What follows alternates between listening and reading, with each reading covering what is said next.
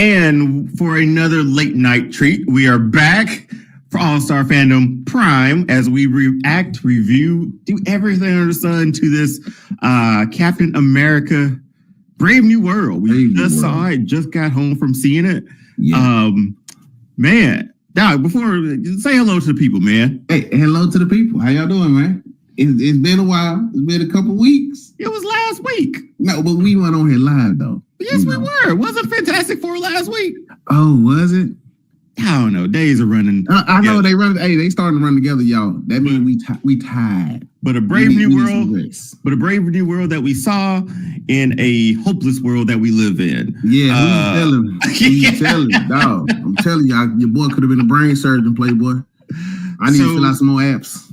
So real quick, we'll jump into it and sort of get started here. But again, follow All-Star Fandom on all socials, Instagram, TikTok. Go over there, like a few videos. Right now, we're in the month of love with our Fandom Love series. Our episode for greatest superhero couples or iconic superhero couples is out. And our TV couples will be out tomorrow on Valentine's Day. So be sure to check that out. And if you're watching this on the replay, go back and check that out for those. And if you haven't done it yet, click the subscribe button down there somewhere. Dia's gonna put it down there. Click the subscribe button. Y'all follow us and comment, like, and share. Look, we respond. We talk back. So what we need to go and get into is this movie. Yeah, let's do this. Let's just do like our initial reactions, and we'll try to keep it as spoiler free as we can because obviously night of it came out tonight, and then tomorrow's like its main day, or Friday is his main day. But Doc, instant reactions to Captain America, Brave New World. Okay, let me tell you this. I went into this movie with high expectations. Like very high expectations. I wasn't trying to compare, and for no reason did I compare Sam Wilson to Steve Rogers, because I love both of them. But I went into this with expectations, and I'm not going to say it let me down, but there was something lacking. I enjoyed the acting. I really enjoyed the quips and the jokes, but it was something missing to me. And maybe that's just me. But I think for me, I think they could have just made this like season 2 of Falcon and the Winter Soldier. I'm gonna fully disagree with you on that one. This is a time that we don't agree on this. I know, and that's rare. I enjoyed this movie so much. Because like the title that we have for this one, or it's on the thumbnail, Falcon No More. I saw this. Granted, we saw him become Captain America at the end of the TV series. Super dope. Great, right? Yeah. This one, this is Anthony Mackie's movie. This is his Captain America. True that. So my initial reaction to seeing it, I was like, this is one of the dopest things I've seen. And Cosmic Black Ranger, thanks for joining. Jason, has seen you in a while, man. Thanks for joining over on Instagram.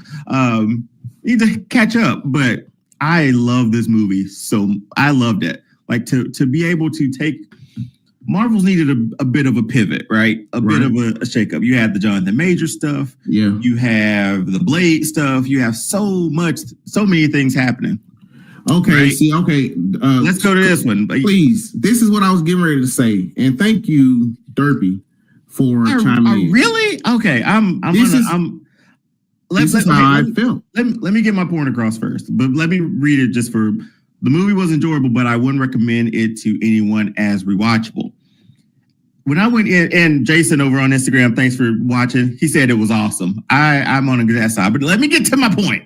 My point is that this felt like Anthony Mackie's movie.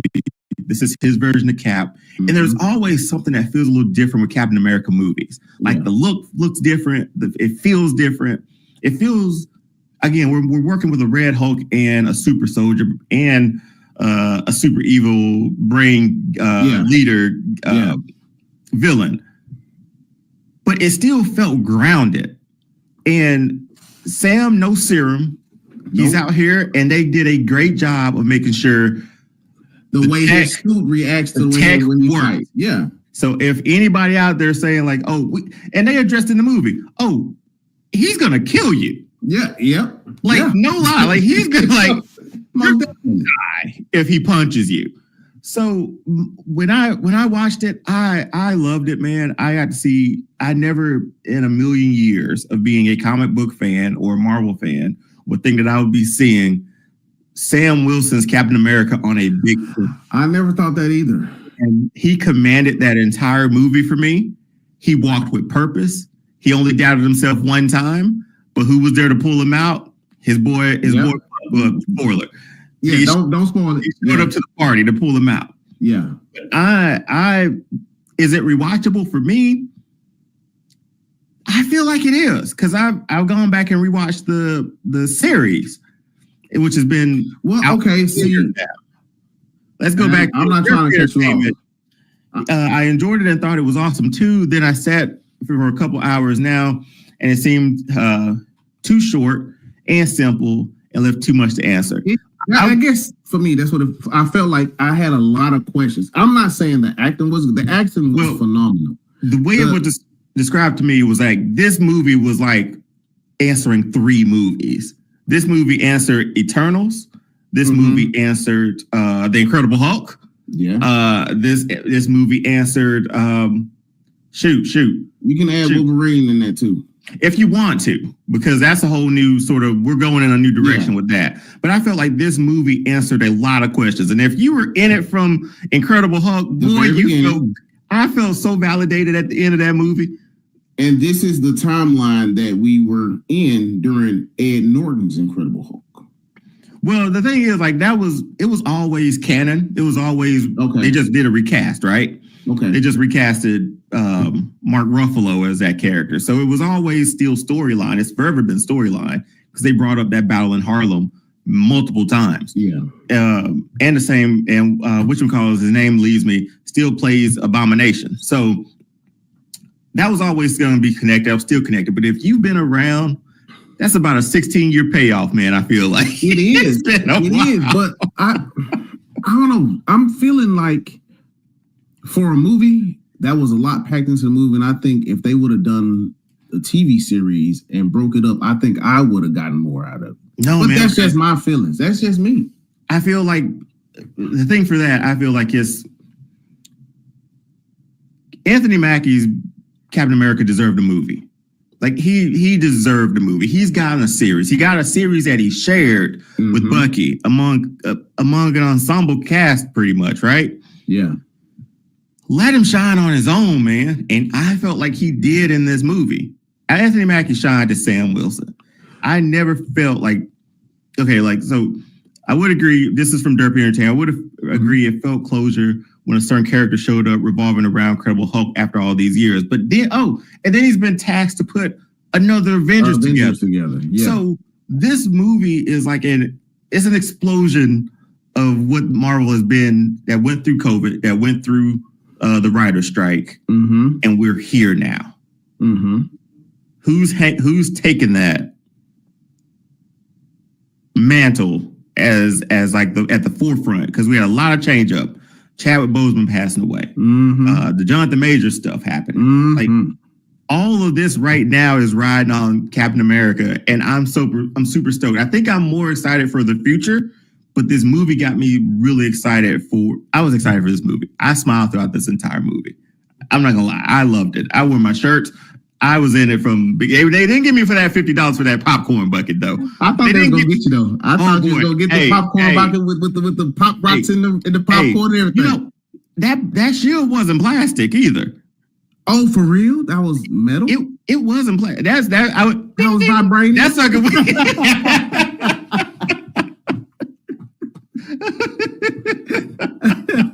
I would say, here's the thing. I would recommend people go see this. I think this is my search for Doc. I most definitely would recommend people to go see this movie. For Doc, sure. I'm taking up a little time, but I'll toss it back to you. I would recommend this one. No, that's what I'm saying, Derby. I would recommend people go see it and form your own opinion. Most definitely. Don't ever just take our opinions for anything. No, take it. I recommend. No, I recommend you go see this movie because, like Dion said, Anthony Mackie and the entire crew did an awesome job. The entire ensemble did an awesome job in acting in this film. And I'm not in no way saying this film was bad. All I said for myself is I was missing something, and that's just me. And maybe it might only be me, but I do recommend people go see this movie. Let's go through it. I would love to, like, if within this little time that we have tonight, because we won't stay on too long, sort of dissect it and see what was missing for you. Because I can tell you, okay, let's go through it. Like, you like action, use 2 words, right? You know I do. And I'm not saying every fight scene, every flight scene. Every fight scene and every flight scene was good action. But I feel like, and we've had this discussion before about showing me everything in the trailer. And then when I get to the movie. That's why we only watched the first one. That's why we only reviewed the first one. And I'm just saying, and we get to the movie and then I feel like I've seen all the action. Now, granted, I must say, let me look into the camera and say, there's a fight scene in this movie. Oh my God. That's all I'm gonna say. That would got your boy riled up. And I was like, man, I kind of want some more of that. You know what I'm saying? And you know the scene I'm talking about. But I mean, I don't know, Dion. Like you remember what I told you? Let me address this one over here over in Instagram too. Okay. Raleigh's restaurant room? Is that if I'm pronouncing it wrong, I apologize. I can't make it out. But he said he's watching on Friday. They said you're watching on Friday. And because Anthony Mackie is great, but basically all the stuff was in the trailer. So let me bring that up real quick. From a marketing standpoint, you had to include the Red Hulk in marketing. I get it. It stinks.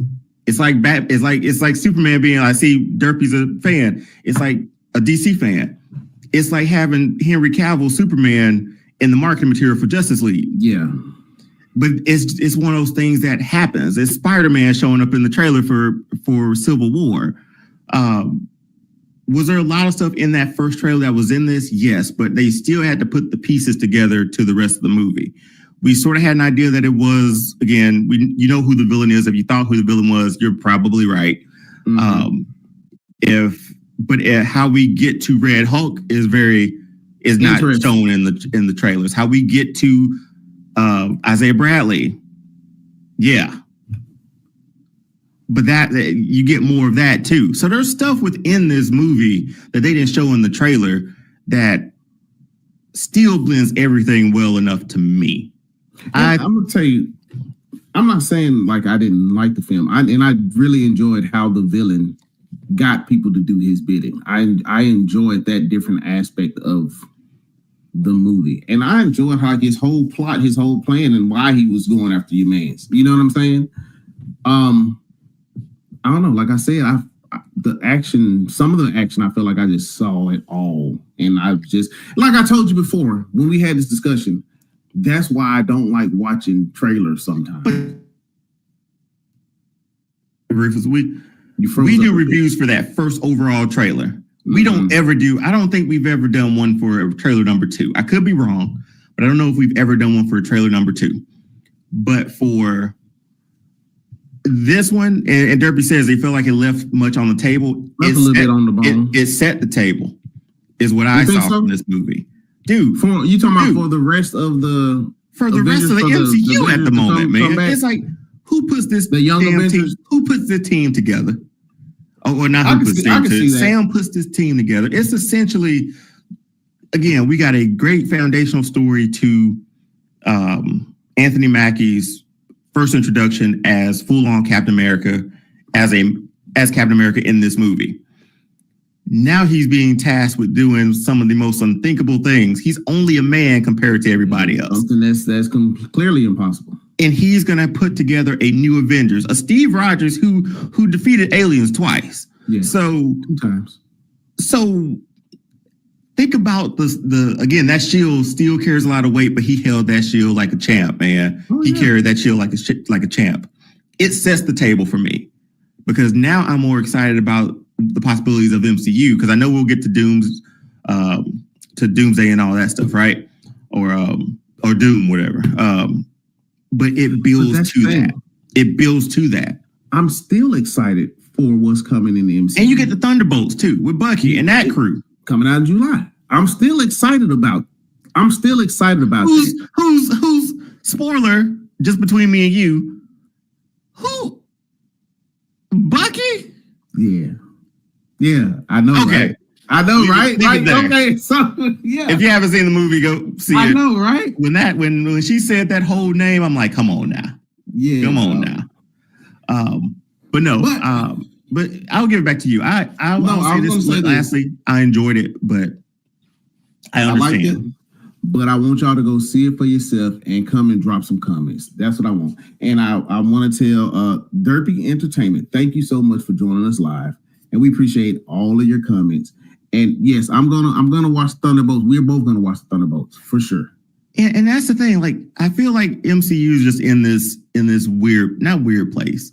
I was gonna say they're in I was gonna say a weird place, so that was the word I was going to use. They're in a weird place where they're trying to figure it out, but I think they're gonna do okay because they have some stuff coming out later this year.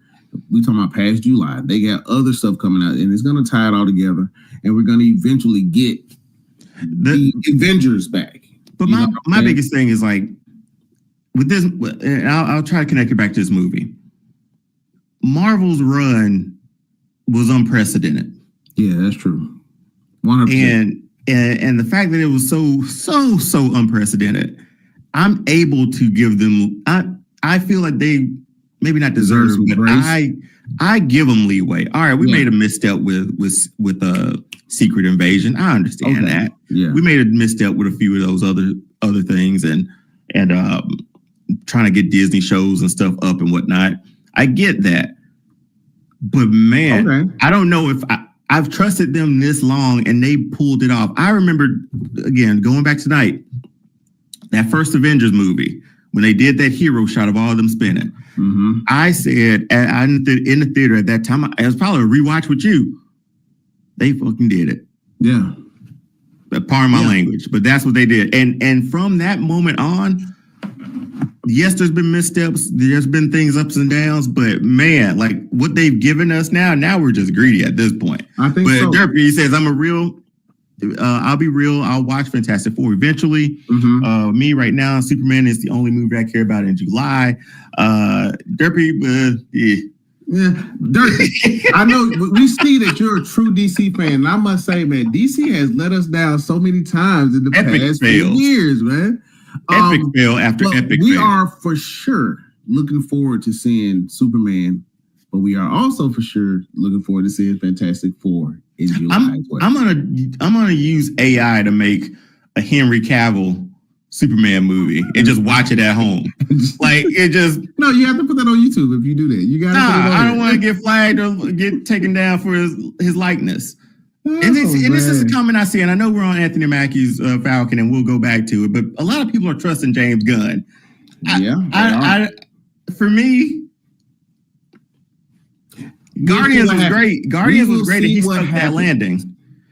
But see, here's the thing: Snyder was never gonna make a universe. It was always supposed to be like 5 movies, and he's out. And then he was out. But then DC and Warner saw that Marvel money, and they wanted that Marvel money. And look what happened. Billions. We can make billions. And look what happened. They made nothing, but that's another story for another day, Derpy. We'll cover DC in another episode somewhere down the line. But for this one, I enjoyed it, Doc. I thought Anthony Mackie was great. Okay, friend of the show, Will Ferrell, partner on Kayfabe Podcast Wrestling. Podcast on Saturdays, he just chimed in, how the F you have a Cap film that ain't about Cap. I didn't care about Ross that much to make the film about him. Basically, what we doing? Now hold on, let me say something. Will, you supposed to be at home getting bed rest. Why is you even in the movie theater? That's neither here nor there. We're gonna discuss that just later. Infected now. Pneumonia, bird flu. But back to what he's saying. Okay, I understand what he's asking, and we're not trying to give away any spoilers. But to answer this question properly, you have to talk about the film, which, Dion, do you think you can explain the answer without giving away anything? About how it's not a Cap movie? Yeah. Dude, so for me, it tasked Sam Wilson with an impossible thing of just forming the Avengers and sort of trying to work within the system again. Right. Okay. And on top of that, during this whole time, we find out like he's, how he trains now and who he trains with.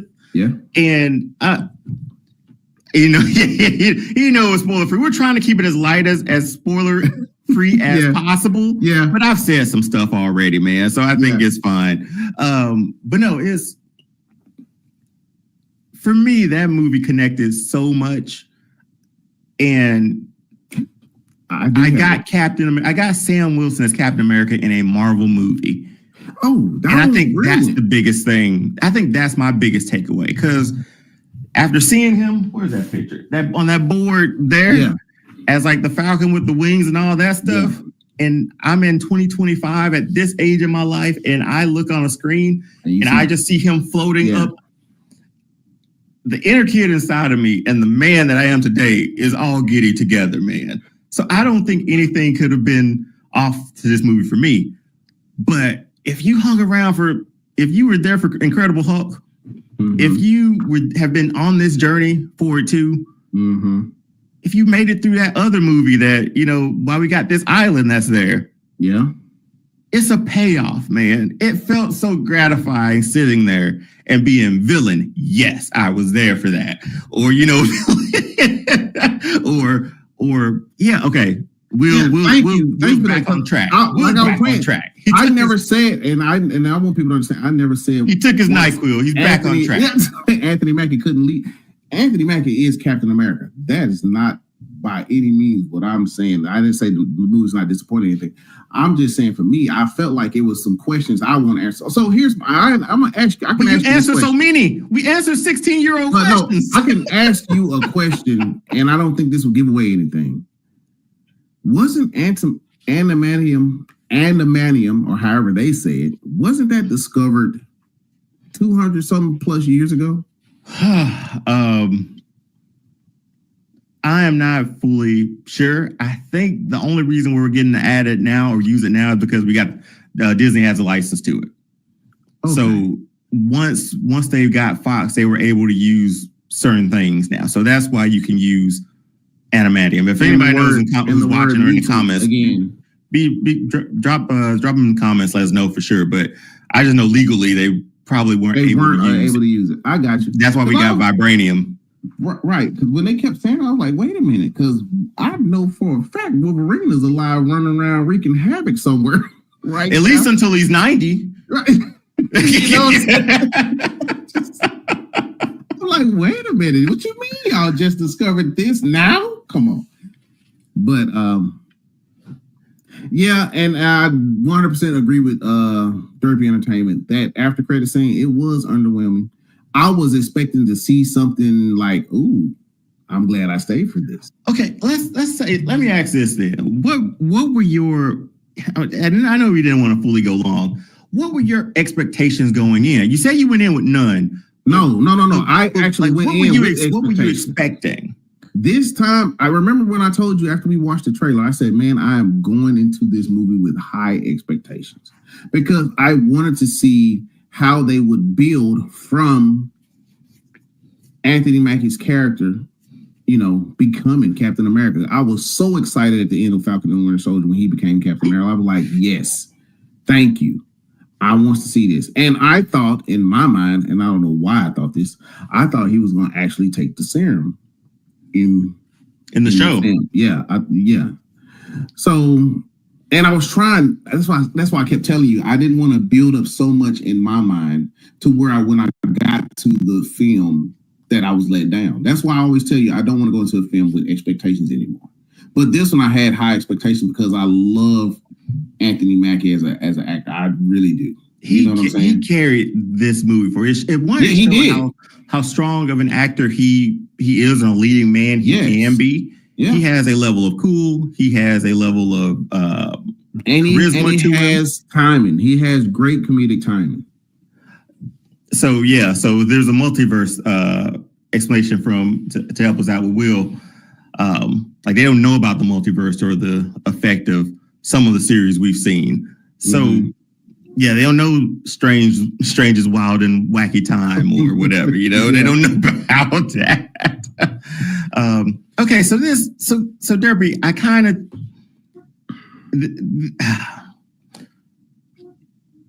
this is, let's say this. I think this is where I'm at with this movie.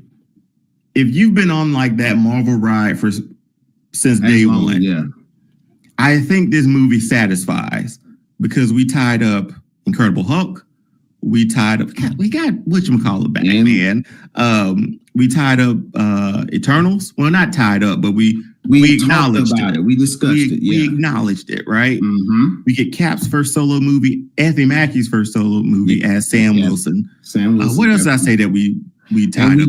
We got Joaquin as the Phoenix. As Falcon. I mean, it's just, if you've been on this road forward and you watched the Disney Plus, which was a really good one. Really good. It was one of their best Disney Plus shows. Eternals, that's just a lot to try to put so many characters in. The Eternals is essentially how quickly they tried to pack in the Justice League is how quickly they tried to pack in every single person in that movie.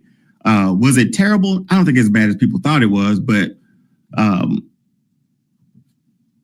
think I was okay with it. I think overall solid movie. It felt like a Captain America movie, at least to me.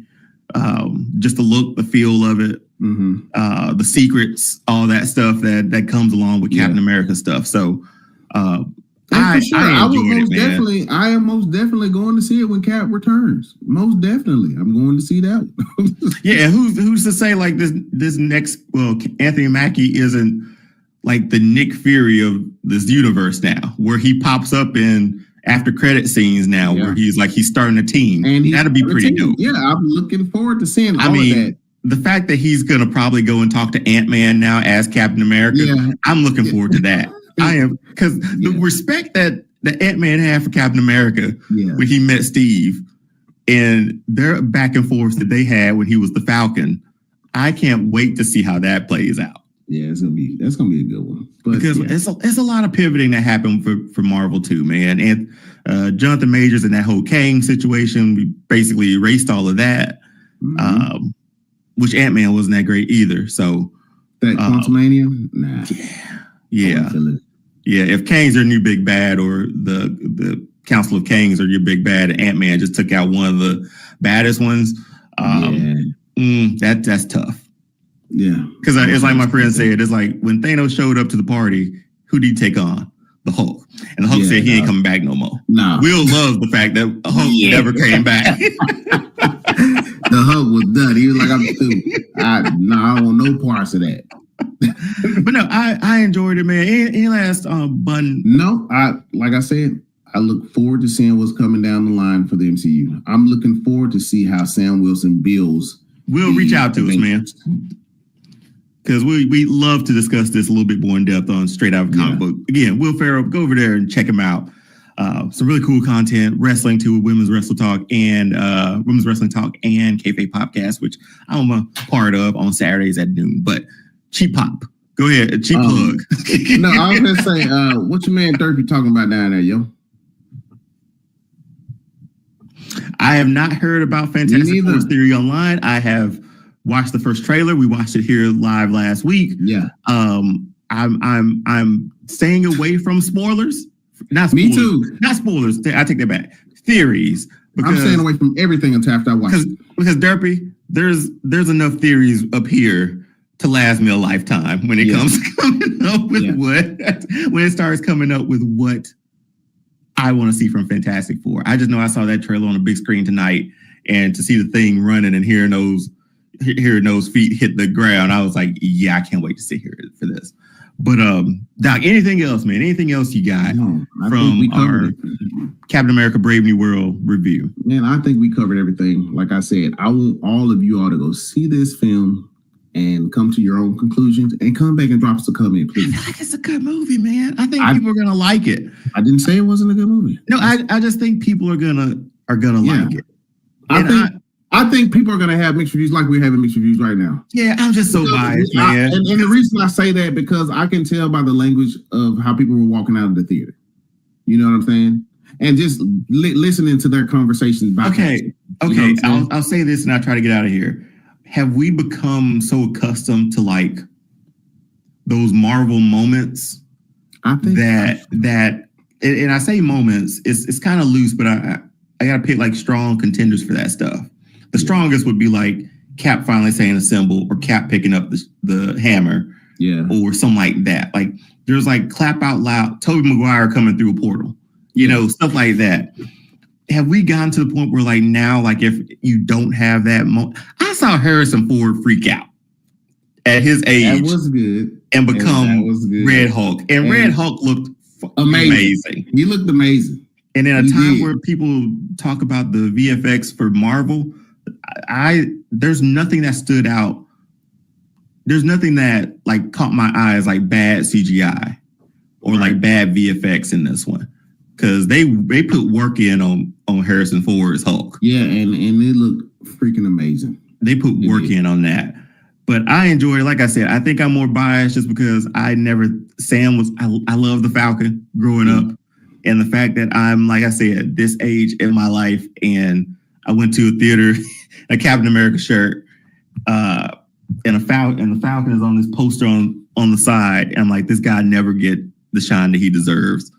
And he got his own movie. He's gonna get it this whole entire month. He's got his own movie. He's building the Avengers. Yeah. And let me get out. We'll get out on this point. Sorry, we already said he's building the Avengers. That goes without saying. Yeah. Who's joining him? Man, you already know who's on the squad. You already know he got to go to Wakanda and holler at your girl. Both of them. Okay. So we know that's gonna happen, right? We also know you already you know your boy gonna be on the team. Who's that? Left hand. That's all I'm gonna say. Buck got a team already. There's an asterisk by it. If they name themselves that, but he's already on a team. Yeah. So he gonna be on the squad. I'm sorry. You think they'll get Spider-Man? Well, that's what I look. They know Spider-Man. They don't know Peter Parker, right? Because I was getting ready to say it because everybody forgot who Peter Parker is. They forgot about Peter Parker. But Sam, that's the thing. Sam here's the thing. Do you think Sam got his memory erased too? All of them. Nobody know who Peter Parker is. Damn. So this makes it really funny because like now Spider-Man might never ever take his mask off when he's around him, which I would love so much. I'm playing Midnight Suns. This man haven't took his mask off the entire time in the mansion. Like he's not revealing his identity to nobody. But that's an opportunity. I feel like Captain Marvel, there's an opportunity there. For sure. Miss Marvel, there's an opportunity there. Hawkeye, there's an opportunity there. They're going to be young, but your core... Well, that's why they call the Young Avengers. Who should your core be? The adults in the room. Ooh, man. Anthony Mackie. The three we talked about, Joaquin, Anthony... we keep calling him Anthony. Sam. Capital B. Because I feel like he's going to be there. Miss Black Panther. She's an adult now. You know what I'm saying? I don't know if she's gonna get the call up, man. But that's where he gets his technology from, so he has to, right? Come on, man. But my starting three right now would probably be Cap, Captain Marvel. But wait a minute. Ant-Man I know we might not ever bring it up, but Ant-Man beat Kane. So give him a seat at the table. Wait, because my question was going to be, how do you get in touch with Captain Marvel? I mean, how will he get in touch with her? I'm sure that, come on, man. Nick Fury had a 20-year-old beeper. Let's get out of here, man. But that's been our review of or discussion of Captain America: Brave New World. I enjoyed it. I'll rewatch it. I usually don't go. Something really has to push me to go rewatch a movie in theaters. The first Avenger movie, 3 times. Sure. Batman Begins, 3 times. Sure. 3 is my limit, usually. Like, 3 is, I can make a solid weekend out of that. A Thursday, Friday, Saturday, matinees. Like, oh, yeah, for sure. Say that. But I enjoyed it. I think if, you know, what did Green Rainbow say?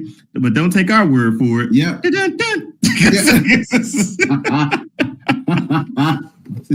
Doc, let the people know where they can find us, man. Oh man, hey y'all, you can find us on YouTube, Instagram, Facebook, and here. Well, I already said here, and TikTok. All Star Fandom Show. Like, share, subscribe, drop a comment. I promise you, we'll respond. And until next time, it's been me, Doc. That's Dion, and we out of here.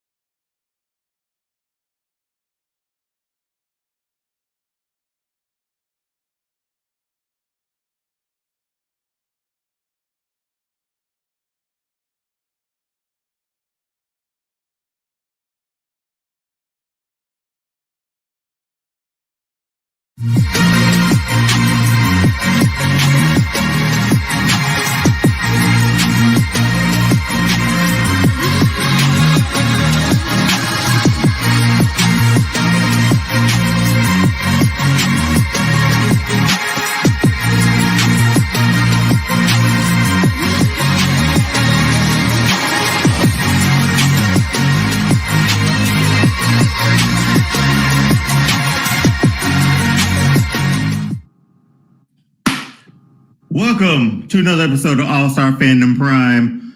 I'm Dia. This is Rufus. You know this by now. We're going to jump into reviewing Batman Cape Crusader. But before we jump into that, be sure to follow All Star Fandom Show on TikTok and Instagram. And if you're over here on the YouTubes, go ahead and hit the subscribe button, hit the notification bell.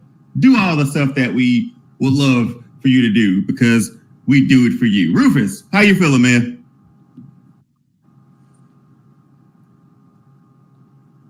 Hi. Okay, let's go. All right, enough of that. Your action keeps stopping. Well, I'm here now. I'm here. Am I here now? It seems like when you start talking louder, Well, we're running live, and I just got off tech support with AT&T Fiber, so we'll figure it out as we go. Is this pace okay? That's fine. It's just oh my God. Skipping. There's a long delay. I'm hearing it now. Yeah.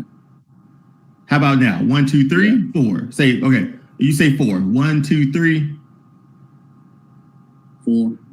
That's fine. We're gonna have to roll with it, man. Just to get through this review, it's gonna be a small one, a little short one, but we're gonna break it down into sort of 3 parts here. From animation, from voice acting, and along with the story. So Rufus, straight up out of the gate here, what were your initial thoughts about Batman Cape Crusader? Okay, first of all, the voice of Batman, I love it. Dude, when I heard it talk, I sat up you know how you got the chills when you hear Batman's voice for the first. You get like chills. Like I kind of got those chills. I was like, ooh, this is gonna be good. And then for the setting that we're in the 40s, you know, oh, I'm liking this. I'm feeling nostalgia. You know what I'm saying? It reminded me, the animation reminded me of, which I love that animation style, you know? And of course, you know me, I'm a music guy, so I absolutely love the score. Even though they changed some of the characters, you know, little small quirks here and there, I still enjoyed it. So overall, I really enjoyed I really did enjoy it. And listen, people, if you don't know by now, it is not for kids at all. So that's your warning.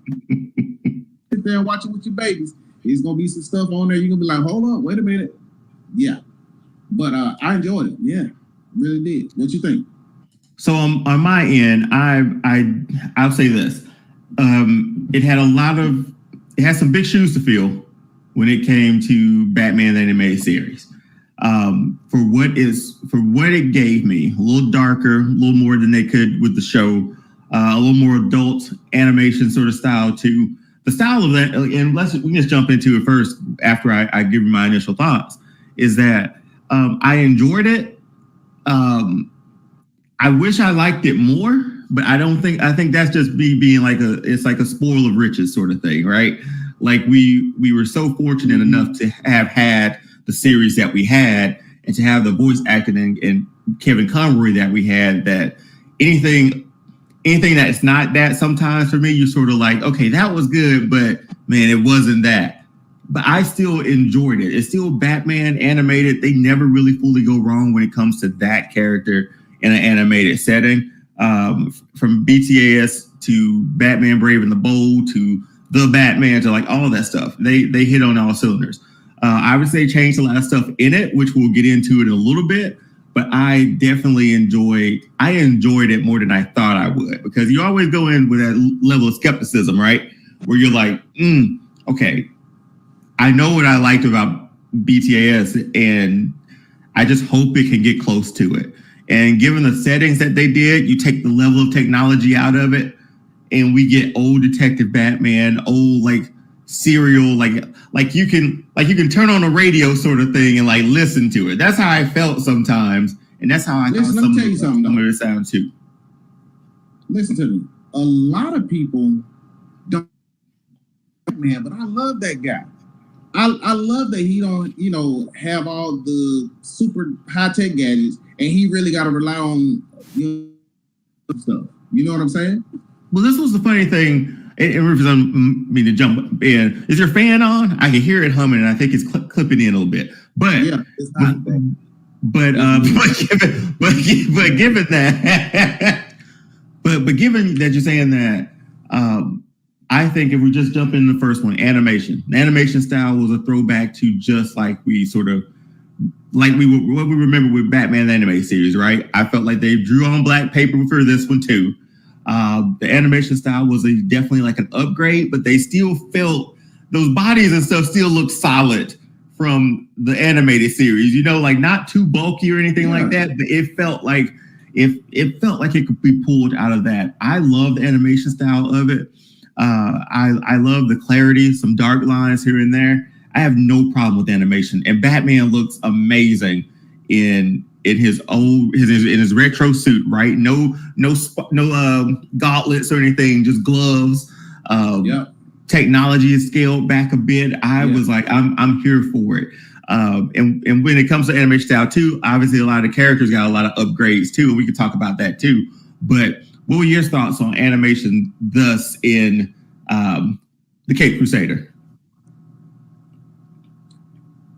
Ask that question again, because you cut out. No. Well, what was your thought about like just the animation style in Caped Crusader? So for me, like I said before, I love the animation style. Like I said, it reminded me of Batman. Like you said, some of the characters that, in Batman, like they were kind of like really bulky or whatever. Well, they were thick. I like that. They said they were outside, as you say, like Bullock, the old Bullock on Batman animated series, and you compare both of them.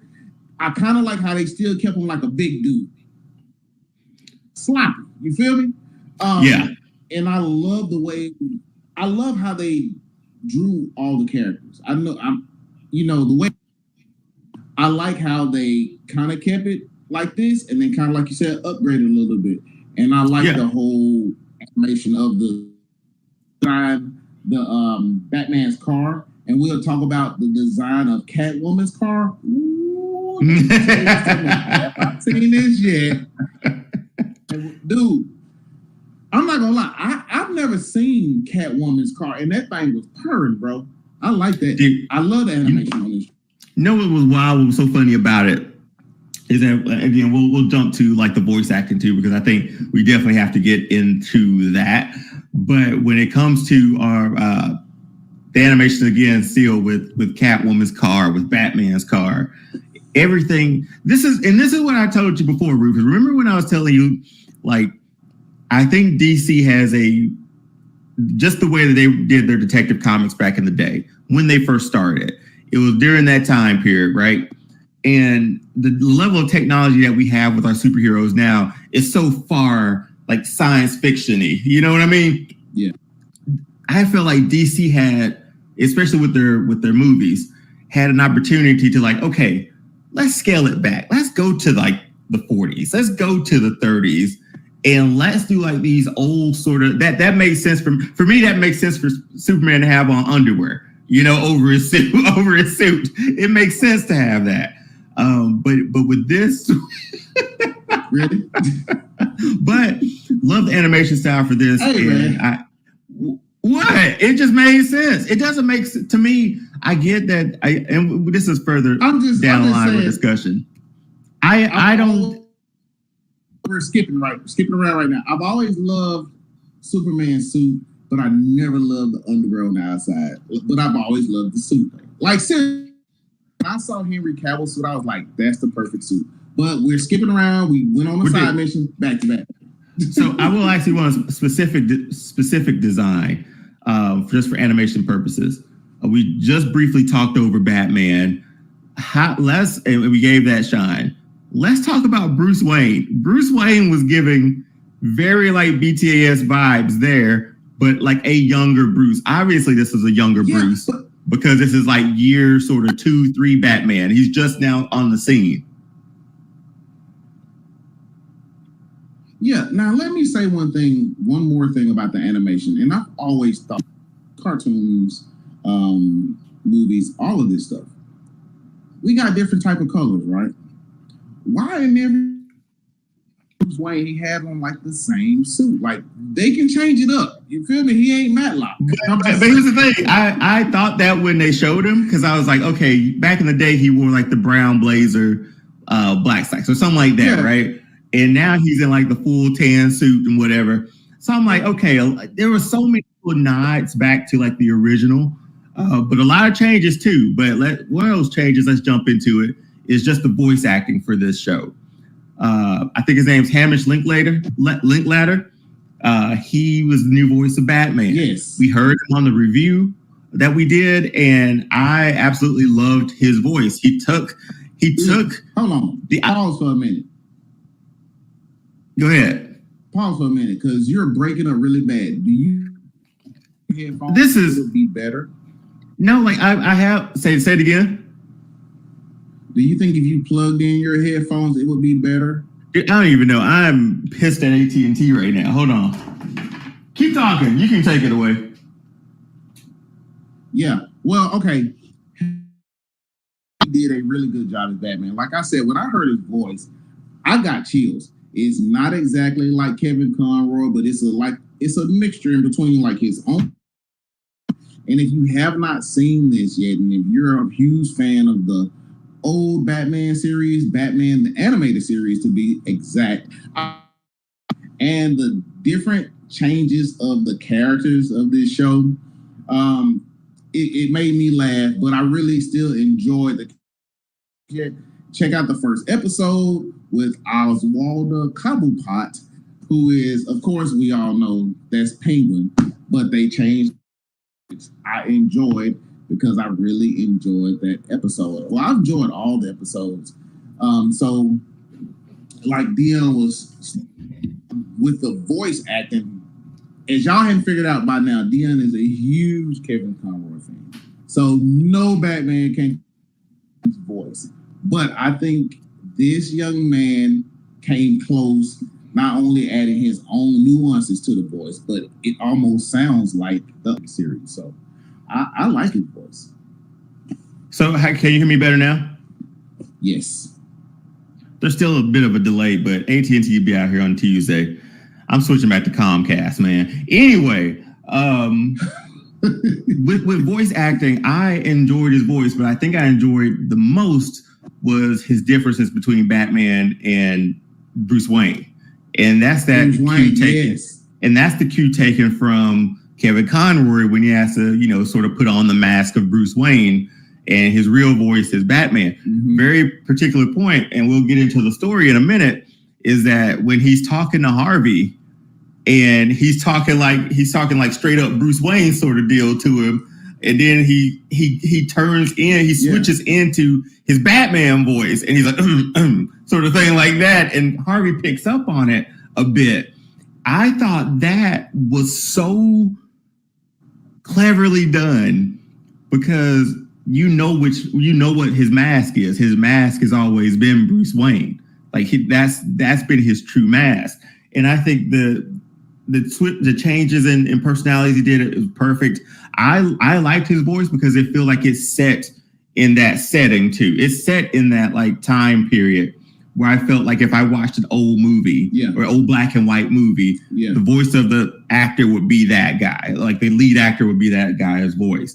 But man, just all the way down the line, man, the voice acting is spot on. I know we gave. Look, let me say something else. Go ahead. I was gonna say the action and the storytelling is really good too. If y'all been watching this for a while, y'all know I'm a huge action junkie, and this series gave enough storytelling to where it kept me captivated and it kept me interested in watching the rest of it. Yeah, and so let's jump into that story real quick so we can get on out of here. And if you're watching on a replay, we appreciate it. If you're watching live now, thank you. Few technical difficulties, but we'll get that all ironed out for next week. I promise.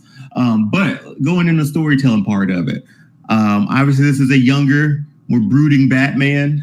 He's not as tactful or as smooth, I would say, as we saw him in Batman the Animated Series, because it feels like he's been doing it for a while up to that point.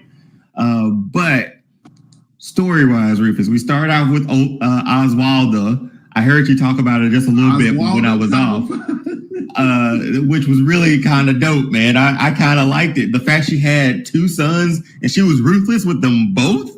Like, dude, I don't want to mess with Penguin. I don't.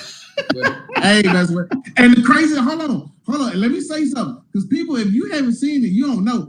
Like, Penguin is not attractive at all. Like, but she had everybody like eating out the palm of her hand.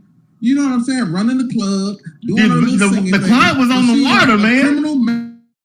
The club was on the water. Yeah, the club, and then yes, and then like the club is packed with like judges and the police, everybody in the club. Like, she just got to eat out of her hand. They don't even know she a whole criminal. You know what I'm saying? Like, I love the story on that person, bro. So let me ask you this, Bill. Like, out of all the stories that we did have, we had a lot of one-off episodes, but they sort of tied in a bit, sort of, you know what I mean? What story stood out to you the most within this? The ghost story. Oh, really? So, because we know from animated series, and we're gonna keep jumping back and forth. Remember the werewolf episode, right? Mm-hmm. I really thought when you think about Batman, you don't think about the supernatural stuff. You don't think about werewolves, vampires, and all that stuff. When you think about Marvel, you think about werewolves, right? So when it came to the ghost story on this particular series, I think it was episodes either 6 or 5. Mm-hmm. The old man was coming and he was robbing poor people. Like, this is a wild story. Like, he out here robbing poor people as a life. And then the guy that comes to help Batman in the midst of his troubles, because he can't figure out how to stop this through to him or whatever. Yeah. And I'm calling him the Shadow Man because he reminded me of the Shadow Man from The Princess and the Frog. That story stood out. And then he showed up with the top hat, and I was like, "Oh, that's that guy." But the episode, the reason it stood out to me, I think in Batman's world, he's always dealing with like realistic, physical. I can see it, I can touch it. It's real. Mm-hmm. He had to really go and find help, and we all know Batman don't like asking for help. He had to go and find help, which kind of, let in his. You know what I'm saying? So I enjoyed that whole story. I enjoyed that whole episode, man. I thought that was pretty cool. That's one of the stories that stood out to me. And the the other one with the little girl. The girl that's like comfortable. a vampire, but not exactly. What's her name? Natalia. Yeah, man. So I have two. I have two. I know I said one for you, but I had two. I so much want to see Clayface in live action that I was like, you do? This is how you can do Clayface story. That's one character, Rufus, I want to see in live action. Yeah. It was so well told, such a good story. And I'm like, oh my God, like if we want to translate this over, it was great. But I will also say this too. Two-Face's switch up was a good one. Yeah. Harvey Dent was a douche. His other Two-Face on the other side, when he was talking, was the voice of reason. Like, wait a minute, like this. How crazy is?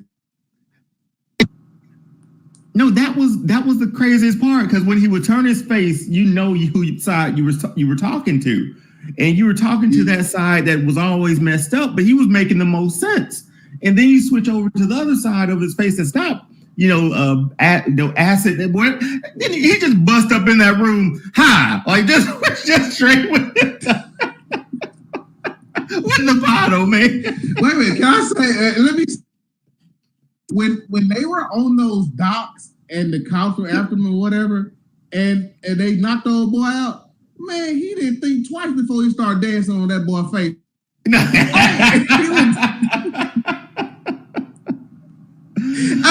Barbara was like, "Hey, Harvey, calm down, dude." But no, like those two stories. Right, that was a good story too. But see, the thing is, Two-Face's story has always been a really good story. Even on Batman animated series, Bruce was always trying to help him. Bruce was always his friend. Yep. And he never knew he was Batman. Yep. That's why I love that point where they were talking to each other, and that Batman voice showed up when he was talking to him, and Bruce had to suppress it. But I want to see Clayface so bad, Rufus. You have no idea how much I want to see Clayface in live action. That I saw that I was like, maybe it could work. All right. Go ahead. You want to see Clayface live action? Who would be the actor you would want to see play Clayface? That's the fun thing about it, right? Obviously, you have him start out as that initial actor who, the usual story, right? You always have that actor, I think. And if you play into it, like the youth and stuff of it, or him trying to be a star or something like that, you can do it. But most of the time, Rufus, he might not have a real face. You know what I mean? Like he might not be a real. He like in the show, it was all deformed, right? So if you have if you have a good initial actor, and then like you have him switching up and being these other actors throughout, or these other people throughout the movie, I mean, the possibilities are kind of endless. It's hard to say who I want to play it. It'll still be like a lot of cameos in it. You know what I'm saying? It could be, but he could just Clayface. It could be, but it's just like they did in this story, right? They set up a whole like sort of universe of actors, like or a movie, right? A movie set or whatever. So they could show us like actors from that era, like these big time actors that he's sort of, I don't know, taken out and taken their place. So I don't know how it would work, but I thought that's one character that we'll never see in live action that I'm like, that's the one I want to see the most in live action, because the man's name's Clayface, man. He's literally clay. Like, how do you make this real? But I love the story, how they did for this one. Clayface is the best. Yeah, I was gonna say in the story of how they in love with a woman, she's like, "Nah, you ugly. I can't really fool with you." It's heartbreaking. It really is heartbreaking. But see, like even if you did to get the surgery done. Yeah, even for live action, and he actually came back. He was handsome. You feel me? I know, right? Like, that was the disrespect though. Rufus, I'm just saying, was so disrespectful the way she did it. But dude, I'm telling you, man, just through that alone, I was like, that's a great story for live action. And then you think about this. I think it could work. Think about this, Rufus. The backstory that they gave, and we know Clayface's story, we know that. But Batman animated series actually gave, and we'll close out in a minute, actually gave Freeze a really good backstory, a backstory that we use to this day.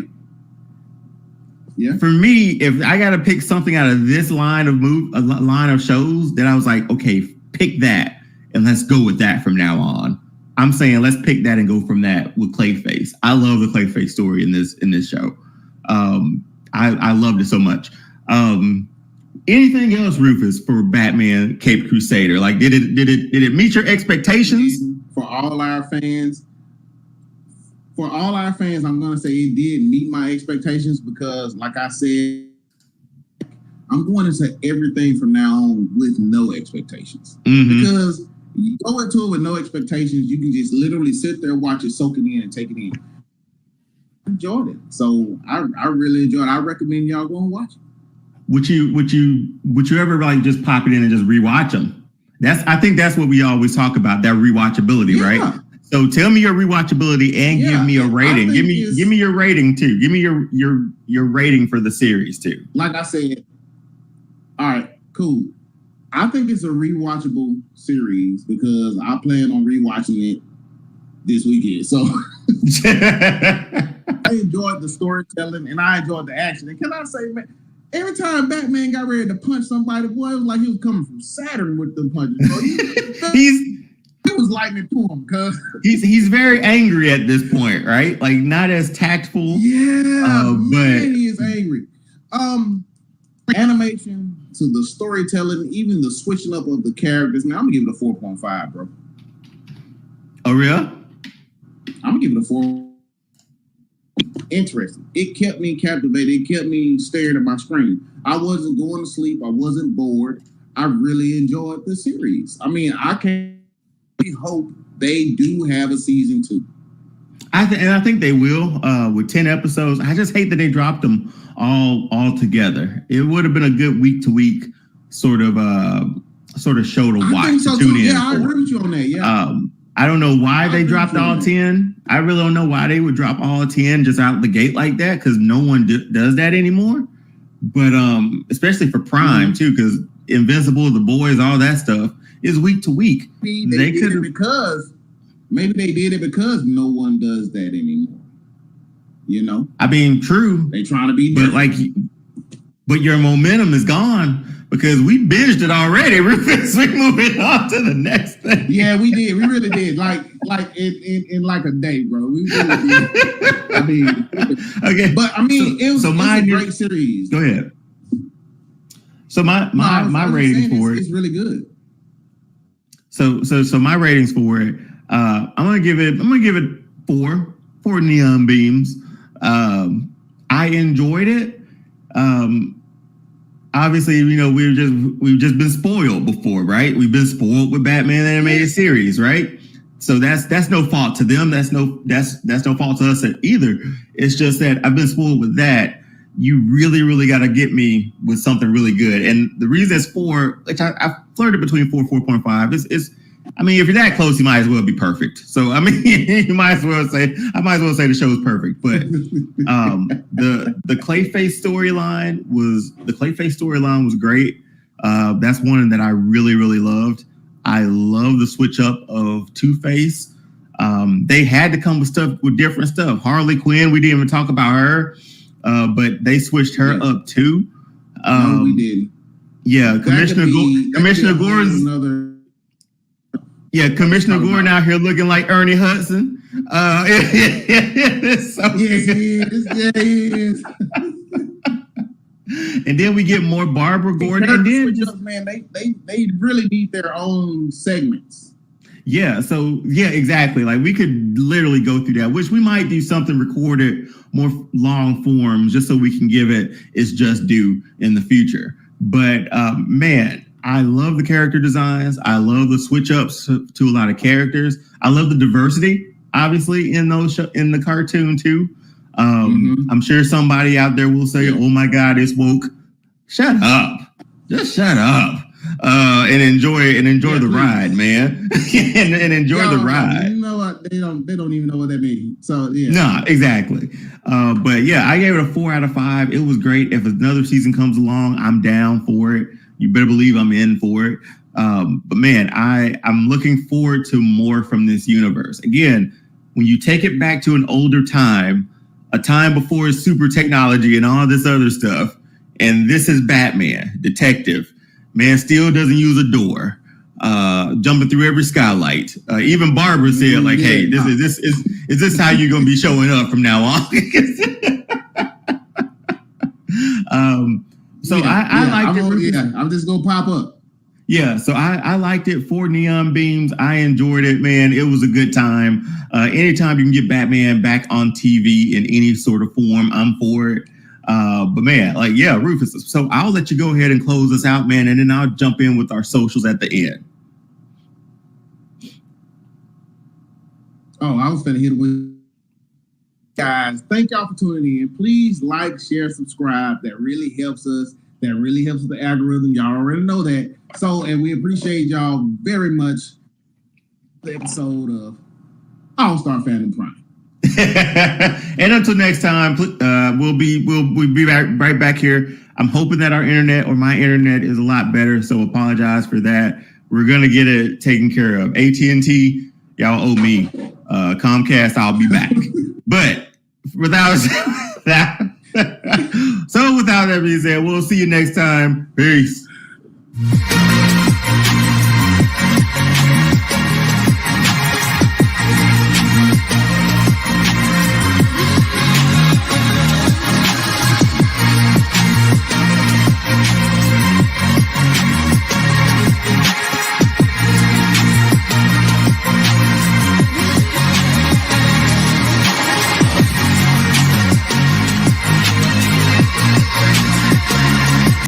This week at All Star Fandom is going to be a little different because this is going to be my first playthrough as I play TMNT Shredder's Revenge.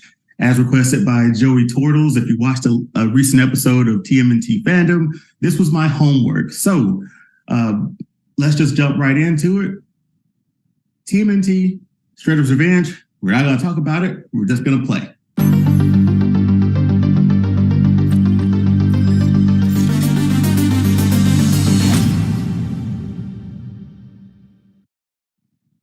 Shout out to Nickelodeon, by the way. They've given the Ninja Turtles so much more life for more generations to come. That's going to be pretty dope. It got me already.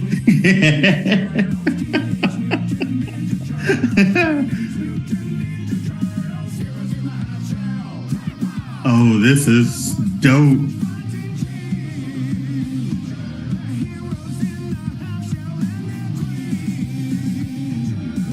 Okay, I'm certain.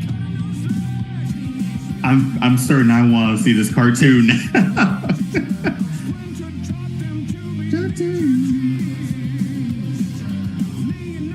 The animation is so dope.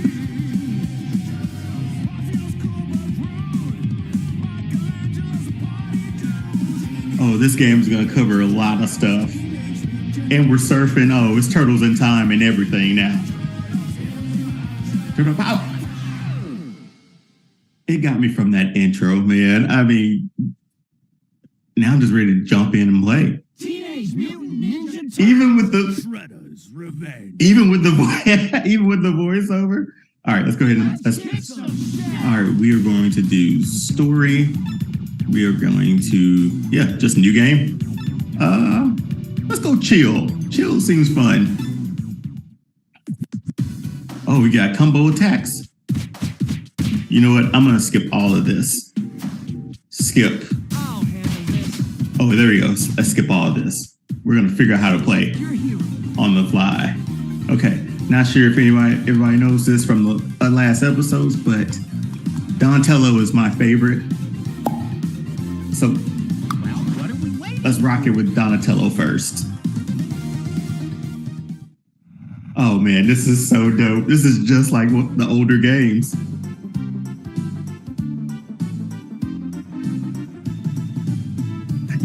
never really. It's surprising that like, I guess Will Arnett was Vernon, if I remember correctly, from the last movies. But this Vernon was annoying. Ah, come on, man. This is chaos. Huh? The statues of liberty. Bebop's beat. Get in the makeover and look better than ever. Oh, this is just like the old games, man, because I was a big Hyperstone fan.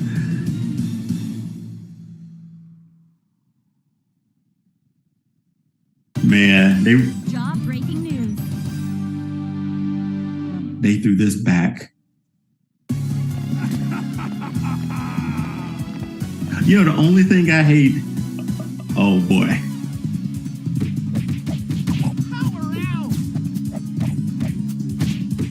Oh. Just a minute. What is he doing? What was that? Oh, that was a challenge. Just a minute. What's that? I should have probably done the tutorial, huh?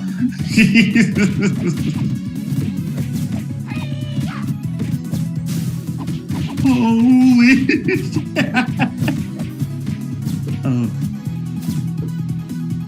Oh, I jumped on the decks. There's Run. There we go.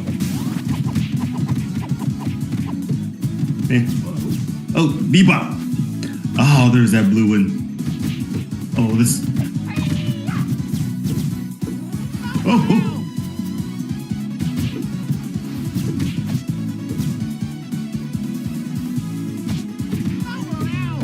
I'm sorry that there's not much talking. They threw me right into this and I didn't do any tutorial, so. So we're just working over here? I don't know, honestly know what that all means.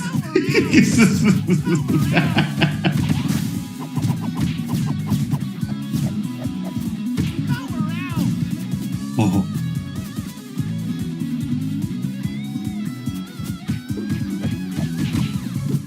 You know what? A big thing too is that that's a good Strader's voice, but it definitely makes me miss Uncle Phil even more.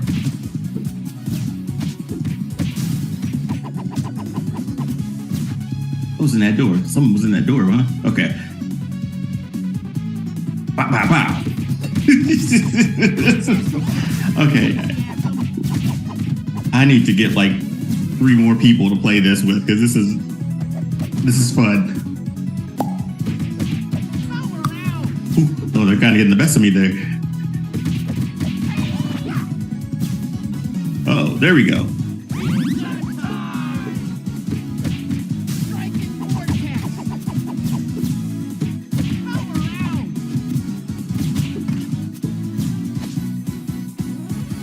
Oh, Joey, you were correct, man. This is.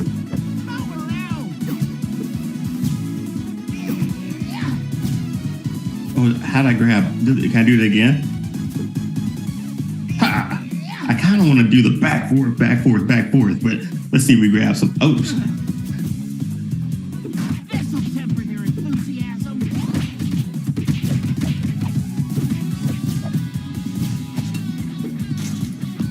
This'll temper your enthusiasm. Oh, I needed buddies to play this. I'm sorry for not talking, but this is kind of.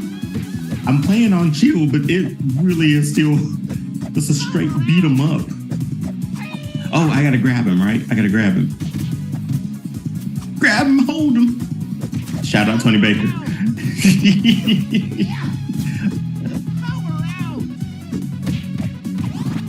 I mean, it's just like playing one of the older games.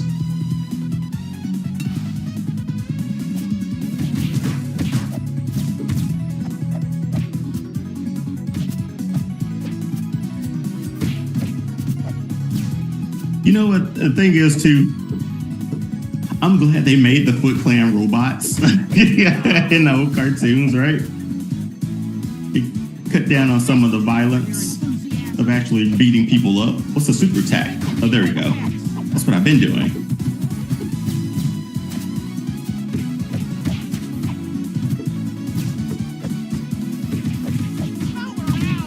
This is so good. Look at the set. Like the foot's taking over. Oh, I'm gonna grab him, don't I? How I grab again? There we go. Oh, I didn't want to do that. Oh, environment. Oh, okay.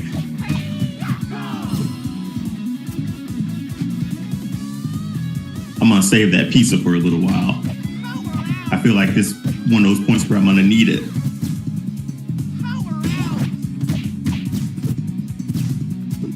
Oh, yeah, I'm glad I saved that.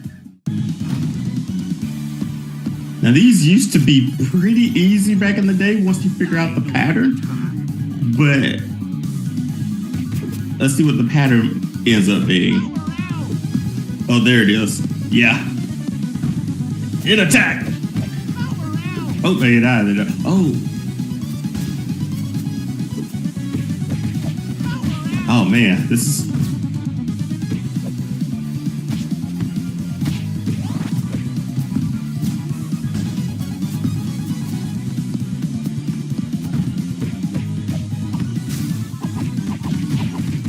Oh, kind of got overzealous on that, didn't I?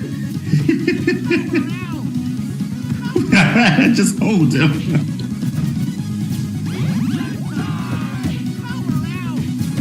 Oh, I tried to get out of the way. Boy, Bebop ain't playing around here. Oh, God.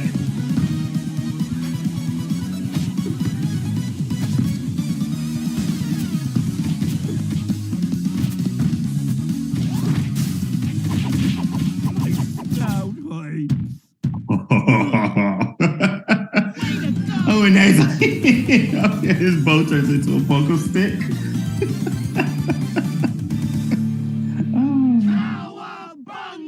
Oh, that was really dope. And so is the animation style. Like the animation style is where the graphic style just takes us right back to where we were in like the 90s.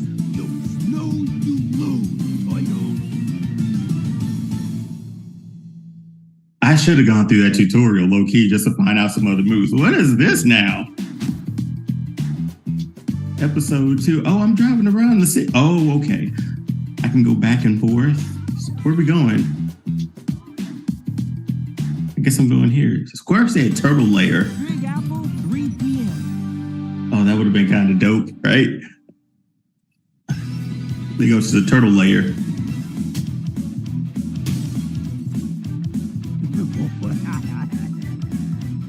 Why are we just carrying around Crane's head? Are we? I just fixed the party wagon.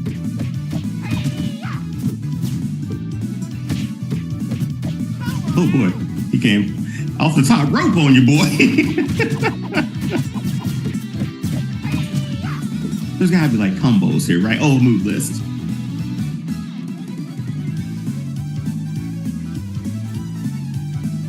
Fling, slam, fling, toss. Oh, that was a taunt. Okay, we'll figure it out.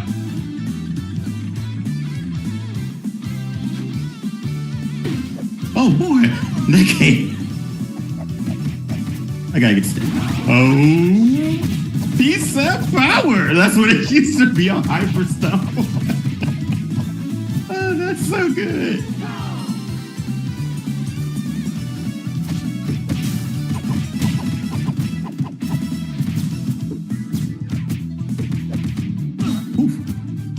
Those invisible walls, I tell you. Oh, where he's at? Where? Oh, this better work. I low key want to just fall in the hole to see if that does the same thing. Let's do it.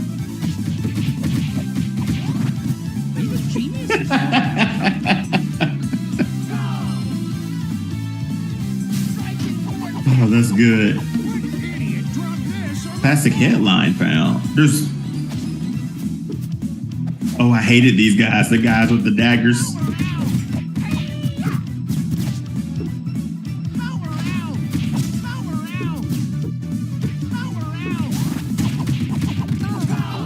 Hey, it's Irma.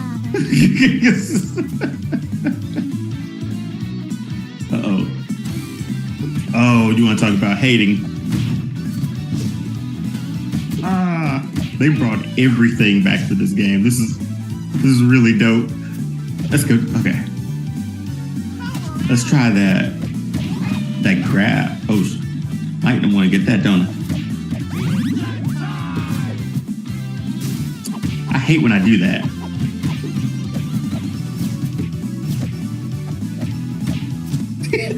My man just slapped up against the wall. Uh-oh, nope. Mm-mm. Ah.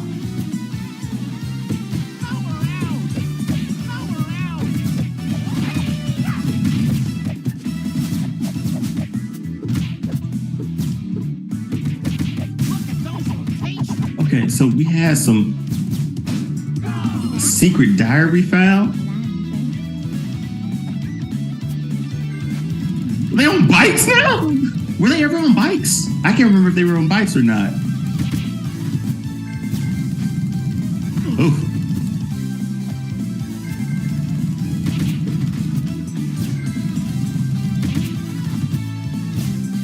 Oh, shit. Got flat like a pizza. Okay, if they had that back in the day, that would be... There we go!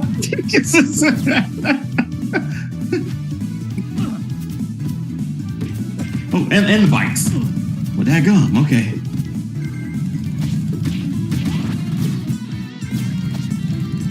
Oh, come on, you could give me that. They could have gave me that one.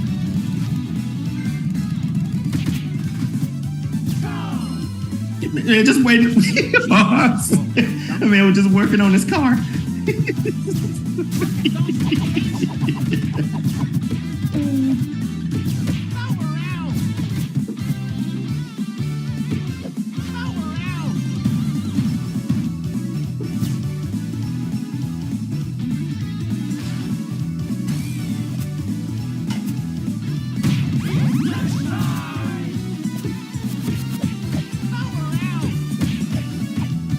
I can't remember. Weren't the Mousers on 1 too? What's this? Oh, I got it. Invisibility? What?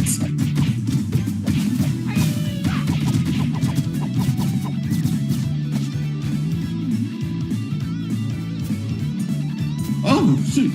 That's a stiff one.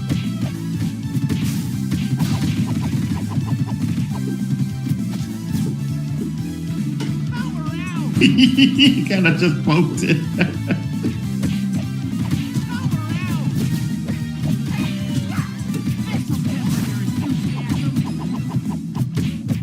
Man, okay, so while I got you here and you're watching this, Donnie's my okay, one more boss. We'll do one more boss and end the episode. How about that?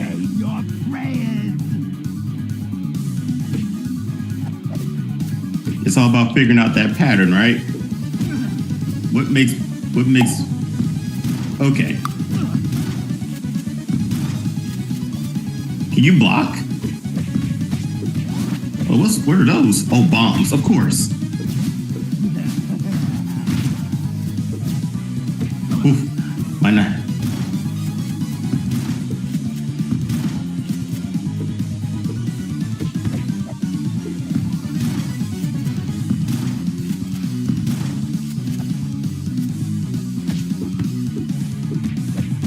Oh man, just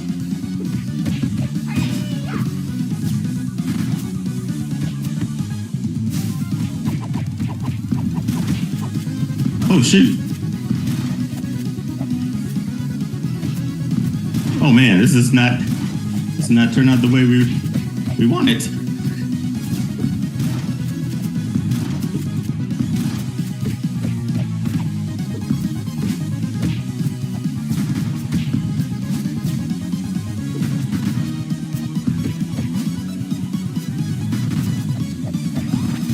God. Oh, sorry, I got quiet there for a second. There we go. My horn. Way to go. Okay, that was pretty dope. That was for episode 2. I I sort of got into it. Sort of got me sweating too. Fun sort of playthrough. So that was the first 2 episodes of Shredder's Revenge. It took me straight back to Hyperstone Heist, Turtles in Time. I haven't stopped smiling since I played it. So go back and watch the whole video. I'm probably smiling through it. Sort of some times in there where it was just silence, but bear with me. This is my first playthrough. That was super fun. Man, we gotta get 3 more people to play this. This is dope. But that's my first playthrough of TMNT Shredder's Revenge. If you liked it, drop a comment down in the comment section below. This game's got me rattled, man. It's kind of loud in my ears too. But drop a comment down. If you want to see more playthroughs, go ahead and hit the like button, subscribe, do all the social media stuff. All-Star Fandom Show. We're on Instagram at All-Star Fandom Show. Go over there, follow that to keep up with these episodes that are going to be dropping. I promise you now, even if there's not a single like, I'm jumping back in here and playing this and I'm putting it back up on the channel. So if you find it early or if you just find it now, months, weeks, or whatever after this, tune in. We just finished up episode 1 and episode 2 of TMNT Shredder's Revenge. We're going to jump up to episode 3, and apparently there are side missions. So again, thanks for watching. Joey, you were right. I love this game. Shout out to Ninja Turtles. Make sure you follow them on Instagram at Joey on Instagram at ninjaturtles.com as well. I might just hop back in this and play it and start recording again. Who knows? But again, until next time, love you guys. Peace.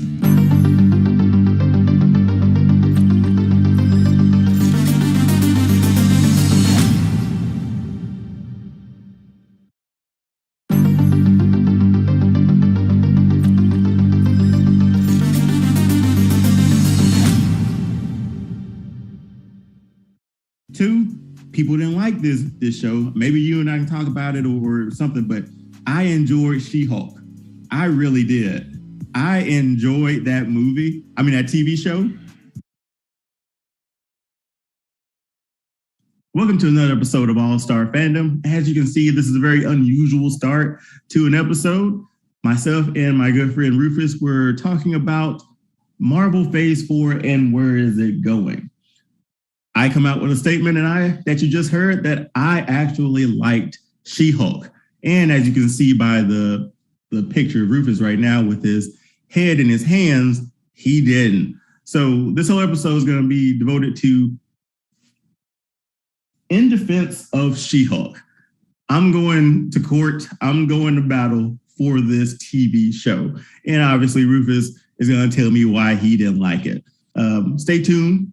Enjoy the episode. I'll be popping up every now and then just like this, and we'll go from there. We'll see how we can have some fun with this one. All right? So, In Defense of She-Hulk starts now.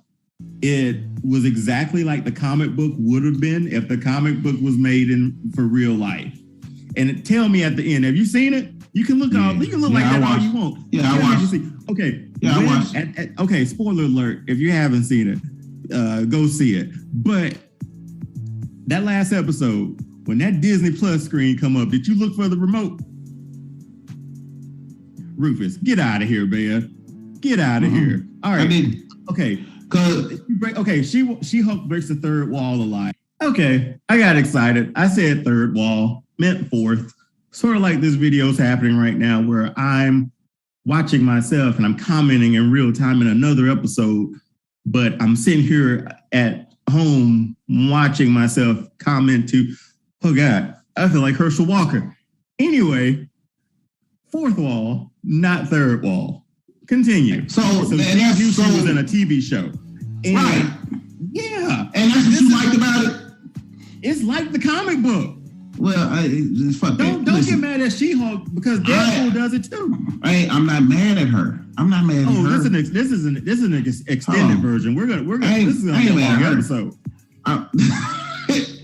Because I'm defending this show. It didn't do it for me. From the beginning. A Hulk is a what? A Hulk is a what? What do you mean? What is a Hulk? What is a Hulk? As you can see, very profound questions that we ask each other. Radioactive monster. That's all I got. So, a Hulk a Hulk gets mad, fucks up shit, right? Have you not read a single She-Hulk comic book? So okay, hold on. Let me.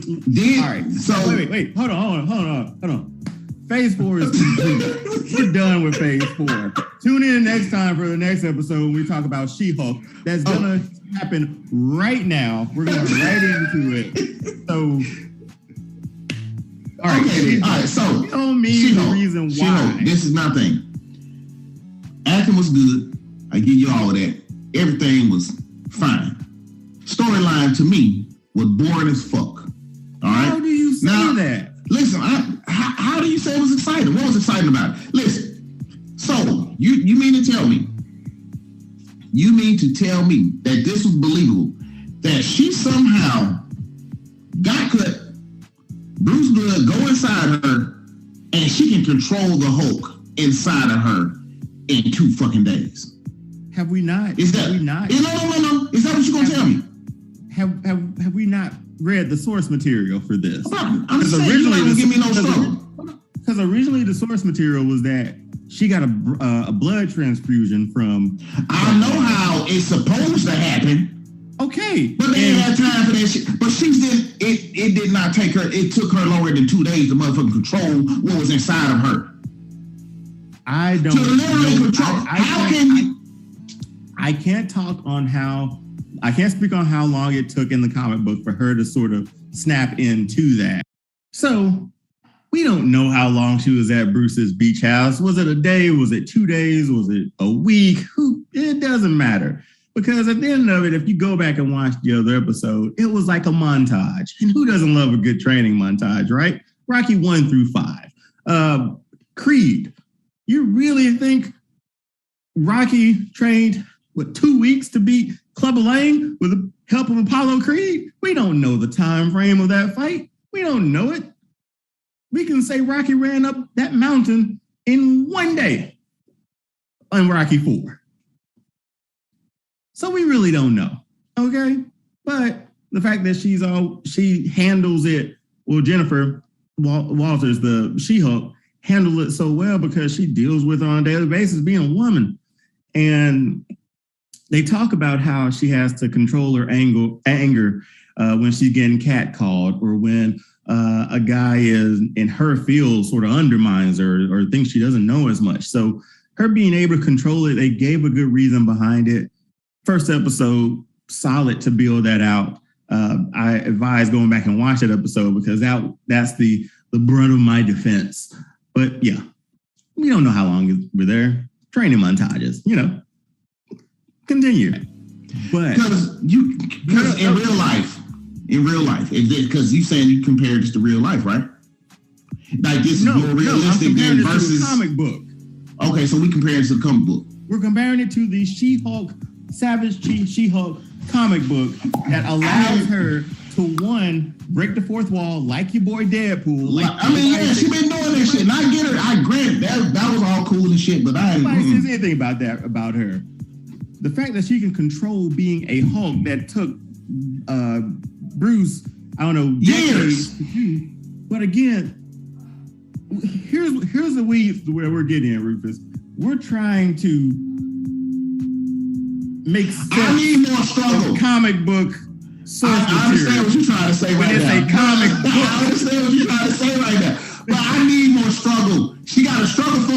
As you can see right here, the level of frustration is clearly kicking in on me right there. Whew. Man, Rufus, you got me in a bind here. Let's see how we finish this up. You can't just wake up. Okay. No, because she wanted to wake up and be a fucking Avenger already. Like she asked Bruce like, she said Bruce like, can I be an Avenger now? No. Yeah, she probably asked about that. She did. But she never wanted to be. She never, until Titania took the rights to She-Hulk, she never wanted to be She-Hulk. And she got her job just because she was She-Hulk. She-Hulk, yeah. Which opens up more because she's going to be defending mutants in this new phase that we get into. I get all that, but think about that.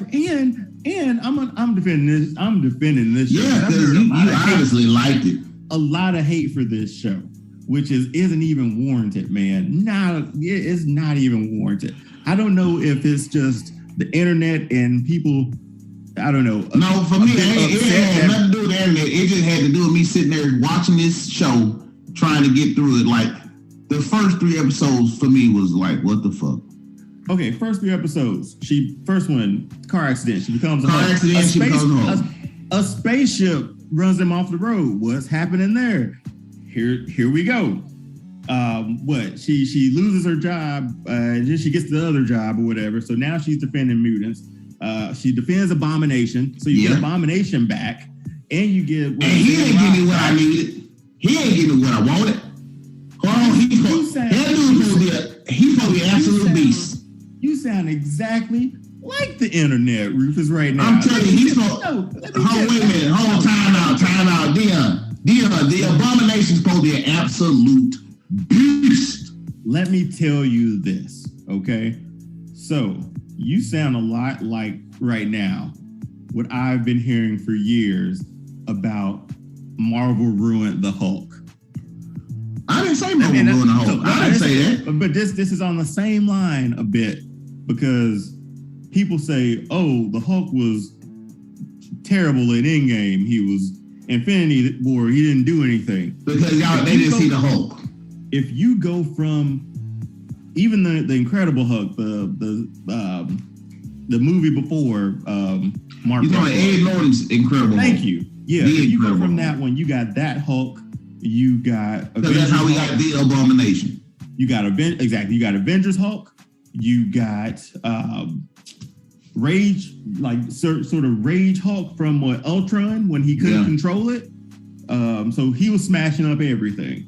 And then we got the Hulk Gladiator and fucking You get Planet Hulk, and then you come back and you get Professor Hulk. That's 4 stages of Hulk within, I don't know, a 10-year span of movies. What else could you possibly want? Do you want Abomination to be the exact same throughout the entire 10 years of this? The entirety of this 10 years? Maybe there's more that they want to do with Abomination because he's linking up with Wong. And I'm trying to see how that's gonna work. If they do something with it. I heard that the graphics, the CGI was bad on She-Hulk. I ain't say none of that. See, that's why I ain't say none of that shit. I'm telling you what I've heard from people saying who hate this show so much that they sort of write it. I just said I didn't like it. I did not like it. It wasn't for me. It was boring to me. The fucking show was boring as hell. The only reason I completed the show because I have to complete shit as part of me. I can't leave it unfinished. I had to finish the damn show. It was boring to me. I'm going to agree with Rufus on this. I hear what he's saying. I see where he's coming from because not everything is for everybody. The last Batman movie came out. If you know me, I love Batman. Did I like that movie? Not as much. I didn't say it was bad. I didn't say it was terrible. I just said it wasn't for me. Side note, just tired of real world Batman, but that's for another discussion for another day on another video. But totally agree with what Rufus said there. If it's not for you, it's not for you. But at this end of the day too, you don't have to bash it just to bash it, which is what the majority of the internet did. What were you looking? Let me ask you this. I've been on a rant. How long you know me? How long you been on me? How long you been on me? How long you been knowing me, dog? What was wrong with you? How long you been knowing me? What do I need? I know you for a very long time. So what do I need? I don't know. Start with an A. End with action. That's what I need. I don't give a damn about no drama. You trying to find love. I don't give a fuck about none of that. Give me the action. Give me her getting mad. Like, what the fuck? It took four episodes for her to get mad. When they kept fucking with, like, what the fuck is this? Even with the girl Titania, like, really? You just gonna keep letting her keep fucking with you? Get mad. Give me some Hulk. Give me the action. Man, I wasn't feeling it. That's just apparently you didn't read the synopsis or the premise I didn't read nothing. She-Hulk was going I to be. No, I went straight into this thing. You can tell from the first episode it was gonna be. Get that out of there. So this is my last bit of defense when it comes to why I liked She-Hulk so much. Yes, we just saw a clip of her twerking along with Megan Thee Stallion, and that was that one clip that got the Twitterverse and the internet all up in an uproar saying, She-Hulk would never do that. Why is she doing that? Why is this happening? Why is Megan Thee Stallion even in the MCU? They just did it to get Megan Thee Stallion a cameo in the MCU. Blah, blah, this, blah, blah, that. Well, a few days ago before this video dropped, Dan Slott, this guy right here, Dan Slott, he is a comic book writer and he's written for both Marvel and DC. And throughout the span of 2004 to 2007, he also was the writer of She-Hulk. That run may have been about 2 volumes worth of She-Hulk comics. And he dropped this tweet a few days ago. Let's read it together. Anyone saying the She-Hulk TV show wasn't comic book accurate, I'm the guy who has written more issues of She-Hulk than anyone, and I've read every single comic book from every She-Hulk run. And I'm saying, for the record, it is the most comic book accurate show in the MCU. He also went on to say, people arguing the twerking scene in She-Hulk wouldn't have happened in the comics. Byrne, he was another writer of She-Hulk, had She-Hulk jumping rope in a bikini. And Dan here, he had her karaoke, dancing, and partying so hard it was causing structural damage to Avengers Mansion. This is the hill they want to die on. And that, my friend, is why my evidence is strong, because this show was exactly like the comic book. If the comic book, like that clunky sentence I said before, if it was real life, that's how it would be. If we lived in a comic book, that's how it would be. It's the most accurate thing the MCU has done in a very long time. And I'm super happy that they took that risk, because a lot of things have been moody. They have their different set of genres when it comes to MCU. Your comedy, your dramas, sort of your horrors with Doctor Strange. So I'm happy to see that they're doing a little bit something more different and leaning into all of that, comedy and comedic timing that they usually have in the movies. So She-Hulk, can't wait for season 2. I'm looking forward to it. I think Rufus and I ramble on for a few more minutes to get to nowhere. But again, we'll see how this video ends right now. It's like this comedy sort of courtroom drama with the Hulk, with mutants, and we got Daredevil back in his and that's my dude. Suit. That's my dude, and that the suit was fire. I ain't gonna lie. The Daredevil suit was fire, and it got me excited. I'm like, oh shit, they done showed my boy. Maybe they gonna put him back on. I don't know what's happening. He's getting a show. He's getting a show back. It's called Daredevil Born Again. Okay, so and I was like, yeah, cool. They could have just called it Daredevil Reborn, right? They could have called it Reborn, and that would have been tight. But I'm just Daredevil saying, Born Again. And seeing all that right there, that got me a little excited, because I was like, well, if Daredevil come back, then maybe Jessica might come back. Maybe there's always that possibility. My boy Luke Cage might pop up in some shit. You know what I'm saying? That got me excited. But as far as this show, the show was not exciting to me. I don't know. I personally enjoyed it. I enjoyed the comedy of it. I enjoyed the breaking of the fourth wall. If anybody's seen that last episode. Yeah, I enjoyed all that. But now, let me tell you, I did not. That last episode when she go and break the fourth wall and go through all the shit. They went ultimate. And go and find Kevin. And I was like. Yeah, he had a hat on. No, that if you know She-Hulk, you knew that episode was specifically. And maybe it alienated some people, but that see, because you're a real fan of her in the comic books. I'm not. That episode and the ending was on point with everything. That's not a comic book. I put it to you like this. That's not a comic book I picked up. Wonder Woman, yeah. She-Hulk, of course. You know what I'm saying? But at the same time, with She-Hulk, her being connected with Bruce Banner, and then her being connected with multiple other mutants. throughout the Marvel Universe because she's defending them, which will probably bring up some really good stuff for Phase 5. Because I was going to say, how is she going to fit into the New Avengers? Okay, so this could be another discussion for another day too, down the line. This New Avengers, and I'm glad that we're at that point with it now. And how did we not talk about Riri Williams? Well, they teased it. Oh God, we forgot about that. But we teased it. We got it teased in Endgame when all the women came together. Yeah. The New Avengers is heavily women stacked, man. Yeah. It's Shuri is Black Panther, Miss Marvel. They got the Blue Angels. Monica Rambeau's coming back. Who else I leave out? Wanda's still around, probably doing something. Yeah. Riri for Ironheart. Riri, Ironheart. Who else? Hawkeye from Hawkeye. Yeah. Black Widow. Like they're the only guys at this moment is Thor at the moment, I think. And Bruce, he's around. Yeah, but she died. Who? Thor. No, she Love didn't. and Thunder. Didn't she die at the end? No. The cancer didn't kill her? No. Are you sure? Who did she go and see? She didn't die? Okay. Here's my thing on dying, right? Well, see, when you're talking about a lot of shit right now, people might not understand. You gotta have to go see this movie. No, I don't think she died. I'll give you that one. But the fact that she went to see the end credit scene, Heimdall, she went to him. Something's gonna happen there, I think. So I don't think we've seen the last of her, to be honest.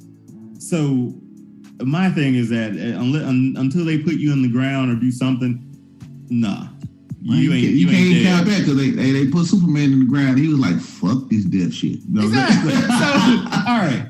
So that's the end of I've ended like 3 episodes within this thing. We're gonna put them in order eventually and make them work from this standpoint. This separate video might just be my defense of She-Hulk, which works because of the lawyer aspect of things, right? So yeah, you defended her, yeah. So we're gonna end this one right here. Be sure to follow All Star Fandom Podcast on Instagram, on Facebook. Thanks for liking, subscribing, doing all the social media stuff. Rufus, again, thank you for jumping on. It feels like old times. Just going around in circles to get to nothing at the end. Yeah. No end conclusion, but it was fun. All right, guys, peace.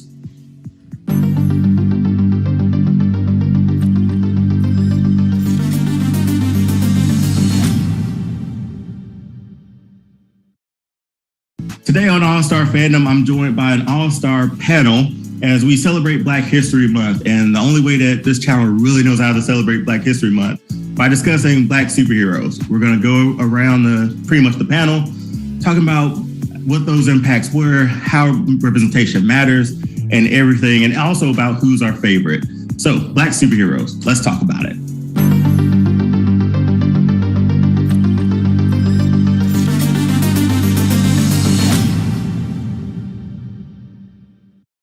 Welcome to All Star Fandom. As you can see, I'm joined by an all-star panel. We're going to go around and introduce ourselves. And I'm Dion, by the way. And these are all my friends who I've met along the way and know that they love this topic, love comic books, love superheroes. So first up, you've seen them on the show before. Rufus, we had this back and forth about She-Hulk. Go watch that in a past episode. Rufus, introduce yourself to the people, man. How y'all doing tonight? I'm Rufus Gavin. I'm here to stand up for my superheroes if Dion allow me. I got about 5 of them, but we gonna see what happens. And I only asked you for one, but that's you, Rufus. Right. I'm also being joined by Willie. While Rufus and I were roommates, our other roommate was a barber, and Willie would come over. He'd get cut up, and we just chop it up about pretty much anything under the sun. Movies, superheroes, whatever. He also has a YouTube show and they air live on Facebook. They're on YouTube. They're on Spotify. Apple Podcasts, and I believe Google Podcasts, Apartment 4A. So check them out. Those guys are really funny. Willie, introduce yourself to the people. Well, I think Dion just gave everything, but my name is Willie Davidson. As Dion said, we met with just a lot of, I think our first conversation at the house was dealing with superheroes. And it just went from there. And I think I look forward to those conversations every time I came, because it was always a wait, as everybody knows. So that filled my board and waiting on I could. But I appreciate you inviting me on to the show. I'll plug my stuff later. And I'm ready to jump into superheroes for the culture. All right. Appreciate it, Willie. And next guest is Destiny. I met Destiny at another outing with my wife, and then we invited her over to a Super Bowl sort of get together before COVID and all that stuff happened.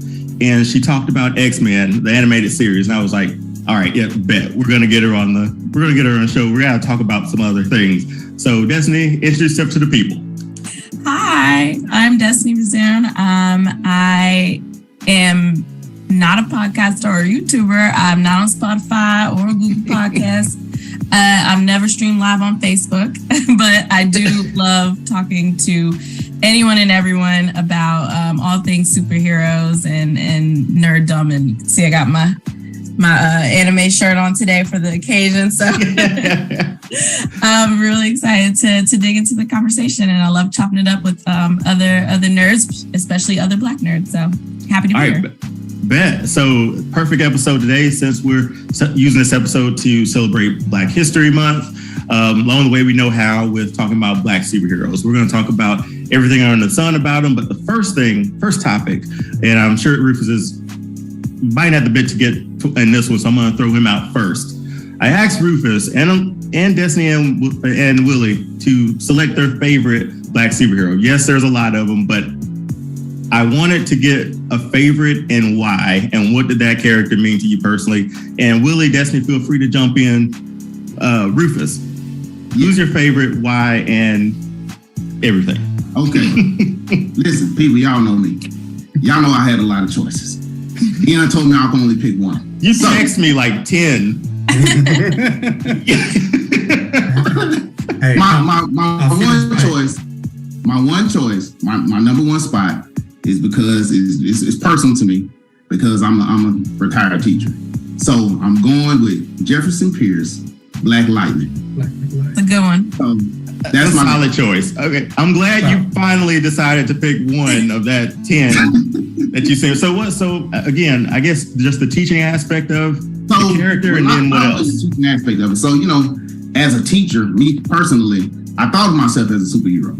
You know what I'm saying? Even though I couldn't put on a cape, or I didn't have the outfit or anything like that, I was still feel like I was saving the children. You know what I'm saying? So through music, as people don't know, I'm a retired band director. So I feel like through music, I could kind of help these children change their future.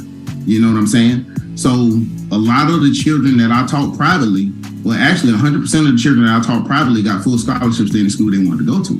So, and I look at Black Lightning, Jefferson Pierce, being a principal, being a teacher, trying to help the community, and doing everything that he does for us, as I'm talking about particular us, the Black children. I love it. So that really hit home for me. It's really personal to me. So yeah, that's why I went with Black Lightning. Willie, Destiny, care to elaborate or add on to that before you guys give your favorite? Yeah, I can go. This is a great answer. I think I told Dion earlier, I'm not a big comic book head, but I've watched almost every superhero show there is on television, and some that are not. But I definitely watched Black Lightning when it came out. I was very much into the CW Arrowverse, and yeah.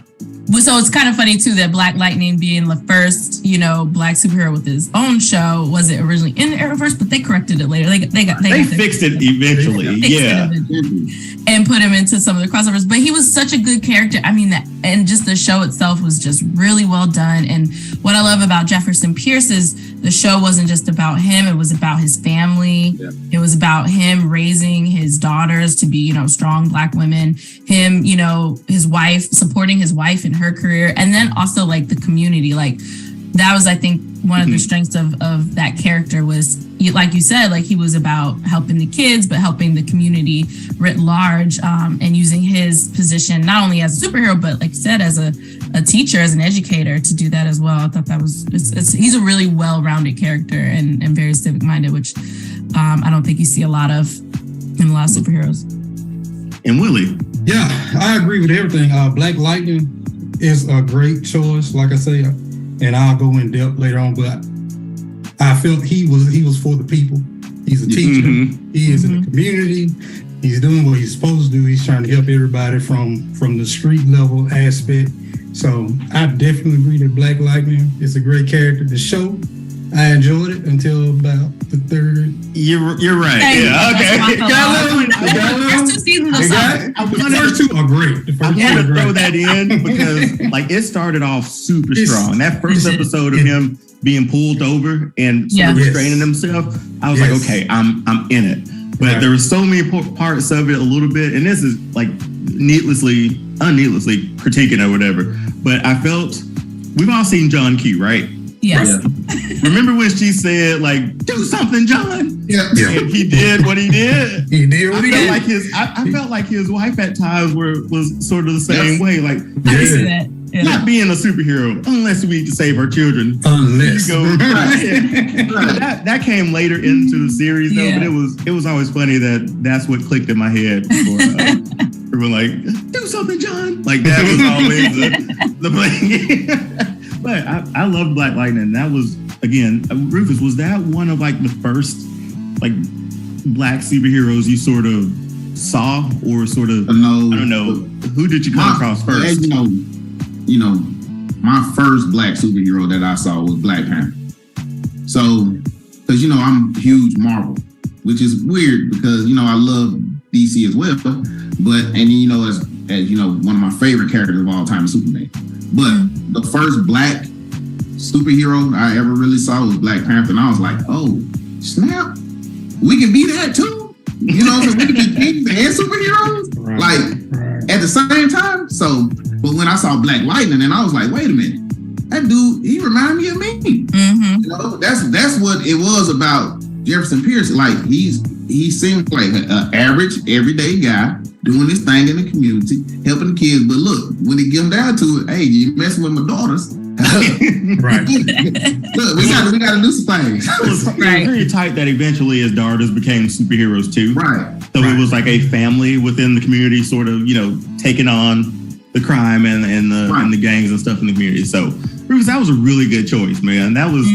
I'm looking at your list of 10 and sort of rethinking my favorite. My list was tight, and they all have something personal connected to me. That's why my list is tight. All right, Willie, I'm gonna tee you up for the next one. Oh man, how am I supposed to follow that? I know. I have a list as well, and I've been glancing, and I think I'm gonna go with my favorite right now. It's gonna be Jon Stewart. Oh, I like that. I like that That's choice. a good one. Green Lantern. I like that choice. Yes. It's I another love good that choice.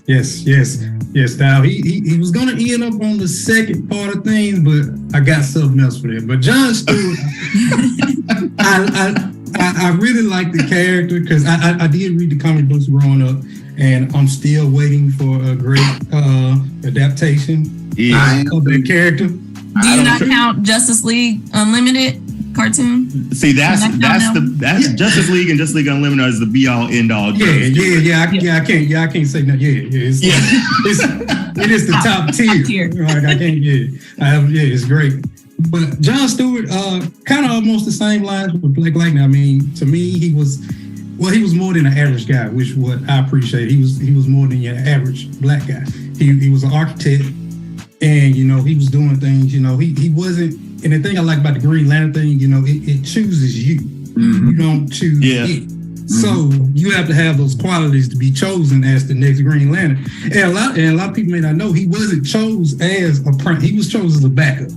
Mm-hmm. And a lot of us have been there in jobs and situations where you got to play second fiddle, play the second role. And eventually, they saw what he was to promote him to, the Green Lantern. But man, I love the character. I think he exemplifies a lot of what the culture is and what should be and what we should stand up for. And I like that he kind of fought back. That's one thing about a lot of the black superheroes. I like the ones that push the envelope, the ones that just didn't, always had a little something extra to say. So that's why I picked John Stewart, the best Green Lantern in my opinion. He is, man. I'm gonna jump in. I'm gonna be completely honest. Like, until the Justice League TV show, I didn't know we had a black Green Lantern, and I don't know if it was. It had to be obviously before the Justice League cartoon. But when he showed up to the party, I was like, let him stay, and I'm glad. Right. I don't even think Hal Jordan may have showed up at all within both of those series of cartoons. I'm not sure. If he did, you don't. He was quick if it was something, but I rewatched those a lot, and I don't ever remember seeing him. Maybe in a Flashpoint episode. Maybe alternate reality. Maybe he may have popped up in that one. Yeah. But again, John Stewart was because I think in the cartoon he was a Marine, like an ex-Marine. Yeah. They actually switched it. Like when he was first introduced, he was an architect, and then they kind of revamped his background to a military vet. So I think his most current background is that he's a military vet. Okay. But I like the architect version because I went to school for architecture, and again another connection here, man. Like this, another connection. Mine's not gonna connect at all. If I study architecture, I can become a Green Lantern. It hasn't happened yet. But the ring is gonna come. You have to believe. I keep hope alive. Yeah? Keep hope. And I'm hoping at least you do get like a live action Green Lantern that works. There's rumors about there being like a Green Lantern's Corps sort of series or movies. I'm not sure, but I don't trust DC as far as I can throw them at this point in time. They've screwed up everything. That's When they messed over my dude, I don't know if I would trust him anymore. Oh, they did Henry Cavill dirty. No. They did Superman so dirty, man. I'm pretty sure I saw Black Adam, right? Yes. So when I saw him at the end, I was like, "Oh shit!" The theater. Tried to get Superman. Everybody was clapping in my theater. Right. And then you hear the news that they decided not to go with him as Superman. I was like, what? After he left The Witcher, I think, to go to make himself available for this, which is a double tragedy. And now he's fired. The Witcher is awesome, but we're getting off subject. He's not black. He's extra white. The Witcher is whiter, is the whitest that you could be, so it doesn't count. Put this this is the bonus content. Tag that. I like that. Rufus, Destiny, anything you want to add to John Stewart being the best Green Lantern too? Because I was gonna say, there's a lot of people that didn't know there was a black Green Lantern. You know I told you no, I didn't. That's an awesome choice. I think that's an awesome choice, and I didn't even know you went to school for architecture there with me. I did. I got a lot of stuff going on and everything. I ain't even asked you what your major was. I did not come to that house to talk about my major. Okay, to talk about everything else. Yeah. Right, everything but that. Yes. I said, how long did y'all live together? Rufus, you and I lived together for 2 years? About 2 years or so? About that. And I was probably getting haircuts throughout that duration. Probably. And Willie, you showed up every 2 weeks, man. Like I was there like clockwork. All right. So John Stewart, that's a great pick. Like I'm glad you guys are sort of connecting it with yourself, and I'm hitting that. You're checking that box on like what that character personally mean to you too. So that's pretty dope. Destiny. Yes. We're to you now. Oh gosh, so many good choices. Deanna, I hope I'm not stealing yours, but let's see. For this one, I'm gonna say Black Panther. You didn't steal it. Okay, good. This is the only other shirt I had. I was like, I saw the shirt, I saw the poster. I was like, oh no. And I got the herb from Disney when I went there. Oh, really? You got some hot shit back there. Oh, okay. Let me get some of that. Right. I know, right? in due time, man. It's not ready yet. It's not ready. You have not ready to go to the ancestral plane just yet. Not yet. But I will say I picked Black Panther. Less about the character himself, although I think the character is amazing, and of course, Chadwick Boseman just brought him to life in such a beautiful way. But more about what the movie meant to the community and how it personally made me feel. I went and saw it, and this is probably the Black's way to go see it. I went with a church. Not even my church, but like my friend's church, and they had bought, one of those big churches, and they had like bought out a whole theater at Atlantic Station, and so it was a whole event. And so we get there, and everybody's wearing, African-inspired outfits, and you have the posters up, people are taking pictures in front of the marquee and stuff, and it's just an event. And when the movie started, people were clapping, we were cheering. Like when the colonizer line happened, everyone was cracking up.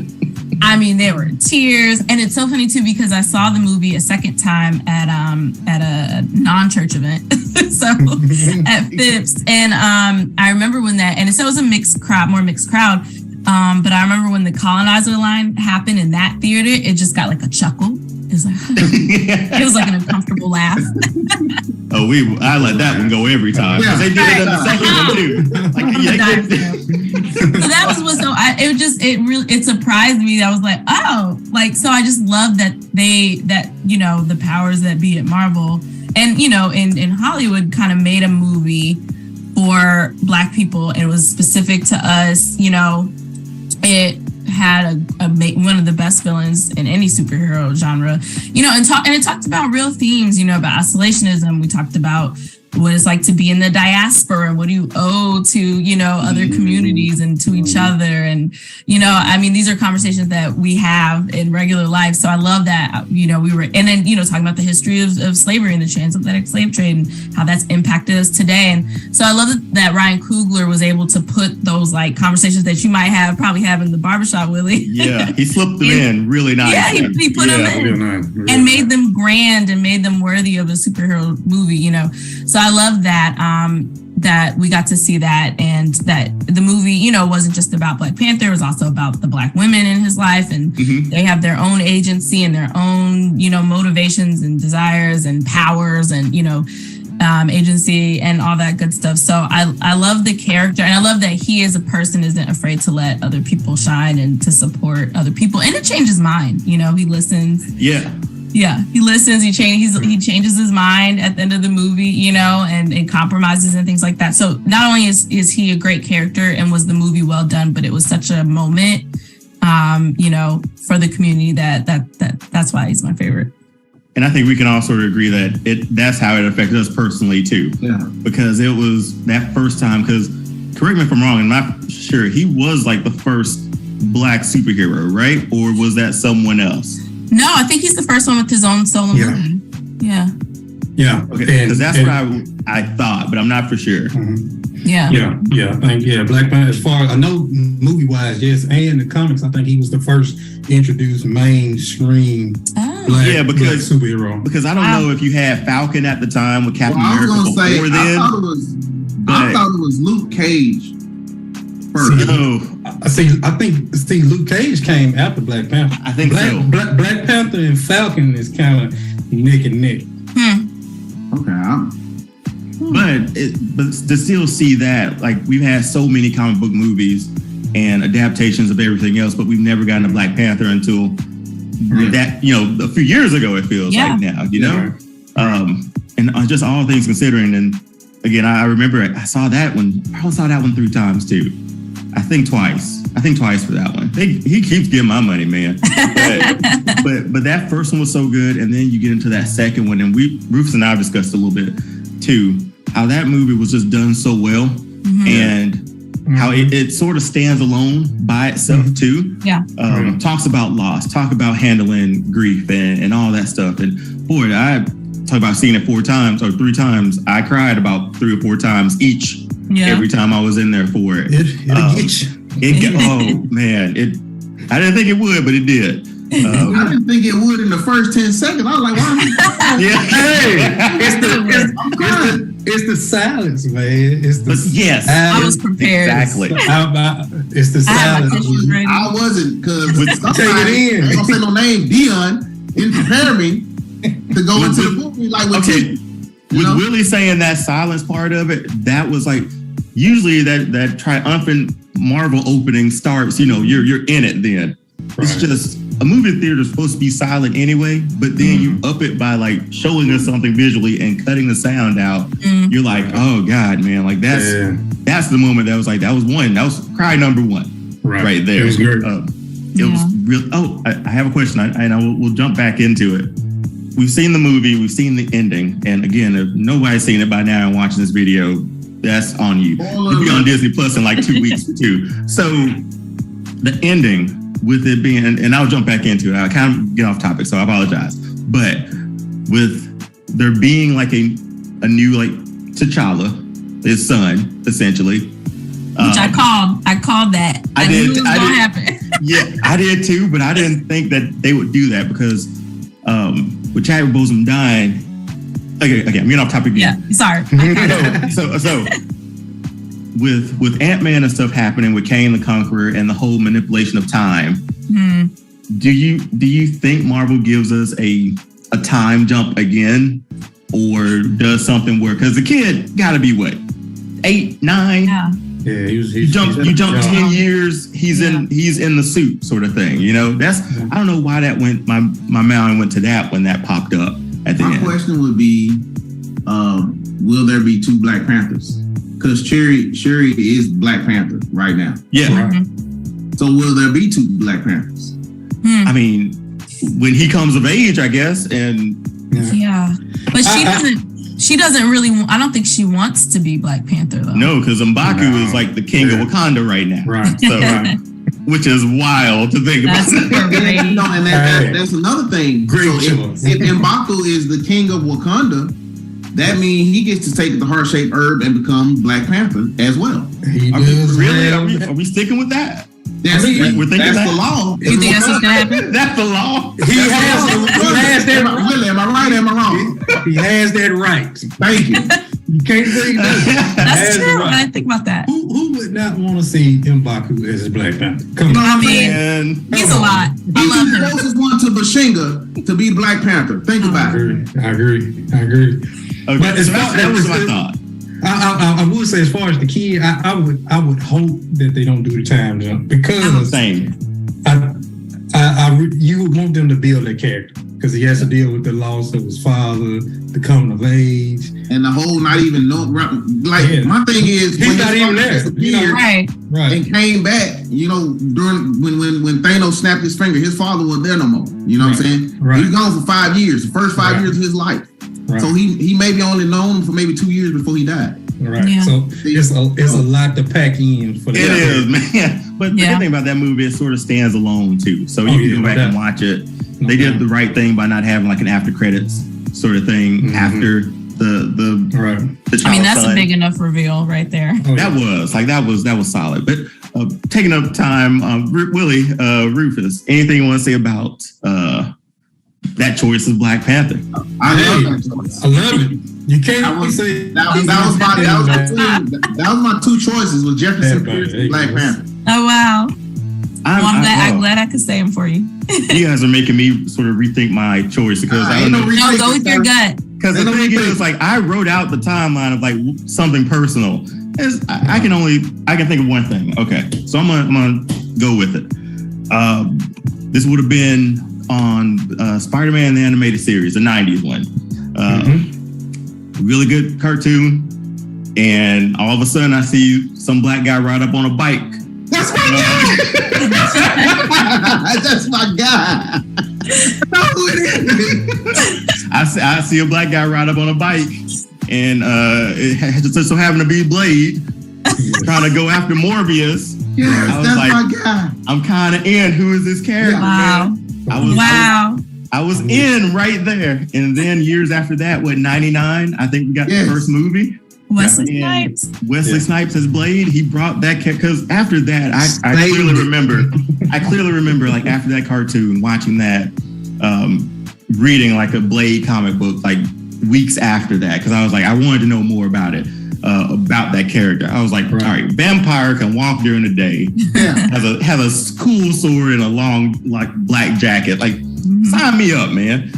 I think I liked the cool factor of that character at the time, and then Wesley Snipes playing that character made it even cooler because it was his take on the comic book on the comic book character, but to finally give Blade a voice that wasn't overacted from that cartoon, I was like, oh, I'm in from that. And I can honestly remember that was probably one of those moments when he showed up on that cartoon where I'd actually seen like another black character within that Marvel universe. Because even back then they would do those crossover episodes with like Iron Man, Hulk, Captain America, all that stuff, and X-Men. But nobody, I mean, I don't even think, I might have to go rewatch it. I don't even know if Black Panther showed up in a few of those. He may have because he was a bigger name, but it's not ringing a bell at the moment. But I definitely remember seeing Blade. I think Black Panther did show up in one Spider-Man episode. Ooh, for the animated series one? I don't know. So. Okay. Maybe. Or maybe it was like one of those crossovers that you had to watch all three. I might be getting it confused, but he did show up at one of the episodes. They was fighting somebody, and I can't remember who it was. But I'm gonna go the other route. I know personally it affected all you guys in a very profound way. For me, it was just a really cool character that I've never seen before, and I've never seen a really cool black character. Like, again, a motorcycle, and they didn't draw him. They didn't color him in all black. They colored him like a tinted blue and black, so it reflected when he moved or something like that, or changed. I was like, oh, I'm in, man. And again, Wesley Snipes, give him all the credit. He started off this whole comic book boom, essentially, with Blade. And I don't know if he gets the respect that he needs to get for that. Again, we got Blade 2, Blade 3. Okay, we misstepped on that. It's the curse of the threes, man. I mean, it's either that or going in space. When either one of those happen, you're like, it's hashtag Fast and Furious. In the El Camino in space. It took them 9 to get to space, though. Jump the shark. But yeah, Blade was definitely my favorite superhero. One of the first ones I saw.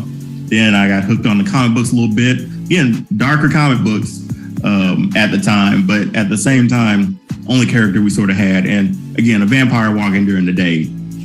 I don't know, man. Yeah. Destroying vampires who look like, I can't remember the guy who played Frost, but I mean, Steve, just Stephen Norton. Good villain. Destroying him, man, was like satisfying. But yeah. So that was my favorite comic book superhero, and I think we've all sort of went around. You know what? I didn't even throw it over to you guys because I talked a lot through that. But Blade, my choice for that. Thoughts? I agree. I agree. Love it. He's one of my favorite characters ever. Yeah. I've seen that movie at least a dozen times. I can't believe my parents let us watch that as children, actually, because it's very violent. It was such a different time. It's like, so different, yes. 99 was my senior year of high school, and that's what I was see. You were good. 99. 99 is 99. No.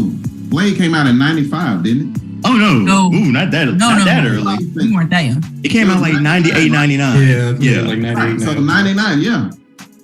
Yeah, I would have been in elementary school. So I'm shocked my parents let me watch that. But I also don't think it's one of those superhero movies that, because it was so early and because they didn't pub it like this is just a comic book character. You didn't know. Yeah. You didn't know. It was a decade later that I knew Blade was a Marvel character. I think the people who hadn't seen Spider-Man didn't know it was a comic book character. And I was busy watching Batman. Like Dion said, everybody who saw that cartoon, that particular one where he was chasing Morbius, Blade was a comic book character.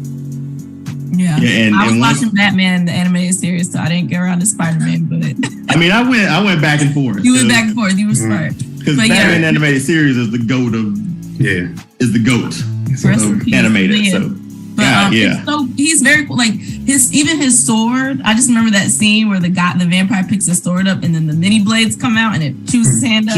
Exactly. It's like they thought of everything. Yeah. Go ahead, Willie.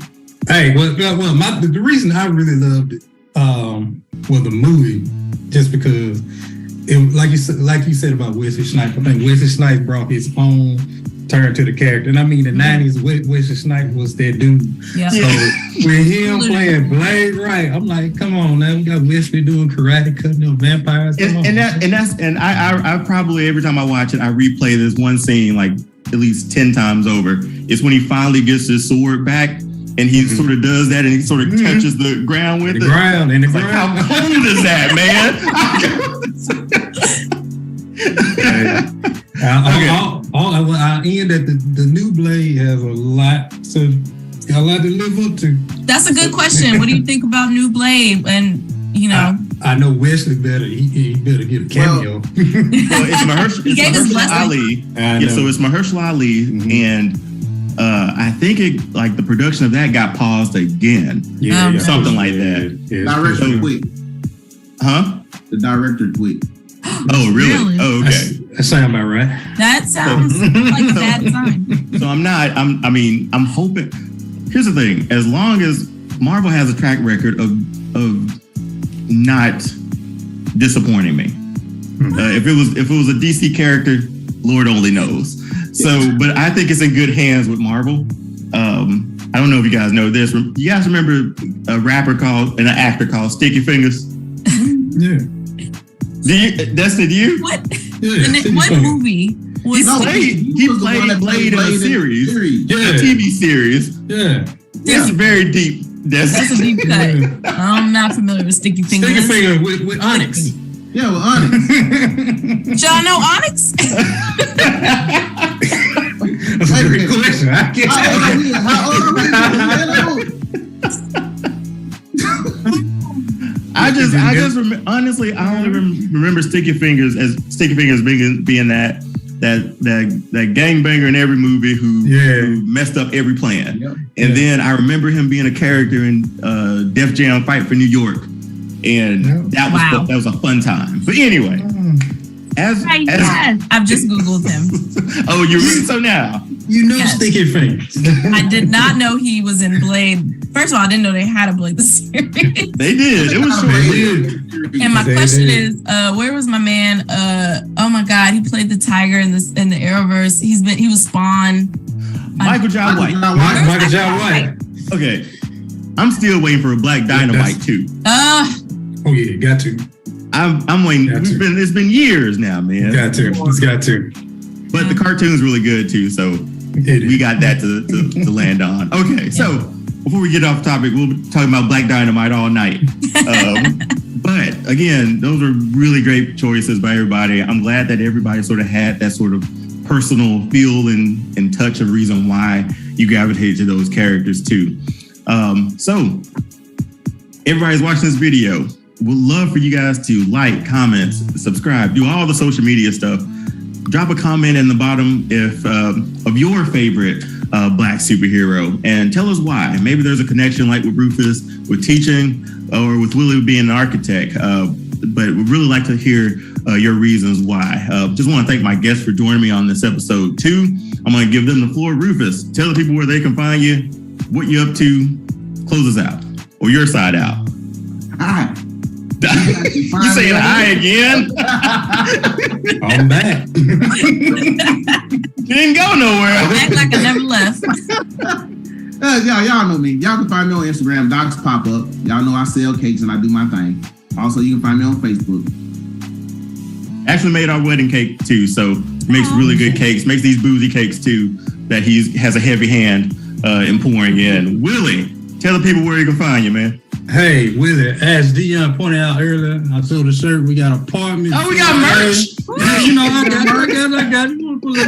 We got apartment 4A. We go live every Wednesday at 9:00 Central. As you say, you can find us on Facebook, Apple Podcasts, Google Podcasts, Spotify. Just plug in apartment 4A. Six guys that went to school and talk about current events and some events that don't matter. So. That's the tagline, Willie. That's how it goes. I love that he was ready. See, if you stay ready, you ain't You got ain't to gotta get ready. Exactly. Destiny. You can't find me anywhere. I'm a private citizen. Don't at me. I'm Clark Kent. Don't look for me. Don't look for me. Maybe I'll be back on here. That's when you could find me. All right, Destiny, Rufus, Willie, thanks for joining again. Like, comment, share, subscribe, all the social media stuff, all the YouTube stuff. You can follow us on All Star Fandom Podcast on Instagram, and we're just All Star Fandom on YouTube. So, again, thanks to my illustrious guests for joining me tonight. Until next episode, peace.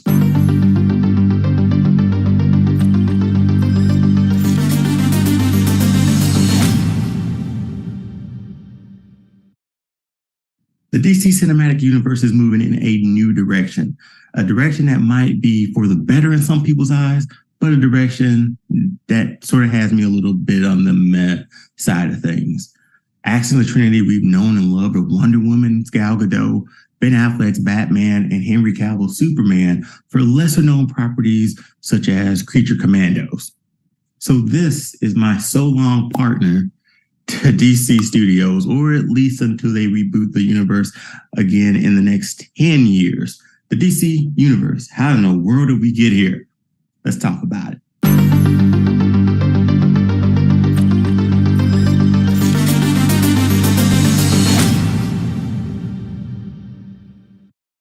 Welcome back, friends, to All Star Fandom. I know it's been a while since you've gotten a video, so thanks for your patience. Got a lot of cool things coming down the road. As you can see, we sort of moved from being a podcast to more of a YouTube show. Thus the new hashtag, also All Star Fandom Show.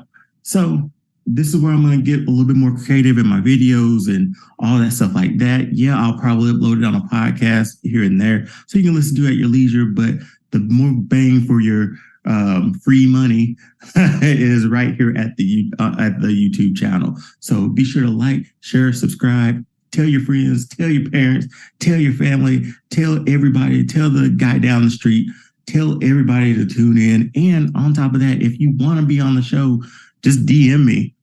We can get it happening. I want to know what your fandoms are, because I'm going to discuss mine today, and I'm going to just get it all off my chest right now.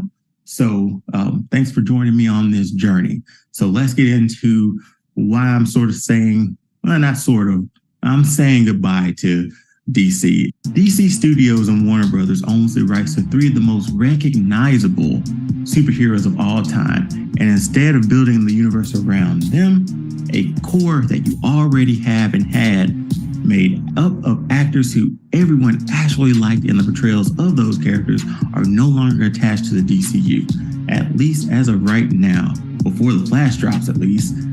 That will probably erase everything as we know it, and none of the after credit scenes will mean anything, even though they kind of already didn't. Instead, we're getting a Blue Beetle movie. Now, this is no knock on Blue Beetle, but it would have been great to have added Blue Beetle in an established universe, and then you truly get to see Blue Beetle interact with a lot of those main characters in the DC universe. Imagine this for a second. Imagine if Spider-Man didn't show up in Civil War alongside his heavy hitters. Not sure if you would have gotten the seal of approval from fans on that, but it also helps that you have 10 years of movies almost under your belt to be able to introduce characters in a meaningful way. Now we are slated to get a new Superman along with a new Batman, but not necessarily a Batman movie. A Batman movie centered around Damian Wayne. I'll get back to Superman in a minute, but as soon as I heard that, I instantly thought how hard it's going to be to explain that Batman to my mom, that Batman has a son. Well, is Ra's al Ghul, tomato. He has a daughter named Talia. I think there was at one point where she drugged Batman, had a kid. Batman didn't know. She shows up out of the blue with the kid, and he then becomes the new Robin. That's just the quick spark notes on that one. I don't want to be able to explain that. I don't want to explain that to my mom or to anyone else who thinks this is confused with the other Batman movie that you have in Elseworld. So now I have to explain something totally different. How about we get, one Batman movie, a standalone, and then another Batman movie, perhaps? Have an after credit scene of a woman showing up at Bruce's house, and then we all know that it's Talia, right? Or we just hint that it is. Hardcore fans would know. But I'm getting ahead of myself. She says, "Hello, my beloved," and a child steps from behind her. No words are said, just Bruce Wayne staring at Damian, and Damian looking in his scowling face at Bruce. And then we just fade to black. Then you get one more movie to explain Robin's story or Damian Wayne's story. Maybe throw in Ra's al Ghul as the villain, perhaps. I don't know. I just feel like you can give all of that into a movie and then create him the Robin that we know by the end, and then take his story wherever you want to go. But again, we don't have an established Batman in this universe at all. Okay, so what's wild is that through everything, we never got that Ben Affleck solo movie when he is overwhelmingly one of the best to ever put on that cowl. He fit the bill in every aspect. As Bruce Wayne, he was flawless. As Batman, and through his evolution through 2 movies, amazing. Along with the best Batman suit to ever grace the screen. I will admit, I've been waiting a very long time for somebody to try to pull that trigger and make that gray suit work. And boy, did they ever make it work. Flawless will be used a lot in this, but that was one of those chef kiss moments. Okay, so now let's get to Superman. DC and Warner Brothers had one of the, if not one of the best portrayals of Superman. You had a great guy. He was a great Superman, and you decided to move on from him. Still befuddles the mind, right? So Black Adam, obviously, didn't do as well as everyone expected, but everyone was over the moon excited about Henry Cavill being Superman again when he showed up in the post-credit scene. Everyone loved him as Superman. And y'all did him really dirty, DC and Warner Bros. Really, really dirty. You have him suit up in Black Adam, thinking that he's going to be Superman again, and you take it away from him. Y'all were wild for that one. All right. So, and then Superman, and then when Justice League came out, you CG'd his upper lip. He had a headless cameo in Shazam that wasn't even him. And he never got another standalone sequel. But we definitely wanted, I know as a fan on my end, Henry Cavill to be our Superman in this universe. And I feel like you're keeping things from the universe, but taking things out. We'll see how that Flash movie goes. But the portrayal of Superman and Clark Kent that Henry Cavill gave might have been the most grounded Superman has ever been. And he felt like a real person. He wasn't Mr. Perfect. Battling with becoming the savior of the world, essentially, after being told to hide. I like that Superman story because we've never seen the man with all the powers vulnerable in the beginning and questioning whether or not he should do this. That was cool to see. And through it all, on the other side of everything, he was finally going to become the Superman that we all know and love. But we'll never get that portrayal from Henry Cavill, which is super disappointing. And of course, we move on to Wonder Woman. Big fan here. Gal Gadot was phenomenal in that movie.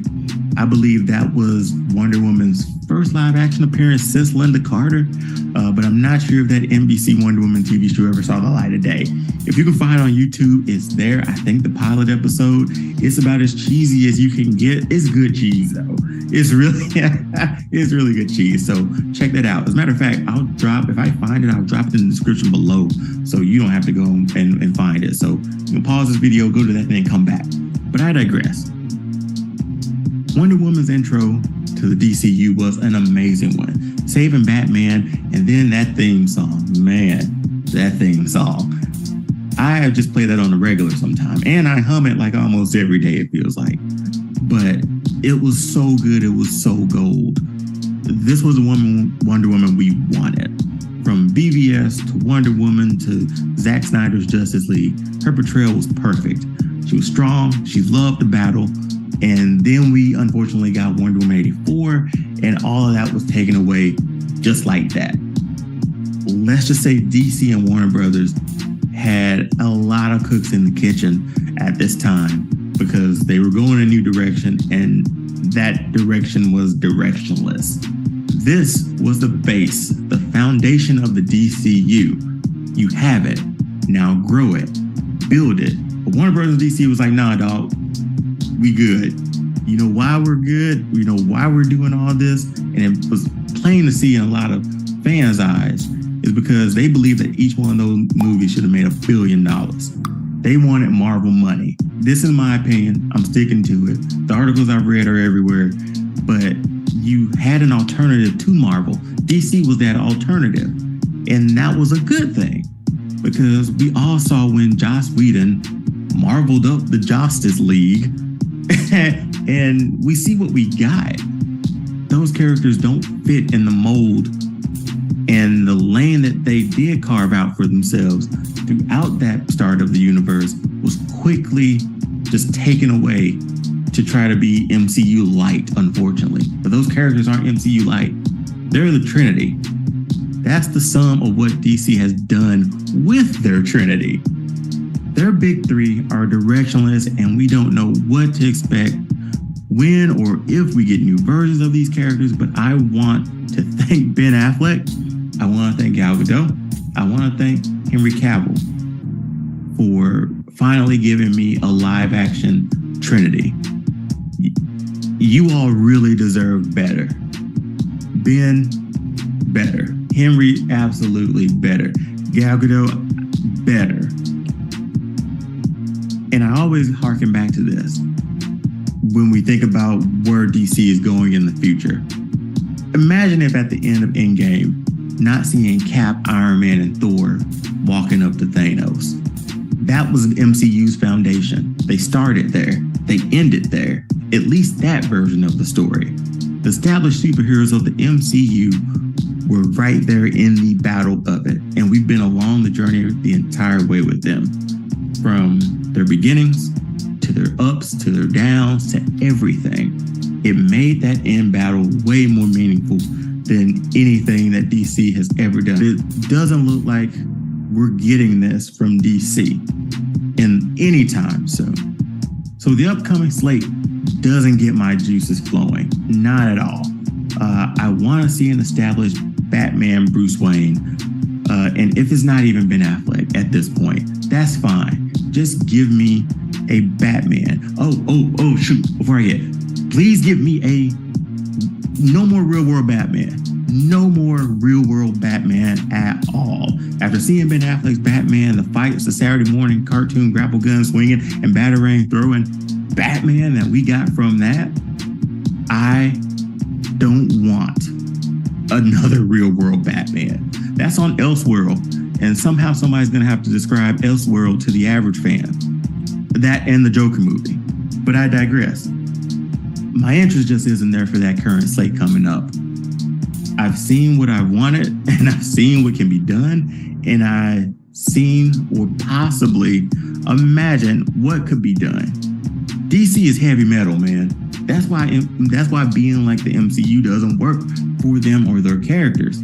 The tone that was set at the beginning was fitting, but so many missteps to try to catch up to Marvel at the expense of the great actors that they casted from start to finish, and to us, the fans. And the fans matter and contribute greatly to those box office numbers. It's been a steady decline because of all the uncertainty and shifting and reboots to come.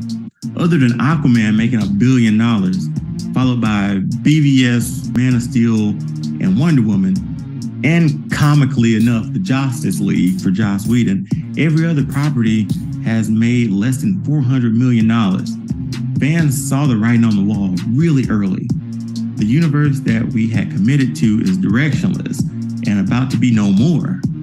So why go see a movie that's telling me where we're going from here, but then I just end up driving into a lake?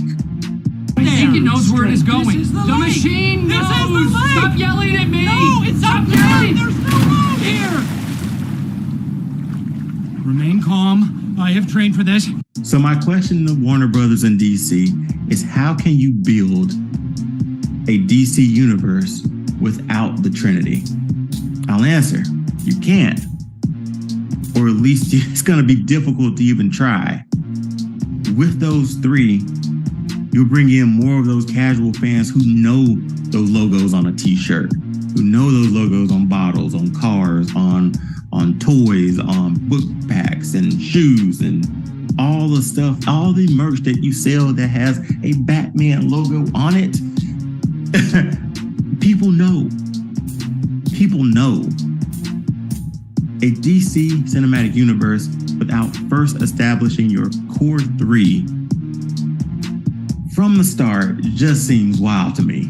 The last 10 years have been an absolute waste of DC's big three. And that's my problem with DC and Warner Brothers at the moment. And that's one of the reasons I'm hopping off this ride. I'll probably see Flash just to see Michael Keaton and to see Ben Affleck as Batman one last time.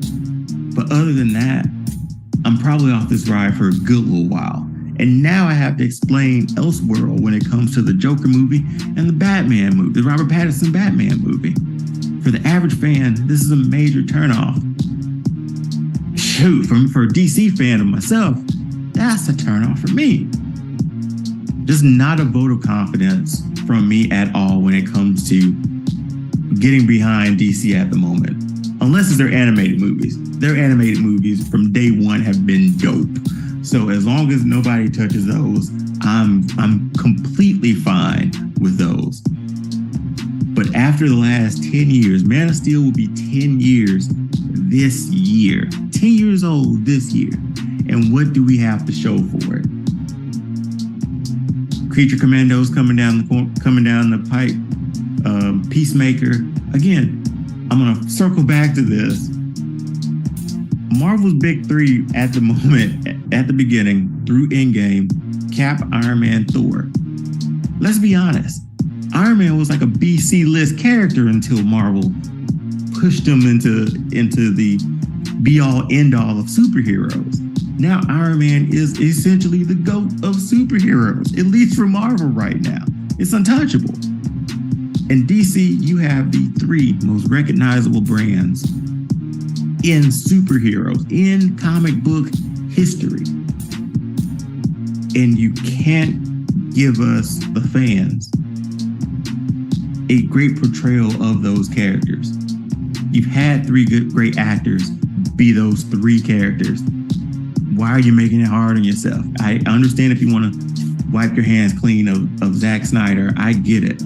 But even what he gave us a Batman that we'd never seen before. Older, a veteran Batman, which was so dope to sort of see. A Superman who was conflicted between his responsibility because he was essentially a god. And how would we perceive Henry Cavill in real life if a man floated down from space now? We think he was a god, right? He can do everything. They hit on that. And Wonder Woman, that was one of the best stories of Wonder Woman. The first movie was one of the best DC movies that they made. And then tragically, 84 was one of the worst that was made, which makes no sense when you think about the character in 84. I thought she was supposed to have been hiding for so long. Why did she show up in 84? And the whole mall thing with her hitting out the cameras. Give me a break, man. That's me on my soapbox. I'm going to reel it in for one last line. The last 10 years, I just feel played. All these promises and nothing ever comes of it. So here's to the next 10 years of figuring out what to do until they decide to reboot it again in the next 10 years. Yeah. I'm not going to look for DC. DC is going to have to find me. And that's unfortunate. Very unfortunate.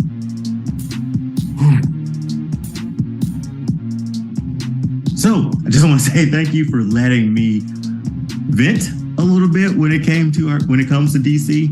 If you have your opinions about where the DCEU, DC Cinematic Universe, wherever it is, whatever they want to call it, if you have an opinion about where it's going to go or what you're looking forward to, comment in the description below, because comment in the comments below, because I would love to know why you are excited about this new slate. And I also want to know your opinions about everything I said, how we've sort of squandered the Trinity. So I guess we're just going to erase them from everything once the Flash movie drops. Okay, I'm off my soapbox for real this time. Be sure to like, follow, subscribe, tell your family, tell your friends, tell everybody. All-Star Fandom. We're on All-Star Fandom on Instagram at All-Star Fandom Show. We're a show now. I'll probably upload the podcast, but not necessarily sure.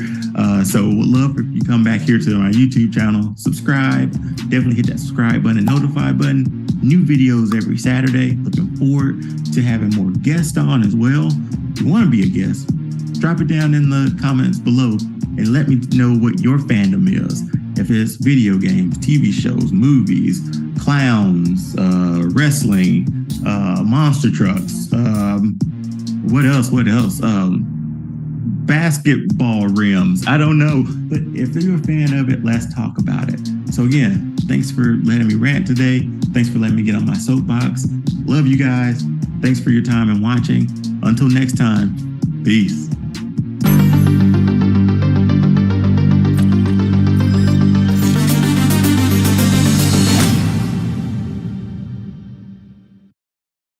Hey fans, on November 10th, we lost the legendary voice actor Kevin Conroy.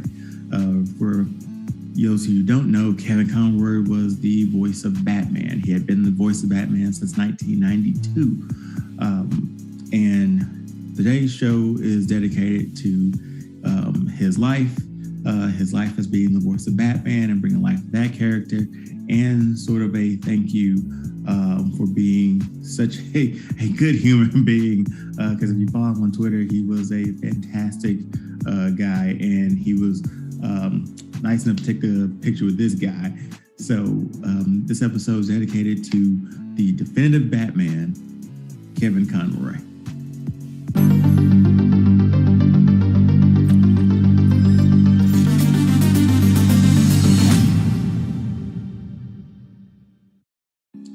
Ladies and gentlemen, welcome to another episode of All-Star Fandom. This episode is going to be dedicated to Kevin Conroy, legendary voice actor who voiced Batman from 1992 all the way to 2022. He's probably the most tenured voiced Batman of all time when it comes to DC properties and things of that nature. Kevin Conroy, when I think of Batman, I think of him. I think of his voice. His voice is definitely seared into my head. I can't even read a comic book without, when we get to Batman's part, that voice being the voice I hear when I read. From 1992, the start of Batman the Animated Series, since then, he's been in multiple projects of Batman Beyond, Justice League Unlimited, Batman, Superman Apocalypse, Public Enemies, Assault on Arkham, Justice League Doom. The list goes on. Mask of the Phantasm. Just keep that one. It goes on and on. Injustice 1 and 2, the video games, along with the Arkham series 2. He has been that voice, that constant voice of Batman. And this episode, just want to go over, just want to review and celebrate a few things from his life and what he meant to me as a voice actor when it came to donning the proverbial cowl of Batman. I was lucky enough during my time in Oklahoma City, I got to meet him at a comic book convention, and that comic book convention, he was able to sign that right behind me, that picture right behind me. I remember like it was yesterday. I work in athletics, so I had a football game on that Saturday, and the convention was only in town for one more day on Sunday. So worked all day for a football game, and then that Sunday morning, toward afternoon, got up and drove to Oklahoma City. From Shawnee, Oklahoma. You can guys can MapQuest that if you want. MapQuest, wow, that was old. Google Maps that if you want. But yeah, I went to that. I was supposed to meet a friend there. She came later on during the convention, but I got there early. No surprise there. And I saw him. I saw that his line was short. I was like, I could probably get some quality time with Kevin Conroy, but I don't have anything from the sign. So I went down to this booth that was like 4 or 5 booths down from where his booth was, and they were selling posters. And I happened to see that Batman animated series poster, which is an iconic image from the end of the show. At the beginning of the intro, it's the end of the intro. And I was like, okay, I thought this through. I was like, okay, if I go in line now, I can go through there, get him to sign this, talk to him a little bit. Then I get to go back through that line again with my friend who's showing up when she gets her stuff signed. So I was like, okay, great, let's do this. So I went, got in line, went right up to him. There was no one else behind me. So I think I said something to the effect like, hi, Mr. Conroy, I'm a big fan. When I read Batman or do anything Batman or mimic Batman, it's your voice. And I just want to thank you for being the voice of Batman. You've made like an impact in my life or something like that. Or something. It was very fanboy like. But he was super nice. He was one of the rare people who asked how to spell my name and really was like, okay, this is how he spells his name. But he wrote on that sign to Dion, I am Batman. And he is the Batman that I always associate with when I associate him with in any medium, honestly. And to finish off that story, I got back in line with my friend because I was like, hey, you can get a picture down. You can get a poster down here. Let's go down here. Let's get you a poster. And we'll come back and we'll get in line and sign it. But let me rewind that. When I was in line too, like obviously for that, you sort of pay for the autograph. I can't remember how much it was. It wasn't much. But he asked after that, he was like, hey, you want to take a picture? And I didn't know if it was cost anything or anything like that. I was like, yeah. And he was like, he gave his friend his phone, and you can see in that picture, like I'm super startled and I'm very surprised by how tall this man is. But Kevin Conroy was the nicest man. I went back through the line and told him like, hey, I brought my friend back. She's here. He was like, oh, you couldn't wait for your friend the first time, or he didn't wait for you the first time. Really, really nice human being. Experience of a lifetime when it comes to meeting a person who's impacted your life from, say, like 6 or 7 or so years old, all the way to me being an adult now. His voice has been the voice of Batman. The 1992 Batman starting in 1992 with the Batman animated series, one of the greatest animated series of all time. It's on the list where it goes, for me, Batman animated series, maybe X-Men, the 90s X-Men, and maybe Spider-Man, the 90s. But my constant is always Batman animated series. He went on, he voiced that for years, and then he voiced Batman in Justice League and multiple DC movies, DC animated movies. And from all the times that we had somebody else in the cowl in live action, he was the only constant Batman. And he hasn't been the only person to voice Batman over through those years. DC will pull him in on multiple projects over the years. You'd have other people casted as Batman. Peter Weller, for instance, who played RoboCop. He was Old Man Batman. I think Ron Perlman even voiced him in a video game as well. But Kevin Conroy was that constant over multiple forms of media. When it came to cartoons, he was there. Animated movies, he was there. Video games. The Batman Arkham series is one of the best video game series of all time, especially when it comes to superhero video games of all time. The third one, we can go back, not the third one. The third one was the other one. But Arkham Knight, we can go back and forth on that one of being a good one or a bad one. It was just those Batmobile stages that turns into tanks. If you're out there, you know what I'm talking about.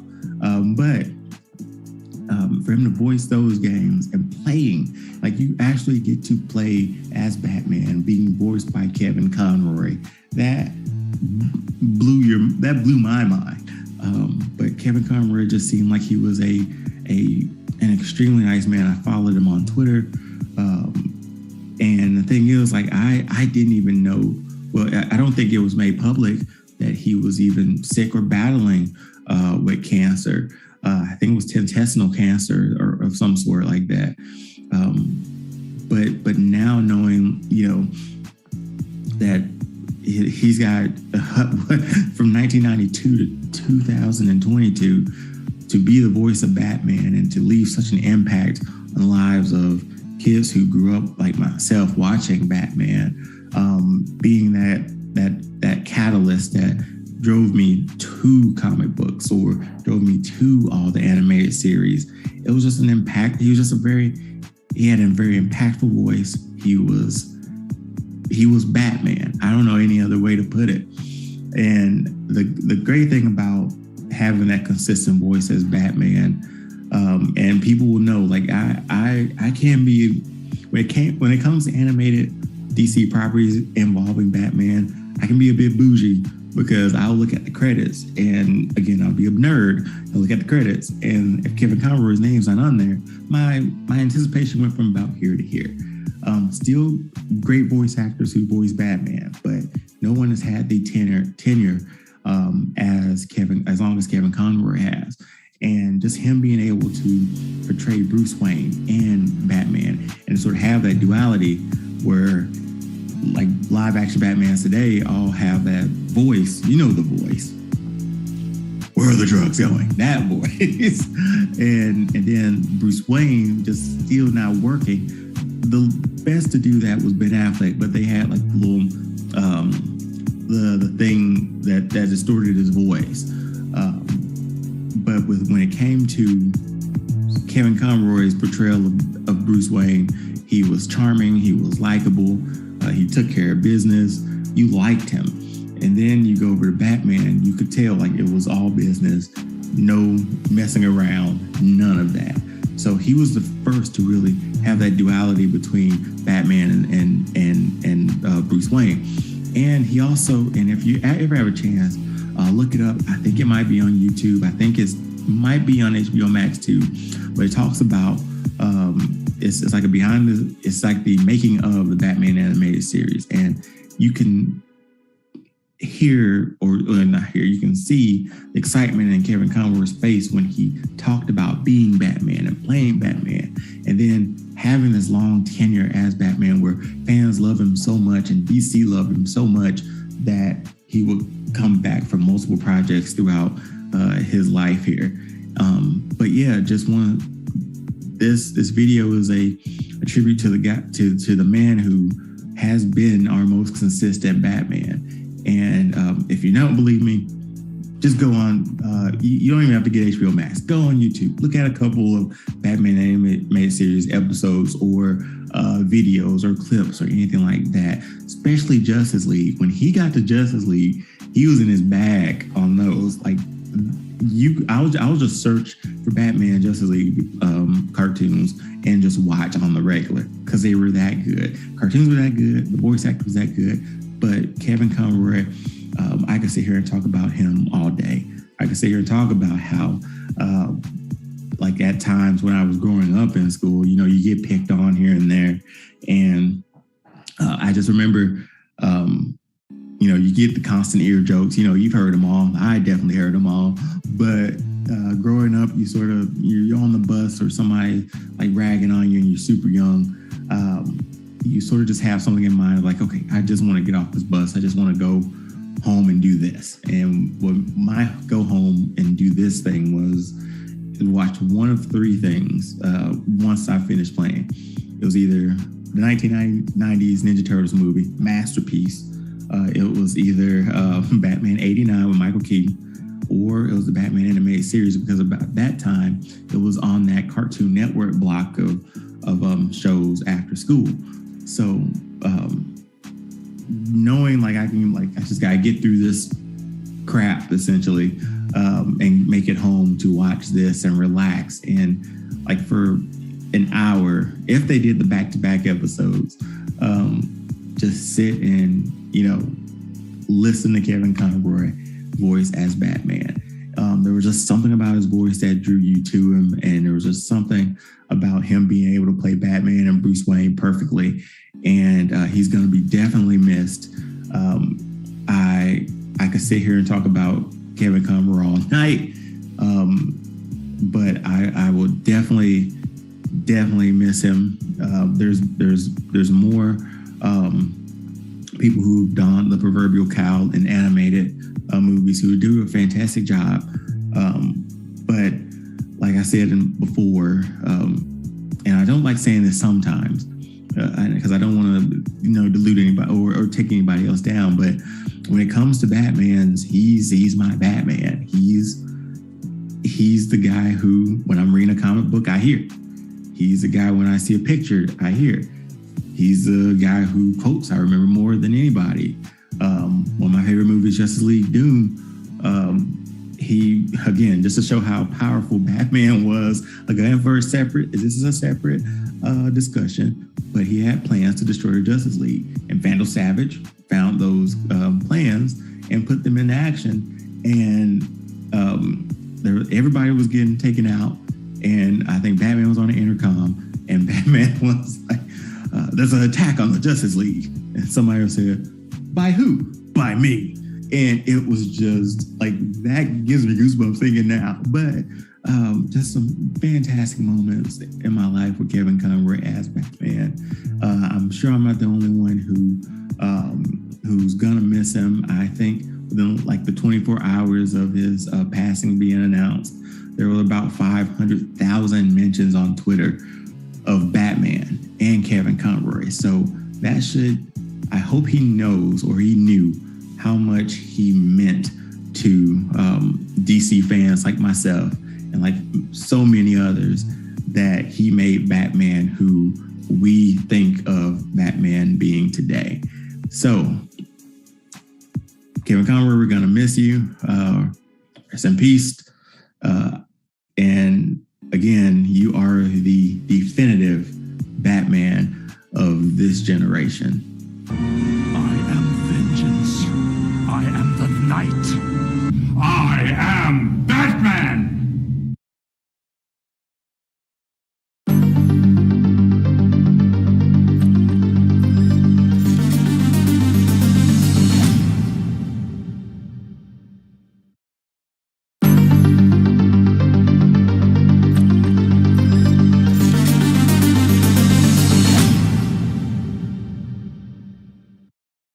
Welcome to All-Star Fandom. I'm joined again by this illustrious panel of friends as we talk about Black superheroes for our Black History Month episode. We're going to go around the panel, introduce yourselves. Again, I'm Dion. I'm the host and sort of quarterback of this whole thing. I'm joined today by a guy who you've known and seen on multiple episodes before, Rufus. Say hello to the people, man. Hello to the people. All right. Rufus, longtime friend. You've seen him in other episodes. You know what he sort of brings to the table on this one. So, next guest, Willie. Willie is another longtime friend, same barber, chopped it up about everything under the sun, superheroes, TV shows, all of that stuff. Willie, introduce yourself to the people, man. Willie Davidson, I'm back again to defend myself in everything that I say. I'm going to leave it at that. Okay. All right. And I'm also being joined by a good friend, Destiny. Again, like I said in the first episode, we got to chopping up about X-Men animated series, and it just went from there. So, Destiny, one more time for the people, introduce yourself. Hey. Hi. Hello.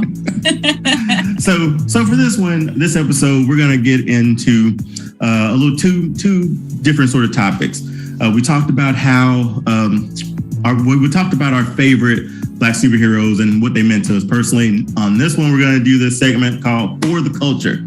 So we're going to discuss Black comic book superheroes' impact and how important representation is today. We sort of glossed over it a little bit in the past episode, the part one of this episode. But I'm going to start it off again. Rufus, started off so well last time. You gave such a concise answer. You were right on point. We're gonna shoot for a second time of that. All right, man. I'm just kidding, man. I'm just kidding. But how important today? Again, you can use a superhero as an example. Just how important is that representation is today when it comes to like seeing Black superheroes on screen, on TV, and within comic books. So I think for a lot of us, older and younger, it's important to see our faces as superheroes because growing up, we didn't see a lot of that. You know what I'm saying? Because we were just discussing our favorite, animated series, which is Batman. You didn't see a lot of Black superheroes interacting with Batman. Yeah, I don't think we talked about Spider-Man. The first person we saw that was a Black character was, Blade. So I think it's really important that now, they're including a lot of these Black superheroes as the face of superheroes. I mean, Luke Cage, look at Luke Cage and the way he defends Harlem and the way he really does fight for his people in Harlem. I mean, Luke Cage don't give a damn about the rest, he cares about Harlem. I don't think people really understand the fact that he was like, he said this in one of the episodes. He's like, man, I don't care what they doing down there. Right. I'm here for Harlem, And it's good to see a character like that really sticks for his community, sticks up for his community. Another one, I love how T'Challa was before he decided to be all inclusive. I mean, do I like the fact that he was like at the end, like, yeah, let's bring some people in, but it kind of pissed me off because, for the most part, every time we bring somebody in, they come in, try to take our stuff, and we got to fight. And, and then we in turn look like the bad guy, you know what I'm saying? Which happened with the second movie. You know what I'm saying? It was kind of crazy when you think about it. So, I mean... You were rolling with Killmonger, right? You make good points. You want me to say it? Because say it. I got the mask, I got the apron and everything. Look, I really do wish Killmonger and T'Challa could have worked it out. Same. I think we're all on that point. Yeah. I really wish they could have worked it out and defended Wakanda, together. Mm-hmm. If that makes sense. Because I agree. I 100% agree with Killmonger and I 100% agree with T'Challa. I know you can't do that. Math don't work. So we talking about comic books right now. So don't none of the math work. None of it. That's true. Great point. Very true. But when you say like Killmonger is a little extreme to the point. Yeah, but I think that's what gets you off of it. His point made sense, but he was willing to go to the extreme. That point. Yeah. T'Challa is more political, and let's talk about it. Killmonger is like, nah, I'm done talking. You know what I'm saying? Yeah. Let's make something happen. So, but I like the fact that, like I said, we're seeing more Black superheroes, and it's letting the children know that, look, you can be more than just this. You can be a superhero. You can save your community. You can be super educated, super smart, and still be, a home person, a wife, a mother, a father. You can still do all these things while being a superhero. I love it. And I think you hit right on the point, just finally seeing that representation there. Willie, care to elaborate or react to what Rufus said? Oh, I definitely agree with what Rufus said. I think right now the impact can be at an all-time high with technology. Everything is at the touch of a finger. Movies right now, kids watching. I think the movies have a little bit more impact because they're not necessarily reading the comics, but at the same time, I think if you see those characters on the big screen, it'll make you go Google. Because I've done it with several characters. Like, I want to go Google. I want to get the backstory. See what it is. So I think right now is a great time for us to be represented in that light. And to piggyback off what Rufus about, for the culture, for me, the Black superhero, I was all about the boots on the ground superhero. The Luke Cages, the Miles, Morales, the ones that are there for the community. Yeah, their neighborhood superhero, essentially. Yeah. I feel like we can relate more to that. Now, I like the ones that have gone to bigger things, but I like the ground level attack the things. And also, it's good right now. It makes you think, just like the conversation we were just having about Black Panther and Killmonger. I think you got the yin and the yang. I mean, I can see this side, I can see that side, but at the same time, it's for the culture. You can't say you can't have one without the other. Yeah, and just like in the earlier episode, Destiny's talking about like going to see the movie with the church group, or seeing the people like dressed in African wear and stuff like that. Just all that is like, I mean, again, I'm trying to think of like a time or a movie where it evoked that much of a sense of like, all right, this is for us, you know. So definitely that movie, Black Panther and that character, has sort of helped out. Well, just a follow-up question. This can be, and Destiny, I'll jump to you in a minute, and anybody can jump in too. What do you think took so long? Ooh, racism. All right, that's another episode of All Star. I mean, okay. Yeah, I think it's the same reason why it literally took until like the Fast and Furious movies for Hollywood to even recognize that, and specifically talking about movies, right? That characters, other than Will Smith, right? The actors of color can sell a movie, not just in America, but overseas, because those international markets matter so much too, right? Especially nowadays.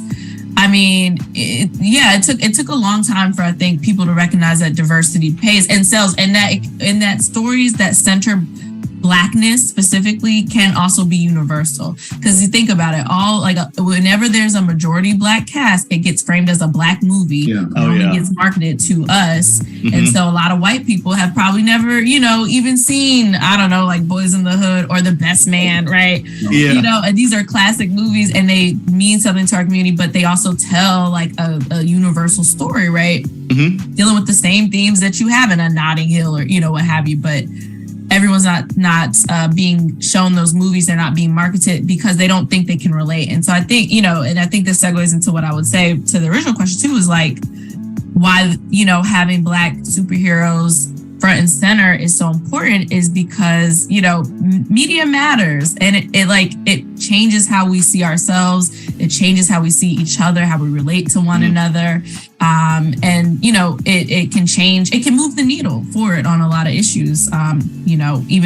Even things that you wouldn't think that it could, but like even with Black Panther, you're having conversations about like being oppressed and how does one, climb above that, and then how do you help others, and what are the different methods and ways, and being able to have that debate. Again, like I said, it's great that, those are debates that we have, and I love seeing that, but it's kind of cool to see other communities also think about that. It'll probably, they probably had never even had before. Had that conversation before or thought about that. And the fact that, a white person, who had never thought about race, left that movie was like, longer made a good point, knowing that happened at least once, that means something, and that person maybe it opened that person's mind, and maybe like Willie said, they went and read comics, and maybe they read a book or something, right, an actual text, a history text perhaps, maybe got them interested in other real world topics too. You just never know.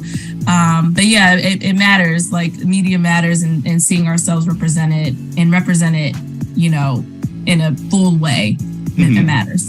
And I think another reason is they didn't think it would equate to dollars. They didn't think that was a big thing. That place could make that much money or make the money back from what they spent on the movie. When you think about it, I mean, what Black movie made $1 billion? I mean, kind of Fast and Furious. Vin Diesel technically Black. Is it okay? When you okay? Time out. Now, when she said Fast and Furious movies, I was like, okay, Ludacris, Tyrese, The Rock's half Black and like Polynesian or something. Vin Diesel's half Black. Is he really? They don't know. He's never met his father. So we ain't gonna say he is. But he is a person of color. And if he hadn't claimed it, he claims it. What does he claim? Like this is gonna be at the bottom of it. Other. What does Vin Diesel? He probably puts other down on his. Listen, we claiming him. We're gonna count it. Are we really? But just the fact that he's in the movie and he's clearly not white, right? It then forces the rest of the movie to be diverse. You have his girlfriend who's, Latinx. You're right. It is a very diverse my cast. It's a super is, diverse movie. That first Fast and the Furious movie didn't make $1 billion. That first Black Panther made $1 billion. That's true. Well, You're right. what helped with Black Panther 2 was definitely, introducing them early. Yeah. He got introduced around Captain America, Iron Man. Yeah, like Winter Soldier. He got introduced. he got introduced in a really cool way. Yeah. And that was probably one of the best introductions Marvel's done on any character. So I'm glad the way that they cared for that character. And on top of that, when it comes like representation for it, when Chadwick unfortunately passed away, I was of the thought that I don't know if an actual actor is bigger than the character, But he was. But he was. We figured that out. Yeah. And we knew that when we went in and we finally saw that movie.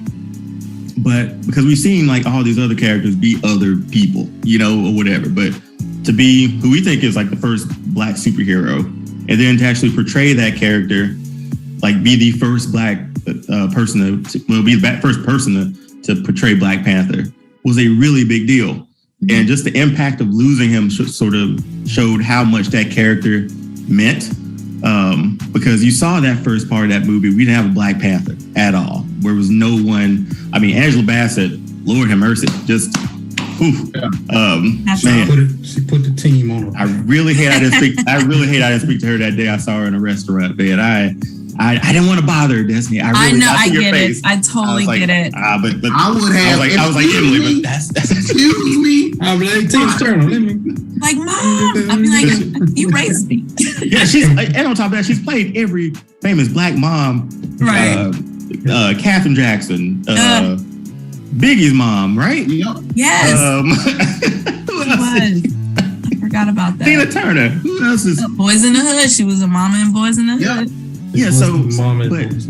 But just to see that a Black, like you say, Black movie, like it's definitely one of the movies where like it was very unapologetically Black. Yeah. And that was good to see. And that was obviously good to see. That was surprisingly good to see Marvel sort of let Ryan Coogler run with it. Yep. From the music to the way that it was shot. Yep. It was the aesthetic, the hair. Yeah, it was. You want to talk about like it was I hate saying Black movie because again, that's the only time we say it is when it's predominantly Black movie, but it was definitely like a movie for the culture and a character for the culture too. So again, I think biggest thing for me is like Halloween and stuff like that, sort of seeing like little Black kids dressed up as Black Panther, or now dressing up as Captain America. So here's what I'm gonna throw out there. With us having a what was that, Will? I think you about to rain on my parade on some stuff, but I'm gonna let you go. Wait, what? I think Willie about to talk about my man's over there. I think Willie been holding this one back. Little Sam slander. Is it some Sam slander? Oh no. It's all good. Oh, okay. See, go ahead. I'm giving it to you now. No. Really, I'm giving it to you now. Go right ahead. I was going somewhere else with it. You about to talk about Isaiah? Don't. Okay, my bad. We'll bring it back in. No, you talking about the current? You talking about Sam being? Yeah, being Captain America at the moment, because that last episode of what Captain America and Winter Soldier. Falcon and Winter Soldier. Yeah. Well, they changed it at like episode, the last two episodes. They changed the title. But, and he talked about like how, again, we know how America is. And now we're putting a black man into the boots, essentially, and the shield of Captain America, who was the, cream of the crop white guy, So, right. And how he sort of feels and how that's going to play out. So how, I guess, important is Sam Wilson at this moment when it comes to representation? And he's sort of, bearing those colors of the flag. Wow. Profound questions on our fandom here. Really go. Really go. It's very important as far as for the culture. And if you watch that series and you saw Sam, he went through things that black people go through all the time. He couldn't get a bank loan. He couldn't get a bank loan. He saved the world, Willie. Saved the world. This man was the first voice Captain America heard on your left. On your left. Flew through that portal. And then Captain America saw another black man, Black Panther. Well, he saw two right out the gate. Back to back. I'm with Sam. I think his suit is a little colorful, but it's very comic book accurate. It is. But I'm with it when they gave him the shield, because I won't. At first, I was conflicted because I honestly thought Winter Soldier. He's killed too many people. Yeah, it's America. He can redeem it. But once I thought about it, took it all in, I was on the Sam train. So now, how long he'll be Captain America? That's kind of hard to say. Really, Destiny? You don't think he'll be Captain America for long? They're not gonna let him be Captain America. No. What? I think like you said, it means a lot for a black man to carry that shield, to represent America when, for what most of our history here in this country, we weren't considered full citizens, sometimes even full people. And I don't know if I know we haven't gotten fully past that, Mm-hmm. And so I think it says a lot that they had him, that they let him become Captain America in a show as opposed to a movie. Well, he's getting his movie now. He's full on Captain. We didn't have to go through him getting. I don't think they. Yeah, I didn't need a lot. I think could have to fit a lot in like a 2-hour movie. I think the mantle is going to change in that movie. Really? I think Isaiah Bradley said a mouthful when he was talking to Sam when they had that private conversation. Yes, sir. And he said, I don't think a black man, I want to say it the exact way he said, I don't think a black man with self-respect would want to be Captain. Want to be Captain America. Yeah. Because of how America treated him after being a hero. Yeah. America has treated us, period. I mean, a lot of us are heroes every day. A lot of us serve in the military. A lot of us are teachers. A lot of us do things behind closed doors that we are heroes to other people. And America treat us like crap. Still to this day. And people don't think about that. Like I said, we just talked about how Sam is a superhero. He has saved the world. And this man couldn't even get a $30,000 loan. A $13,000 loan. We're not talking about $1 million loan. You know how Brett Favre squandered that money down there. Listen, we ain't talking about that. $30,000 is what we talking about, and he couldn't get that. Yeah. I think like real life. That's real, and I think if we're thinking about real life, I think the fandom writ large, I don't think they're gonna have it. I think that's what I'm saying. I think America, they're gonna have a problem seeing him with that shield, wearing that uniform, because they really wanted the other guy to wear that uniform. I forgot about that. Yeah, I forgot about that. Gotta remember the other. even though Cap gave the shield to Sam, and they gave the shield to Sam, but Captain, you gotta understand, Steve Rogers is not your typical quote unquote white guy that he don't think like them. Right. He think about good people. This is a good man. He thinks Sam is a good man. He deserved to be Captain America. That's how Steve Rogers thinks. America don't think like Steve Rogers. And that's why that scientist chose Steve Rogers. Right. You know what I'm saying? Correct. I'm going back to Willie real quick, because he said that there's a possibility of Sam not making it as Captain America. Well, that's or is somebody changing? No, that's my own kind of prediction for what is Captain America World Domination. New World Order. New World NWO. NWO. I love the name. So I just feel, and to piggyback off of what Destiny said, I just don't think he's going to hold that mantle of Captain America all the way through that movie. Man, I just don't. We're not all through the phase, whatever. I'm fairly optimistic, because I didn't think he'd get to this point. Honestly, I thought he was just going to be the Falcon forever, you know. But once he handed that shield over to him, I was like, okay, we're going somewhere with this. And I think the TV show did a good job of highlighting those things that come with that shield. Yeah. And I must say that's going to be pretty good too, to see how he sort of reacts with having how the world reacts with him now actually having it. Giving it some time. Rufus, what you got? I was just gonna say that to me, out of all those shows that Marvel came out with, that's the best one I've seen. Oh, Destiny didn't like that. Hey, I know you probably like WandaVision or something else. Side note, what are we doing? Destiny, what you like? What was it? What I will say is, I like the show. It's not. WandaVision to me is the best one. Yeah, I know it. It's so creative. Oh my God, it was so creative. And it hits but what I will say is I could talk about issues with the show, but my main issue is again with the villains. They were thin, they were paper thin, and two, we never got to explore what was life like for people who were left behind in the snap.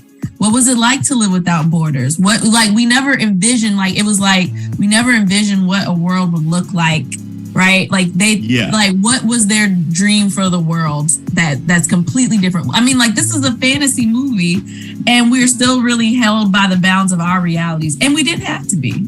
This was your chance to let that shine. And what did you do? Instead, when we started to empathize with the villains, they start killing innocent people randomly. They do it every time. It's kind of like what. Okay, is that not what Ronan did? Well, here's the thing. I'm on Destiny's side when it comes to, again, this might be a little side note cut out, but Marvel's villains aren't the best. And essentially every first movie, they're fighting a evil version of themselves. Iron Man fought another Iron Man at the end. Yeah. Black Panther fought Killmonger at the end. It's usually that for that first movie. Then their second movie, I mean, if they get a second movie or whatever, I feel like there's paper thin villains in that too. Your big bass are obviously Thanos. He's the GOAT of all. He's the greatest of all time. And then you have Kane coming along now, but it's all these auxiliary sort of villains within that mean absolutely nothing sometimes at the end of the day. Right. So we're gonna win. They're gonna win. Somehow there's no stakes with a few of those villains. That's all. And I agree with Destiny. WandaVision was the best. The best. But because the first 4 episodes you had no clue. You didn't know what was going on. And that's what made it, because we all know something about comic books and those characters. Before we got to Thanos, we were like, okay, Infinity Stones, Thanos, snap. We knew that was coming. WandaVision, I had no clue what was going on, and I liked being blind to everything. And that was every week. Made sure I was in front of the TV that day to watch that show. Captain America and Winter Soldier. Captain America, Falcon and Winter Soldier, Still tuned in. Great show, but Sam and Buggy. That's what it should have been called. Sam and Buggy. His mama named Sam. I'm gonna call him Sam. Yeah, I'll watch it right now. I understand that. Again, that was a little side pocket, a little side mission that we just went on for best. Can I make one last comment? Did you guys see this again? I don't know if this was a couple years ago, but they did Marvel and they did a hip hop collab where they did iconic Marvel covers, but in the style of an album. Oh, I didn't see those. Yeah, so Captain America, the Black Captain America. This is the first time I even found out there was a Black Captain America. He did an ASAP Rocky cover and he had the flag draped over him. It's Google it. It's tight. I was like, when I saw, I was like, I want this on my wall. This work. I'm gonna take a look at those. You gotta look that up. It's really good. Okay, so and we'll get to our next up here. I have another question for our illustrious panel. So, rumors a few months ago or so of a Black Superman, right? Mm-hmm. I think we all heard that. I think Michael B. Jordan's name was passed around, things like that. What do you guys take, again, on taking these characters we know as white and making them Black? But here's a side sort of thing to it. Most of our variations of characters white variations of characters have like black variants. Superman has there is a Superman, a black Superman. What's his name? Calvin Ellis. Calvin Ellis. Yeah. Yes. Mm-hmm. So there is. So the fact. Here's the thing. How do you all feel about that? I think, and I'll just start off personally for me. As long as he's like not Clark Kent, because I think that'd be just confusion for everybody. I think we have this character that we haven't. Again, I might be leading into our next topic, but who's out there hasn't gotten an opportunity to sort of say that they're out there. Calvin Ellis is a black Superman on another world. Right. How do, again, just circling around, how do you, Rufus, kick us off? How do you sort of feel about, you have your top tier sort of superheroes and then having a black version of those superheroes? Well, as you know, because you know me, Superman is my favorite DC comic hero. So to find out that there is a black Superman, and he's the president, come on. I want to see this. But just like we were just talking about Captain America, I don't think America is ready to see a black Superman. I don't either. And that's why when I don't think they're ready about to see it. In the comic book, yeah, they can see it in the comic book.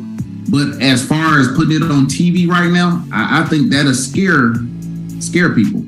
But be honest with you, if Michael B. Jordan had shown up at the end of Black Adam, would that have been an awesome move? Man, I probably would have did a somersault. That would have been, just think about that feeling that you just I didn't even think about that. Right. So, just thinking about, we literally just got finished talking about how we feel about Sam being Captain America and how we think America is going to feel about it once that movie comes out. So if they release, say CW decide to do a Calvin Ellis live action. Say he just shows up on Smallville or something. Right. How will they accept that? You know what I'm saying? Like, because they're gonna go back and we talking about money right now. So they're gonna go back and they're gonna look at the ratings, they're gonna be like, okay, well, this is how much it generated. But see, if you tell me that this is another variant of, again, we're in variant season essentially in Marvel. Everybody has a doppelganger, another variant of themselves. So I think people are more accepting to that. Oh, there's more than one universe, or there's more than one Earth at this moment. I would hope you could look at that. Again, I don't know a lot about Calvin Ellis. I'm ashamed to say I don't. But the fact that he's a Superman president. I don't know a lot about the identity as president. So I need to read this. But what's his name? Mr. Terrific. Mr. Terrific. Our favorite. I know that guy. But Mr. Terrific, I was reading up on him. I didn't know he was the third smartest person in the world. really? So yeah. So okay. So again, Destiny, Willie. I know you. We'll wrap up pretty soon. But Willie, what's your sort of thought on those? I guess. I think level. Yeah. Go ahead. I think the time is now. I think it's here.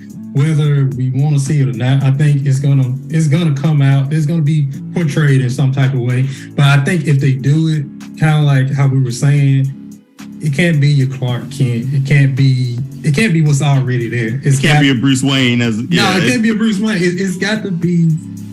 It's gonna be a part of the culture.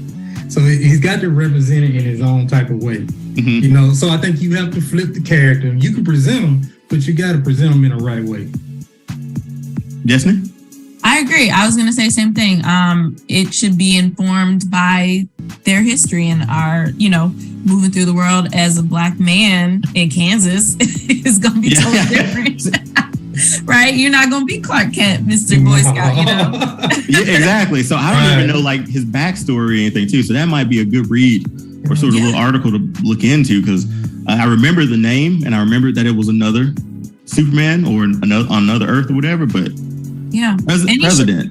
And they should be doing. He's not the only black Superman. Just in case y'all didn't know, it's been 5 or 6 of them. Oh wow. Well, still, if we're gonna talk about that one, it's been a few black Supermen. So I'm just saying. But I'll just say too, you should, and I think what their goals and what they do should also be different, right? Yes. I agree. Yes, we care about saving the world, but like I said, like, but we also have real life things like getting bank loans and things, you know. And I'm like, you know, everything doesn't have to be about the struggle, but the struggle is real and exists. And if these people exist in our universe, they should be actively trying to change those systems and structures, not just like punching whatever generic alien comes out of the sky. I think him I agree. being the president, I think that's him actually trying to change the world and no one knowing he's Superman. I like that. You know, because on this planet, he's the president. Wow, I'd watch that. I would. That sounds like a good TV show, actually. It does, with him trying to be a black president, and then the people that they probably love the most. The people might love Superman and hate him as a president, or vice versa. Or vice versa. Oh, I can see that. Hate them both. Or hate both. You gotta keep these ideas in. We gotta pitch it. We gonna save that for ourselves. We gotta write the proposal out. Let's get that on TV. So,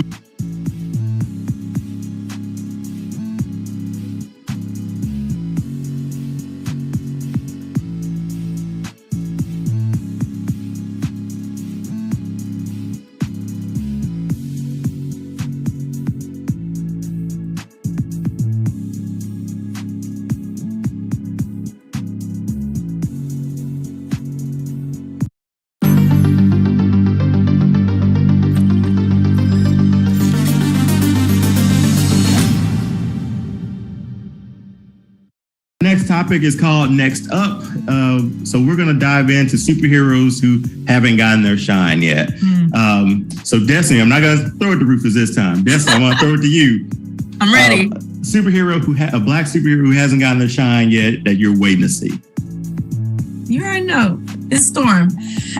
She was almost my answer for like favorite superhero because Me too. Storm is the first black female superhero that I ever really saw in a major way. And she's so powerful, and I really don't think other than the series, and honestly, even in the series, she could have did a little bit more, but like her full power set is she controls the weather. There's so much. Right. So on top of just being cool, and she's been in, the 2 X-Men movies, but her role to me was fairly small. I agree. Unfortunately, again, for her to be like a leader of the X-Men, essentially, and for her to steal, and again, you have Halle Berry playing her in those first ones. Yeah. I feel like they would have given her a whole lot more. But you could see it was all about Wolverine. It was all about that main character. All about Wolverine, and then it became all about Jean Grey. And I love Jean Grey, and I think that she was great, but you just have so much to explore, and I don't know if they'll introduce her now that they're going to bring the mutants in and the X-Men into the bigger universe, and they tried to retcon her with in that the Dark Phoenix movie, right? Yeah, or something like that. Yeah, it wasn't good. And I'll also say this, and I love Halle Berry, and I'm sure that, and the girl that played her, the younger version too, also fine, but I want to see a brown skin. I was just about to ask that. Yeah, because I want a brown skin Storm. That matters. It matters that, like, because she is a brown skin woman. She's supposed to be from, fictional country in Africa where she was a queen. This is like all this stuff. She's supposed to marry T'Challa and become king, like Queen of Wakanda. So that would be maybe they reintroduce her and she marries his son. That might be out there. That could be a thing. I'd be down. There's the jump. I'd be down for it. So yes, more Storm, more black female representation in general, and especially more brown skinned women in movies, especially in superhero movies. We need to see the entire, all of us represented.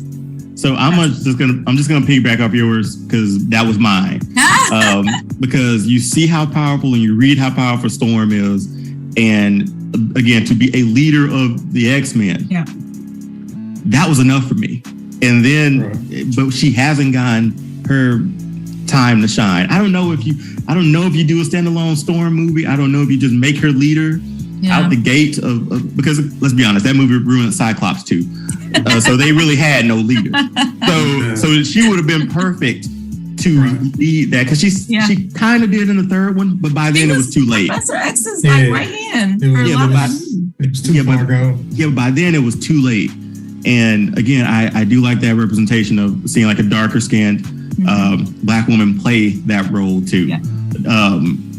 Again, looking at the comics, reading the comics, I want that story of T'Challa and I would love it. and her, because again, when they added Nakia to Black Panther, I was like, okay, this might never happen. Yeah. But then when they got the license to X-Men, I was like, okay, Maybe. this may happen sometime, maybe with the sun, like you said. So again, her shine is past due. Yep. Out of it, again, since we're looking at the Avengers now, and it's very like heavy. It's led by women at this point. You know, Kate Bishop, Captain Marvel, Black Widow's sister. So Shuri, Black Panther. So it's Sure. it's a Is it perfect Photon? time. Is the we are going to get a black Spectrum, we're going to get a black woman in the movie, which I think is great. But Storm is an OG in the game, and she deserves. I agree. Willie, on to you, man. Who you got? Well, I was trying to say mine, but it seemed like you already talked so much about it. But mine is Isaiah Bradley. Really? Okay. The first Captain America. The story, I think, is so much background and so much story that you don't know. I love the appearance and the actor that played it in the Falcon Winter Soldier. Like I felt it like he was like my angry uncle, grandpa. Yeah. Also the voice of Martian Manhunter too, by the way. Yeah. It's like a man that knows I've done so much for my country, but what has my country done for me? You know, he went through. It was a experiment of I think like 300 people, 300 African Americans, and he was the only one that survived. Mm-hmm. So I mean, it's so much. I want more of the story. And I think that would be good. I think they're supposed to do something with his. I think that was his son or his grandson. That was in the series. Okay. Yeah. Because he threw something. He does do something. He had something powers. going on. Yeah. So I think they're trying to do something with him. But I want the Isaiah Bradley story. That'd be cool. That would be a cool TV series, movie, like a mini series, maybe a limited series. Series. More tight episodes. And I'm good with that. Yeah. I'm good with that. Oh, that'd be interesting. Get to writing that, Willie. Right. Yeah. Get to writing that. I'm All right, Rufus, you're going to round us out in this part, man. Who's next up, ready for their shine? So do y'all know the character, y'all know Vixen? Yeah. Yes. You know Vixen. Yes. Yeah. So I think she hasn't had a chance to shine yet. You know, honestly, I like her superpower. Like where she can change into any animal of strength, and you know, sort of like Beast Boy sort of thing, almost sort of like Beast Boy, but a little bit more. Yeah, kind of like Beast. Yeah, but better. So I mean, I think she's a little underrated. But you want to hear something funny? Y'all might not know this. Do y'all know Amanda Waller is considered a superhero? No, I didn't know that. She's dope. Hey man, she got a lot of control. Yeah. Hey, she does have a lot of control. But she don't. She don't say nobody. Amanda Waller just killed people. She like, hey, fuck them. I'm sorry, my bad. But that's Amanda Waller. That's her superpower. She is. I mean, Vixen. I'm thinking like she showed up on like Justice League Limited. That was the first time I sort of saw her. Yeah. She had like this weird spin-off cartoon. You remember? Yeah, with CW. The Flash Legends of Tomorrow. The Flash. It was like Flash and Green Arrow was in it too. In the Arrow, they were chasing her. Yeah. Right. Yeah. She was in Legends of Tomorrow though, right? And yes, she was. Yeah. I tapped out on that one early. Oh, I love it. Gets better. Oh yeah. Yeah. I didn't watch. I skipped season 1. We'll go straight to season 2. That was the best one. I go straight to season 2. I won't miss anything if I go to season 1. If I skip season 1. No, you won't miss a thing. Okay, perfect. Because it's over with now. I can jump in. Yeah, it's done. That's why I'm sort of waiting for Flash to be done so I can just jump in, binge it, get all that together. But Bruce, I didn't think Vixen would have been on your list. I don't know why I didn't think that would have made your. My list was deep, son. I already told you. Do we want more? Do we want more War Machine? Oh, go ahead, Destiny. Oh, I was gonna ask. Are there? So it's funny to me too. When I was trying to think of Black superheroes, right?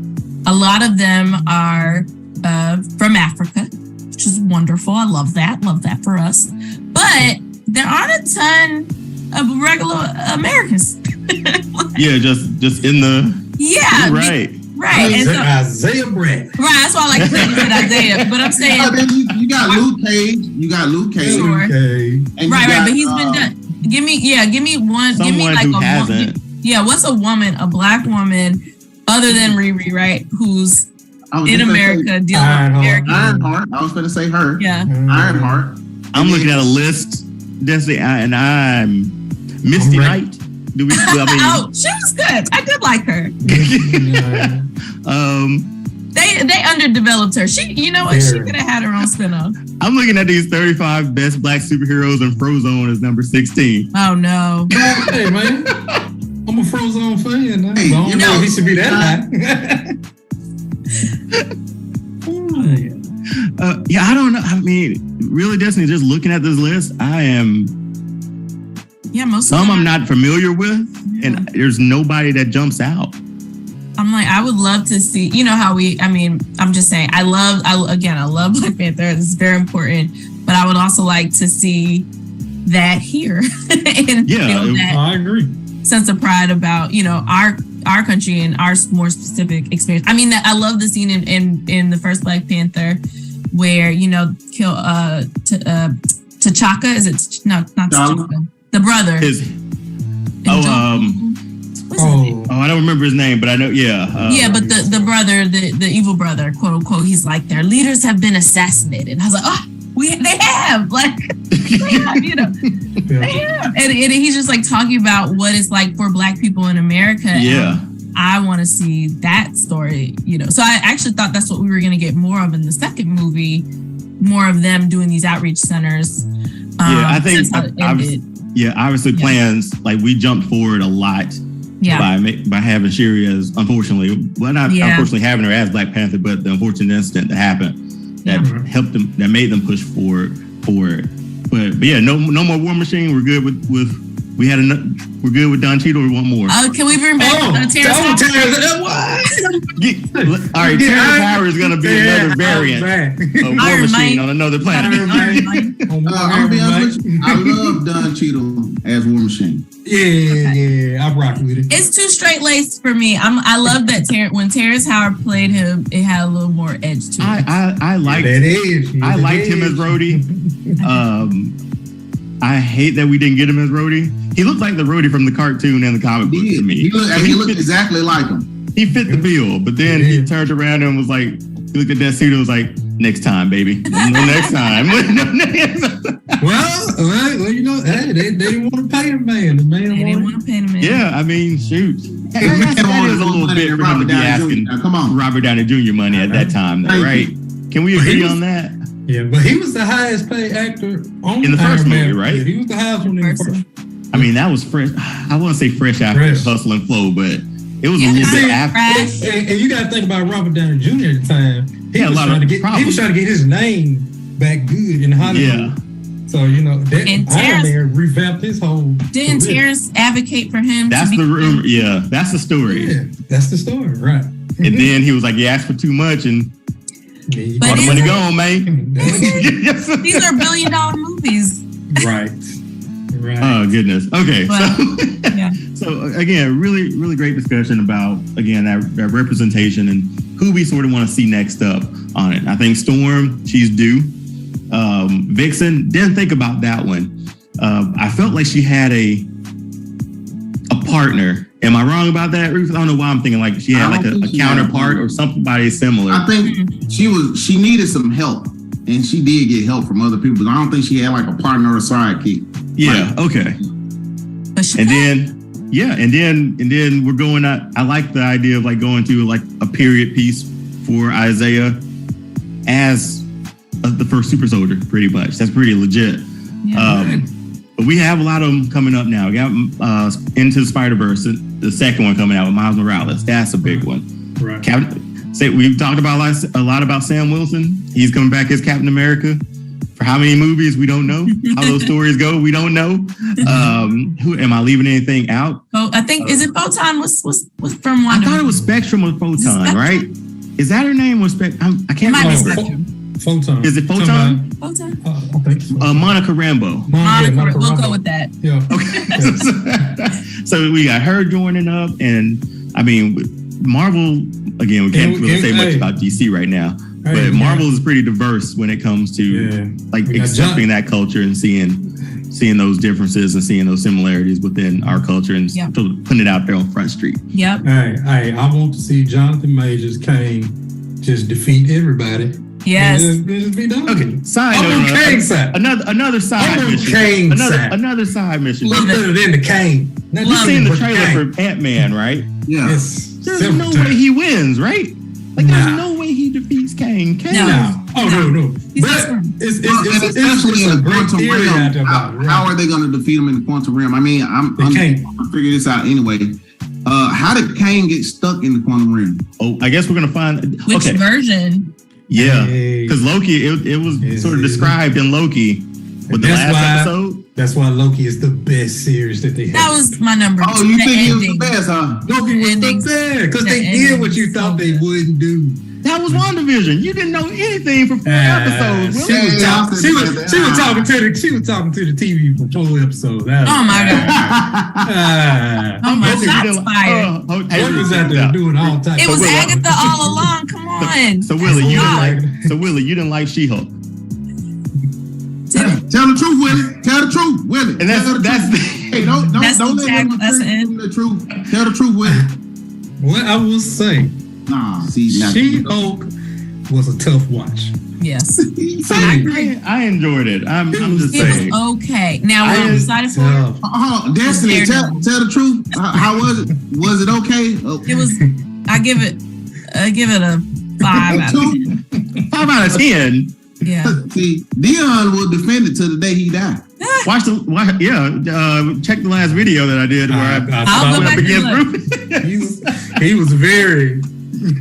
That's why I didn't want to say nothing too wrong because that man he was fighting. What I will say is, her and Daredevil surprisingly good chemistry. I want more of that. I want more Daredevil because I thought I wasn't gonna get no more Daredevil. I didn't think so either. He getting like a 50 episode. Yeah, he's getting a TV series. He's getting a reboot. He's getting a crazy amount of episodes. So I'm excited for that. And we'll close out with this. Do we think with this sort of rebirth of Daredevil, we get another Luke Cage? Luke Cage. I'm hoping. He was. I don't think it's going to be him though. Coulter. I don't think it's going to be him. He's a perfect Luke Cage. Why wouldn't it be him? Yeah, I don't. I hope so. I'm not optimistic. I say that much. I think they should keep. The only one I didn't like out that series is Iron Fist. That version of Danny was get him out of here. I wanted the Danny Rand cartoon character where he was like laid back California boy. I enjoyed Jessica Jones. That's the guy I want. Jessica Jones, bring her back too. Yeah, I mean we still got Misty Knight. Misty Knight out there with her bionic arm and stuff. So I want to see another Luke Cage, but I don't know if it's going to pick up where it left off. It was such a cool ending. Yes, and I wanted to see more of that, and I want to see more of Bushmaster too. Bushmaster, I love that guy. Finally got some shots in the MCU. They call me Bushmaster. They call me Bushmaster. Okay, we'll be here all day, man. We'll be here all night. All right, guys, and Destiny, thanks for jumping on. I really appreciate it.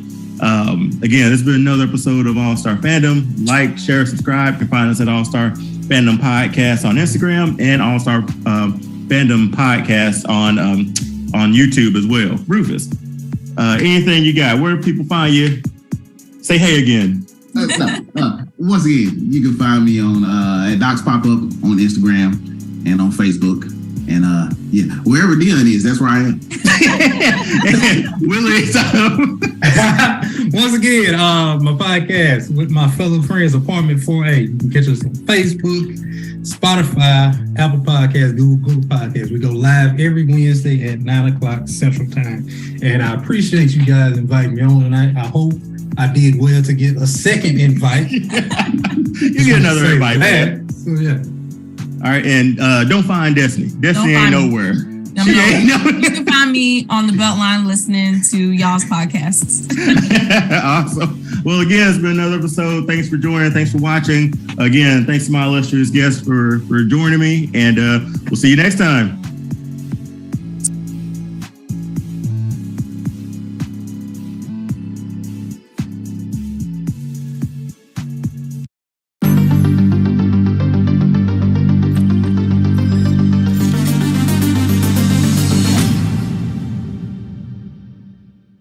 Follow us on All Star Fandom Podcast on Instagram, and we're just All Star Fandom on YouTube. So, again, thanks to my illustrious guests for joining me tonight. Until next episode, peace. All right, thank you guys for that everyone one. Threw up a deuce. I know, right? Okay, so this one, Roof is just hi. Like, but anyway. I am Rufus. In case you forgot. Just in case. I'm here.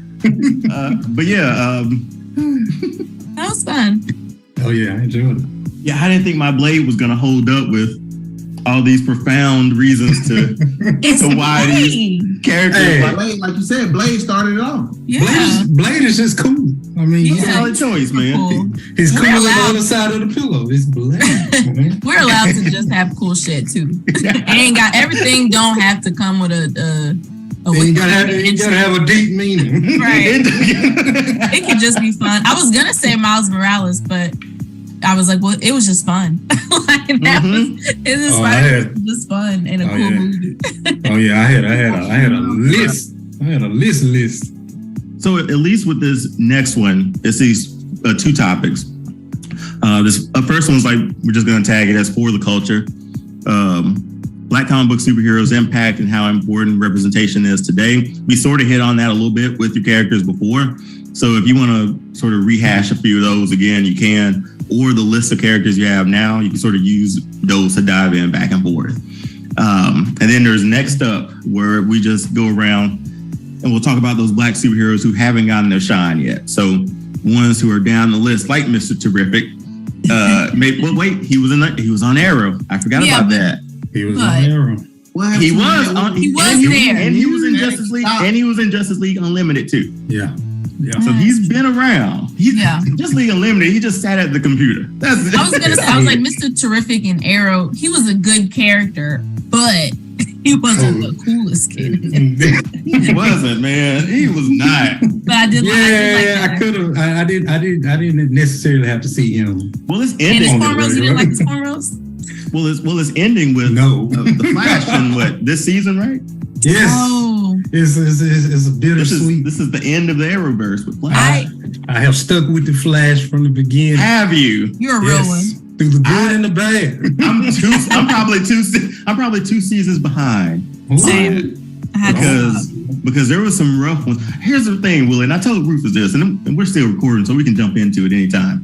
I told Rufus this. I stopped watching because there were no stakes in it, man. Yeah. Like that one where Barry died and he was dead or whatever. He should have been gone for 5 episodes, man. Yep. Don't bring him back the first episode, man. Yeah. It was just stuff like that. With that series on CW, they could have did 10 seasons with the Flash versus the Reverse Flash, because Tom Cavanaugh as the Reverse Flash is awesome. That was going to be my critique, is that every season the big bad turns out in some way to be Reverse Flash. He's always. They're like Rufus is Reverse Flash, like, hey, I'm still here, and I'm just like, okay, cool. But the first season where with that twist, it was perfection. I will say the season where he gets a daughter, that was also a good one. That was a good one. And the fact we get the old Flash from the 90s to suit up again as Jay Garrick. That was cool. I liked it, but I didn't like how they did it. How he died or whatever? No, I don't like how they introduced him. They did the Man in the Mask. If you ever seen that old movie, I think it was Leonardo DiCaprio. Dude with the Iron Mask. The Iron Man. The Man in the Iron Mask. Yeah. The Man in the Iron Mask. His frame, his build, his height looked nothing like Jay Garrick. And then at the end, I'm Jay Garrick. I said, no, I can't go for that. So, I love the storyline. I was like, Right. okay, who is this guy? Yeah. That was Garrett? I'm like, come on, you let me down. I mean, more Gorilla Grodd for me. That's what I want. I liked Gorilla Grodd and who was it? Killer Shark or King Shark. King Shark? Yeah, They was stretching that CW budget. Hey man, that budget, that whole episode. They did the best they could, and it wasn't bad. I watched it. Listen. They was making magic. Hey, for a TV show, Willie. Right. They were okay. It was They were CW TV show. They pulled some stuff off, man. Now the question is, why were some of the DC movies on par with the CW? Look, I said the same thing. Which one of y'all is excited about the Flash movie? Nobody. That's a damn shame. Let me tell you the reason why. The only reason why I am is because there's a possibility of Ben Affleck being Batman again in there. That's an opportunity for me to see him suit up one more time before he goes and does anything else. You're only gonna see him for 5 seconds. That's the only reason I watched the first Suicide Squad movie. Because he for the first 5 seconds, because he was in there for 5 seconds. For real. No, the first Suicide Squad movie, he captured Joker and Harley Quinn. That was a pretty badass scene. He turned Deadshot around. Yeah. So we saw him there. Where else did we see? He popped up like 3 times in that movie. I was like, that's the only reason I went to see this movie. I'll give it to you. Yeah. I'll give it to you. It's a backdoor Batman pilot. Anytime you can give me any Batman with Ben Affleck, I'll take it. I'm with that. That's the only reason I'm going to see it, because now they're talking about like Michael Keaton is in Batman 2. I mean, in Flash 2. It's finna be a hot mess. That's what the Flash is about to be. Because for one, I don't like Ezra Miller. I don't like the worst part. Have you ever seen that Flash run? He runs like he's never walked. I didn't have a problem. In his life. He runs like I didn't have a problem. I honestly didn't have a problem with that. Because let me tell you. Worse. Okay, I'm just thinking. We've seen the first Justice League and the other one, right? Right. So the first one, he was definitely so he's definitely annoying in that original Justice League. Yeah. In the Snyder cut, I can take the Flash in that one, especially him saving Iris. That's one of the was a cool coolest scenes that was a really ever. Cool scene. And he saved the world essentially at the end. He did. And what did they have him doing in the first one? Just pushing a pickup truck. Like that was so dumb. And then the race at the end. Hey, man, he brought Superman back. He ran static electricity. Yeah, he did. So if him running is the only deal, I'm okay with that. I like the suit. It made sense to me. Yeah. It's not coming out of a ring yet, essentially. So I think that's the best way we can do it. Well, he was supposed. It's so much surrounding that Flash movie. Is a Supergirl in it too? Well, they canceled all that. The Supergirl, the Batgirl. Okay, Batgirl's finished. Release the edit. Now Supergirl was supposed to be in it. I don't know if they're gonna edit it. If she's still gonna be in it, or how they're gonna. I kept seeing her in like I don't know if it's like an old promo poster for it or whatever, but she's still there. And it's not the Supergirl we know. I hadn't seen her in the promo poster. She hadn't been in anything recent. Okay, last trailer she made it, but there's no. I don't even know when that movie comes out. And then to make it worse, I think November 2023. We still gotta wait that long. Wow. They keep pushing it. You gotta wait that long for what? No, Guardians of the Galaxy come out. The Flash is like John Wick come out in November. Flash come out in November. It's like major. It's November. I don't think it's that far off. No, because they trying to get they need to go get that movie on out the door. What are they gonna do? Because now I got to deal with 2 Ezra Millers in the Flash movie because it's 2 of them. Yes, there is. There's another variant for it. I got June 16th. June 16th? Yeah. It's coming. You're not gonna pay for that. But here's the thing. Again, everybody gonna wait for it to come to HBO Max. Well, yeah, HBO Max. That's what I was gonna say. I mean, Black Adam came in a month. It did. To HBO Max. It wasn't doing the numbers, man. I think that's the reason. I think the reason it didn't do numbers because the conversations we're having, we don't trust DC. No, Even the movie. Black Adam was on point. It was it was not on point. That is a stretch. If you compare it to the other DC movies, if you compare it to the other DC movies, Black Adam was on point. Because if you compare it to like the CW TV shows. If you compare it to a movie from the 2000s, it was great. Okay, so my thing with Black Adam, I wish they. I came out of that movie hoping that DC would lean more into that, because DC has like godlike characters, man. There's no neighborhood characters a lot for DC. Your big three are, I mean, your Batman's a man, but come on, he's otherworldly too at times, right? The three most recognizable brands of superheroes, you have them and you can't get it right. And we've seen that. We saw Wonder Woman 84. I didn't like that. It was trash. It was completely pointless. It was a movie to make a movie. Like we needed Pedro Pascal. I know. Look at him now. The Last of Us, and he's a Mandalorian. Like, come up, man. But yes. I think we all saw it. That's why it made like what, $400 million at the box office. So The Rock couldn't even save it. Yeah. And The Rock was like, "Hey, I'm make this deal to get Henry Cavill back in here," and he made no like. He didn't apologize at all by saying like, "Yeah, he's in this movie. Go see this movie. Right. We got a surprise for you at the end." He promoted that. Mm-hmm. But now they don't have him as. I said before, they should just rebooted it a long time ago. Before. That's what they're gonna do. They stole some plays out of Marvel playbook, and they still can get it right now. Yeah, but they shouldn't be Marvel. They should be DC. And DC is like this. They've been trying to be DC. That shit ain't working. No, they're trying. To me, they've been trying too hard to be Marvel this whole time. Quips. There's so many. Why is Batman quipping? That's not what Batman does. That first Justice League of Batman. That was the one time I was not proud to have a Batman t-shirt on at that time, man. Because they squandered Ben Affleck so bad. The casting was not the issue. And the casting was perfect all around. The casting is great. I don't love Ben Affleck as Batman, but he wasn't bad. But, you know. He's one. Okay. Okay, but I will say this. You like Christian Bale, don't you? They were like, Marvel has a team up movie. We got to do an Avengers. Let's do the Justice League. You didn't build up the character. Yeah. And then you blew your load by doing we all said the same thing. We felt like they rushed the Justice League. The Superman should have been 5 years after. You know, you should have had 2 team ups before you kill Superman, at least. I think Rufus and I have had this discussion too, how we would have booked. That might be another fun episode. How we rebook sort of the DC universe sort of thing, because they came out the gate, like you said. Marvel had about what, a 7-year head start by then, and you're gonna try to catch up in 3 movies, right? They were 15 movies in, and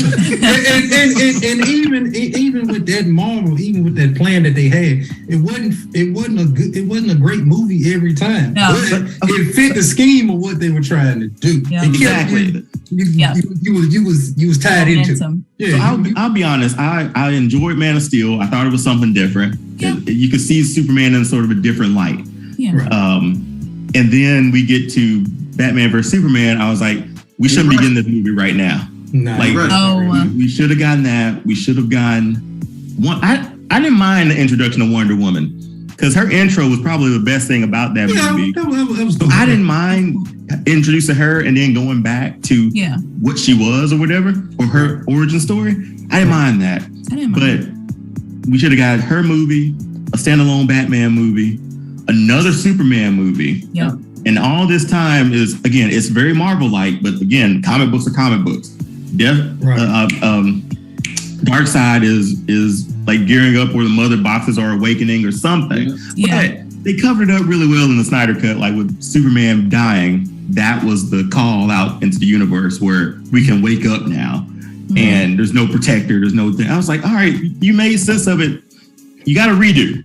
Essentially, with that movie, and I'll spend 4 hours and watch it again. I mean, the cut was 4.5 hours. I got my hair braided while watching that movie. That should tell you how I didn't mind it. I set my alarm clock that morning to get up and watch it when it dropped. And I was like, this is some of the best stuff I've Well, if they could have done that, I was like, I was gonna say it was we were deep into the pandemic, and so we didn't have much else to do. oh, that was a year after though, wasn't it? I felt like we were still The on 20 lockdown a lot. That was not last year, was it? The year before last. No, it had to be 2021. It was the year before. 2021? I think so. Yeah, probably around 20. God, it's been out that long. Okay. Yeah. Well, damn. Okay, real quick before we just hop in, because Willie, I know you're gonna have to bounce and get on yours a little bit. But Disney, favorite Batman? Who is it? My favorite Batman? Yeah. Mike. How you gonna put her on the spot like Okay. this? All right. I'm cool with that. I love him. Batman 89 holds up to this day. I think everybody's gonna say Michael Keaton. You can't get Mike Keaton. All right, Destiny, number 2. Kevin Conroy. Damn, good one. All right, number 3. There it is. Kilmer. Oh, actually, you know what? I'll tell you what. I'm gonna say. I'll tell you what.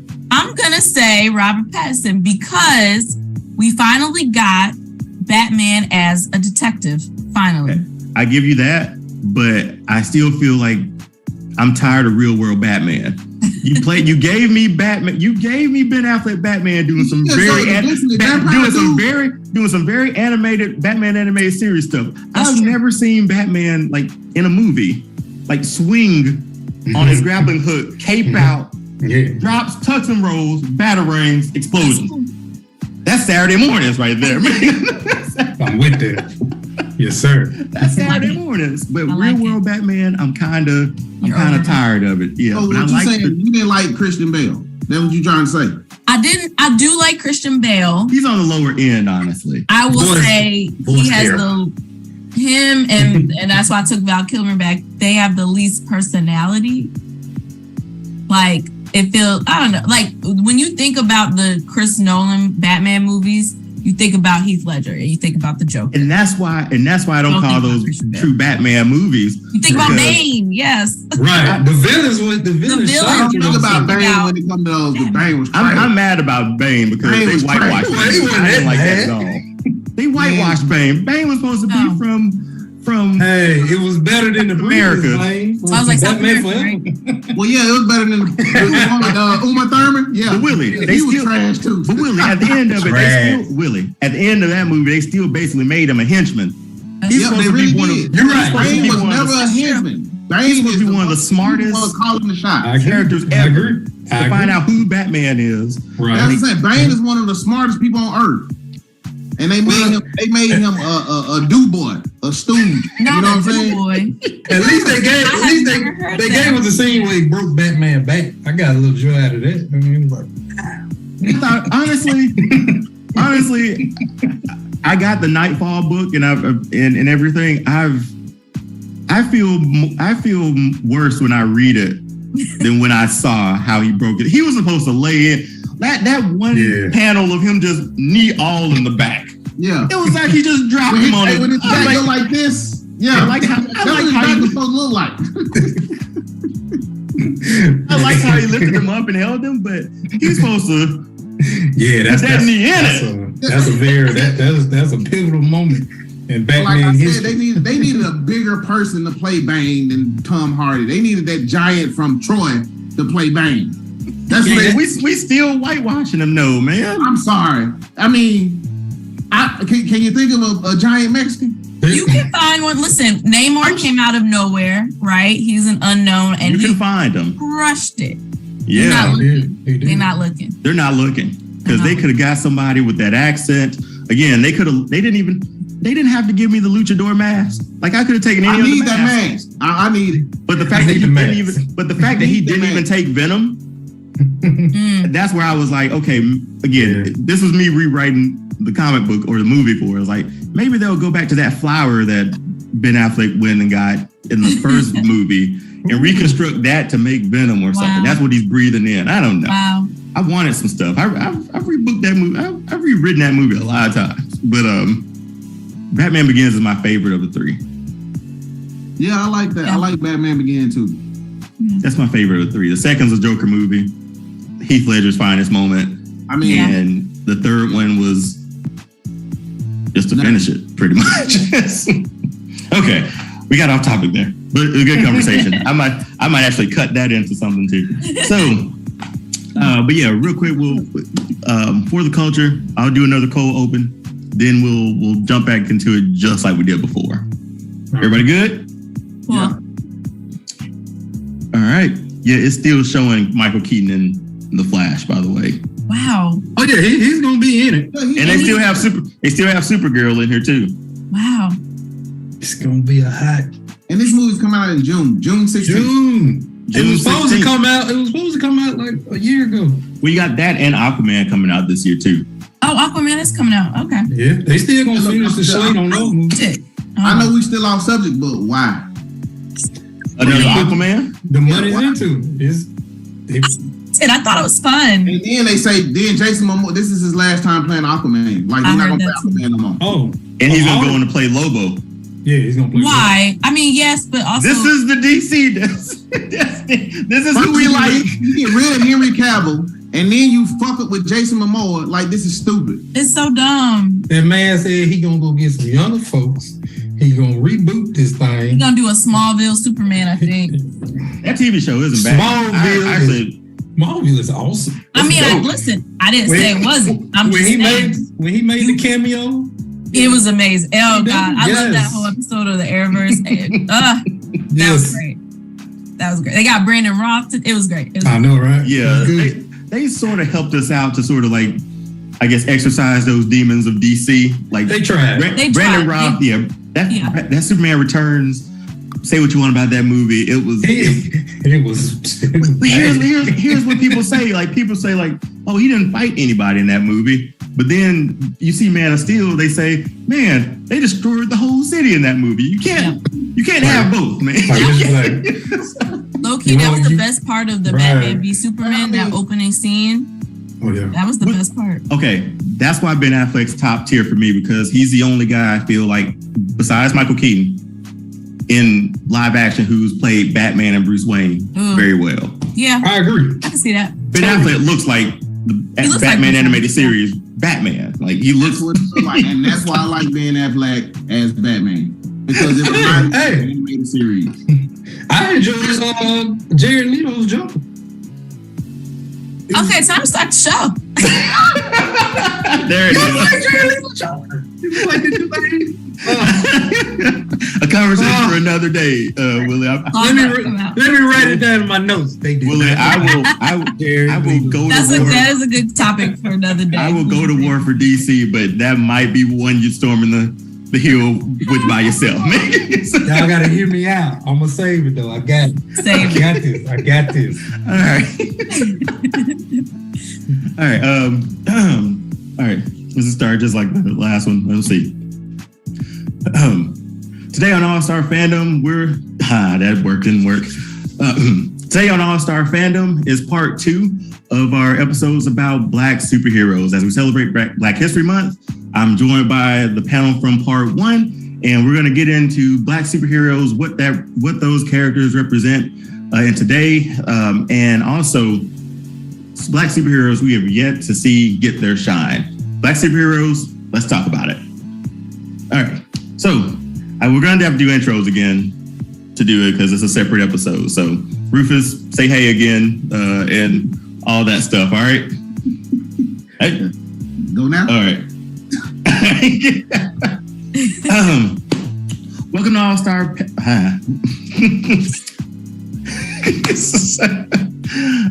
Just got me thinking about Jared Leto's Joker. I want to make you think. It's that laugh, man. That laugh was kind of yeah. It was horrible. And we're just assuming Batman punched his teeth out. That's why he has. He got a grill. The grill. Okay. All right. Oh my God. All right.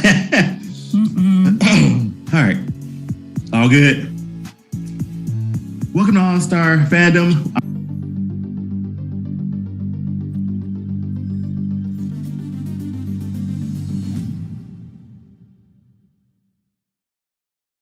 Welcome back to All Star Fandom, your favorite place for all things geek, fandom, and gaming culture. I'm your host, Dion, and today we're diving into something that has ruffled my feathers over the years, and those are those misleading EA Sports trailers. We've all been there. A trailer drops, it looks fantastic. The graphics are stunning. The gameplay looks like something straight out of your wildest dreams. And then the game releases and it's a bit of a meh moment. In today's episode, I'm counting down the top 3 times EA Sports duped us and made us believe that we were getting one thing and delivered something entirely different. Let's kick it off with number 3. NBA Live 07 was heralded as a major leap forward for EA Sports, and much of the excitement stemmed from the graphics shown in the announcement trailer. The trailer boasted impressive visuals for its time, with player models that looked sharper, more detailed, and more realistic than ever before. NBA Live 07 was a game that came with high expectations, specifically as EA Sports was under immense pressure to compete with the rising popularity of the NBA 2K series. Team Mac, Tracy McGrady, the face of the promotional campaign, was rendered with incredible precision. From his facial expressions to the sweat glistening on his skin under the lights, the light effects were particularly eye-catching, but when the game was released, the graphical fidelity failed to meet those lofty expectations.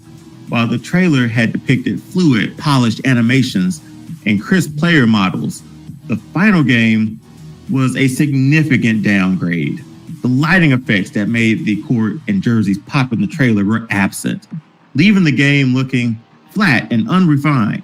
Player models lacked the detail and sharpness that were showcased, and the once promising animations were typical NBA Live, jerky and unnatural. The realism that EA Sports had promised in the trailer simply didn't translate into the actual gameplay, leaving fans frustrated. What they saw in the promotional material was not what they received. This disparity between the trailer and the final graphics only added to the growing sense of disappointment surrounding NBA Live 07. The graphics' visual shortcomings, combined with its clunky mechanics and unpolished feel, made it clear that the trailer had overhyped a product that was not ready for release. As a result, NBA Live 07 not only fell short of expectations in gameplay, but also in delivering the graphical revolution that fans had hoped for. Further cemented NBA 2K's dominance in the basketball simulation genre as EA Sports struggled to match the competition both visually and technically. I hate to keep doing this, but NBA Live 14 was positioned as EA Sports' grand return to basketball gaming after the failure of NBA Elite, and the trailer raised expectations sky high with its promise of next-gen visuals and lifelike gameplay. Kyrie Irving, as the cover athlete, was showcased with incredible detail in the trailer. His facial expressions, his facial features, dribble moves, and fluid movements were rendered almost photorealistically. Every element in the trailer seemed meticulously crafted to impress. This game was supposed to be the thing that got NBA Live, or the moment that got NBA Live back into the game. However, the in-game graphics fell drastically short of those promises, especially after seeing NBA 2K14 live up to the hype with their announcement trailer. Instead of detailed, lifelike player models seen in the trailer of NBA Live 14, the actual game featured bland, generic-looking characters with stiff animations and awkward movements. Kyrie, who had been so sharply detailed in that trailer, appeared far less polished in the game, with missing facial details and unrefined textures.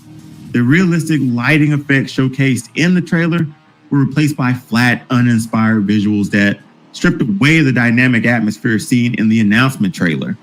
The arenas felt lifeless and the crowds felt lifeless, which had appeared energetic and realistic in the trailer. It just lacked all of the depth and movement from that initial announcement trailer.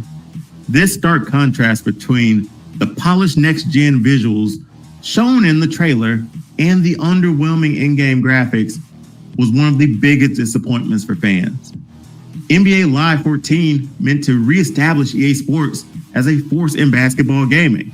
Instead, it delivered a visual experience that felt outdated and unpolished. The misleading nature of the trailer only deepened the frustration. It was so bad that NBA Live struggled to make a comeback for years after this. It was a trailer that overpromised and underdelivered in every way possible. I think this one goes without saying, and this is the one that made me question every trailer that I see after this. Madden NFL 06 is widely regarded as one of the most infamous examples of a misleading trailer in sports gaming history. Let me set the table for you. It was 2005, the launch of the Xbox 360 on the horizon. EA Sports unveiled a breathtaking trailer that promised an unprecedented next generation football experience. The star of the trailer was Philadelphia Eagles quarterback Donovan McNabb, whose lifelike character model and stunning animations left fans in awe. Let me repeat, this was 2005. The trailer showcased intricate details such as McNabb's facial expressions, voice, the stubble on his chin, and the way his jersey shimmered under the stadium lights, making it feel like a live broadcast rather than a video game. Heck, they even had Michael Strahan's gap. The lighting effects were immaculate, casting dynamic shadows on the field, and the player textures were so detailed that you could see the stitching in the uniforms. Every movement, from McNabb's dropbacks to his precision passes, was so fluid and so smooth, creating a level of realism that had never been seen in football games. However, when the game hit the shelves, the reality fell far short of the trailer's promise. The graphics in the actual game were a significant downgrade than what was advertised. Gone were the photorealistic player models and fluid animations. In their place were blocky characters with awkward, stiff movements.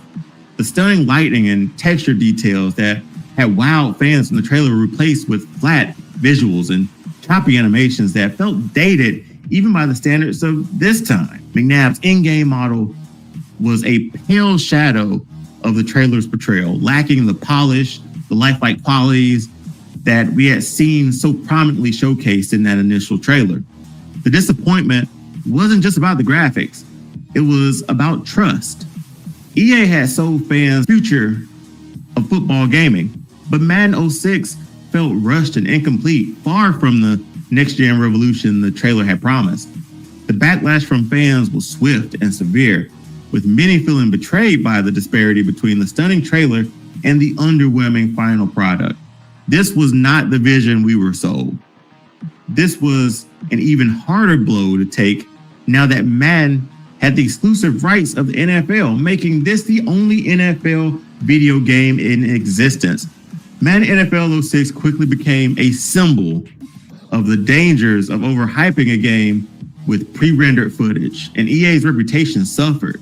It took years for the Madden franchise to recover from this blow, as the game's poor reception cast a long shadow over future releases. This was a trailer that probably defined what we mean by misleading. The way they sold this game and what we actually got, it was worlds apart. And let's be honest, who wasn't disappointed after seeing the trailer and then playing the game? It's like showing up to a football game only to find out it's a scrimmage. And there you have it, the top 3 EA Sports trailers that duped us. It's always a tough pill to swallow when the hype doesn't match the reality. But hey, that's part of being a gamer, right? We get excited, we get disappointed, but we keep coming back because of the love of the games, right? I hope this breakdown helps you remember that sometimes it's okay to be skeptical of those flashy trailers. But, I mean, again, it's part of being the gamer, right? So, what do you all think? Did I miss any major letdowns that deserve a spot on this list? Drop your thoughts in the comments and let me know which trailers left you most disappointed. Also, hit that like button if you enjoyed the episode and make sure to subscribe to All-Star Fandom so you don't miss out on any more deep dives into gaming, fandoms, and everything in between. Thanks for hanging out with me today. Until next time, keep your expectations in check and always remember, Game on.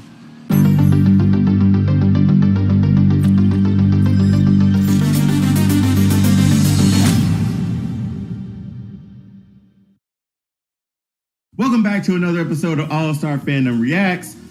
It's here. Superman is here. And we're here to react to that first trailer. Doc, you're with me this one. Biggest Superman fan I know. What's your anticipation for this?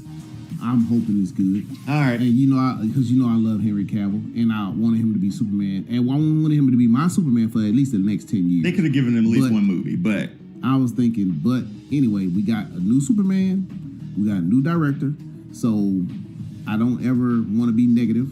I want to be positive. So I'm hoping it's really good. I'm hoping this movie is really good. So I'm really excited to see this trailer. Well, let's give it a shot. We're about to review and react and break down possibly this trailer for Superman. Looks cold. Let's know. Oh, God. Okay.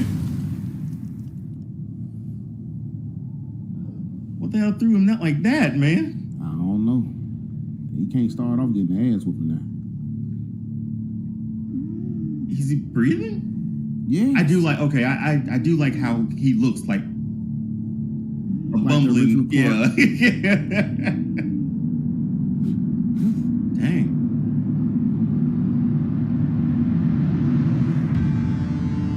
Oh, ho, ho. I ain't gonna lie, I got chills right there, bro.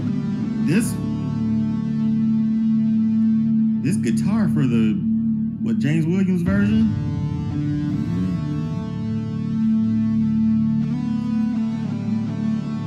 Oh man, we think Ma Kent's gone? I don't know. Man, that would be so sad. I would cry if that happened. Oh, really?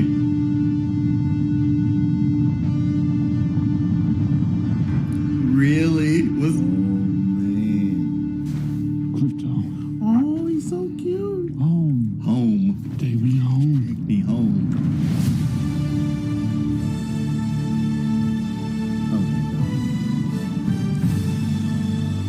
Oh man, why couldn't we do this with Henry Cavill? Okay, bro. Oh my goodness, I'm getting excited.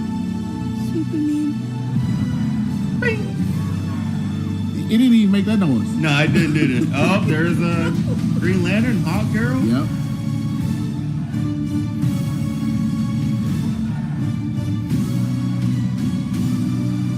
Boy, you want to talk about throwing the gambit at your boy. This is terrific. Bro. This film score about to be wild.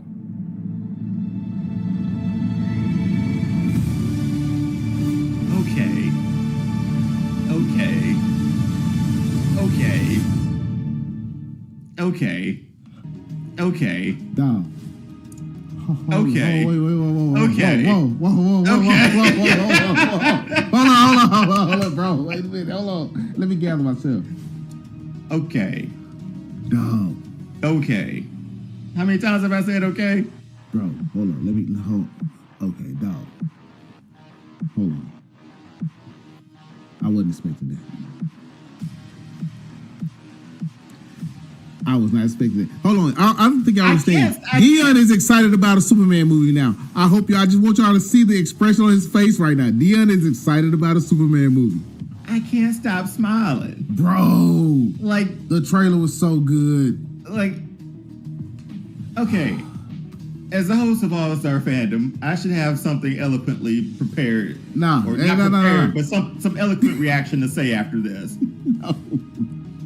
I'm gonna say it and I'll bleep it out. That gave me goosebumps. Yes, look, bro. And that's a teaser trailer. Yeah, man. Oh, man.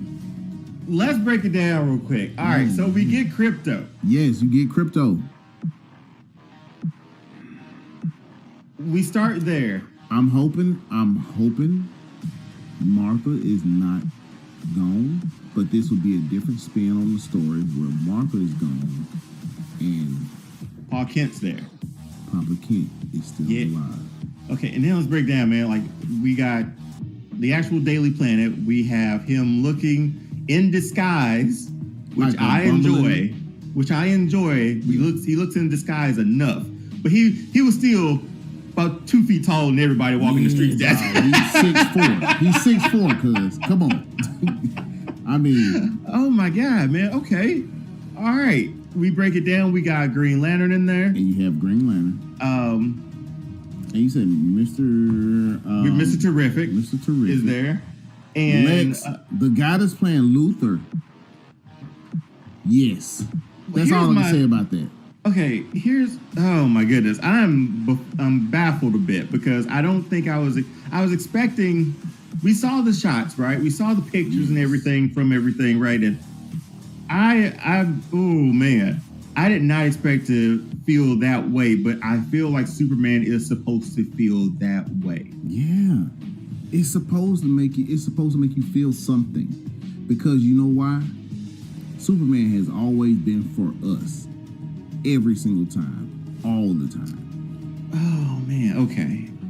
James Gunn, I know he loves a ragtag bunch, which he kind of gets away with doing it in this too, by having Guy Gardner in as a Green Lantern. We bring in Mr. Terrific, we bring in Hawk Girl. He does like ensemble cast, but this feels like a Superman. And you know who I'm really excited about? That they did not show him in the trailer. Wendell Pierce. Man. I'm really excited about him. Oh, that was getting my money as Chief. As Perry White. I'm really excited. Yes, I'm really excited to see him. I'm surprised, dog. I mean, okay, let me get my. Dion ain't got nothing to say. That's how good the trailer is, God. But it's not even like an official trailer. It's a teaser. It's a teaser trailer, bro.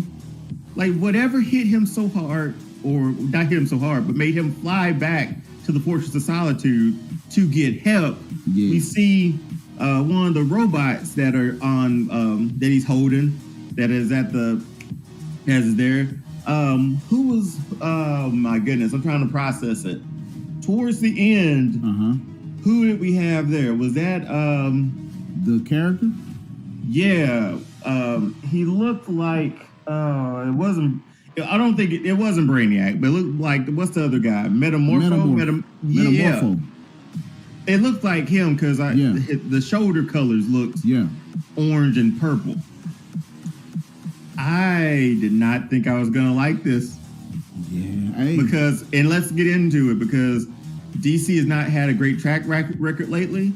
I'm hesitant to invest, because when I do invest my emotions, they pull the rug from under me. They've done it multiple times, man. Fool me once, shame on you. Fool me twice, shame on me. And like our President George Bush once said, fool me 3 times, I'm not going to get fooled again. But no, this cast looks amazing. Nicholas Hoult as Lex Luthor. He looks. That's how we would have imagined him. Man, let me tell you. I can't wait to July now. Next year is going to be a hell of a year, a comeback story for comic book movies in general. February 14th, you got the new Captain America. How did you think he looked in that suit? Oh, he looked great in that suit. Henry Corrin said looked good in that suit. That's the problem we had with but that's the thought that we had with the problem, like when we saw the pictures of it. It's like it doesn't photograph well. You know what? But in motion, it looks better moving than it did when we saw those first pictures of it. I think what it was, we were looking at the suit and looking at the guy in the suit, like he needed to go eat some biscuits and lift some weights. No, but he got in fantastic shape for this too. That's what the suit looked like on him from the pictures. But from this trailer, my man's look like Superman, bro. It is. Metamorpho. I think that's who that was at the end. And there's. So you got, this felt like Superman the animated series, man. Like this. Thank you. That's what it felt. It felt like. It felt like Superman. Was it? Okay. We know Henry Cavill is Superman, but this felt like you said Superman the animated series. And I think my hesitancy was like Henry Cavill got a bad rap, man. He had a great look. He was at that point where he could have been this type of Superman. But even in this one, there's people throwing junk at him. So apparently he did not do a good job here. And he's going through the same.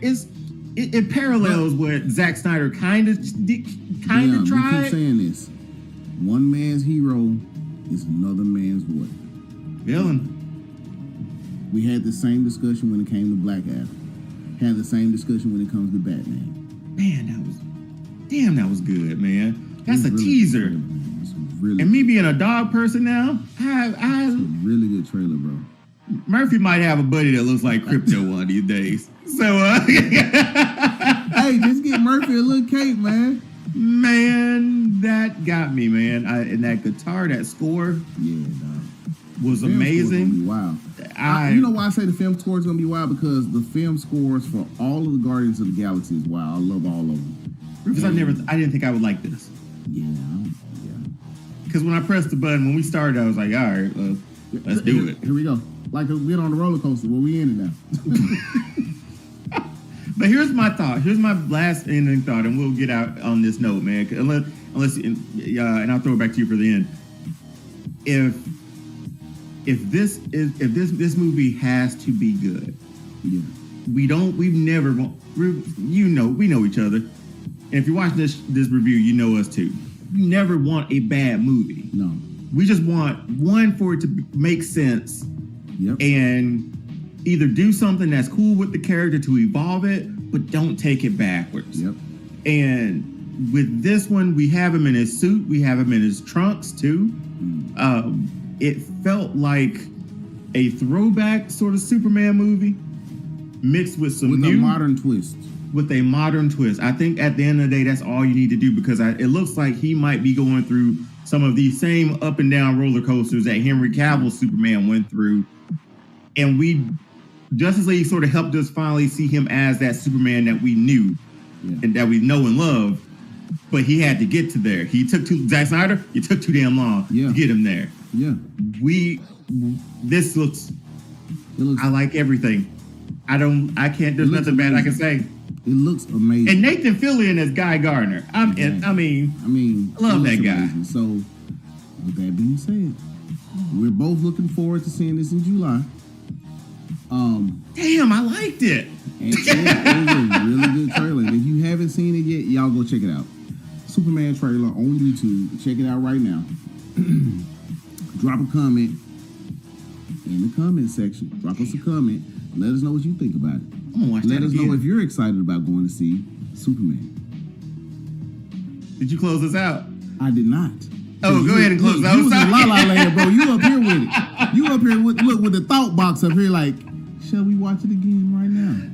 But with that being said, this is Doc and Dion. This has been the Superman reacts to the trailer video, and we out this thing.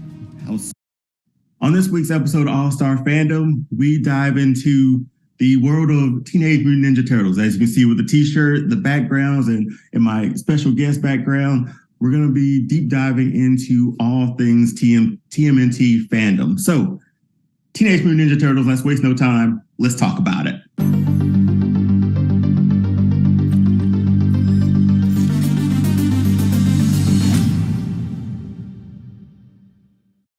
Welcome to another episode of All-Star Fandom. Like I said in the intro, I'm joined by a very special guest with a unique story, and especially how I found him on Instagram.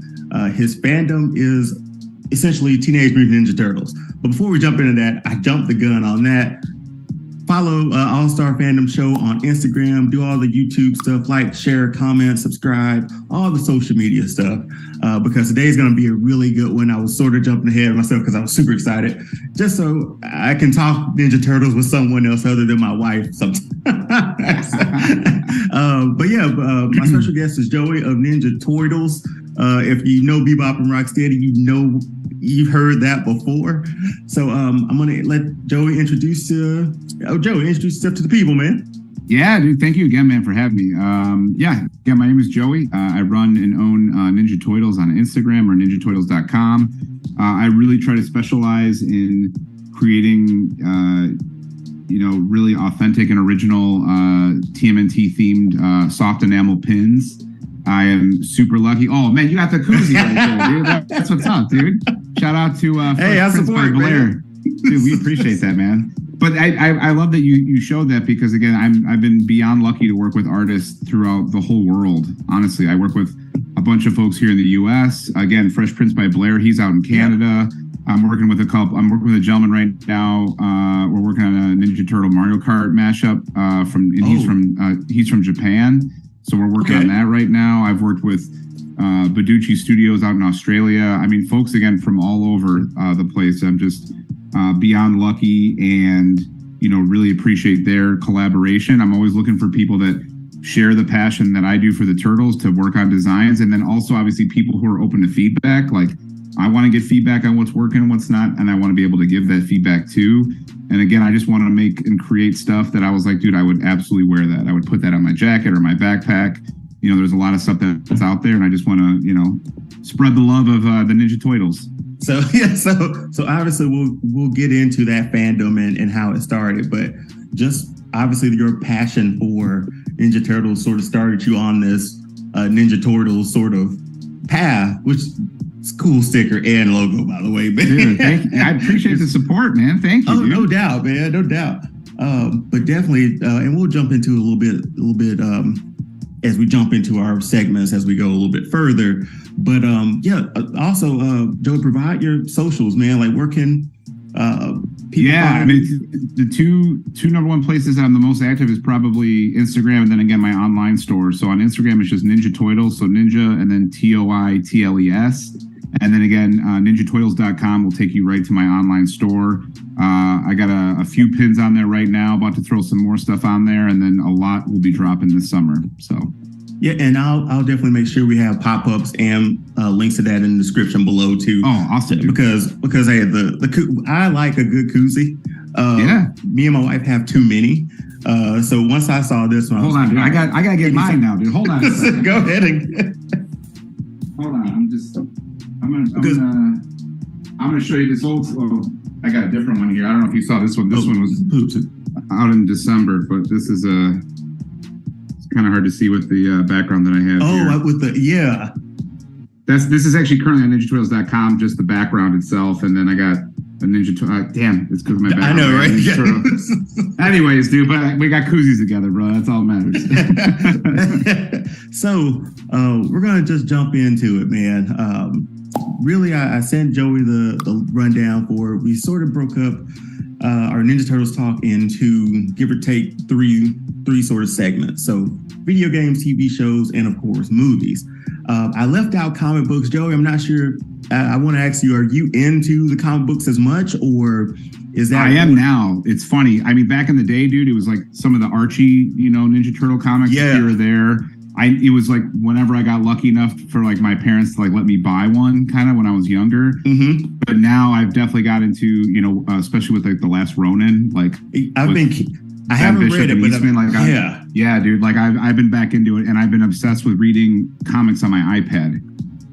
To be honest, because I love how you can, like, on the apps, depending on the app, you can tap and it goes from cell to cell, and instead of just page to. Oh, dude, I love it, because then when it zooms out, right? It zooms out, and then it's like, oh, this was what the whole page was supposed to look like. Like, it gives you the story perfectly. I'm enjoying reading it so much more than having a physical comic, because then the whole page gets ruined right away. So, definitely, I'm getting into it now. Yeah, sorry to answer. Oh no problem. But the Last Ronin storyline, it's super. It seems super dark, and I'm hesitant to jump into it because I know how I love my turtles, and I'm not a snob by any means. But it's like dude, jump in, man. It's well worth it for sure. Jump in.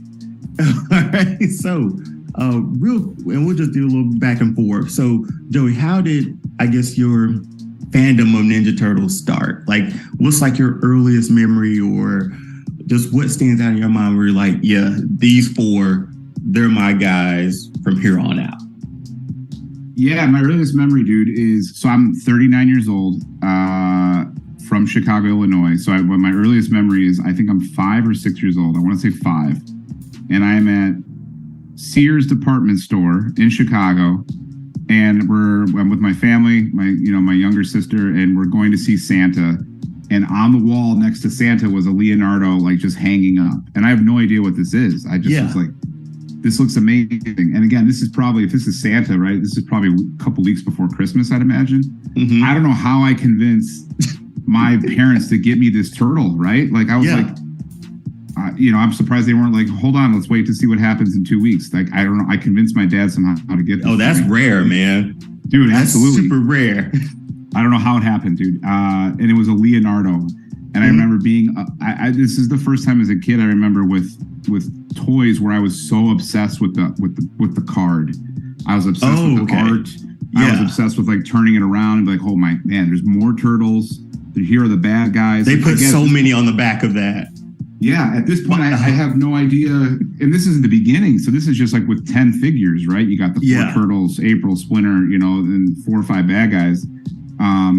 And I don't know what the cartoon is. I don't even know. I know nothing about it except this action figure. I remember I'd have to ask my mom over and over what the turtle's name was because I couldn't remember Leonardo at 5 years old. It's like too long of a name. I'm like, what's his name again? And my mom was like, Leonardo. Like, and I just remember that was day one, dude. Where I was like, I was consumed by the artwork. I was consumed by the action figure, the weapons that it came with. I was just like, that's the day it was born, I think. Yeah, and a very similar story because I was born in '87, so that was what the '90s movie came out, and I remember. Let's see, it was a few years after that. I have 2 stories actually that like just stand out in my mind. Where we went to a JCPenney's, and this JCPenney's had like the VHS tapes of a few episodes of the cartoons, right? And I think the first one was the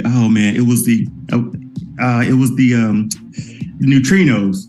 It was season 1 when the Neutrinos hot rodding teenagers, dude. Yes, that one. Yeah, dude. That was the first one, and I swear, Joey, I watched that over and over and over again. That's such a great episode too, man.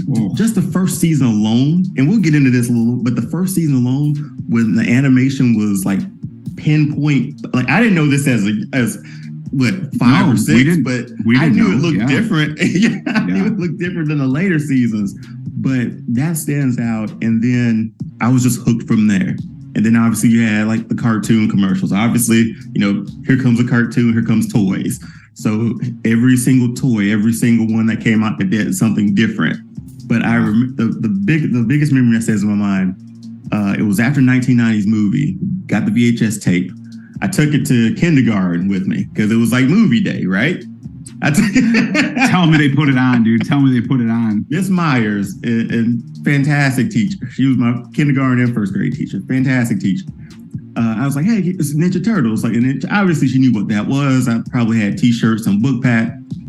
Right. So she put it in. She's probably thinking the cartoons more than the movie. Yeah. She put it in, and Raph said that first damn. And then he said the second one. By the time he got to that third one, when Casey Jones outran him, she took it out. She was like, "Yeah, I don't think we're gonna be." We were. I was already on the alphabet carpet. We were in it. Dude. Like that's as far as we got. If Miss Myers is still around, dude, you gotta get her on an episode. I doubt she would remember that at all. But that one stands out in my mind so much. But definitely. That's cool. That sort of weaves into like those 3 sort of categories that we're going to talk about. So that first one is video games. So essentially from Super Nintendo all the way to like current like PS5, because they just came out with a game maybe late last year, was like Shredder's Revenge. Oh yeah, I think I haven't played that one yet, but Dion, dude, we got to get you on that game ASAP, man. Oh really? Is it, bro? It's you'll. I mean, well, once I hear about your history with the games and what you like, I'm almost positive you're going to be obsessed with the new one. Well, let me throw it to you first. You're a guest, yeah. So I appreciate it. No worries. Just your history with Ninja Turtles and video games. They have a long sort of lineage, even just popping up in other stuff recently. Yeah. But yeah, little insight into the video game world of dude. I do remember the first time I ever played the arcade game, dude. It blew my mind. I went with my family, being from Chicago. Common thing you do for vacations is go to Wisconsin, and we went to Wisconsin, dude, like we do every year when we were kids, and we went to this one amusement park, and I remember just walking in, and I could hear the Turtles game, dude, but I didn't know what it was. I hadn't seen it at this point. Yeah, and my parents hooked up with a couple quarters. I couldn't beat Rocksteady in the Turtles arcade game. I got through the first level, and then you you're thinking you're gonna save April, and then Rocksteady shows up in the through the Technodrome, and then I just remember dying. But I remember being blown away by that. But my first real hooked on it was when my first console I ever got was in 1992, was a Sega Genesis. So my introduction was Hyperstone Heist. Oh, that was the one I had. That was I had that game like memorized, man. Hyperstone Heist was our equivalent to Turtles in Time, because I never had a Nintendo, so that was the closest thing to Turtles in Time. But go ahead. I was not many people played that game, Joey. Yeah, dude. I'm happy. But it's funny because like I'm with you. So like I remember friends playing some of the old games, and I would play it like sleepovers on the Nintendo, right? Like the first 3 on Nintendo were great. And then I did have a Super Nintendo later on after having a Sega, but never played Turtles in Time till years and years later, where I was like, you can throw a foot soldier at the screen? I'm like, have I been doing something wrong? I was like, I can't do this in Hyperstone, and like little things like that. But that game, dude, like, I just remember being like a proud, Ninja Turtle fan, I think, at that point, playing the hell out of Hyperstone, dude. Dude, that was my first introduction to it, because I had a cousin who had the old ones on like Super Nintendo. They were just a little side scroller sort of. I'd say they were all side scrollers, but this one was like the Nintendo weird. It was just weird. It wasn't Hyperstone Heist. It wasn't Turtles in Time level sort of video game. But I remember, like you said, playing probably 5 levels of that game. I think there were to it, but they were all like super hard levels. It felt like, especially at that time. And then you were fighting like zombie versions of the bad guys. Because also they're like purple, and they were like dead versions because you already beat them in previous levels. And then what Super Shredder ended was at the end of that, right? Yeah, because he was floating around. It also had Tatsu from the 1990 movie. Tatsu was a boss. Was he? Shredder's dude. He's not in any other games, but he was in Hyperstone. I had to play that again, because it's been years since I've even seen it. It's a dope level where there's like a statue of Shredder with like 8 arms in the background, and then Tatsu's like. Gotcha. Yeah. Shoot, man, it was that game alone was like, okay, it's part of the whole Turtle Mania, Yeah, like, dude, for sure. If you had the VHS tapes, you watched the cartoons, you watched the movies, you played the games. But I know for like a gap in time there, after that, I don't know if there was much that they popped up on video game wise.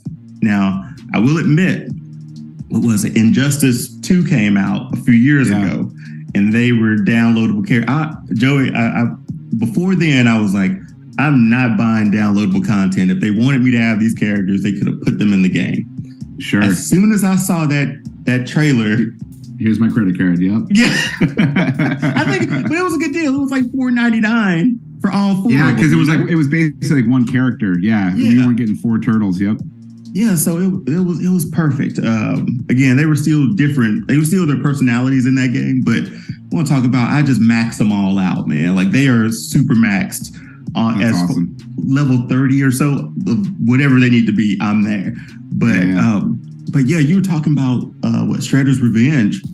I haven't played that one before, but it looks. We need to stop recording right now, and you just need to download it, dude. I'm telling you. You will love it, man. If you're a obviously a Hyperstone Heist kid like me, think about if Hyperstone Heist, Manhattan Project, Turtles in Time were all combined, and maybe a little bit of Tournament Fighters. Imagine if all four. Well, I mean, just like the vibe and the artwork, but imagine if you could combine all. That's what at least this is what I think. Combine all 4 of those games, and that's what Shredder's Revenge is, dude. Okay. I don't know why I've been putting it off. I finally got a PlayStation recently, so I'm catching up. I had an Xbox, and I'm catching up on stuff I've missed out on. God of War is currently the one I'm on right now. I just beat Ragnarok 2 nights ago, dude. I was like, I cried like 3 times, dude. Okay, don't tell me, because I'm close to the end. I'm close to the end. I feel like I'm close to the end. Where are you at? What are you doing in it? Last thing we just finished up was we went and like saved Freya's brother on the flying ship. There's more. You got a little bit, dude. Really? It was longer. It was a lot longer than I thought it was going to be. I'm at. Okay, I take that back. That's the one. That's what I remember. And I know this is that side mission I was talking about, Joey. Yeah, right, for sure. That's right. Yeah, it was right after. It feels. I think Atreus is going back to Asgard. Asgard. Yeah. Okay. Like they've all talked around the table and stuff, and Kratos basically said like, "Yeah, go do what you think you have to do." And now I'm on that part. Is that getting closer to the end? No, dude. I mean, Still?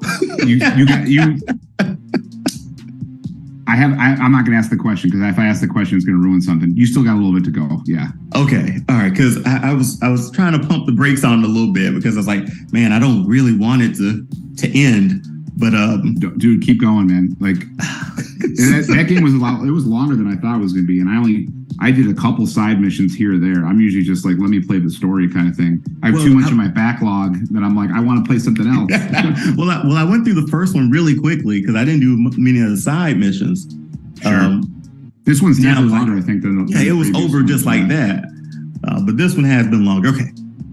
Back from that mission. I'm excited that you're playing it, dude. All right, so let's just jump into that fandom of TV, at TMNT in TV form. We know the cartoons ran for about 10 years or so, maybe even longer, because we got those, and then we got that live action TV show your reaction said it all of that. I mean, it's rough just to even see like pictures of it. Let's jump into that one real quick. So we all know we both love the cartoons, right?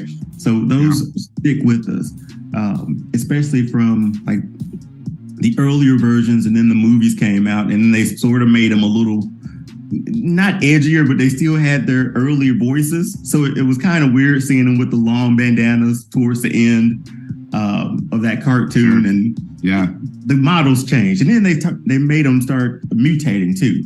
So that was a little different for the last 2 or 3 seasons, I think. But I think we both agreed one of top tier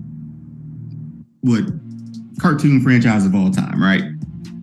Oh yeah, dude, absolutely. I mean, it's funny. It's hard because, like you mentioned earlier, like season 1, dude, of the '87, dude. Like I could watch that religiously, dude. Just like I did about a month ago. Right. And I'm just like, it's just the nostalgia hits me so hard with that. Mm-hmm. And then I bought like the pizza box, not pizza box, but like the whole series on DVD. And dude, people get pissed when I say this, but it's rough to watch, man. Like even after the first season. Even starting season 2, I was like, oh my, like you said, as a kid, you don't really, you're not like comparing it like, oh, the artwork's different and the voices, you know. But like as an adult, you're like, dude, this feels like a completely different show. You know what I mean? But as kids, we didn't think anything different. And you're right, because considering like, again, just the ones that we were talking about before with the neutrinos, just the level of like action that were in those cartoons compared to like the later seasons where they're just walking down the street sort of stuff, and just no weapons, and they all look like, you know, the first season I feel like it was like a true, almost like an anime. I feel like with the arts, even the intros were, even the intro looked, dude, like an anime. That was so good, man. Yeah, dude. So season 1 all day. The rest of it, man, now as an adult is rough. I've tried to go back and watch little bits and pieces of like those middle seasons, but I'll always like sort of fast forward to like those later ones where it was the villain was Lord Dread or something like that was the villain towards the end of those, where it was like, I have no clue who this character is. I don't know how he became. I'm not sure if he's connected with the comic book, but that was the tail end of it. They were losing steam. But in the meantime, while they took that little hiatus from cartoons, they dabbled in live action. So Joe, you want to talk about that? We're talking about that mutation one? We're talking about the next mutation. Yeah. I've never given it a fair chance, to be honest. And like, I like watching the memes, like where they like meet the Power Rangers.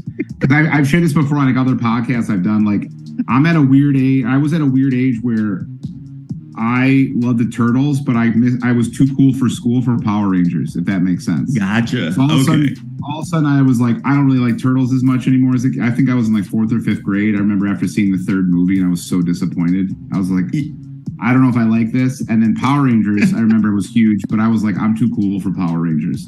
So like seeing those when they meet is I always laugh. Like seeing the meme or like seeing videos like on YouTube or Instagram or whatever. Like yeah, I'll be honest, I've never given the Next Mutation a fair chance. So I remember it was like on Fox Kids Saturday mornings or something like that. And I swear when I saw, again, if people watch this show, they know and my friends know I love like animatronics, sort of the way that things work, and especially seeing those movie turtles. Yeah. You sort of see those and you're like, okay, let's see I gave it a shot, Joey. As a kid, I gave it a shot. Sure. I gave it the best shot I had. But then there was one episode where we found out where they weren't actually brothers. I was like, hold up, wait a minute. Really? Yeah, like, why am I watching this thing? Right. I was like, changing up the story a little bit, yeah. Yeah, and I had no problem with like Venus de Milo, but it just felt pushed in or shoehorned in to be different. And I don't know if that character will ever pop up again in any sort of medium either. So I think there was. I thought I could be wrong, but I think there was a rumor about her coming back to one of the comics. That there's a lot of different comics right now, but I think she might be coming back. So yeah, just the voices of that, and the quality dropped off a lot. I mean, I know you said, and we'll talk about movies next. I know you talked about how that third movie sort of was like like a nosedive for you. Yeah. But then to go from that, because they changed the puppets or the costumes in that movie, and then we get another change for this TV show. You're like, I don't know, man. Like, I gave it a shot. The voices sounded weird. When they linked up with the Power Rangers, I was like, as a kid, I should enjoy this. But I was like, this should be blowing my mind right now, right? Right. And it was like, because the Power Ranger Turtle comic right now, I love it, dude. I think it's great. And I think there's a second part out now. I have to catch up on that. I'm behind on it. And again, this might be another side mission, but comic books, I'm a huge Batman fan too. I didn't know I needed that in my life, Joey. I didn't know I needed a Teenage Mutant Ninja Turtle and a Batman team up. Are you talking about the comic? But you've seen the movie? Yes, I've seen the movie and I've read the comics for that one. Dude, I didn't know I needed that in my life, Joey, until I read that comic. I had the amazing opportunity to work with Jake Castorina. Not work with him, but we did. He jumped on Instagram Live with me. He's the director of it. And he, what an awesome dude! Like, what an amazing guy, and just him going kind of in depth of like, I mean, like you said, I'm sure you grew up on the '89 Batman, dude. Michael Keaton, what I mean? Absolutely, dude. So like, sorry, I totally agree with you. Yeah, the combination of those two in comic form and animated movie was great. Yeah. So I don't. Obviously, we talked about the live action one. We'll move on from that one. But then they came back strong with that TMNT series that ran for a few years. For probably the first time since that season 1 of the original, we got like consistent storytelling throughout the entire series, you know? Yeah. It just didn't feel like a one-off episode every now and then. That might be my favorite. Minus the first season. Take the first season out of it. Sure, yeah. That might be like the best piece, because I watched that growing up, and then I watched it a few years ago just to go through it all again. And I don't know about you, but that sort of gave those turtles a little bit more life. You know, it gave them a second, third life, however you want to say it. It gave them another shot. Good point. Yeah, sure. See, and I appreciate you sharing that too, because like I've never. Again, at this point in my life, when that comes out, that came out, what, 2003, 2004? Yeah, I was in high school. Yeah. I mean, I'm only a couple years older than you, so I graduated high school in 2002. Mm-hmm. So at this point, I'm still not really even back into the Turtles yet, I think, at that age. I was just kind of like, oh, cool, they're doing this. But like I wasn't like throwing it under the bus, but I also had no interest in watching it. So what got you back into it? That's a great question, dude. I think it was shout out to one of my closest friends. His name's Nick, goes by Click to Enlarge. I moved in with him, and we shared a house together back in 2010, dude. And in 2010, like, you know, he's a big video game guy, again, Ninja Turtle, like, and all this stuff, dude. And like hanging out and like living with one of your best friends, man. Like we'd have nights where it's like we just boozed it up, got a pizza, would you know, like you said, play some of the old video games. Yeah. Watch some of the movies. And again, we're watching everything, you know, all the pop culture stuff. And I think that's what really kind of got me back into it a little bit. And then just seeing some of the action figures, I was like, oh man, I remember just like being big on eBay at that time where I was like, I want this figure again. Or like, I want this, like I want that, you know what I mean? And I think that's where probably like 2010, 2011 is where I was like really starting to get back into it. Yeah, and you talk about action figures, which could have been this whole section too. I really wish I would have hung on to all of mine. Oh, like, dude, Dion, I remember this, dude. I had a whole like big wide milk crate, bro, of Ninja Turtle action figures. And again, this was like right after the third movie came out, and I kind of gave up on it. Yeah. And I gave it to the neighbor kid who was like, so in '93, I'm like 10. This kid's probably like 6. Who lived like 3 houses down. And I literally told my mom, I'm like, oh, I'm going to give this to him. My mom was like, oh, that's so nice. I literally just walked and went to his front step, rang the doorbell, and dropped probably like 50 action figures. I was like, those are the times I want a time machine, dude. I need to go back and be like, nope, let's keep these. Yeah, and I think over time, mine more or less got lost, or I don't know. Maybe I gave some of them away. I know for a fact I was big into wrestling growing up too, so I had a lot of wrestling action figures, and I gave those to my nephew. Another big mistake. But if I just the only toy that evaded me from that Ninja Turtles sort of set was the party wagon, man. That was the one. Like I might just get that one for myself now, just so I can have it. Every time I see it, I think, I wished I had that. So don't be surprised, Joe, in a post you see me holding a party wagon saying I finally tag me got out, man. Because I have an old school one. It's not like you said, it's not my original, but I have an old school one. And then Nickelodeon brought them back, I think, a few years ago. I saw that, yeah. Like it looks like the original. I have that one boxed up.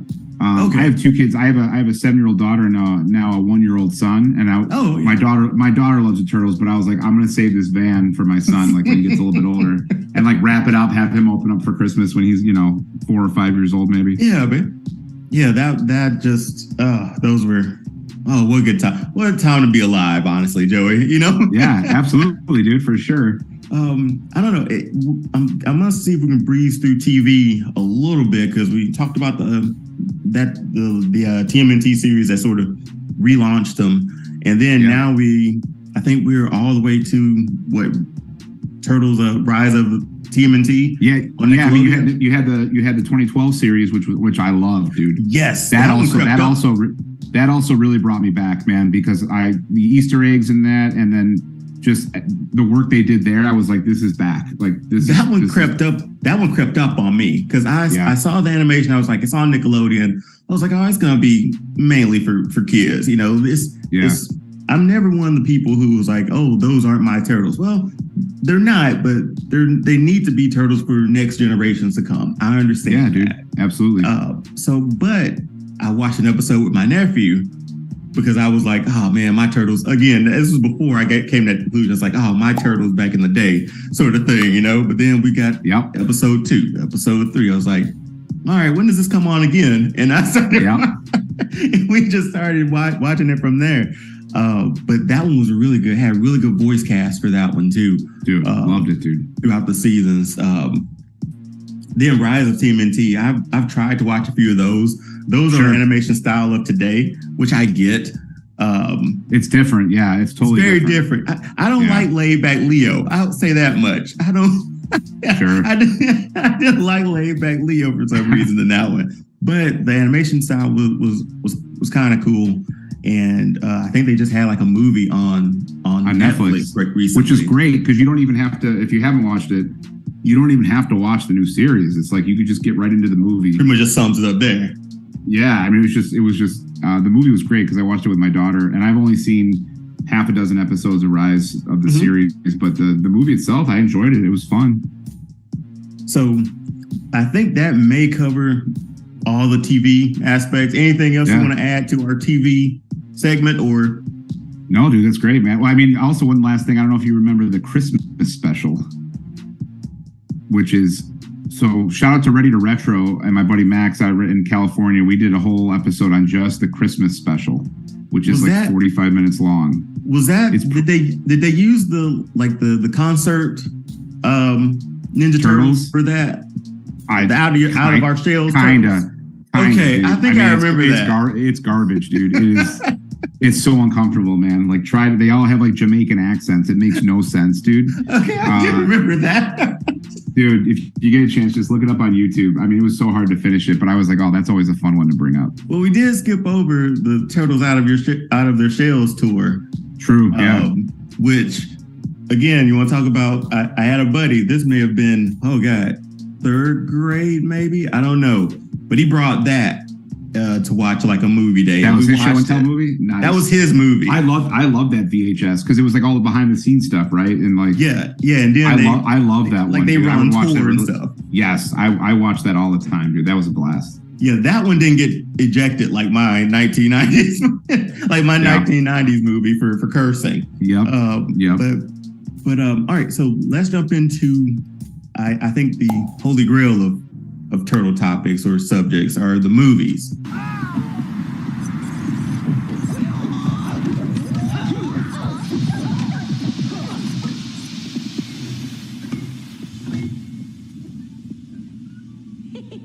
No sweat. Gosh, I do hope there's more of them.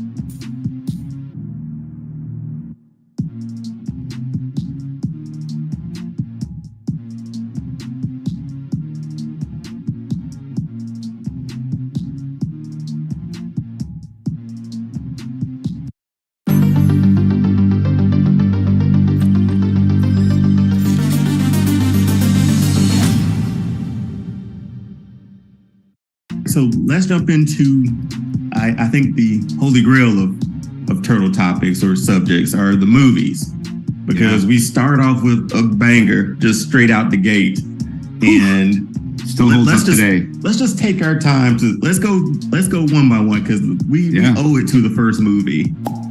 That movie, line for line, scene for scene, can't be beat. It hasn't been beat yet. They're still trying to. You're so right. Yep. Beat that movie or come to that movie. And I told you my stories of taking it to Miss Meyer's kindergarten class. Yeah. What's your That's how much I loved it, Joey. That's how much I loved it, man. We're talking March 1990. So I think I'm 6 years old. I remember it's the first movie ever in my life that I saw, I think at least 2 times in the theater, maybe 3, but I'm pretty sure 2. I remember the first time I got there late and didn't even realize it, but I was sucked in so quick that I wasn't even, it was when did you show up? Yeah. I showed up, I remember seeing the TV screens when Shredder's like, find her silencer and he like throws the dagger. Oh man, yeah. So I'm that's probably 15 minutes in at least, dude. So I've missed a good chunk, but like, I remember, you're a kid, you're just like, what is this, dude?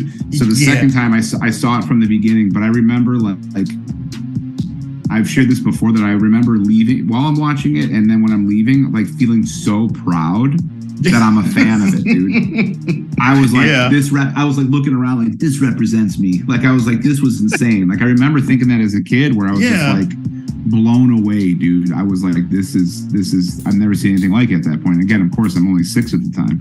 Yeah, because I don't think I like clearly saw it until or remember it until like around kindergarten or like right before it. So that was a little years after. I probably, because then every movie come out like a year a piece, like a year after each other. They came out pretty quickly. I think it was 90, 91, and then 93. Yeah, so they were kind of quick on those. But yeah, The Secret of the Ooze came out literally like exactly a year later. But that first movie, man, it was recently on Netflix again, and I've watched it multiple times while I was there. I have it on Blu-ray, but I might just need to buy it. And I have it in physical media, but I need to be able to just like load it up when I want to watch it. because line for line, I can go through that movie. I'm sure you're the same, Joey. Oh, dude, I can only watch it with like my buddy, like Click to Enlarge, because if I watch with anybody else, they're not going to hear the movie because I'm going to say every line out loud, dude. It was just so good from Jim Henson's Creature Shop making those suits, and it just felt real, you know. It felt like, okay, if something happens, they're gonna come right through that door, and I can dap them up and high five them right there. Like that's how real it felt. I remember getting Burger King videos, right? The cartoon VHS tapes, and one of them had the trailer. And that was my introduction to the movie, just knowing that a movie was coming out, dude. It was a trailer on the cartoon VHS that you buy from Burger King. And I remember like just watching the trailer over and over, right? Yeah. Just like I would rock up to my VCR and rewind my tape again, and I'd let the trailer play, and then I would do it again. I would like analyze it, dude. Like, oh my gosh, like this is going to be an actual movie. And the thing is like kids of that time, the 90s, early 90s, late 80s, early 90s was just a different sort of time. You know, you had Ninja Turtles that was, again, we had them so colorful in cartoon form, but then they come out gritty in their first movie. You're like, oh, wait a minute, something doesn't connect. And they're selling toys from it and doing all that. Like, I go back to saying, like, I had a RoboCop action figure. Actually, there should have been no way in the world. There should be no RoboCop toy line. Exactly. There should have been a Saturday morning cartoon too.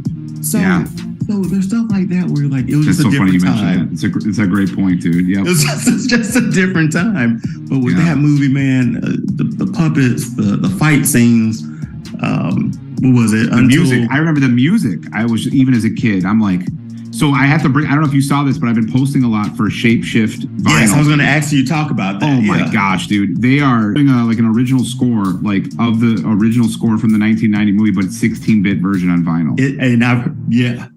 Dude, and the animation they're doing for promos, dude, like people are flipping out because they're like, is this a real video game? Like people think like it's either a game or they're like, it needs to be made a game. The animation that Shapeshift's doing for that, dude, is insane. And again, they're just doing this to promote the vinyl, which, by the way, April 28th, I'm not sure when this will air, but April 28th, it will be available to pre-order. Perfect. Yeah, and I saw it because you reposted it or shared it. And the first one I saw was probably, I think, where the turtles around the campfire dude, with Splinter. And I was like, because I was like, wait a minute. Like, again, I thought the same thing. A game? But then I read the rest of the description. I was like, that's going to be pretty tight. And the album art has been, dude, I don't know which one's the right album cover, but the one with Bleecker Street with the burning building behind it. Yeah, that was sick. I was like, that's the one, man. Yeah, dude, those guys that whole crew is so talented, man. So like I was like, hey, please let me know how I can support and like promote it. And they've been sending me a lot of cool like video clips and photos and stuff. And I've just been trying to rush it on there. Like, yeah, dude, we'll drop it in here too. We'll drop it in the description here and put it up within however I edit this. We'll make sure we show it off. Love it, dude. Yeah, they'll appreciate that too. But just thinking about like, they want to do that for that 1990s movie just shows everyone how sort of impactful that first one was and how like it's been the GOAT for ever, essentially. It was one and then it was done. But then we go, after that first one, we go to Secret of the Ooze. Yeah. A bit lighter, a bit just a bit different. It was a bit of a 180 from that first movie, because I think around the time, that's when parents came out, talked about the violence in the first movie, the use of weapons. That's why we had like Michelangelo using sausages instead of nunchucks. Because I'm not gonna lie to you, Joey, I had those foam nunchucks growing up, and I was. Oh, dude, that was my favorite turtle. Still is to this day. So you're always practicing, thinking you know what you're doing, dude. So, but yeah, that second one. Just reflect on that second movie. What were your thoughts on that one? Yeah, I mean, I agree with you. You know, it's a lot different. It's a lot lighter. But I think at the time, I don't remember thinking that whatsoever. Right? it comes out within a year, and it's probably 1990 to 91 movies like was probably the biggest time ever for Turtles in general, because that obviously skyrocketed with, like you said, coming out of their shell tours, the toys, everything. So I remember being stoked. I do remember really wishing that Bebop and Rocksteady were in it, but at the same time, I thought Toka and Razor were cool. I was like, man, these guys look kind of scary. They look like good bad guys there. I like the idea of Kino. Like, I love his character, man. And I was like, this is cool because he's kicking ass, like, with the Turtles kind of thing. But yeah, at the time, like, I mean, again, I still really enjoy Secret of the Ooze. I know that one, I think I recite that one probably just as much as the first. But yeah, when you look at it now, they're definitely completely different. But I still think the second one's great. The only thing I picked up where, like, the voice changed from Corey Feldman to, I don't even know who does this. Is it someone famous? He was the voice of Robbie in Dinosaurs. Remember that TV series? Was Robbie his teenager? His teenage son. Yeah. Oh, dude, I'm gonna have to YouTube that. I remember the show and I remember that character, but I don't remember what his voice sounded like. Yeah, but it was his name's on the tip of my tongue. It's like Leaf something. So, Leaf. Is it Leaf Tillman? Yes, I think so. Yeah.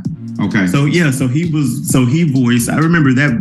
It's just a change in voice, Sure. I noticed that because Donatello in the first movie was he had a lot of the good one-liners, Yeah. And because I guess they may have given him those because of Corey Feldman too. But sure. He had a really. He was also a thicker turtle, man. In the second one, I was like, oh, he dropped some lbs, dude. He was like the skinniest of the group. He was slim, man. He was he was sleek. But that's the only little thing I picked up. And again, we brought Shredder back for it. The only thing I wish we would have got more Super Shredder at the end. Like, dude, absolutely. That should have been like a full out brawl with Toka and Razor helping him.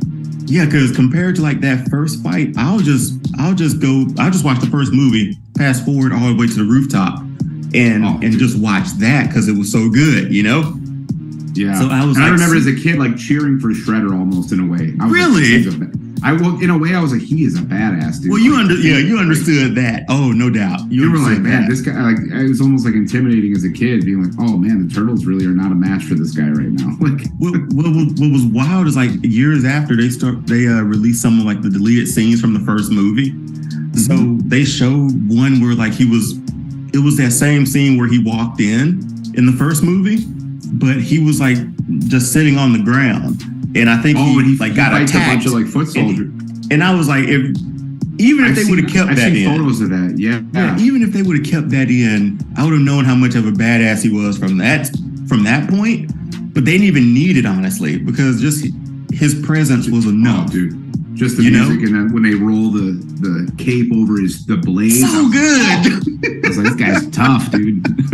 But Secret of the Ooze, we get the whole origin story sort of the Turtles. We get a new April O'Neil too. So we get no Casey Jones. But again, as a kid, you're like, oh, well, we're moving on. At least I have the 4 Turtles with me. So that's all I cared about, Right. We jump into the third one. This is where you obviously got off the ride. It's. I saw it in made theaters. You get off the ride, man? I saw it in theaters, and I remember being confused when I left. I think I remember leaving it and thinking, okay, I think that was cool. Like I wasn't like I didn't feel as good as the first and second. And then when it came out on VHS, I remember my dad got it for me like day one, and I remember watching it and being like, this sucked. And again, I don't think I used that word, but I remember just you knew 93. I'm like 9 years old. So I remember just being like, what was this, dude? I remember just being really disappointed with it, I think, at that point in time. You knew it didn't live up to those first 2.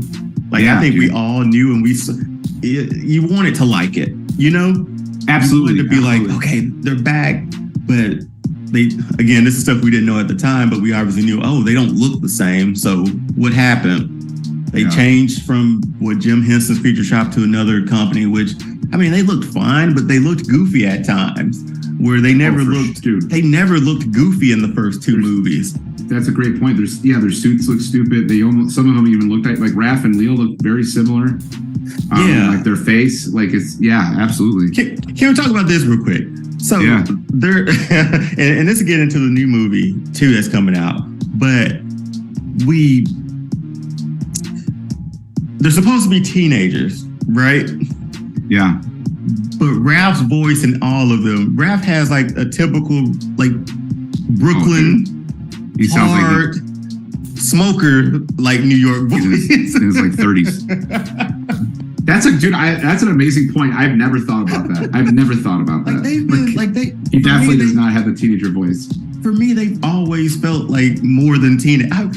Again, they're kids. You hear from Splinter all the time, right? Right. That they're kids, and you get it. They joke around, they do whatever. But like you look at the stuff that they've gone through so far, like, man, they're kind of old, man. That's a good point, dude. They saved New York City. But the third one for me, like I knew it was different. There's a few lines in it where I enjoy. I don't know. I do.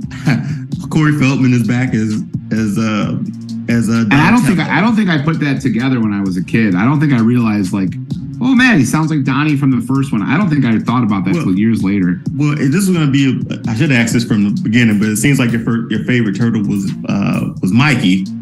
So mine was Donatello. Like for some reason, I just gravitated to him, and then Corey Feldman gave him the great one-liners where it was like, all right, this is my guy, man. He's smart and he can burn somebody if he needs to, roast somebody if he needs to.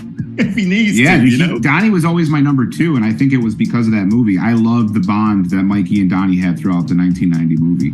And I think that's what made me really like him, is like those were my top 2 was Mikey and Donatello. And that's not talked about enough either, because again, you always have like the Raph and Leo sort of storyline, leader, Ralph might want to take him out. I don't know, like he might want to be the leader, stuff like that. But Mikey and Donatello, they were, especially that first movie. They're down with whatever, dude. They're like pork ring. They don't care. Pork ring, exactly. They're like, we're down to kick ass, but we want to have a good time while we're doing this. And they just crept out. They're sitting on the floor watching cartoons together. Ninja kick the damn rabbit. Like that's do something. Yeah, dude, I love it. But the third one, that was probably like the end. I was like, okay, let's take a break from Ninja Turtles movies, and then it was fine. Like it's nothing to write home about, No, definitely not. But then we fast forward. I think we get the animated TMNT. Was that 2007? I think. Yep. Yeah, somewhere around there. Yeah, because I was like right in college, I think, around that time. So 07 or so. Yeah. Felt like a bit of a continuation from the live action movies, just because they showed like the Shredder's helmet and all that other stuff at the end of that movie. Right. But the scepter and Yeah, but I think for like an animated outing, it was pretty dope. Like the rain fight with Leo. That's the best part. That's the best part, I think, is that But yeah, that one came up. Then what else after that? Then we get the Michael Bay turtles, right? Dropped 2 of them. Yeah. So give me your thoughts on that one, Joey. I got a lot on that one. There's good and bad. There's stuff I like, stuff I don't. Your thoughts? I mean, I don't really. They're okay, right? Like I've said this before. Like I went with my buddy Click to Enlarge to see him. We were like, we're going to see it no matter what. I don't care what the reviews are. We're going to see it. Yeah. But what really stood out to us after the first one was leaving the theater and seeing these families walking in to see the second showing of it, right? Like, kids are all decked out in like turtle gear, and I was like, this is the point, dude. Like you said earlier, it's not made for, it's not made for us, man. It's made for these kids it's the new generation that are stoked on it. So yes, it has to be updated. It has to be with the times. It has to be with what kids like or what kids think's funny. It's got to be up to date with technology. Like, yes, that's got to happen, right? So like, the attempt was, I think it was cool that they attempted to do it. And the second one I enjoyed because, again, I was like, cool, Bebop, Rocksteady, and Krang. Like, as goofy as Bebop and Rocksteady kind of were and they looked, I love that they brought them into that. Again, I don't watch those really ever. I mean, like you said, I probably have them on Blu-ray or like in iTunes, but I don't really watch those like on a regular basis or anything like that. But I mean, you gotta take it for what it is. It wasn't made for me. Exactly. And I think that's what a lot of people sort of had to come to grips with when watching or going to see it.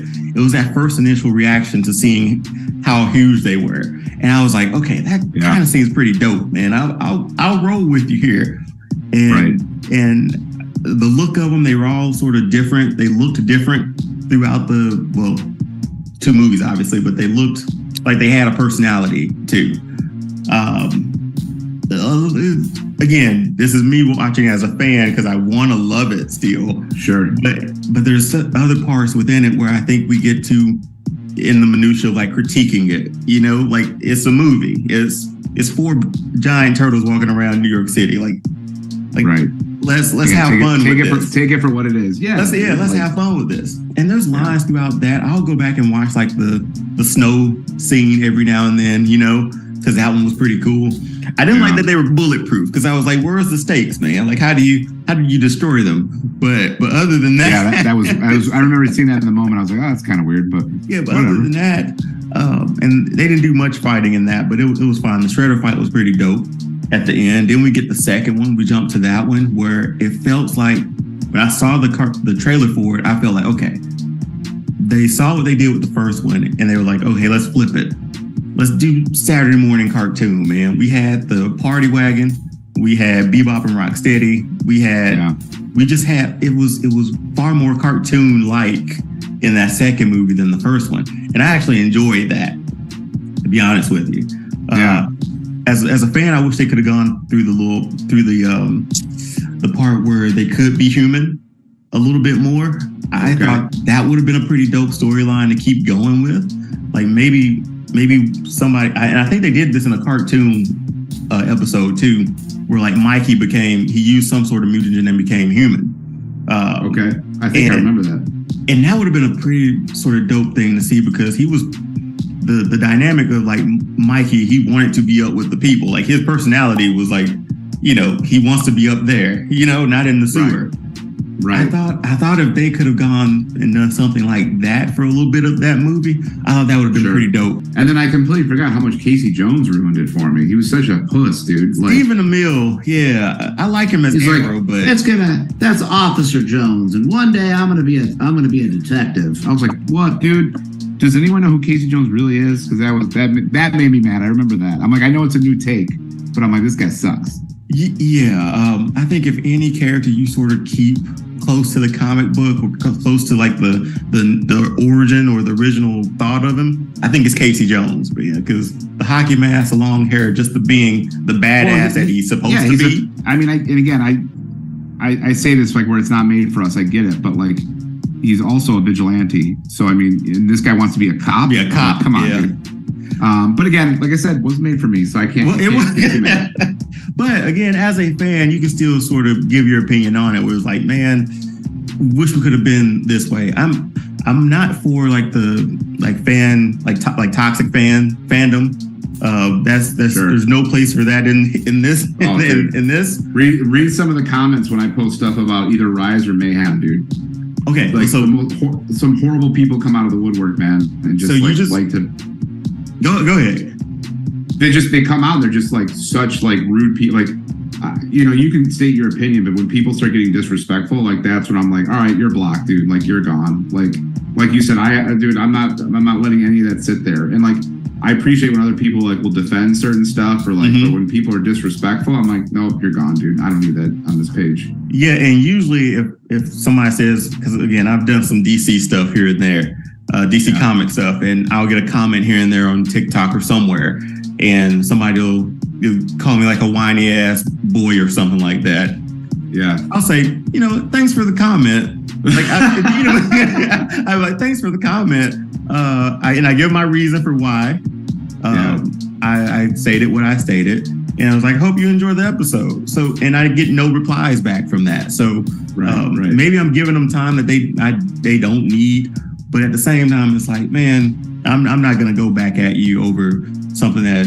Oh, who cares? It's the internet. Yeah, I know, right? So let's jump into Rise. Well, not Rise, but Mutant Mayhem. Yeah, so dude. we saw the trailer for that a few weeks ago, maybe a month or so ago. Yeah, and I think it's been a little bit longer. Yep. Yeah. So what are your thoughts on that? Because I'm super stoked about it.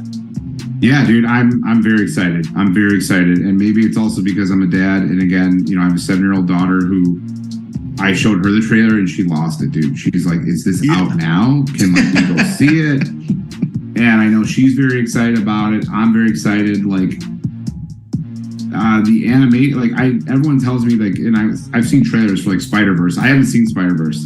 But everyone's like, that's everyone's like, but that's like the animation seems very similar to that. So I've seen like clips and trailers. I'm like, oh yeah, that does look like it. But again, it's funny. I posted it and everyone's like, man, they sound like kids. It goes back to what you said. I was like, hold on a second. You're mad that teenagers sound like teenagers for the first time? Joey, yeah, man. It's been adults the whole time. You know what I mean? Playing these characters. And then people get mad that it's like an all-star cast, dude. I mean, the amount of people that are going to be in it is going to be insane, dude. So like, yeah, it was like a laundry list of a grocery list, so like, sort of. Dude, I'm working with a couple folks right now, man. Like we're already working on some Mutant Mayhem Ninja Turtle pins, dude, that are like in the works. My plan is to drop them at the latest like July, like a month before the movie comes out. Gotcha, because that logo that might be one of my favorite logos. Just the dripping sort of ooze or whatever on the logo for the next movie for Mutant Mayhem. Oh yeah, it's cool, dude. Yeah, and then I don't know if you saw the one again. You got the koozie from Fresh Prince by Blair, but he made one for me of the new logo. I think that's what I saw. Yeah, that's just the one he made that one for me because it just says Ninja Turtles instead of Teenage Mutant Ninja Turtles. And I thought that looked super rad, dude. He like sent it to me one morning. He's like, "What do you think?" And like we changed a couple things. I was like, "Dude, this looks insane." Like I love it. Yeah, I think that movie's gonna introduce another audience, another younger audience to. And seeing the toys, I was like, great. I'm gonna start buying these now too. Like the toys look great, dude. I think like. I don't know. I'm very excited for it, man. I think it's going to be a completely new take, and I think it looks amazing. Again, we talked earlier about how they didn't sort of sound like kids or teenagers. They sounded like teenagers. They interacted like kids. Yeah, they're being goofy. With their siblings. Like, people also forget that teenagers is from 13 to 19. That's a big range, dude. Like very. Like, they don't sound like they do in like the 1990 movie. I'm like, yeah, no kidding, dude. Yeah, I don't think Mikey's surfer voice will work in his California surfer voice will work in today's 2023. Yeah, I mean it was very of the time. I mean, it would exactly, and it would make completely less sense to do that right now. Like, so I mean, who knows? But just seeing the preview that we saw from it, I'm super excited about it because it's a different take. We don't really know what that story entails. I'm gonna call right now. I feel like they're gonna drop the next trailer is gonna have Shredder in it. You think so? Because the only reason I'm guessing that is they show Bebop and Rocksteady, and they didn't just become Bebop and Rocksteady on their own. So I was like, dude, I bet they're waiting to say who's Shredder, and then they're gonna show like a quick clip in the next trailer that comes out this summer. I bet. And that's going to get us all hooked to go see it. Because absolutely. I feel like it'd be such a great idea. Like, all right, we're going to show, because then you know the list of other characters, but you didn't see the other characters in the teaser. So they're going to show those characters. They're going to show what those look like, and they're going to drop a Shredder. I feel like that's going to happen. And you know what? Like having Seth Rogen as like the creator and director of this movie sort of fits him. Because I think they even said in the preview, like he's something teenage movies or something like that, like he's the be all end all of like teenager movies or something like that. Sure. I mean, he grew up with the Turtles like you and I did, man. So I mean, I'm pretty sure he's close in age with us too. So I mean, he was living on that stuff. So I don't know if you've heard, but Colin Jost and his brother are still developing like another live action Ninja Turtles movie. I heard that, but I a while ago, but I didn't know if that was really still happening or if it was even true. Well, I don't know if you follow him or not, but it's a shout out to Old Turtle Den. Oh yeah, dude. He's great content. So good, man. I've gotten lost on their pages, like on their YouTube channel, just over and over again. And they're so quick with stuff too, man. And I think they just hit 100,000 subscribers. Oh shoot, man, yeah. I have been one. they showed their plaque or whatever you want to call it, and I was like, Gotcha. congratulations! Like that's insane. Yeah, and but I think they recently posted that it's still in development. So I'm anxious to see how this works. Again, we live in a time where things are supposed to be like in a universe. That seems like to be the key word for the time. But this obviously is going to stand alone since it's animation, you know? Right. But it seems like I'm anxious to see how that works because I don't know much about Colin Jost's brother. I know Colin Jost just from Saturday Night Live. And he's married to Scarlett Johansson. So those are two checks on him. So yeah, there you go. So check. He knows what's up. Yeah. Yeah, let's give him a shot. But I'm anxious to see how that works out, especially when we think of a live action one. Do you think if we get another one, will it be like Michael Bay's, or will it be a little bit of Michael Bay mixed in with like our 90s movie? I think it'll be nothing like Michael Bay. I'm sure they want to get rid of that too, or just it's not like. I don't think they would do that because they're like, well, that wasn't really successful, so they're not going to try to repeat that formula. But again, so you think we'll get suits for that for this movie? I don't think. No, I don't. Like, I think it'll still be. I still think it'll be CGI, but I think they'll try to make it look as much of like a suit as they can. Yeah. I have no clue. You know, this is just obviously I'm just pulling this out of nowhere right now, but that would be my guess. So Joey, you can make if you could make your Teenage Mutant Ninja Turtle movie, we give you what's a good budget? $500 million. That's an insane budget. Okay. We give you that. How are you making this movie? I don't know how I'm making it, but what I do know is my obsession with time travel is making a Turtles in Time movie. Okay. So I don't care where they're going, but they're going to different times in history, or they're going back to the Future style to past times where they were. Like, I'm obsessed with Back to the Future is probably like my favorite movie of all time. It's the greatest franchise ever. Three movies, we're good. We're done. I mean, dude, I got my DeLorean right here on my forearm. They better never touch those.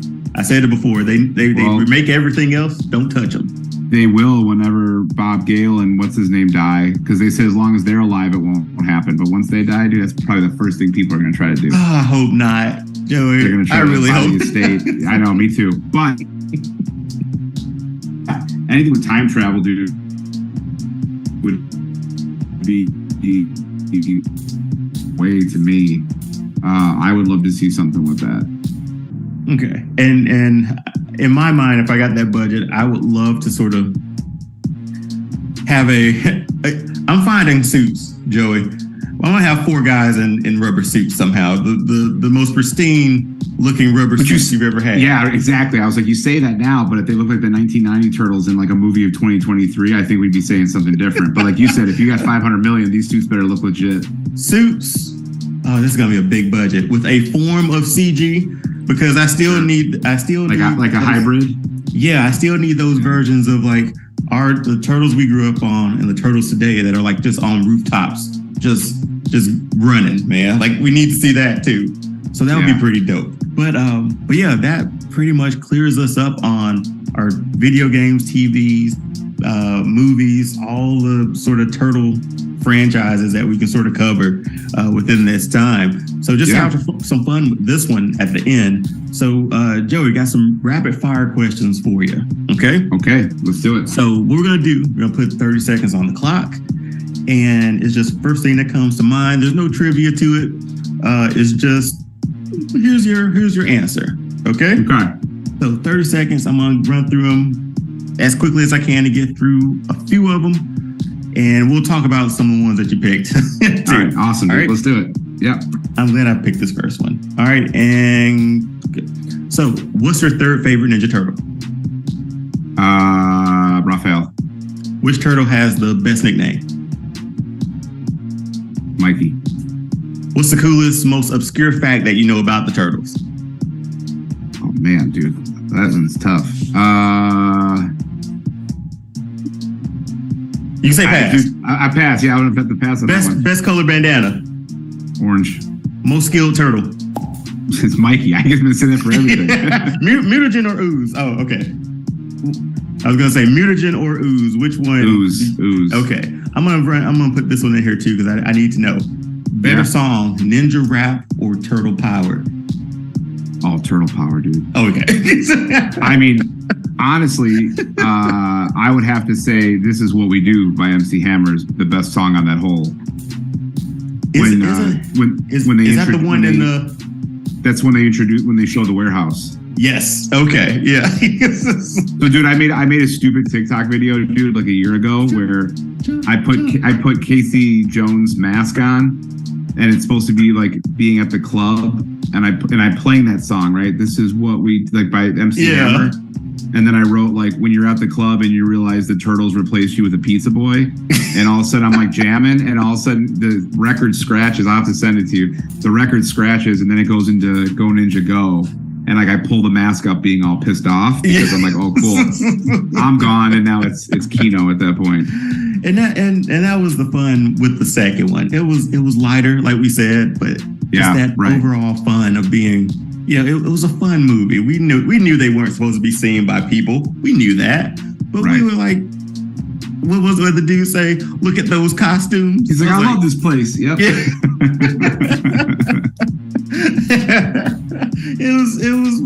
we accepted it and we enjoyed it, man. And for sure. And I guess just like for closing, I'm gonna give you the floor, Joey, just to express your fandom for Teenage Mutant Ninja Turtles. I know we've gone through your history so far, but just I guess like that overall meaning of those turtles to you, and especially what you're doing with them today too, and all the partners that you have as well too. Yeah, I think it's at this point, right? It's as we've been talking, it's the different variations of it, dude. I think that's what's so cool. So again, like I mentioned, I had the honor of meeting Kevin Eastman at C2E2 here in Chicago, end of March, and he did so I got to get a photo op with him, which was amazing. I got to give him a goodie bag, like a care package. I gave him like every single thing that NinjaToyles.com has, and he was like, super appreciative of it. And as we're doing that, he then had a panel, and they were like, "Oh, if you have any questions, just go line up." And I had no idea what I wanted to say, but I lined up, and I'm like, "There's 6 people ahead of me." Yeah. And somebody, the second or third guy, had the same question I was thinking about. So I was like, you know what? I don't even have a question. I just want to thank him for everything that he's done, because as I'm waiting in line, I'm looking around the room, and there's people of all walks of life, right? All different generations. And I was like, what's cool is that not everyone is here for the same reason. It's not like, well, everybody in this room watched the cartoon in '87, right? Like their introduction could have been Rise, who knows? So I think that's what I love about it so much, is that it has so many different variations, so many different generations. But it's a great community to be a part of. Like with Ninja Toyles, like I have some of the coolest, nicest people that I've ever met, that I've ever got to talk to. I've either met in person or again talked to on Instagram or wherever, dude. But I just love the whole community vibe, I think, with it. Yeah, and I think that was a really, really good answer to really good reason behind. Because I think within all those fandoms, you look around those rooms, whatever it might be, you see people from different walks of life. You see people, okay, we're all different, but we love this one thing so much, and it meant so much to us that, you grew up, who's your favorite turtle, or here's a playground, and who are you during recess, Halloween costumes, this is what I want to be for Halloween. So all that stuff sort of like just I don't know. It makes thinking about it, looking at like your background. Look, is that a cereal for cereal? Yeah, it's a cereal art. Okay, that's a cereal artwork. Yeah. So, looking at that poster and just bringing back so many memories of that poster, and of those feelings of watching it. I remember when my dad passed away like 5 or so years ago, and I just remember growing up like on early mornings putting that VHS tape in. Yeah. And he would like sit there and like watch it with me. Like, did he enjoy it? I don't know. He probably did, dude. He probably dug it, man. But he loved how much you loved it. You know what I mean? Yeah. And there were times where he'd get in on it with me, and stuff like that. We're like, okay, we're watching this, and he's like a hype man for the Turtles the entire time, His favorite, I think, was Ralph, just because a hothead and he just, do whatever he wanted to do. He didn't care. He was a rebel. He was a cowboy of the Turtles. But I think reliving those memories and those Saturday mornings and the toys, the bed sheets, just everything of it. I mean, it's a special place in our hearts for it. And I'm glad, like, even as an adult now, I have a platform, or at least I talk to people like yourself who grew up during that time and know like what that feels like. And like you said, just getting those different versions of Turtles as the years go on. So like for your son and your daughter, and my kids, when I have them, can be like, okay, here's your version of the Turtles. They're gonna be around for generations to come at this point. Yeah. I think they're a staple of what cartoons they're here to stay, as easy as I can say it. They might lose sometimes, but they'll be back. They'll always be back. There's always something for someone, dude, for sure. Exactly. But Joey, tell the people where to find you. I know you said in the top of the show, just want to get out there again. Yeah, dude. So again, Instagram, it's Ninja Toidles, TOITLES. Definitely ninjatoidles.com. Got a lot of cool gear. Again, specializing more in like enamel pins.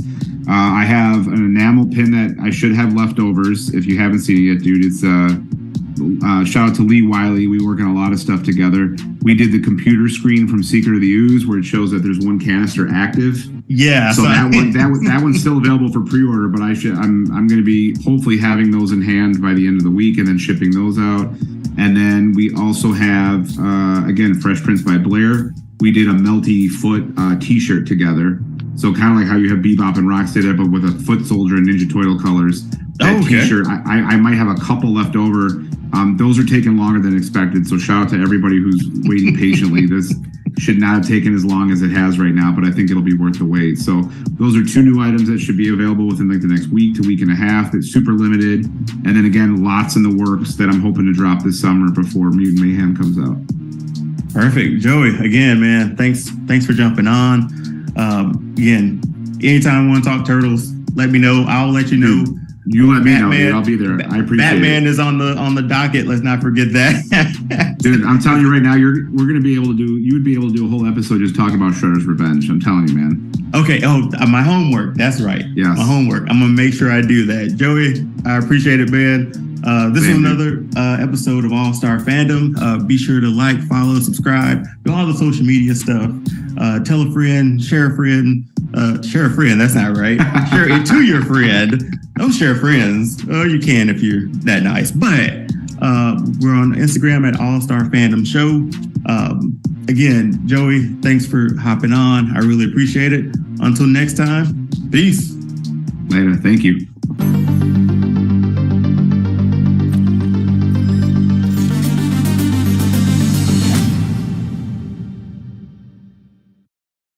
On this week at All Star Fandom, we take a deep dive into Mortal Kombat. In the wake of the new Mortal Kombat 1 video game trailer, we talk about that along with the movies and where we see that game going in the future. So let's not waste any time.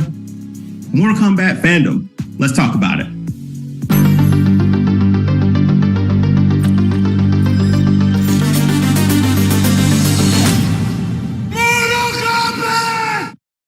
Welcome to All Star Fandom, and today we're going to be deep diving into Mortal Kombat Fandom.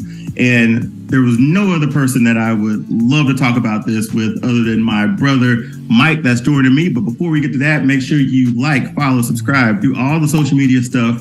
All the links are in the description below of this video at All Star Fandom Show.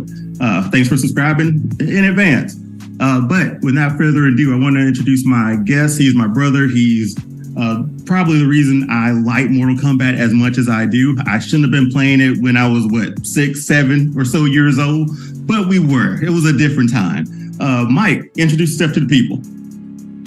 Well, my name is Mike, and Dion's my brother, and like he said, we've been playing Mortal Kombat since day one. Yeah, and I think, and I want to talk, this is what I want to jump into real quick before we jump into Mortal Kombat in video games and movies. and with the new one coming out. But that first game dropped in '95. Mike, we had a Sega, and this is my earliest memory of that game. Back in the day, obviously they came with the video game manuals, right? Right. Maybe I'm sensationalizing a little bit in my mind, but this is how I remember it as a kid.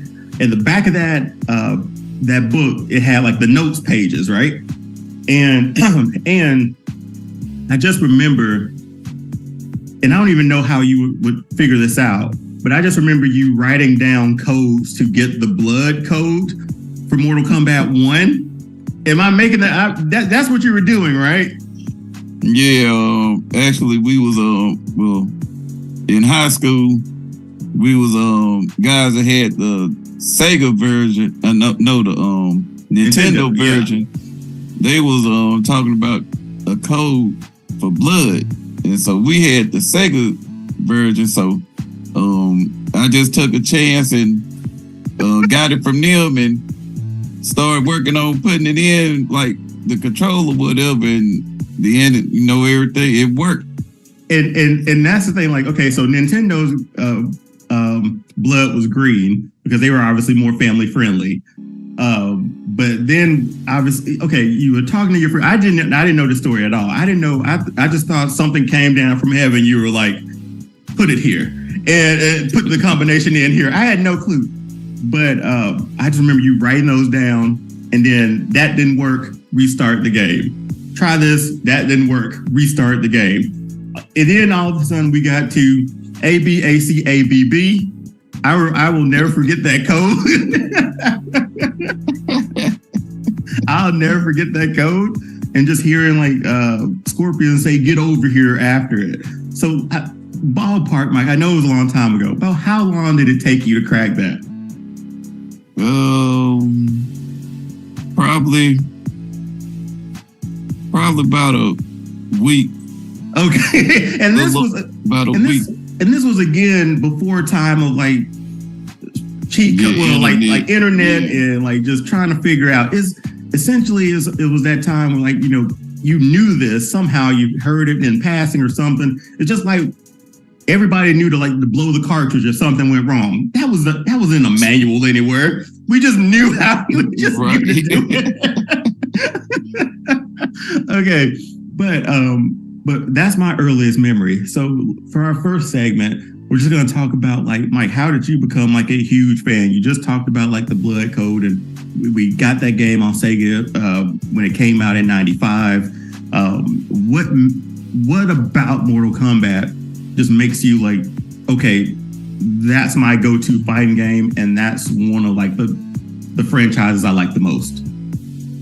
Well, actually, I first came across it like when we had Sega, and we had it was a magazine, like the gaming magazine. I can't remember. Was it Game Pro?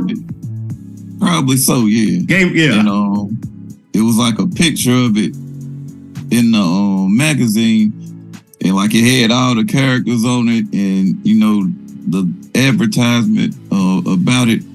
And I think later on that year, like we had went to the state fair or whatever, and I played it for the first time. Yeah, the arcade version, and I put all the money I had in that game. I probably put at least $5 into it, playing it.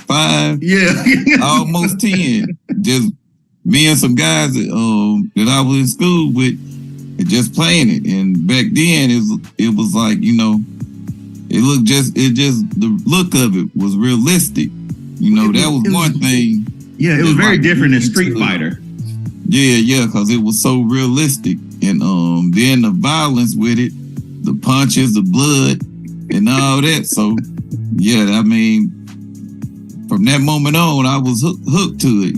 Everyone that would come out year after year or whatever, and just everything that was Mortal Kombat.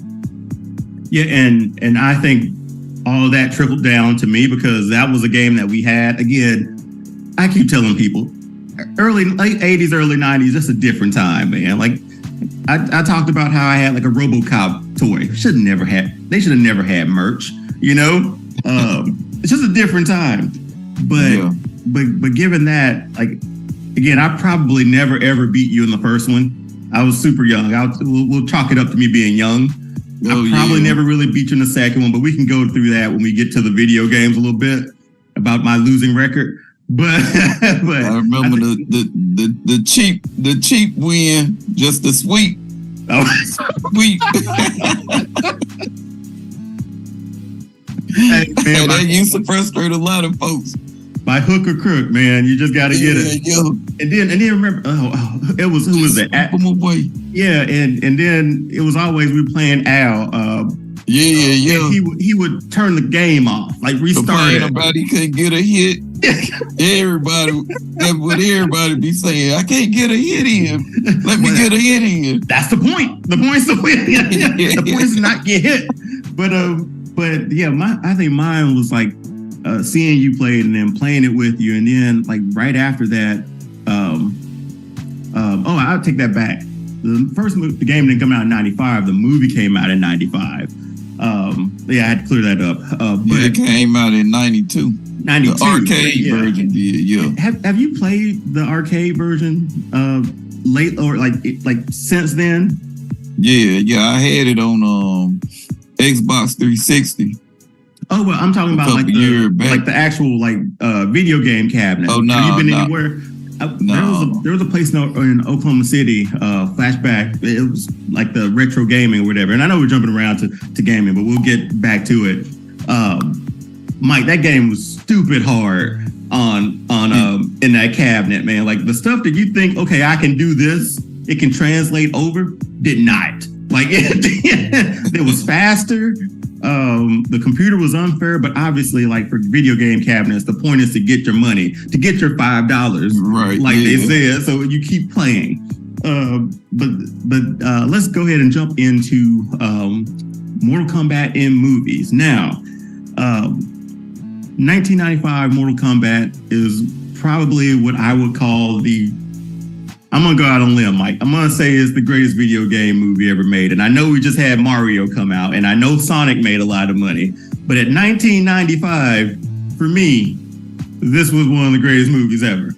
And I can still go back and rewatch it today. You had Robin Shou as Liu Kang. You had Christopher Lambert as Raiden. You had Hiyoki Tagawa as Shang Tsung. Shang Tsung, yeah. Mike, your thoughts on that 1995 movie, Mike? Because in my mind, I'm thinking it's the greatest movie I've ever seen.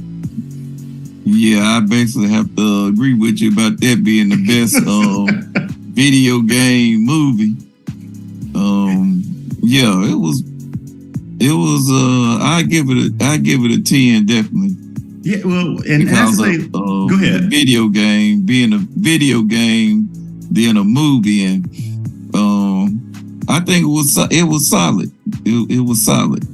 Yeah, and the fact that it was a PG-13 movie and obviously the content for Mortal Kombat is rated R. A lot of people probably felt like, oh, it's not like really true to it, I guess. But you had great characters playing like Liu Kang, and like you said, even Christopher Lambert looking back on it as Raiden kind of don't make sense. But it was still a good Raiden, and the fight scenes there. Mike, what was your favorite, off the top of your head, what was your favorite fight from that movie? Probably Cage and Scorpion. Man, I'm going Liu Kang and Reptile. That was because that one came out of nowhere, Mike. Nobody saw that one coming. We felt like we saw the the Johnny Cage and Scorpion. That was inevitable. It felt like. But the fact where like Liu Kang threw like the actual reptile into the statue, and that Mortal Kombat voice came in, like when reptiles drops down from the games and stuff, like reptile, right? And I was like, he came out kicking and punching, man, like just. That was probably my favorite, but I wish we could have had a little bit more Kano though. Yeah, Kano, I feel like the way that he had more screen time in the way that he then they made him sound like a punk begging when he was about to get killed. I didn't like that. Come on, love, give me a break. Okay, I don't remember the name of the actor, but he was a really good Kano. Like yeah. I think what was cool about that game is because that movie is because that game, obviously during a time where we had a story to Mortal Kombat, but it's not to the degree of what we get today. So we didn't know how like Kano sound. We didn't know how we couldn't put a voice to Liu Kang. The only voice we could put to Liu Kang is him mimicking Bruce Lee sort of stuff. That's all we had. But to actually like give like Kano a personality and a voice where like, yeah, he should have probably stuck around to the end of that movie. And then got his that way, got his demise that way. Goro was fantastic for that movie because this is why people ask me why I like animatronics so much, because Goro today, and we saw it and we'll get to it, was a CGI character and it just did not work for me. Even though we know he has to do some other stuff, be more mobile, I guess. But you didn't need Goro to be mobile in 1995, man. You just need him to just smashing people. What was the black guy's name in that movie? Was it Art Lee? Yeah. Wasn't that his name? Yeah. You want to talk about the demise of like, hey, let's present this new character, and this man he had to know, Mike, who he was fighting. Like, why even why even warm up for that? He was doing it for him, and he was doing his splits before. You couldn't have known. Wait, Mortal Kombat can't just be random like this. Because realistically, if I had known, I ain't taking that one. But Goro, in 95, Goro was a feat to behold, man. Like, to this day, that's one of my favorite sort of animatronic characters. But after all this praise of 1995 Mortal Kombat, we then get a cash grab, if you will, right? Of Mortal Kombat Annihilation. Dropped in 1997. Robin Shou came back as Liu Kang, and none of the other cast from the first movie showed up. Mike, any thoughts on Annihilation? Just riding. If Mortal Kombat is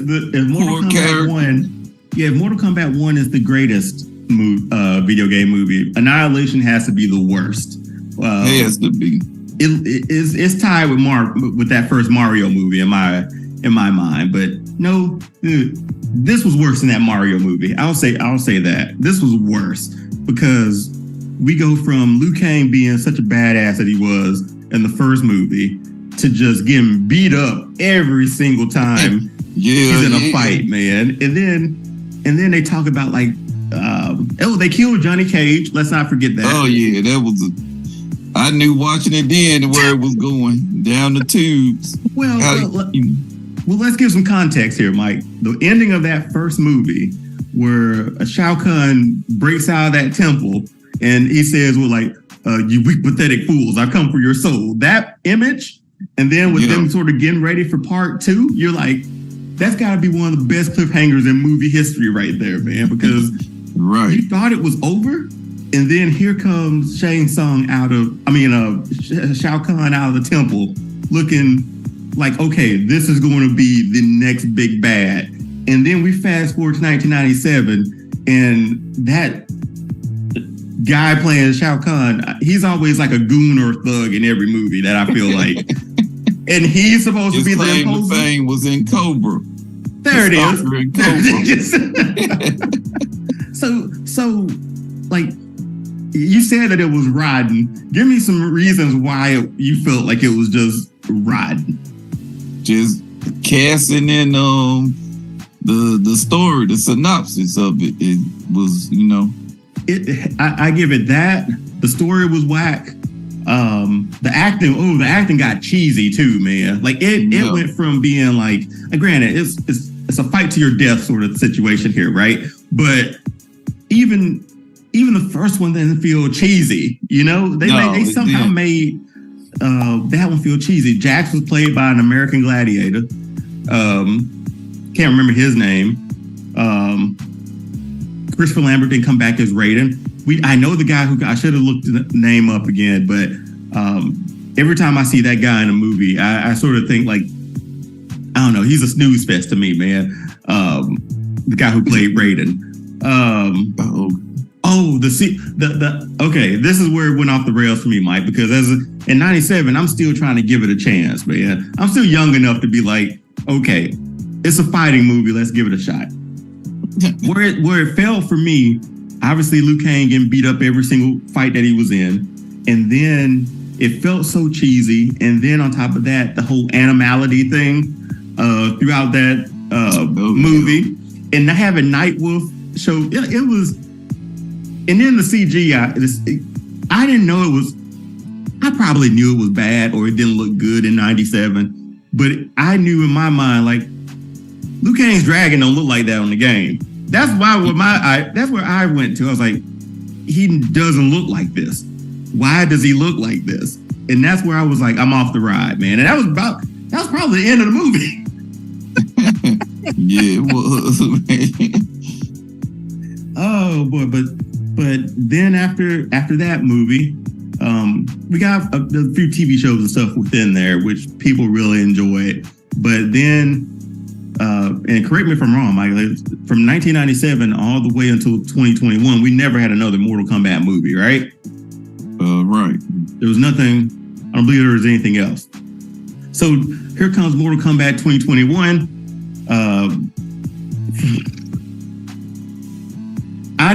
I'll say this. I saw the trailer. I saw Liu Kang. I saw Scorpion. I saw Sub-Zero. I was like, oh, that's going to be pretty good. And then they showed I think they released the first like 10 minutes of it, where Scorpion's entire clan gets killed and his family. I was like, okay, I like where this is going. And then we just say, forget all that. Here's Cole Young, a guy who we don't know anything about, a new character made just for the movie. I was done from then on, man, because I was like, I don't want to follow a guy I don't even know or isn't even a part of the game. So, Mike, your assessment of Mortal Kombat 2021. For special effects, I mean, that probably was the best thing. Only thing I really liked about it was Goro. I like Goro. That's probably it. Okay. Let's clarify this for a second. You liked the look of Goro, right? Right. But the utilization of Goro was a simple thug, essentially. They Batman forever. Or was it Batman? No, they Batman and Robin. It was that's the one. Bane, essentially. They baned Goro in that movie. Yeah. So Batman and Robin's Bane. This is everybody at home. Go back, watch that movie, see how they treat Bane. That's essentially what Goro was. He was a thug, and Goro was like a prince of Shokan or something, and he dies in a barn, like on a farm. Get out of here, man! I gladly take the Johnny Cage nut punch over the mountain any day of the week, man. Yeah, it didn't make any sense. I just don't understand, like, why would you give us a character like Cole Young, and then I guess his power was like he adapted to things or something. Even his body was the suit that they had on him looked whack. It was supposed to be his skin, but you could clearly tell it was like a suit or something. It was I didn't know. Point blank, I hated the movie. Like I'm gonna say that much. Me too. Mortal Kombat in movies to this day is very similar to me as like a Ninja Turtles 1990 movie. That's been the be all end all movie for that franchise to this day. 1995's Mortal Kombat is the same for Mortal Kombat. It hasn't been topped since. And come on, Mike, that 1995 Mortal Kombat theme song. Come on, man. Oh yeah, like that's universally known. I know, right? Okay, so to why we get to have Mortal Kombat movies, the Mortal Kombat video game. So that first one, like you said, dropped, and then we go from Mortal Kombat 1, Mortal Kombat 2, Mortal Kombat 3. I'm just gonna go off the just before we jump into this one that we're getting to now, the newer one that drops in September of 2023. Which Mortal Kombat to you, Mike, stands out as like, if you had to pick your top 3 Mortal Kombat video games, what order do you have those in? So let's go. So let's say this. Number 3. What's your number 3 top Mortal Kombat game? 3. I have to say, you got a lot to choose from. I know. I like the one that came out. I think it was 10. I think. Okay. 10 would have been around the time we got like Cassie Cage. So that would have been like her first one, I think. Yeah, 10. Okay, number 2. Mortal Kombat 2. Okay, that's still okay. And your first one? 1. Okay. No, and that's wild to say, especially where we got into in video games now. We're like, you think about all the Mortal Kombat games we've had so far. And in my mind, if I do a top 3 of my own, I loved 11. 11 was really good. 11's easily a top 3 in mine. And it was just so good because they gave us the characters back like we know them. Like I might have the same top 2. Mortal Kombat 2 stands out in my mind a whole lot because of that intro to that game. Where, like, I remember, Mike, that you want to talk about an intro for a video game? That like the lightning and stuff flashing with the MK symbol in the middle, that music in between it, and then dun dun. Oh, the fight scene.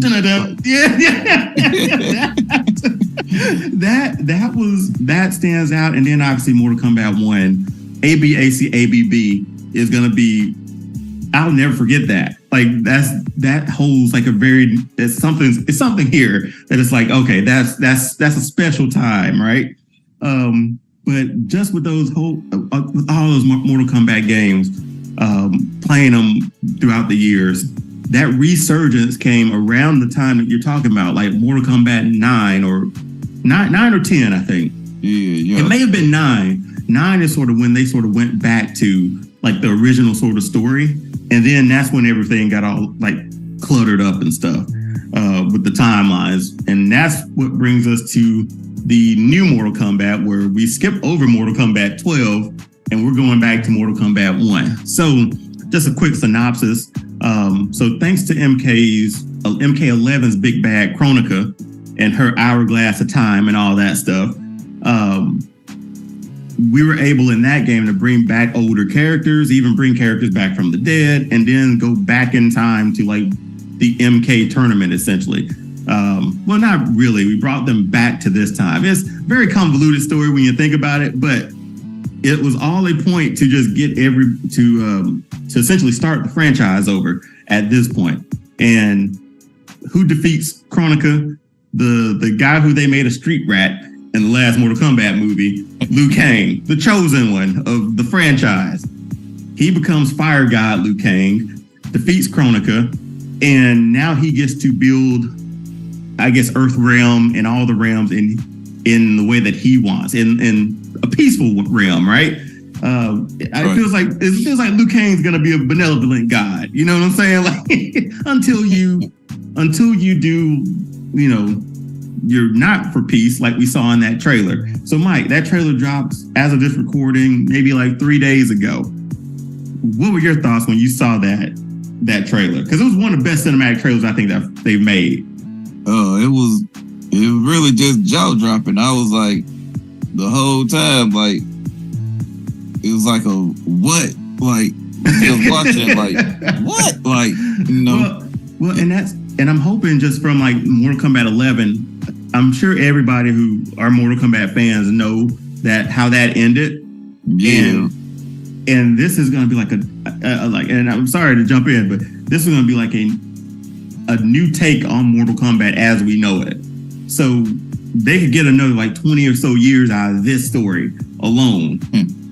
Right. Yeah. But then we see obviously everything isn't so peaceful because Shang Tsung shows up. And aside from like Cary Tagawa playing Shang Tsung in the last Mortal Kombat game, which is the reason I think I like that game so much, Mike, because we in that game, in Mortal Kombat 11, we got the character from the first movie that is the GOAT of video game movies, right? So I think having him as Shang Tsung in that one made it so much better. But then seeing Shang Tsung, the character design, and all this, and the new one, I don't know how he beats a guy this time, Mike. But what do you think that game's gonna be like? Like, obviously, we saw some of the story, but what do you think is gonna happen? I mean, that's like the big mystery. It's like, I think it's gonna be like a big shock or surprise or something. Between Liu Kang and Shang Tsung. That's where the battle always been. Yeah. So yeah, it's a little different this time because Liu Kang's he's not just Liu Kang anymore. He's Fire God Liu Kang. And that comes with we saw the end of that trailer. If you test peace, you're gonna die. Like he's gonna destroy you. Which I'm sort of playing both sides of the coin because I'm like, okay, what if somehow and I don't want this to happen. Liu Kang is like the tyrant in this one. Like he's doing all this for the betterment of the world or the realms or whatever, but he ends up being like the bad guy at the end of it. I hope not, because I didn't like and we can go back to it, Deadly Alliance, right? We talked about this when Mortal Kombat came back, and we were like, oh great, we get another Mortal Kombat. And that first 5 minutes of that intro or 3 minutes of that intro, they break Liu Kang's neck and he's not in the game. You want to talk about, we rented that game from Blockbuster. I wanted to take it back because Liu Kang was my guy from day one, man. Yeah, everybody's got. I know, and he's the chosen one, right? And they go through all this about him being like a zombie and then a revenant, and he comes back to life. And thank God we got Mortal Kombat 11, where again, why I like it so much, we brought that original character back, and that was probably the coolest Liu Kang has been in like the last 15 years, man. And now he's a god overseeing the realms. Like I'm more anxious to see other things within it too, because Sub-Zero and Scorpion just seemed, I don't know, man. I want them on the same team. That's what I want the most of. And I think that would be a different story because they're going to have to tell different stories with this now, Mike. We'll still have, that's what I thought. Yeah, we'll still have like the evil Shang Tsung and whatever else evils lurk out there, right? But I feel like we'll still, how far did he go back? Because the great Kung Lao is there now, the original sort of Mortal Kombat champion who saved the world, Right. How does he play into it? And they show Raiden I don't know, people were asking in the comments, was that Raiden? It's like, who else is walking around with a hat like that? Of course that's Raiden. At the beginning of it, it was Raiden and the great Kung Lao were together. I'm like, how Raiden not being a god, how's that gonna play? Especially in the game too. Sub-Zero and Scorpion, I want them to be brothers somehow, man. Just make it. It's Liu Kang's new world. You can make whatever you want, Mike. It's a blank canvas. Right. So I'm asking you, if you saw that trailer, blank canvas, what parts of that game trailer do you want to actually happen? Like, because I'll tell you, Sub-Zero and Scorpion, I want them as partners. They once were two, now they're one. That's what I want. And obviously Liu Kang is Liu Kang. He's a god. I mean, there's nowhere else to go but from there. So that's what I want the most of it. What would you write into this new Mortal Kombat 1 world?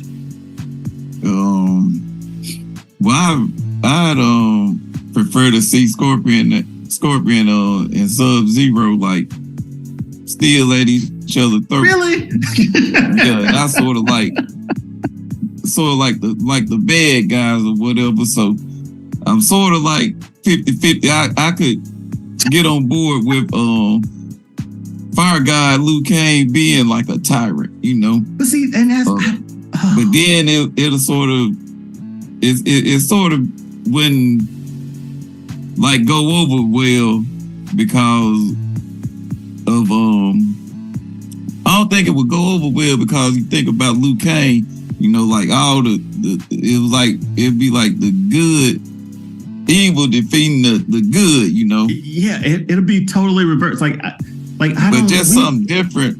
Yeah, I sort of like to see him rule like it. Like with an iron fist sort of thing. Yeah. He in that trailer he did seem like it was. I said earlier he is a benevolent God, but I don't. After thinking more about it, I'm like, okay, if you test him, Shang Tsung got his old body slipped, like split in half through his head, man. Like just imagine getting your head smushed through yourself. But I don't know, man. I really want. I'm sure whatever story they come up with is going to be pretty well put together because they've had a lot of time between 11 and now. But even think about how much story they put behind Mortal Kombat 11, because we got that original story and we got Mortal Kombat Aftermath, the downloadable story after the release. Remember?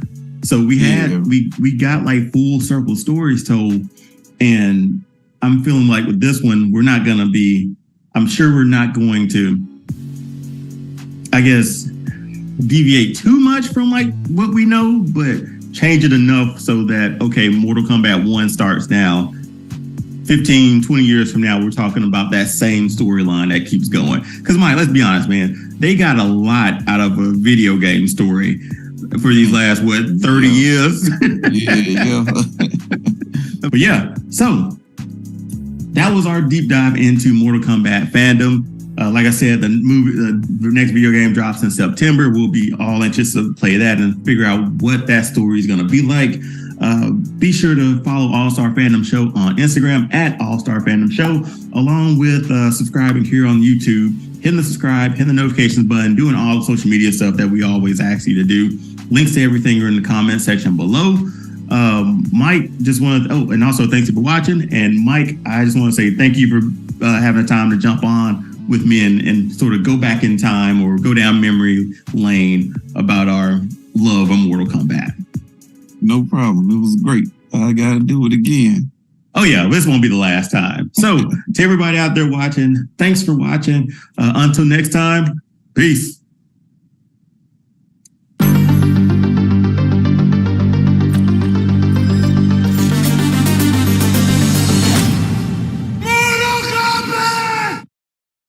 Welcome to All Star Fandom. This week's episode, I'm flying solo, but I'm going to go into games that just emotionally wrecked me. I mean, by the time I was done, I was just folded up in a corner. So this week's episode, we're going to look at 3 games that have folded me up so far, emotionally wrecked me. Let's just jump into it. Hold your tears if you can, and let's talk about it.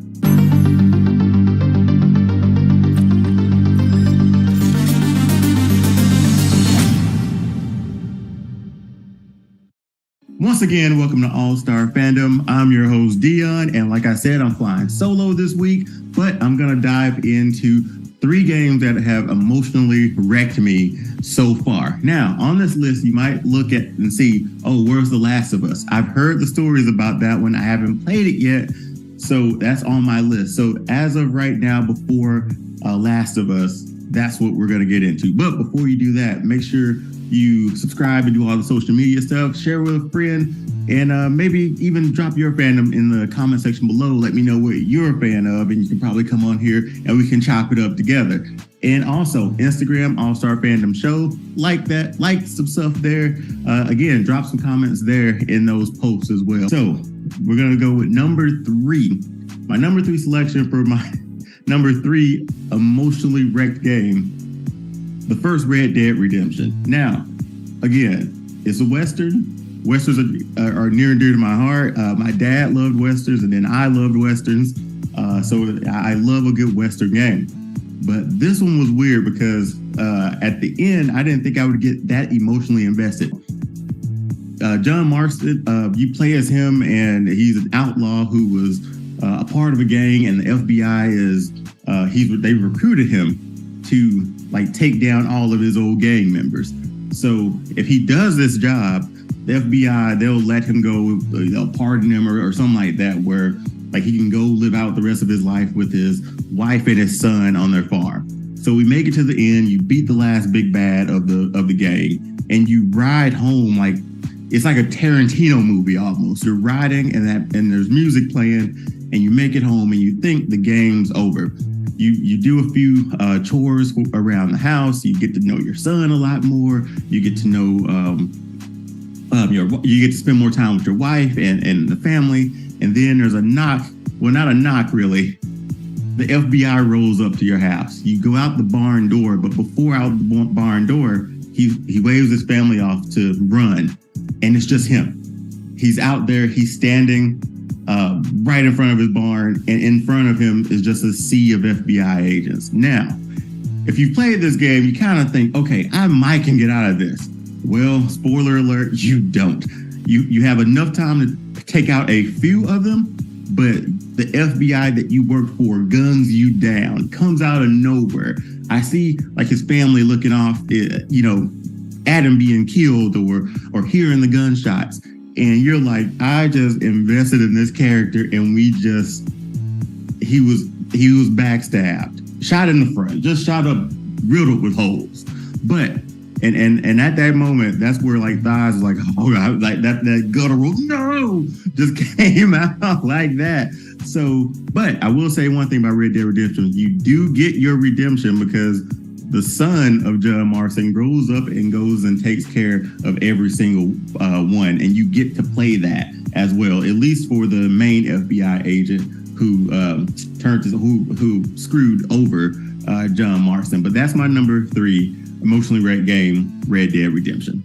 Number 2.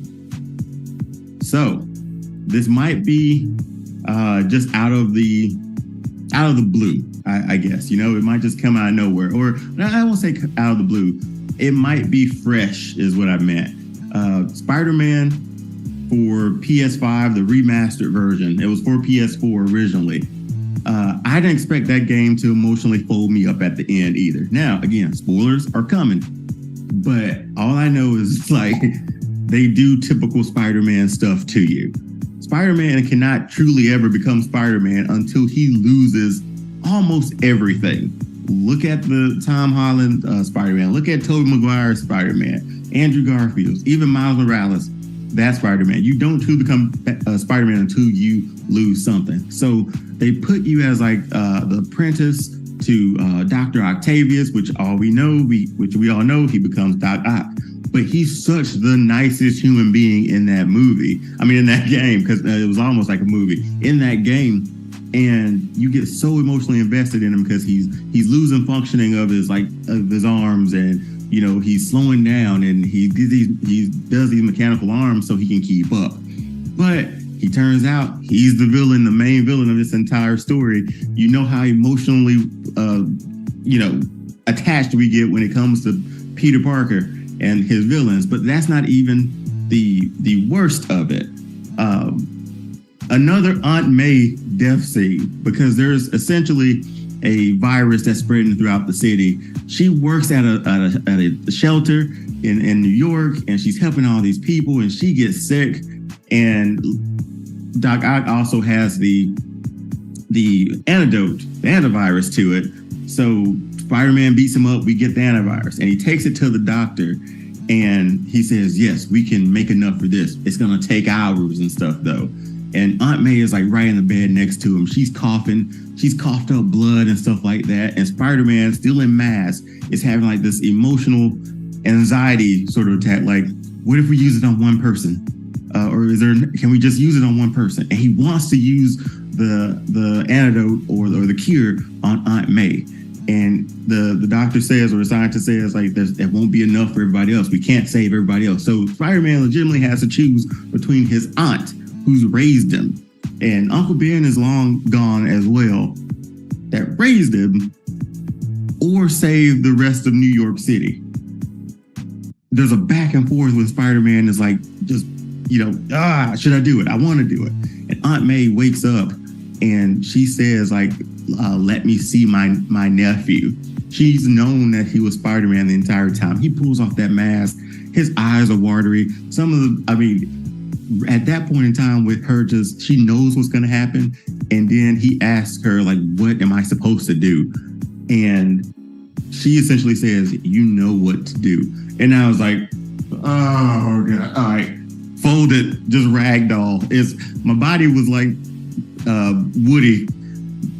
Andy's coming and Woody just falls to the ground. That's exactly how that folded me up. He went back and forth, and the thing that was really, really bad about that one, or emotionally wrecking about that, she leans her head over.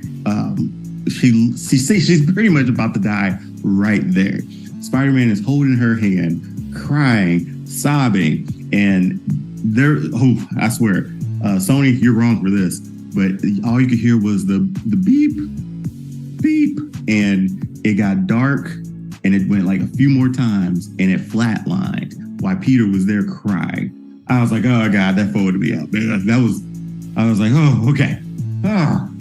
And then and then you expect me to like still be happy to swing around the city and stuff. It's wild, man. But again, Spider-Man for PS4 and PS5 remastered. That game just emotionally wrecked me by the end, because if you're Spider-Man, you're gonna lose a lot. But when you're playing as Spider-Man and you make these connections or these selections, and you just get to a point where you're like, I'm Spider-Man, and now I'm going through this right with Peter Parker. My hand should have just been on his shoulder, like, man, I feel you, or I should have been there with him. That's how I felt. But that's my number 2. So my number 1, emotionally draining, emotionally wrecked, folded up in the corner game, Walking Dead, the Telltale Season 1. That game, I'm speechless, because I've never played a game in my life that left me as emotionally drained as that game. So let me set it up for you. So you're this guy from Macon, Georgia, Lee Everett. He has a whole full backstory, but again, spoilers are coming. They put this little girl with you named Clementine. Like you save her from the babysitter. Her family is probably more than likely, and they do end up like zombies essentially.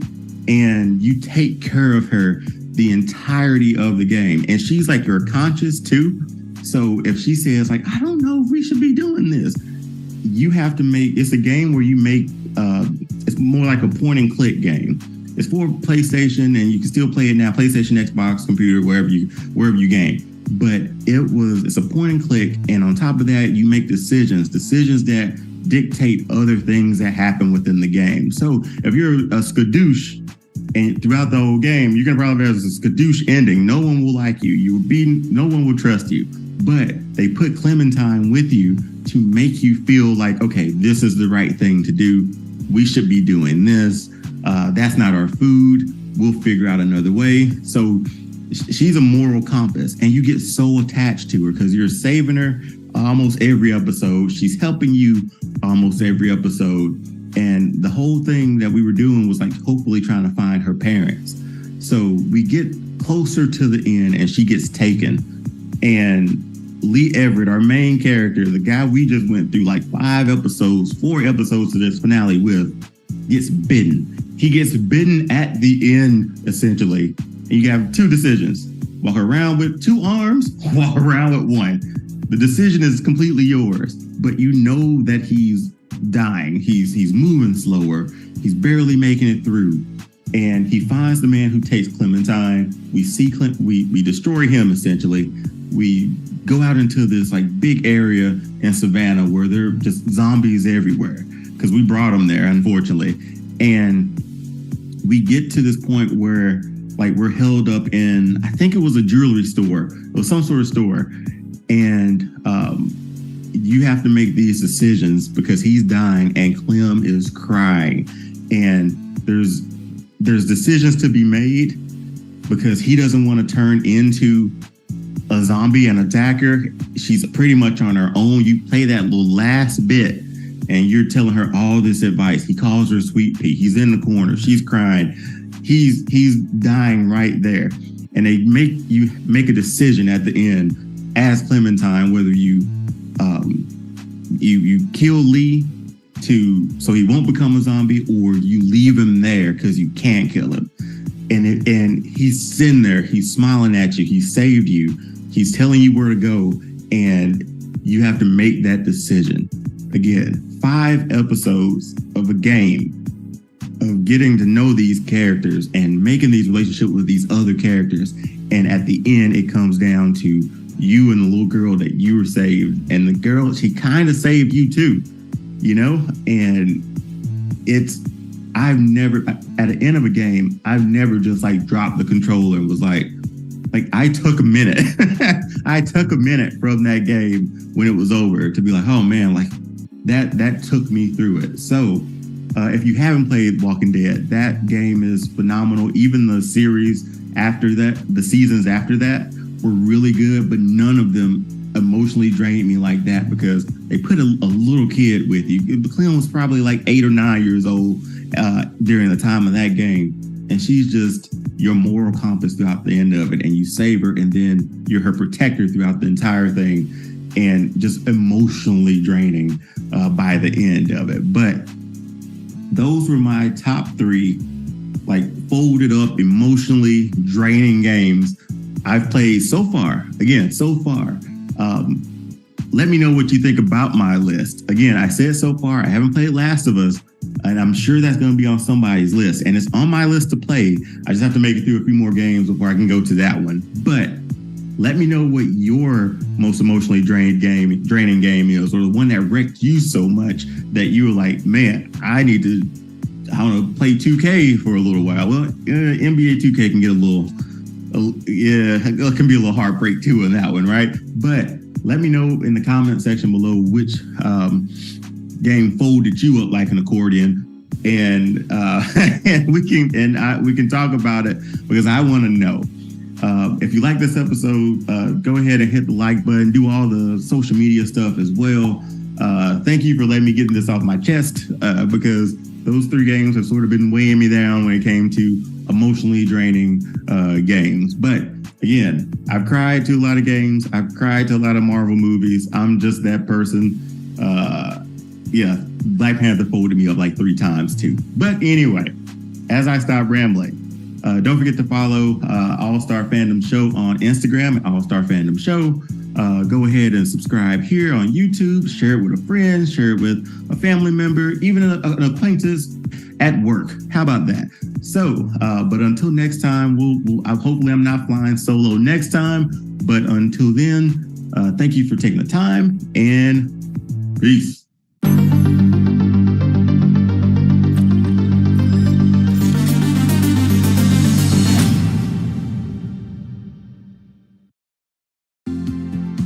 Welcome to All Star Fandom and our first episode of our Fandom of Love series as we cover iconic superhero couples.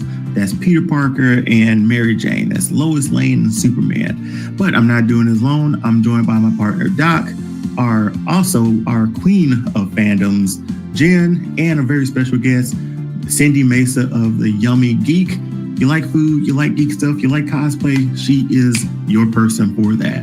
So sit back, relax, and we're going to jump right into our iconic superhero couples.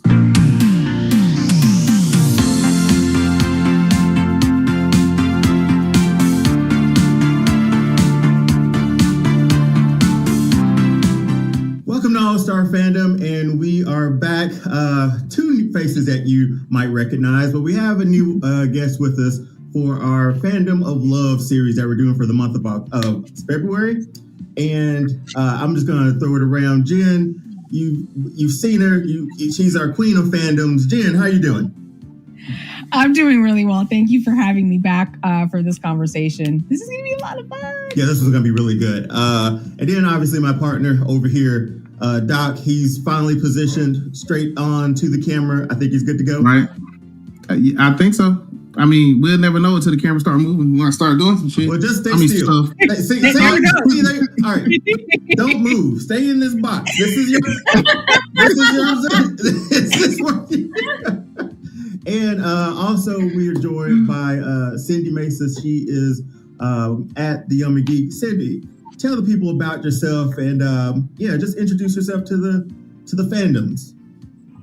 Well, I am Cindy, the Yummy Geek on Instagram and TikTok, which I barely use. But anyway, I am a geeky mom who loves to eat, and I incorporate food and cosplay together. And I started Food and Cosplay, where I would highlight local restaurants as a particular cosplay, like a particular character that would match that restaurant or that dish. I also create recipes, and I'm excited to be here. So thank you so much for having me. We're super happy to have you join this. So I'm going to be playing quarterback tonight. I'm going to have my picks, but what we're going to do is we're going to be celebrating iconic loves across fandoms. So that's from superheroes to TV shows to movies.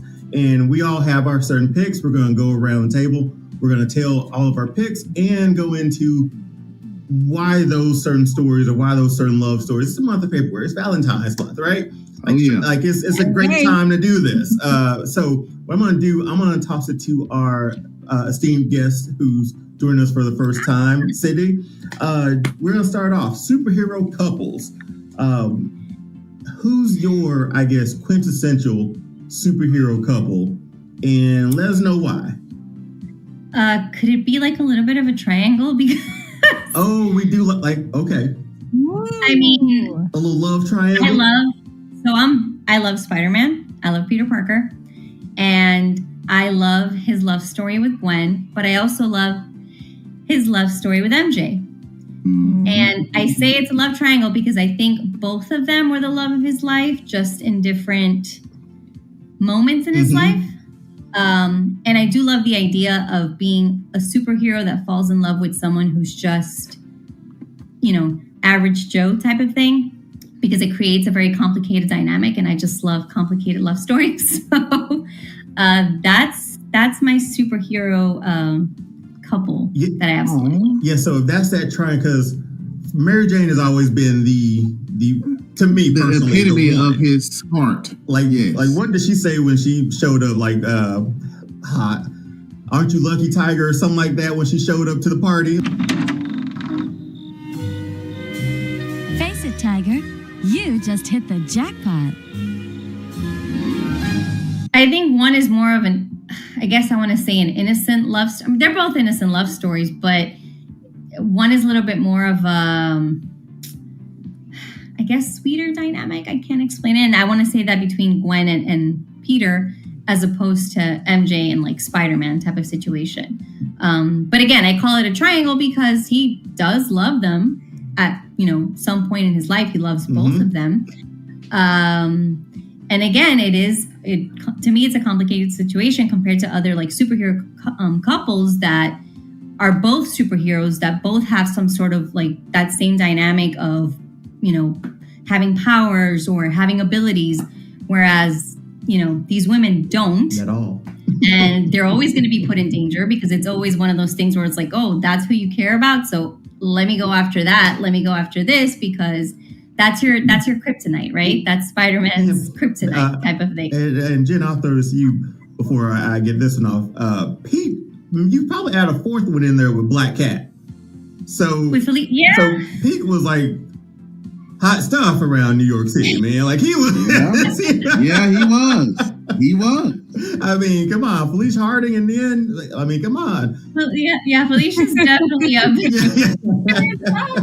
So Jen, about this one, I mean, Mary Jane and Peter Parker, they're Marvel's like epitome of like a relationship. But we got X-Men, obviously, and I'm sure somebody might have that, or maybe somebody doesn't.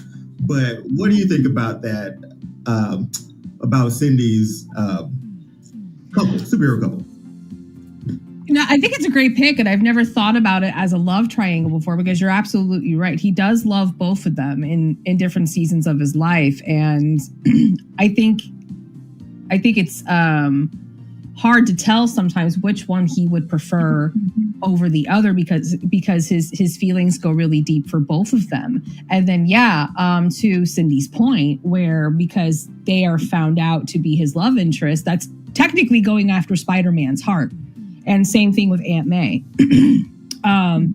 Whenever villains find out who his identity is and the people in his life, they're like, oh, it's like, okay, let's go get them because it's attacking his heart and it's going to get him to react emotionally and for him to not think, because the goal is to take him down. So I don't disagree with that. I think it's a great pick, and I love the thought of it actually being a triangle.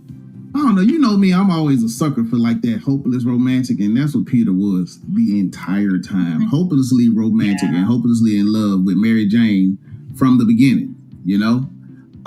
So I never thought of it as a triangle. You know, when it comes to his actual love interest, it's always been Mary Jane.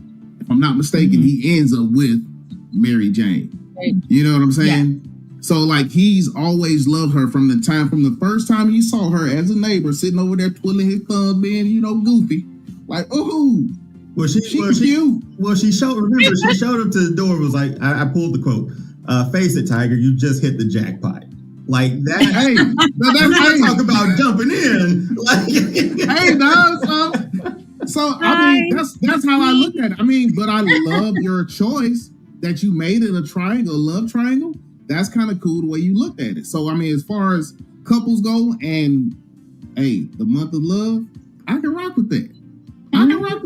Yes, and that was a good pick.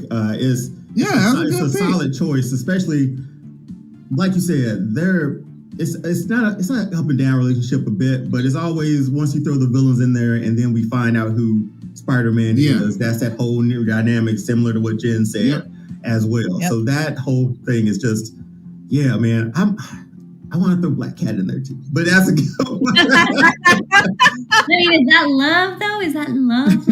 I don't think that's love. Is it that's love? Like, I was about to say something, but that might ruin it. Because I was like, it's one that I'm thinking about is straight lust. Ain't no love here. I mean, if we're talking comics or movies, I'll go straight to the movies with the Andrew Garfield's Peter Parker and Gwen love story. Because in that one, that is his true love, right? There is no MJ there. Yeah. And that so heartbreaking. That loss completely destroys him. And that's something that's always going to stay there because that was probably one of the worst scenes in a comic movie. That one almost got a tear up out your boy. That was literal heartbreak. That crack was your heart as well. Like, it sends literal shivers down your spine. Like, you have got to be freaking kidding me. Yeah, I couldn't believe they did it because I thought they were like, they won't do this. They'll stay away from this. But Spider-Man is beaten down in every single adaptation that he's ever been in. They take everything away from him. I feel which is why it's so important that he gets a little bit of a love story because he deserves it. He has so much shit happening to him. Yeah. It's like, that's what I'm saying. Bam like, after bam. You deserve some type of love, some type of peace, some type of something. Yeah, I agree. You deserve some type of peace. It's just with everything you're doing to protect the city and your personal sacrifice, you need to get one thing. Yeah. I know, right? Like one thing. The key to the city isn't enough. So Jen, I'm gonna throw it to you. I'm gonna make you number 2. Who did you pick for your superhero couple? You know what? And it's from the cinematic universe is Bruce Banner and Black Widow. Okay. Ooh, that's a good one. Yes. I've seen a lot of different stories of superhero couples. There's something to enjoy about every one of them, but when they introduced that in the movies, I was like, okay. It was very, very interesting because you have Bruce Banner who has anger issues, which is why he has the Hulk, and his struggle to learn how to control it. And then you have Natasha come along and she's like flirting with him in one of the Avengers movies and he's like, what? No. He's all dirty. It's so cute. And then they've developed a connection and then she has this way to bring him back to Bruce. where she says, "Hey, big guy, the sun's getting low," and he just responds to it. I'm like, I want to see more of this story, please. That did not work for Thor, by the way. Like that did not Yeah, Thor was like, "Hey, buddy, the sun is getting low." He doesn't have to touch. He doesn't have to touch. So yeah, for me, that was seeing that in the Marvel Cinematic Universe. That one really stuck out to me. Bruce Banner and Black Widow. You know, with that one, I don't think they fully sort of capitalized on it as it went too. No, I felt like there was no full follow up. I would have loved for them to expand it. So I would have loved for them to expand it to give it more breathing room. This is where my comic book knowledge really falls short because I don't know what's in the comics concerning that. Because what I do know is, Natasha kind of goes around a little bit because she ends up with Bucky at some point. Because even in the movie, she says, "You don't recognize me." When Bucky comes back, that was a reference to the comic books and their relationship. So yeah, she's been around. In Age of Ultron, I'm pretty sure that's why he kind of disappears. Is because that's right, yeah. Scared of hurting her because he realizes that yes, there's certain things that she can do to help him, and there's certain things that he's done as well to kind of better. But at the end of the day, he still sees himself as a monster. Like he's still a monster, and I don't think he sees a future with her, even though she did. And I love that pick because it's a very impossible love story, and it's sort of like what could have been. Because you're right, they never really. We capitalize on it, They don't let it breathe. Yeah. And so it's one of those like, man, what would have happened if they did get together or really tried it out? Age of Ultron was not a good movie for the Hulk. But I think that's why Natasha loved him so much too, is because she herself, let's be real, at some point was kind of a monster too. Yeah, I mean, she was trained to be one. To be one, exactly. So I feel like because she wanted that sort of redemption and she saw him as this, almost like her, it was like, her own reflection type of thing where he's not a bad guy. He really isn't. I mean, this shit happened to him and that was it. Yeah. But I feel like she thought that maybe she could, I don't want to say save him because he didn't need saving, but like that she could help him in the sense like control himself. But at the end of the day, he's like, no, this is who I am. Like I have to leave. So Doc, let's throw it over to you, man. We have so far Pete, MJ, and Gwen. And then we also have for Jen's Hulk and Black Widow. Who do you have as your superhero couple? Man. Y'all know my favorite character. Well, one of my favorite characters in Marvel is Wolverine. And okay, question. So we going with the triangle. More triangles. We going with the triangle, cuz you said love story, bro. We talking about a real true love story, cuz. Come on now. Let's go. From the movie to the other movie to the next movie. We talking about Cyclops. My girl Jean Grey, she's so good. And we talking about Big Dog Wolverine, although he 5'3". Hey man, our short king. That's you talking about the ultimate love story now, bro. And then the way it ended for Wolverine to be the one to end it, that was heartbreaking. So we're talking sort of movie scope for this. I'm talking about the whole scope of the love story because Wolverine has always been in love with Jean Grey from the time Professor X found him. Yeah. He's always from the time he first saw her, he was like, "Oh my goodness." Yeah. He was not even knowing before he even knew about, your boy Scott. Yeah. He was just like, "Hey, I'm trying to holler at her. What's up?" And fell in love immediately. Man, you can't I love the pick. I get the reason why, but you can't be in the bed caressing some other woman's picture. And then she got a whole husband over here. You feel me? You can't do that. You can't do that, Wolverine. Oh man! And you talking about absolute love is crazy because Wolverine absolutely 100% loved this woman. I don't think people really grasp the concept of how much he loved Jean Grey, bro. Yeah, I agree. I mean, if people are just watching the films do not articulate that well at all. You get that more from the comics. You have to know the comic book lore of Wolverine to really understand that. Even the animated series does a really good job. I was gonna say, of course, in one of the comments, he did fall in love with, I can't remember her name, the Japanese assassin that he fell in love with, and that was love, but that was nothing compared to him. Oh, I forgot about being in love with Jean Grey the Phoenix. You know what I'm saying? I agree. It's like that was his first love, and it's like when people have that first love, nothing caps that.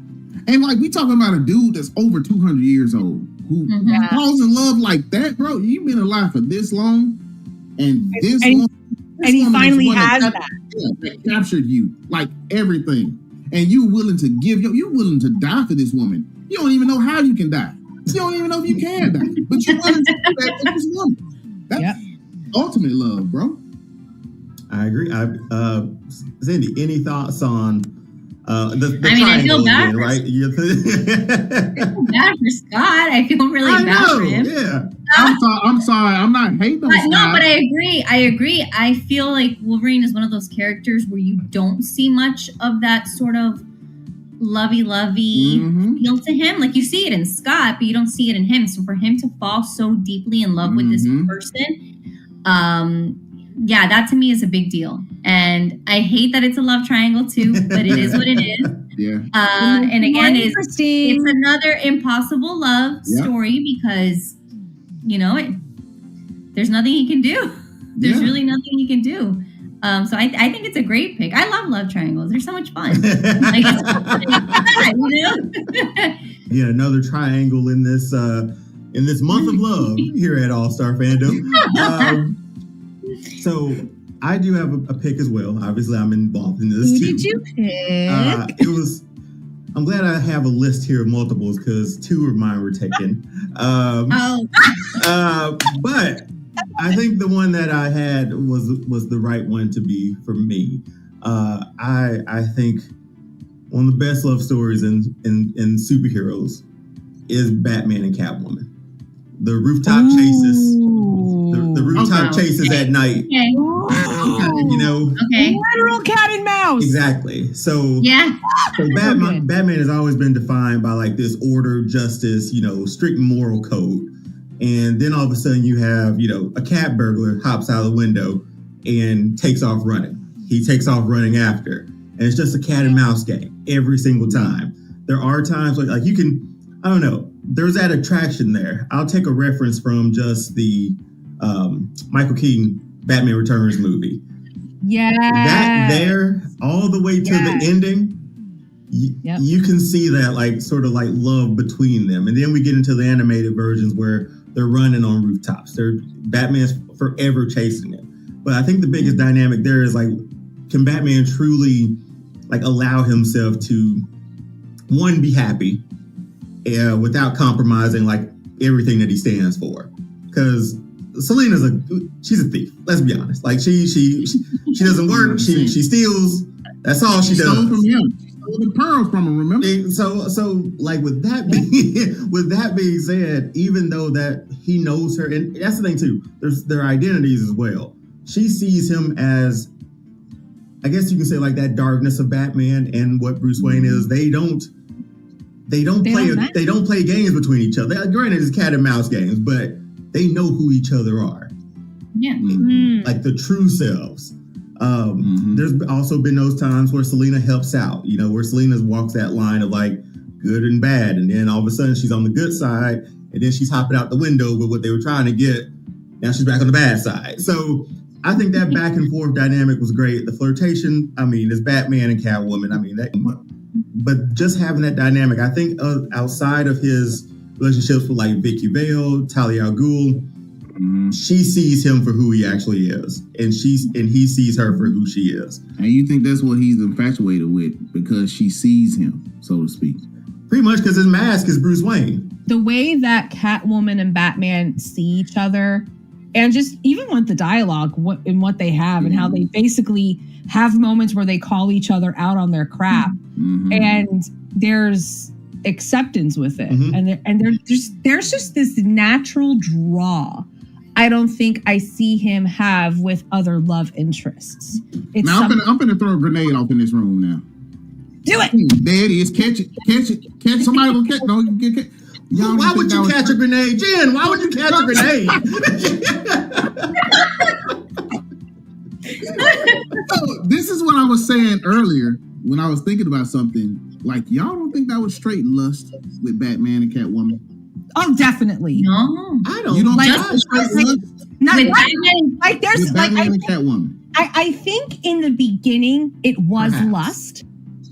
Like the lust component was there because it's different, it's dark, you know, chasing each other on rooftops. They can basically do whatever they want. But then as the conversation started happening, it grew into something more real. So I think it starts with lust, but then it grows into something very raw. I mean, I think it's a mutual respect that they have for each other. I agree. Like they know what they do, right? They like you just said, they know their identities, they know what they do. And I think despite the fact, like you said, you know, does Batman sacrifice his morals and everything he stands for? But I feel like he does. With her, he does. Not that he lets it go completely, but there is that mutual respect and understanding between them. Where she does have her moments as a hero and he respects that. I also feel like maybe he wishes he could sometimes do what she does. Not in the sense. Yeah, like kind of cross that line of like she just does what she needs to do and that's it. You know, whoever gets in the way gets in the way. I'm just gonna do it. Yeah, there's this nonchalant, I don't care, I'm just gonna do it, and you should do it too. I don't know why you care. No, and I just also think like she doesn't try to like fully change him. She just tries to see where his limits are. Like she's pushing buttons. Yeah, so she'll test. But Batman with his strong moral code, like Cindy, you just said, like, yeah, he might let her go or whatever, but a week later he shows up at somewhere getting whatever she ran off with. So it's again, it's a cat and mouse game. So that's my sort of superhero couple, iconic couple, I suppose. I like it. It's a good one. Yeah, I appreciate it. I'm going to open the floor real quick because I won't get out of here without it. Honorable mentions. Apparently, one of us had an honorable mention. Do you still have an honorable mention? I had like 6, but yeah. Just one. Just give us your best one. Come on, we got to go with Superman and Lois Lane, bro. That was on my list too. The iconic. Yeah.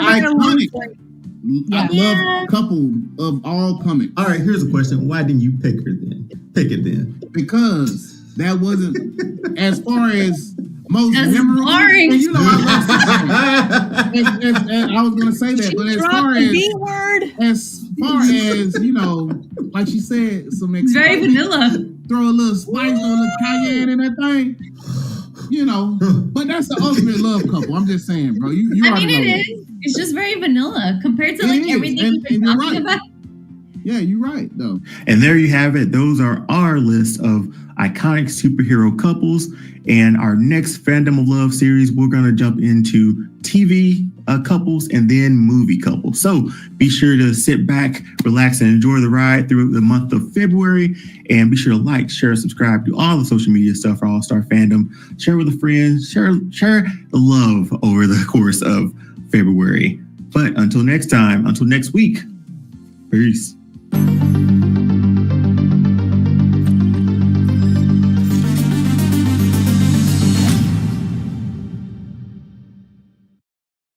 This week in All Star Fandom, we dive into Sonic the Hedgehog fandom. I'm joined by a very special guest who has a very interesting story and has his own sort of take on the fandom of Sonic the Hedgehog. So keep up, maybe grab a chili dog and then keep up with us. We might be going too fast for you, but Sonic the Hedgehog fandom, let's talk about it.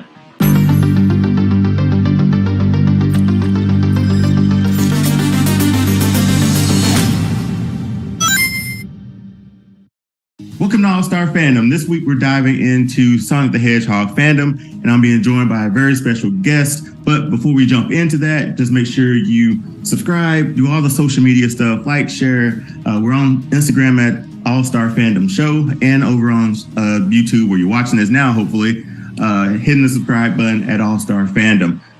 But today we're diving into Sonic the Hedgehog fandom, and today I'm being joined by Chris. Chris is a is concept artist, innovator, Sonic fan, obviously, as you can see by everything surrounding him, and also a Sonic. He is Sonic the cosplayer. Chris, introduce yourself to the people, man. I am Chris, just like you said. I am Sonic the cosplayer. I mostly go by Sonic the cosplayer. Few people have gotten it that I'm Chris, and almost nobody usually sees my face until recently.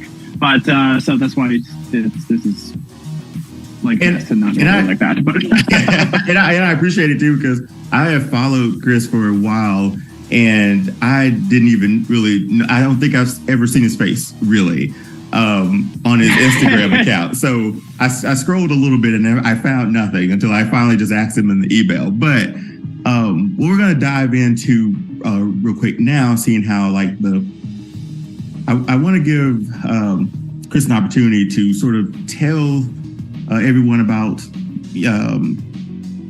the background. How did you become Sonic the cosplayer? And we'll sort of dive into that cosplay fandom as well. But just want to know, like, what was that story like? All right, so I've almost gotten this to like a script level thing. Okay, perfect.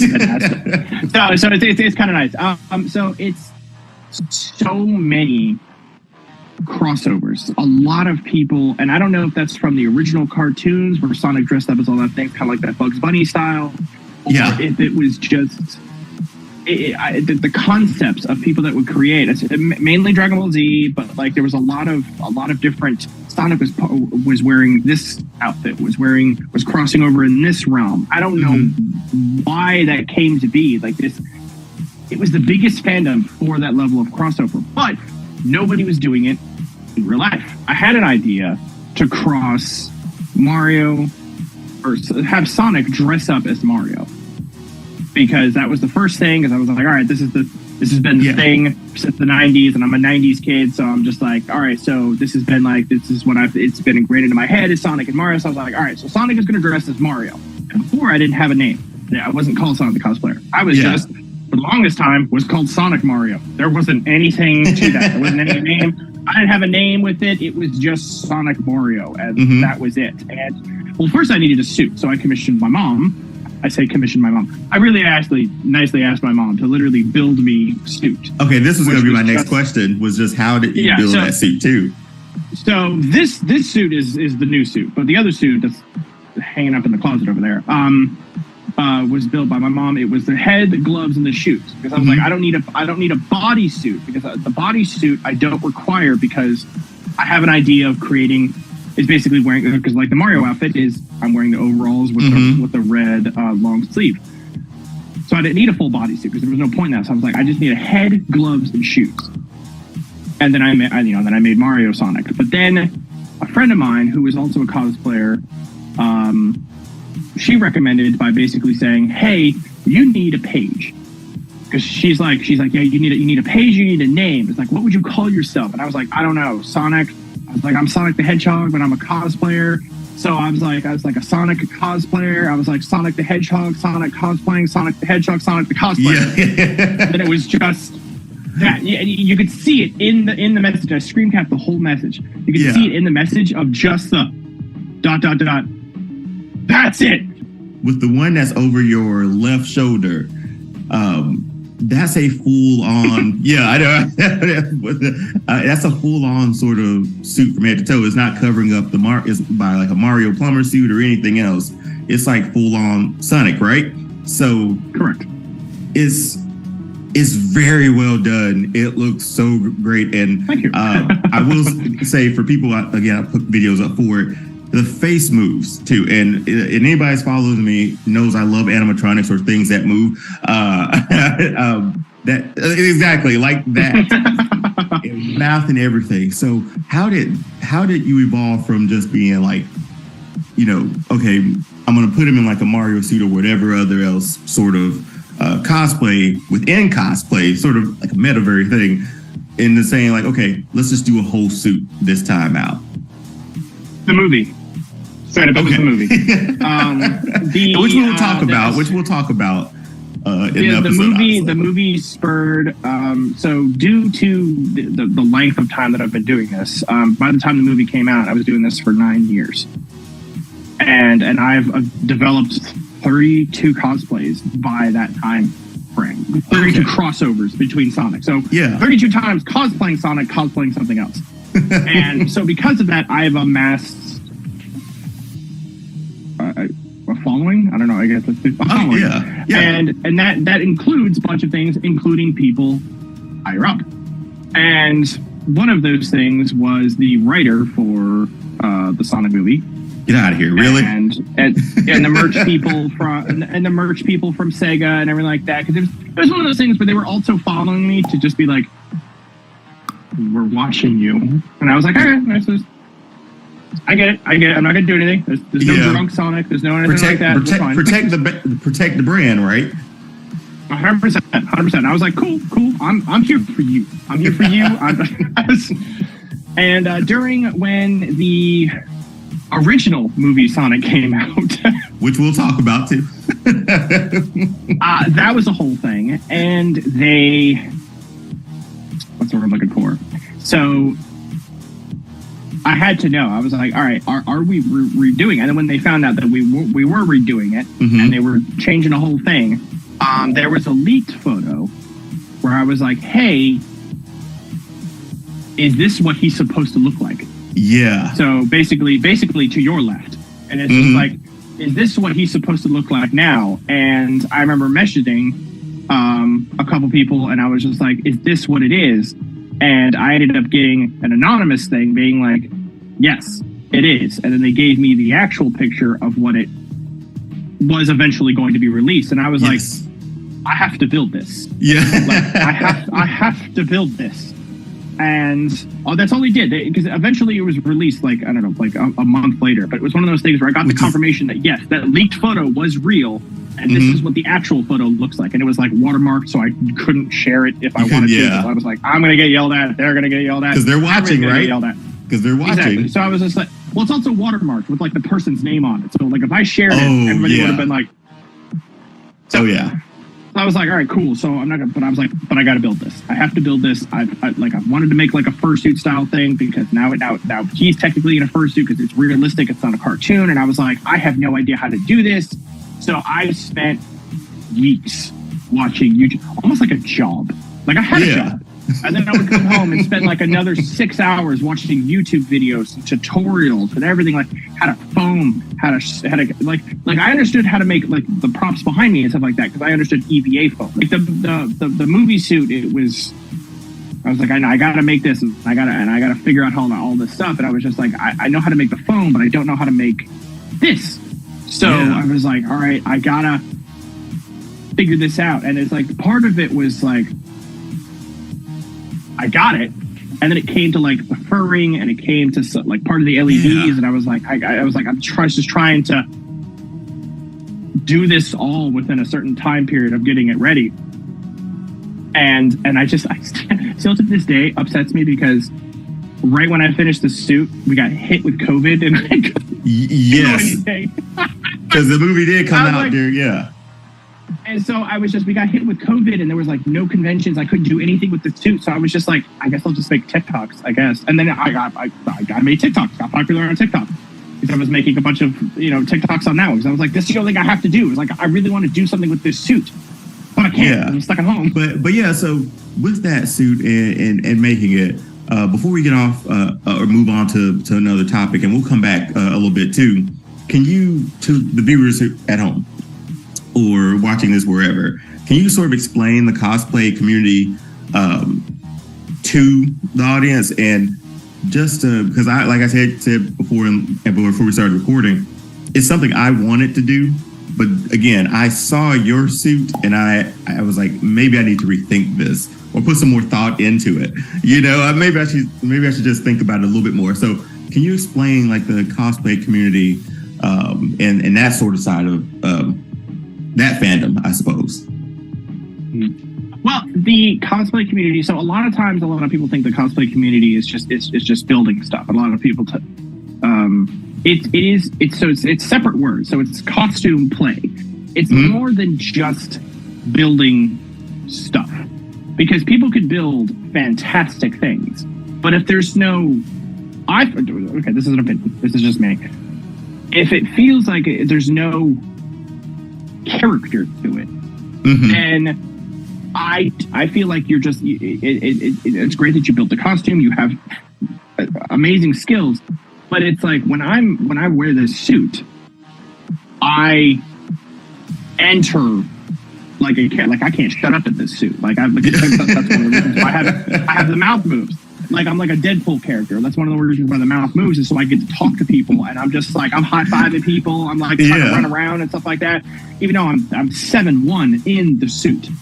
So, oh really? Like with everything, because with the spikes and everything like that. Because I'm 6'3", so when the suit goes up, so yeah, I do scare some people because like we got like a 7 foot Sonic running at you, going to high five you, and like just and the eyebrows move, and I've had people run. It's one of those things where it is a community of creative people just really trying to express themselves through craft, for lack of a better term, because even not necessarily craft, because the people that buy the costumes and then be like, I'm going to go cosplay like, I don't know, Batman or something. That's an easy one, right? I'm going to cosplay Batman, but I bought my thing at I don't know, Amazon or something like that. I bought a Batman costume in Amazon, but you get to have fun in it. You can twirl your cape. You can sit in a corner and just like, in a dark corner and just brood stare all or day, whatever like that, and brood all day and stuff like that. And I'm just like, yes. Either you build and you craft this amazing thing, and you get photos and you get videos and you go to the conventions, you get a bunch of people loving it and everything like that, or you go and buy like a $20 outfit and then you just get to be Batman all like day at like a convention or whatever like that. Like nobody knows you're Chris the accountant because you're Batman. And that's amazing. Yeah, because I've definitely thought about it, because here in Atlanta we have like Dragon Con and MomoCon and stuff like that, and you'll see people like coming from those conventions going into like a Target and seeing the expressions on some people's faces, Like whenever they have like a children's area or a children's day at a convention center or whatever like that, I am high-fiving everything. Everything. I have it's called like a Disney line. We call them Disney lines, where it's like basically I stay put. And I just stand there because it's literally just next, kid, next, kid, next, and it's good. It's fun. I get to stay still. I get to relax in the suit. I get to pose every now and then, and it's just I get to high five everybody. And so I think that's that joy too. Like the work absolutely. That you put into it, and then sort of going out into the world, and like kids seeing you or adults seeing you, anybody seeing you, like, oh. That's one of the best, because this is a shout out to another channel, but I don't know if you follow like Disney Dan. He's a guy who just he looks at like the progression or timeline of like mascot suits. So like from like the very first Sonic suit to what we have now. I think he did an episode on that, and just to see that evolution of Sonic suits, Chris, I'm not lying, man. Yours could have easily been like at the tail end of that as one of like the best suits that like would have been made for Sonic, because again it's the headpiece moving for me. That's what I want to see. That's what I like to watch. I want to be able to interact with it, but yeah, I will get into cosplay when I can sort of build something like that, and then think about it a little bit more of like, what am I doing with this suit, Well, the thing is, with certain Sonic cosplays, if you literally just wear like the quills, this with like a ring, and just it's so much fun just to do that. Like one of the things that I was so looking forward to when Sega finally was able to like make these Kimigus adult size. I was so happy because now I can actually finally have one of my conventions day just be a slum day, but I still get to be a Sonic fan. So I'm just like, I was like, man, I just get to wear this like pajamas all day. And I'm like, I don't have to wear a suit, but I'm just like, I still get to wear this. And I'm great. Well, Chris, before we jump into our next segment, I just want you to let people know where they can find you too. We'll wrap it up on the back end of the video too, but just your socials and like your Etsy shop, all of that. Where can the people find you? I think it's Sonic the Cosplayer, right? Everywhere. Pretty much. That's one of the things I got so much. People are like, oh, where can I, like at conventions, people are like, where can I find you? I was like, Sonic the Cosplayer. We're like, where? I'm like, everywhere. If it's a social media, including Etsy, if it's a social media, Etsy, whatever like that, just literally Sonic the Cosplayer. It's personally proud the fact that I was able to get that name across the social media, because it's a pain sometimes to find, because it's like oh I'm Sonic Cosplayer X258. Yeah, this doesn't roll off the tongue. And I'm just like, right? I'm like, I was like, you're never gonna find me on Instagram. So I was like, man, this is so much. It's nice. So yeah, if it's Twitter, it's Facebook, it's Instagram, it's Etsy, it's what's the new one? Threads. Yeah, I haven't dove into that one yet.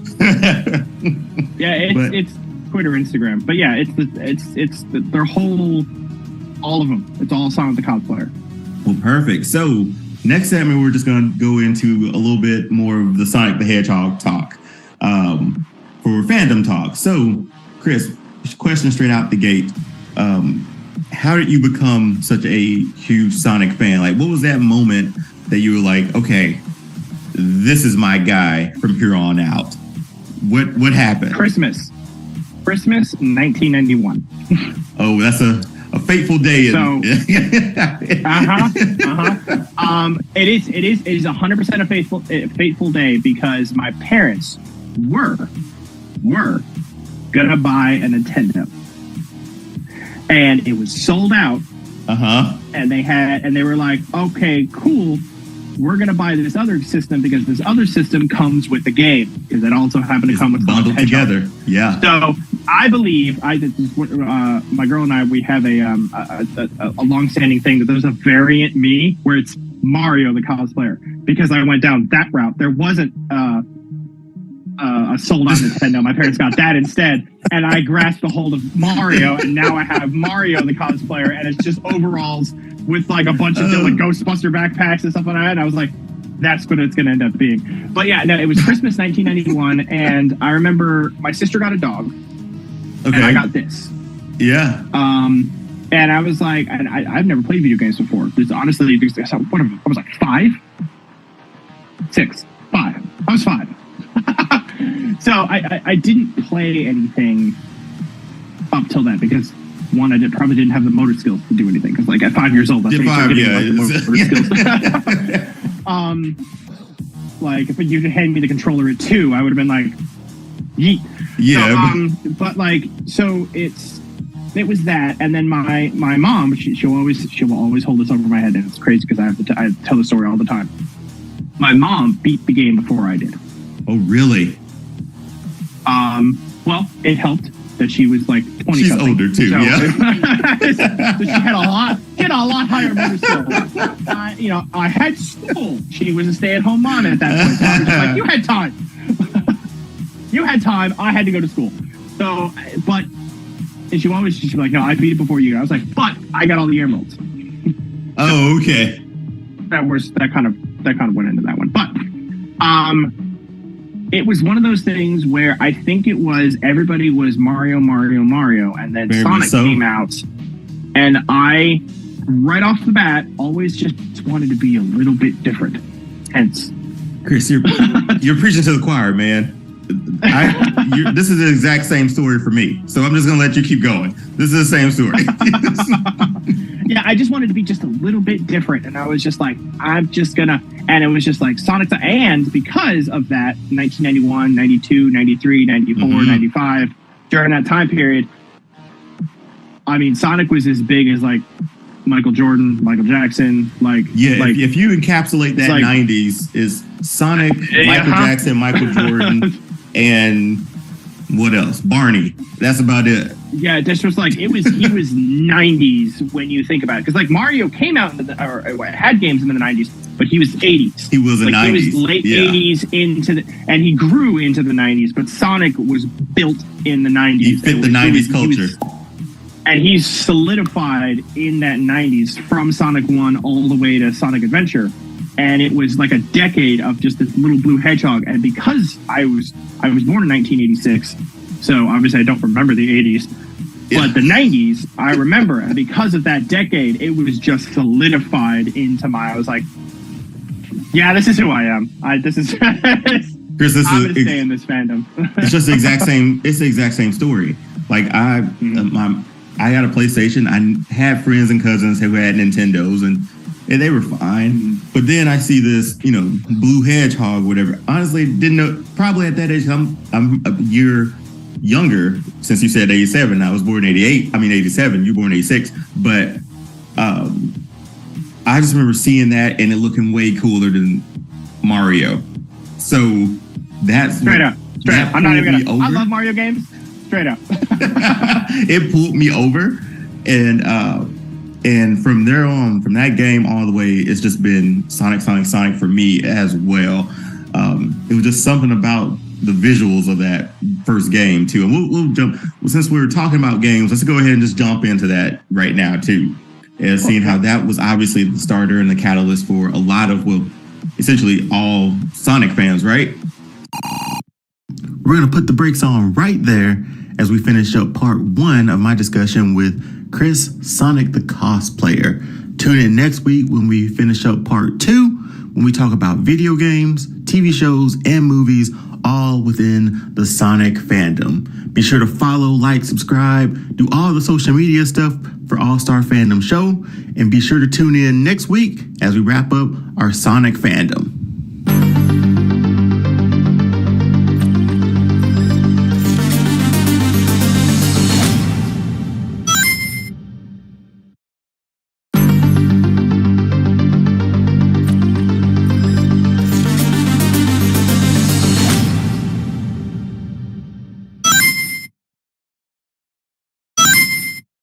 So we talked about like how it debuted in '91.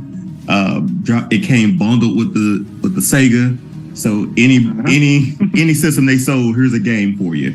And they sold like 15 million copies of Sonic in that first year. And just it being faster. I'm going again. I love a good platformer, and the fact that I can go really fast from just left to the right of the screen with nothing in between until you get deeper into the game, obviously. But that was appealing to me. It was just super easy to play, super fun to play. And then since we're on video games, let's just go a little bit. I'll give a bit of a timeline, and we can sort of jump back and chop those up. Because I feel like your 1991 Sonic story is a lot of people's origin stories, and it doesn't involve Nintendo, it involved you play Mortal Kombat on Nintendo, the blood's green. We're red over here on Sega. We got real blood. Sega Genesis, which also amplified the Sonic, is because when you left Mario on the screen, he just stood there. Sonic looked at you like, dude, we going? And I was like, he was so 90s, right? Like he was the 90s culture. And just looking at his foot. In Sonic CD, he just straight up leaves you. Oh, does he? I didn't know that. If you leave the game in Sonic CD, if you leave it, you don't pause it. If you just let him just sit there and looking at his watch, tapping his foot and everything like that, after 3 minutes, he literally goes, "I'm out of here," jumps off the screen, and then game over. But I'm just like, oh, he's a dick. Oh, that's so good, great. Though. That's so good, though, right? So 91, the first one drops in. We get Sonic 2 like right after it, the next year. Just back to back. Sonic CD thing came in 93, and then we get Sonic 3 which I did and not Sonic play. and Knuckles. I didn't either. I did not play in 1993 because I did not have a CD or a Saturn. Yeah. So I ended up getting those games when they were ported over to PC, the Sega PC thing, their little games. So when I finally played Sonic R and Sonic CD, that was pretty much the same time. Yeah. And so when they were ported over to PC. And let's not forget, what was it? The Sonic and Knuckles game with the top flap on it. Like lock-on technology? Yeah. So you can put in Sonic 3, right? and roll with Knuckles. That blew my mind. The best Sonic game ever. Okay, that was going to be one of my questions following this. So let me go through this list real quick. So again, Sonic's at an all-time high. Early 90s, he's destroying it. Then we get around to 98, we get the Dreamcast, a console before its time. Let's just say that. 100%. Sadly, 100%. Yeah, Sonic Adventure comes out 1998, 2.5 million copies. Then they followed up 2001 with Sonic Adventure.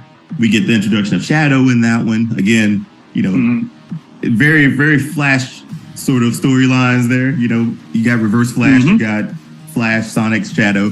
Then we just have some games that Sonic 06 was not very beloved. We won't talk about that much. It's all about putting up the fandom. Like, we're putting the fandom on a pedestal at this moment. And I think that was a necessary trial by fire to get through that stuff. Though. So I think that also definitely helped with the fandom, because I feel like the people that pushed through that and were still Sonic fans past that time period, I'm like, yeah. Well, and then we jump forward to 2011 or so. We get Sonic Generations. They sort of go back to the sort of vintage, well, not vintage, back to the beginning sort of thing, right? Mm-hmm. Where we're going to leave the 3D for a little while until now. We got Frontier. I haven't played that one yet, but Sonic Mania was in there, which was amazing. I loved that game. Mm-hmm. But it's just back to the roots of what Sonic was.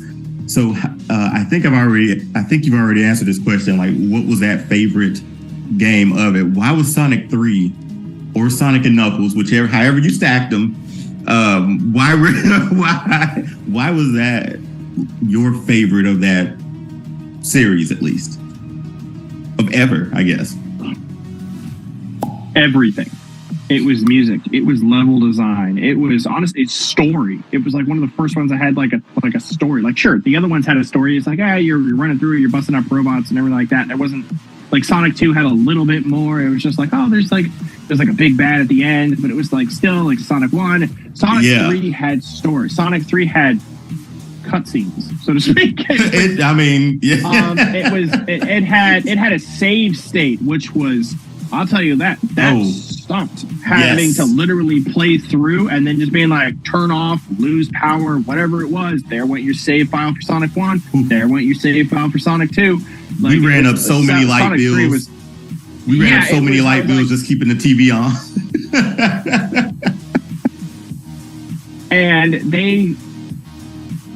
But more importantly, it was the introduction of the greatest Sonic we've never seen since then, which was Hypersonic. Okay. We've never seen it since. We've never seen it in comics, movies, TV shows. It sort of stands alone, in right? Any of the games. It is just a standalone, awesome, just in its own little corner. But yeah, and I just remember, for me, I love 3. I love Sonic and Knuckles. I love those levels because the game got faster. Every version of it from 1, 2, and 3 got just insanely faster. But Sonic 2, for some reason, it holds a very that cover. When I think Sonic video games, that's that cover, that Sonic with the 2 and Robotnik. That's why they did it for the movie. Exactly, right? And that's the one that comes to mind. And it's when I say why I like it, it always goes back to that bonus stage, man. The I love that bonus stage. Yeah, it's so fun. Did you bring Tails with you? Sometimes, but he could pick up extra rings though, couldn't he? Yes, but he always got hit by bombs, which is why I just took Tails out at one point, because I was like, dude, you go stand over there. I'm gonna go get it, and then I'm gonna come back, and then you. What's so funny about it that they gave you a sidekick in Tails, and you could use him or leave him or whatever, but you want to talk about again, a game before its time. Really, if we could have utilized Tails a little bit easier. But let's be honest, we only had 3 buttons. We had A, B, C, and that was it on the Sega controller. So there wasn't much we could free up for Tails. Hey, we're going to press flight, and we're going to go through here. I'm going to hang on to you. He just died a lot. Like that's just like a running joke, really. Like you're running, you stop quickly, and he keeps running right off the cliff or something. So he stayed at home mostly when I played with him. But Sonic 2 was always my favorite. And then to get to Sonic Frontier at this point now, like this is a 20 or 30 year run, 32 year run from video games, right? Only probably second to Mario at this point of having like that longevity of a character. Pretty much. I mean, other than like the OGs like Pac-Man and whatnot. But you don't see them around with like Netflix shows, right? So or movies, right? But those games, I'm anxious to play Frontier because it's supposed to be like open world, and I don't know if you played it yet. It's so good. Is it really good. Okay? It's been getting really good reviews. So good. I just haven't had a chance to throw it in to the rotation because I finally got a PS5. Now it's better. When it first came out, it was very good. The Cyber Stage games where they were kind of that linear style generations, they were good. Not as good as the open world thing, but through their DLCs that they've had, they've adjusted some things, some quality of life style changes, some bugs, some changes. It's like almost it's not necessarily it's a whole new game, but it feels so much more responsive, which was one of the problems. That he could be a little bit floaty, he could a little bit. Now he's got weight to him. He's got there's momentum in the game. Like there's just you can control the momentum. So if you want to move forward and then like stop, you could stop on a dime, or you can move the momentum and then actually roll downhill. You can actually have momentum in it, which was such a weird quality of life that I don't think any of us even realized we wanted. And I was like, man, I can control this. This is amazing. We're not at the mercy of just speed, really, I guess, right? Yeah. We can control it a little bit better. Okay, I'm gonna have to jump into that, but we'll move on. Especially because you have a PS5 now. Yeah. So I finally got one this year, and I've been trying to catch up on things. So I got the Ragnarok PlayStation, so I went back and bought God of War, the one right before it, because I love those games. Those were amazing. Oh yeah. And I finished those two up, and then I wanted to always play the Spider-Man game, so I finished up the first one. I'm on Miles Morales, and it's like it's cinema, man. Like it's like it's 100%. If you like the Spider-Man games, granted, I'm gonna get chastised for this because it's like, oh, how dare you? If you like the Spider-Man games, you'll like Frontiers. Is it as like intuitive on that? No, but is that open world freedom style thing? Like, you could like swing around, and it's like you could just run through forests, through fields, through just go wherever, and it's just a huge. It's like the memes. It's just like Breath of the Wild. It has that's what But instead of just like finally giving a character that can run at the speed of sound, just an open field to just go wherever, was just so nice. What was wild, I think I'll end up doing the same thing, just running around, because the other night, my wife was on the phone with her sister, and I'm playing Spider-Man, and the majority of the time, I'm just swinging around the city, and she says, like, are you just swinging around the city? It's like, yeah, I'm just swinging around the city. just going around the city. But Sonic in video games was super revolutionary. It made the Sega Genesis the go-to system in those early 90s, at least for me. So with all that popularity, with all the copies, so obviously we're going to get like a Saturday morning cartoon, right? So we jump into TV. So a little weird time because I felt like I only watched one of these in the early 90s. So we had The Adventures of Sonic the Hedgehog that came out in 1993. Then you had Sonic the Hedgehog that came out it came out in like 93 too and went to 94. I think it was like 2 seasons or so of that. Both voiced by the great Jaleel White. Thank him for being the voice of my Sonic growing up. We'll start at those two. Which one, Chris, do you, again, when you think of Sonic the Hedgehog cartoons, which one do you go to first? Or which one comes to mind? Both, because they really are two different costumes. They're so different. One is a slapstick Bugs Bunny Looney Tunes style. I didn't enjoy as much, but yeah. And then the other one was honestly some of the best story that I've ever had. Yes. It's literally where they got the original, where the comics came from, and it was their initial. Like, I liked where they went with some of the stories in the comics. I liked where they went down those stories. I liked Sonic being a freedom fighter. I liked Eggman actually being evil. Yes. Legitimately, like, just dark, which is hilarious that he's voiced by the same character as Winnie the Pooh. So that's always funny to me. But just that incredibly evil, just like, you took over the world, you turned people into robots. You should not be slapstick. You should be evil. He was an imposing figure. He was just, you felt it. You felt the evil come off of him. And I remember if you remember watching, I always took it back to like Inspector Gadget. As zany as that show was, Claw. You had Claw. Wasn't it Claw, right? He was always ominous, right? Like, he was just, like, you knew if he ever like went toe to toe with Inspector Gadget, Inspector Gadget's gonna get just torn limb from limb. But he never did it, I don't think. That's another story for another day. But I don't think so. But having said, that is one of my cosplay lists, is to do an Inspector Gadget Sonic, because I want the tails rotors to come out of my hat. So that and then in my gloves have like multiple things, like a ring, an emerald, like a TV item thing, and then just like have multiple things that come out of my glove, and everyone, like this is why with different items on it. Chris is Sonic the cosplayer. But think of that. That's a genius idea. But and you mentioned Jaleel White. It's the same thing as that I wanted to make a go ahead. Urkel. I wanted to make an Urkel Sonic. That would be so perfect, and I would hope. I feel like people of our generation will fully embrace it and get it. I'm hoping so. You know, like the bowling people are shoes. Just gonna call me Nerd Sonic, and I'm like, well, that's the thing, is it's always got to be the head, the gloves, and the shoes. Yes. Everything else can be. So if it's a character that's mostly known by his shoes, I can't do it.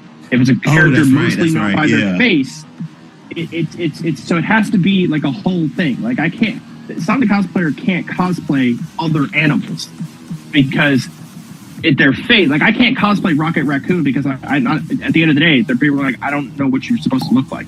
Yeah. I'm like, okay, I'm cosplay. So animals are usually off limits.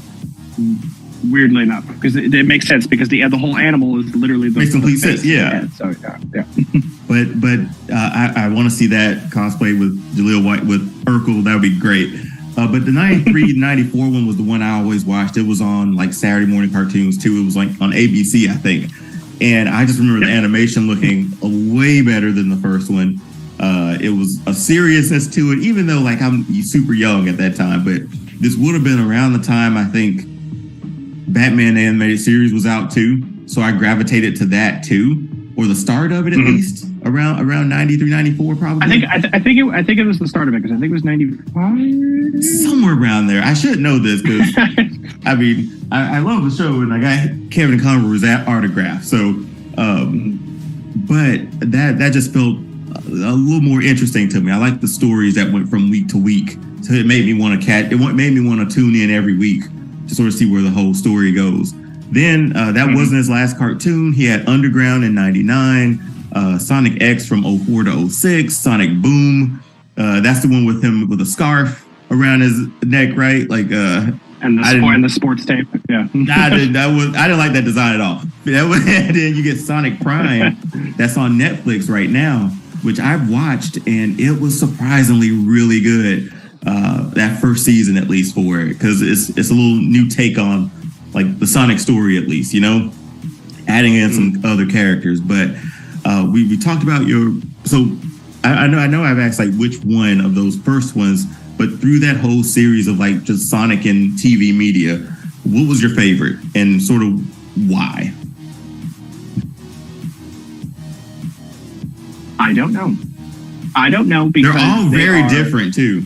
They are vastly different, and because they came out at such time gaps, it's like the nostalgia in me likes the 90s cartoons. Yeah. The teenager part of me likes Sonic X. The young adult part of me likes Sonic Boom, and then and then I'm just like, and then with Sonic Prime, and then with Sonic Boom, because I'm still in my 20s at that point. But during Sonic Boom and Sonic Prime, I'm still getting those kid feels too. Because I'm just like, man, I was like, man, this is just fun to watch. It's exactly, and fun. And it's checking that box on nostalgia as well. Where like I'll watch the Netflix series one, and like something will happen or whatever. It's like, oh, that's a reference from that game. Or so they really did. It seems like since the movie, and that's what we'll go into next. They've started. I think the properties for Sonic have started to become better instead of just like putting things out for sake of it being Sonic. I think they're taking a lot of care to it, which jumps us into the movie part of it. Let's jump into that right now. For Sonic the Hedgehog movie, we all saw that trailer. We all heard Gangsta's Paradise. What was your thoughts as soon as that?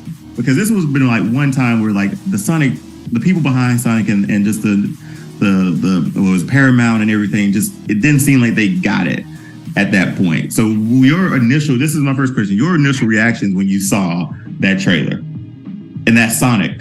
I understood what they were trying, because I know they were trying to make it like we're trying to make it like a live action realistic thing. Exactly. Like he can't look too cartoony because it doesn't make any sense. And I was like, he's an anthropomorphic. He's a blue hedgehog. Who cares? Who cares? You put an anthropomorphic blue hedgehog in your movie, he's not going to look realistic. Stop. He's not Rocket Raccoon. Stop making him look like that. Yeah. To this day, ever since I watched that trailer, I'm not a conspiracy theorist. Oh, but I do have like 4 conspiracy theories in like my entire life. One of those conspiracy theories is that they did it on purpose. Yes, Chris, I have it written in my notes.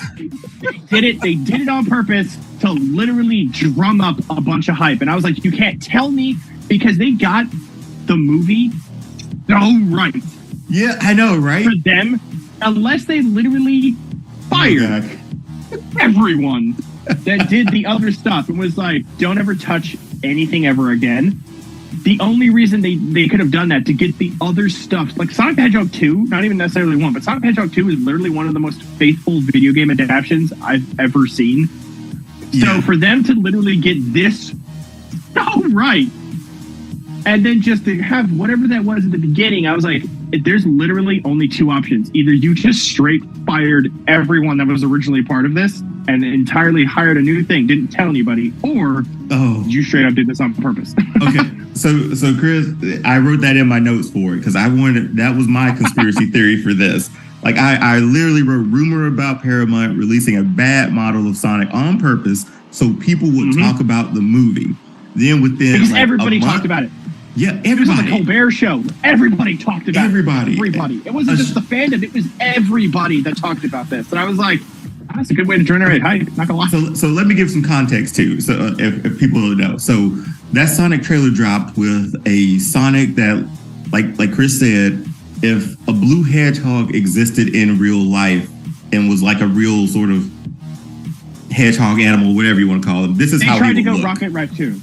Very like instead of white gloves, he had like white fur on his hands, right? So this trailer drops. This is not the Sonic that we thought that we were getting, and within like minutes of that video posting, Paramount, the whole studio just blasted with like, what in the world is this? They're talking about his teeth. They're talking about like just the way he looks.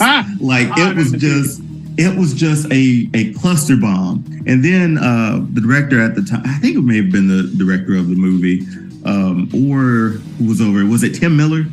I believe. Could have that wrong. We'll double check it. But it wasn't Tim Miller. Yeah, it was Jeff Fowler who made the tweet Jeff being Fowler, like, yeah. We know, we see it, we screwed up. So he apologized, like, right? Thank you. and that sort of gave like the fans a voice. But Chris, I will to this day as well say they had this locked and ready to go. right after all that, because no one was talking about a Sonic movie. Like we knew it was coming. Like if you were a fan, you knew it was on the way. But to put that bad model out and then say, okay, we're gonna put this together. And the stories is that like the VFX department worked overtime and stuff to get this hammered out, because they did move the date of the movie. Again, just fantastic cover up, right? It's moon landing sort of stuff. But anyway, 100%. There's no way to corroborate this unless I physically work for Paramount and work my way up the corporate ladder, where eventually I can get to that closed door meeting where I could just be like, all right, talk to me. What actually happened back in 2019? Well, it was so wild because remember that very first poster too, where it was like just the silhouette of what we sort of saw in that first trailer. Even that looked a little like funky. But then I don't know what came out next or after. They had like a promotional poster of it was just Chris legs Pratt. on the that. Yes. But then they had one of Chris Pratt, right? Instead of Marston. James Marston. Instead of him. And I'm like, okay, this had to be the look that they were going for initially. Anyway, I'm not sure. I don't remember which one where that fell into like the line, but to have Chris Pratt as the sheriff or the donut lord, like it just seemed like too coincidental that they got it so right. And the movie was, like you said, it was so right. And then the sequel was so right for them to start off so badly with that model. It makes me think like Tails couldn't have looked. Did you redesign Tails then too at the end of that movie? Yeah, and it was just one of those things where they also, the conspiracy theory also goes into that because of what they did with the Chipmunk movie, where they brought back Ugly Sonic to have his own thing at that. Okay. And I was like, cool. So you know what you were doing. Don't lie to me. Exactly, right? So again, more context. He's called Ugly Sonic. You can look it up. It's called Ugly Sonic. It's canon. Exactly. It's Ugly Sonic. And in the Chipmunks, the Chippendale movie, he's at a convention. Ugly Sonic's at a convention. He's gotten fat. It was a hilarious cameo. I loved that part of that movie. That movie was really good too, surprisingly. But to jump off the conspiracy theory train, give me your sort of take, because we had the second one came out like about 2 years or so after, around 2022. Again, both of them made bank at the box office. The Sonic 2 made about $400 million. That's really good for a video game movie too. So again, you listen to the fans, and change the design, and we'll come out and see it because we have some stake in it, right? So, but for you, and again, we get the second one and a third one in 2024, so next year. Just your overall thoughts on the Sonic movies, because video games historically have not been great. What, in your opinion, made these Sonic movies like great, essentially? Because I love both 1 and 2. I don't know a lot about the writers before the Sonic the Hedgehog movie, so I'm not 100% sure as to where they got it from. But I will say that there are certain members of the higher part of this community, not necessarily the community as a whole, but like people that still are in this community as like maybe not official Sega people, but just like they work for Sega, but they're consultants, liaisons, contractors, whatever it is. One of them is Tyson Hess. Okay. And whatever he touches in this Sonic fandom is gold. He has straight up the Midas touch when it comes to this stuff. Don't know why, don't know what he does, what type of magical stuff he had. Every single thing he makes is a straight up masterpiece. And it's one of those things where there isn't a single thing he's made in the Sonic fandom that people have been like, ew, no. Everything he touches, and because of that, he did the I don't know if you can see him in there, but he did the comics up there. He's done the opening animations for Sonic Mania. He's done. That's the okay. I knew that game. Sounded familiar. Okay, gotcha. And he was the consultant that Paramount brought in like when they remade the Sonic stuff. He was the consultant to literally bring in to do that. And granted, he is an artist, he's an animator, but he knows about Sonic. He knows about he can understand certain things. So that level of, you had basically an ace in the hole type thing. You had somebody in your pocket to be like, cool, how would this turn out for that? And I think that's one of the reasons why it helps the conspiracy theory, because I feel like they knew this all along and they were just like going with us. Because like for that type of adaptation to get everything right, especially in 2, you get Knuckles, you get the plane, you get the Eggmobile, you get Supersonic, you get just so much stuff, just getting it right. And I'm like, yeah, you guys already knew how to do this. And it was just, and I also think it's one of those things where we had for decades of just bad video game adaptation movies. I think that's gotten under the skin of a lot of people. People have been like, yeah, we have to be able to do this right. Because one of the things that's also now is that we're noticing is that a lot of millennials are now making movies. Well, and before, when you had an older generation making video game adaptation movies, they didn't play video games. They know how to make movies, but they're like, cool. I don't know how to adapt Mortal Kombat because I've never played Mortal Kombat. And then we get those movies, and we're just like, all right. Yeah. Okay. Now let's say next to this, and I've argued this with a good buddy of mine. And the Mario movie obviously has made a bazillion dollars and it was really good and entertaining. So fun. I don't think I've smiled from like ear to ear in a movie. It was so good. Ever. It was so good. It was such a fun time. but with that, even before that movie, I will fight him to this day to say like Sonic the Hedgehog is one of the best video game adaptations ever. Again, it's adapted into live action too. So it's obviously different from Mario, right? Because Mario stayed in that world. It was like a Pixar sort of movie, right?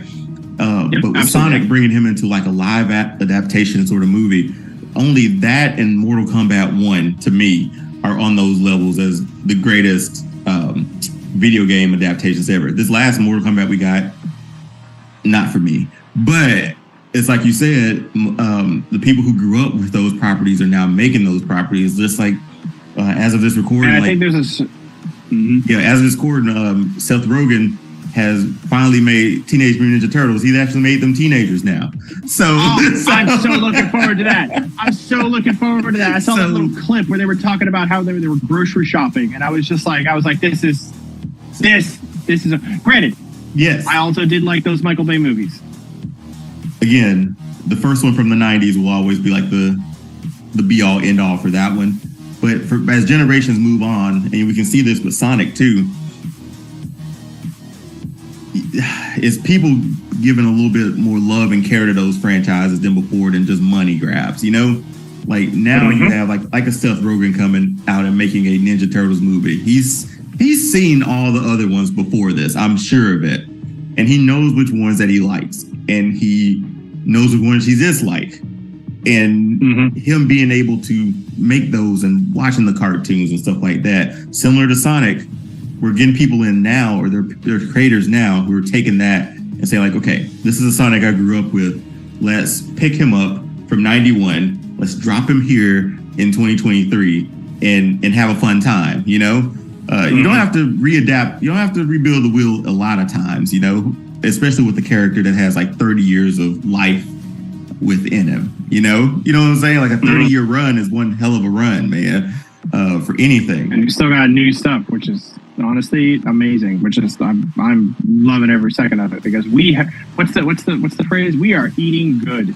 How dope was Idris Elba as Knuckles, man? Like he was. As soon as he started, just everything, especially, I loved him being just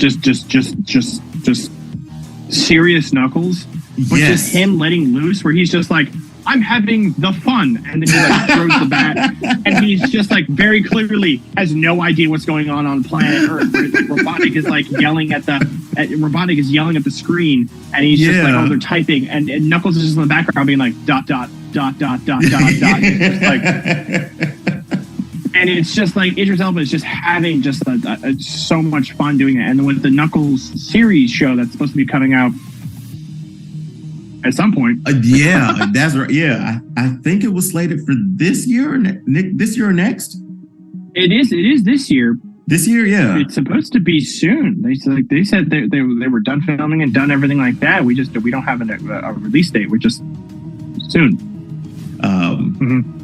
To sort of close us out, but anything else that you sort of want to say of like the Sonic fandom, the cosplay fandom? I sort of want to give you like this floor to say like just why the hell you love Sonic so much, man? Like why would we love it so much? Just literally part of it. At this point, it's literally glued into my persona. Like I have very large facial expressions when I talk sometimes, and that's literally because of people like Jim Carrey. Like I have impatience issues, and like I'm pretty sure that's due to Sonic and like my childhood. It's like it's ingrained. Part of my personality is ingrained with Sonic, so it's just not like it's like, oh, why am I a huge fan? Because I'm like, it's me. I don't even know. It's just like, oh, I'm a huge fan. Like I'm a huge fan of myself.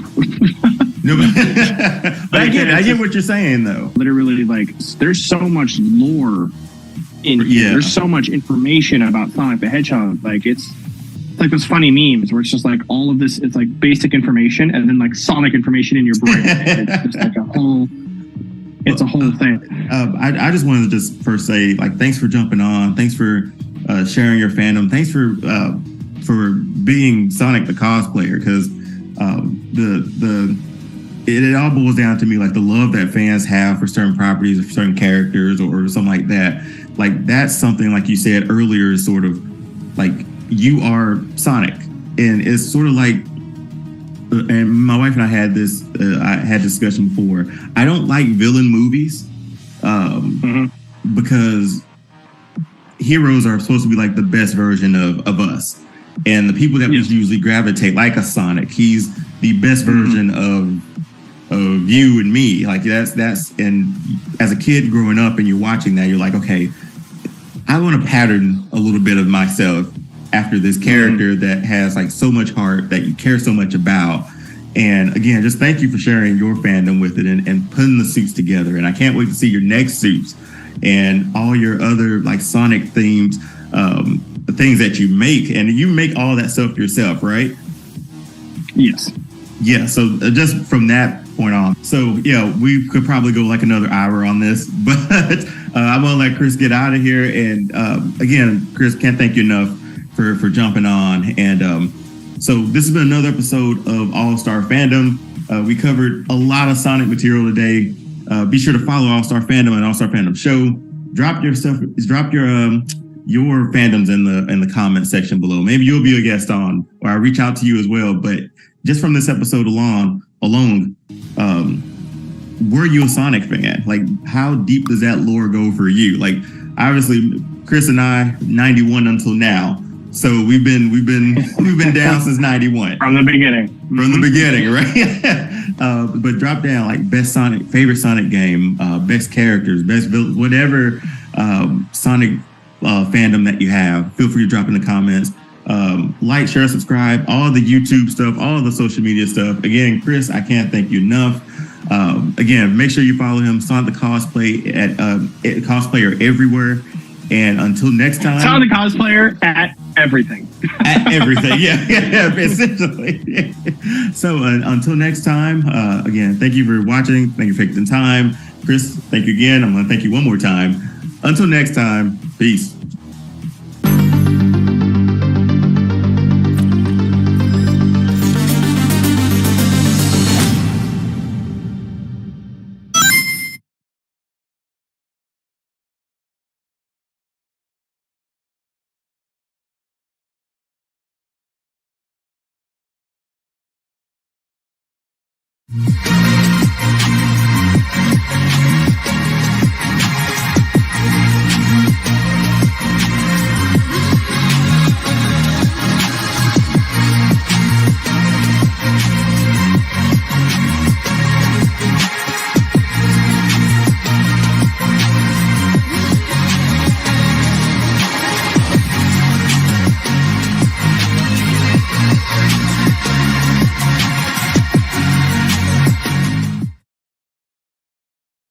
Welcome to another episode of All Star Fandom Prime. We're here live, but I'm never alone. I'm Dion, and I'm joined by my guy Rufus. Rufus, say hello to the people, man. Hey, hello, people. Once again, we back in this joint, man. Hey, thank y'all for tuning in again. So be sure to do all the social media stuff, like, share, subscribe. If you're watching live, thank you. Comment, ask a question, because we're going to dive into some heavy blade stuff with a guy who is, if Wesley Snipes here, this guy's got to be like right here. So we're going to, so let's introduce Marlon. Let's bring him to the stage, man. Marlon, how you doing? ATL Daywalker here in the house. What's up, guys? How y'all doing? Man, thank you for joining us tonight. Yeah, so happy that we could finally get you on. I know we've been trading messages back and forth for a while, so I'm happy that we can get you on now. And it's really kind of fitting too, because a lot of Blade stuff has happened in the last 2 months or so. The last 2 months.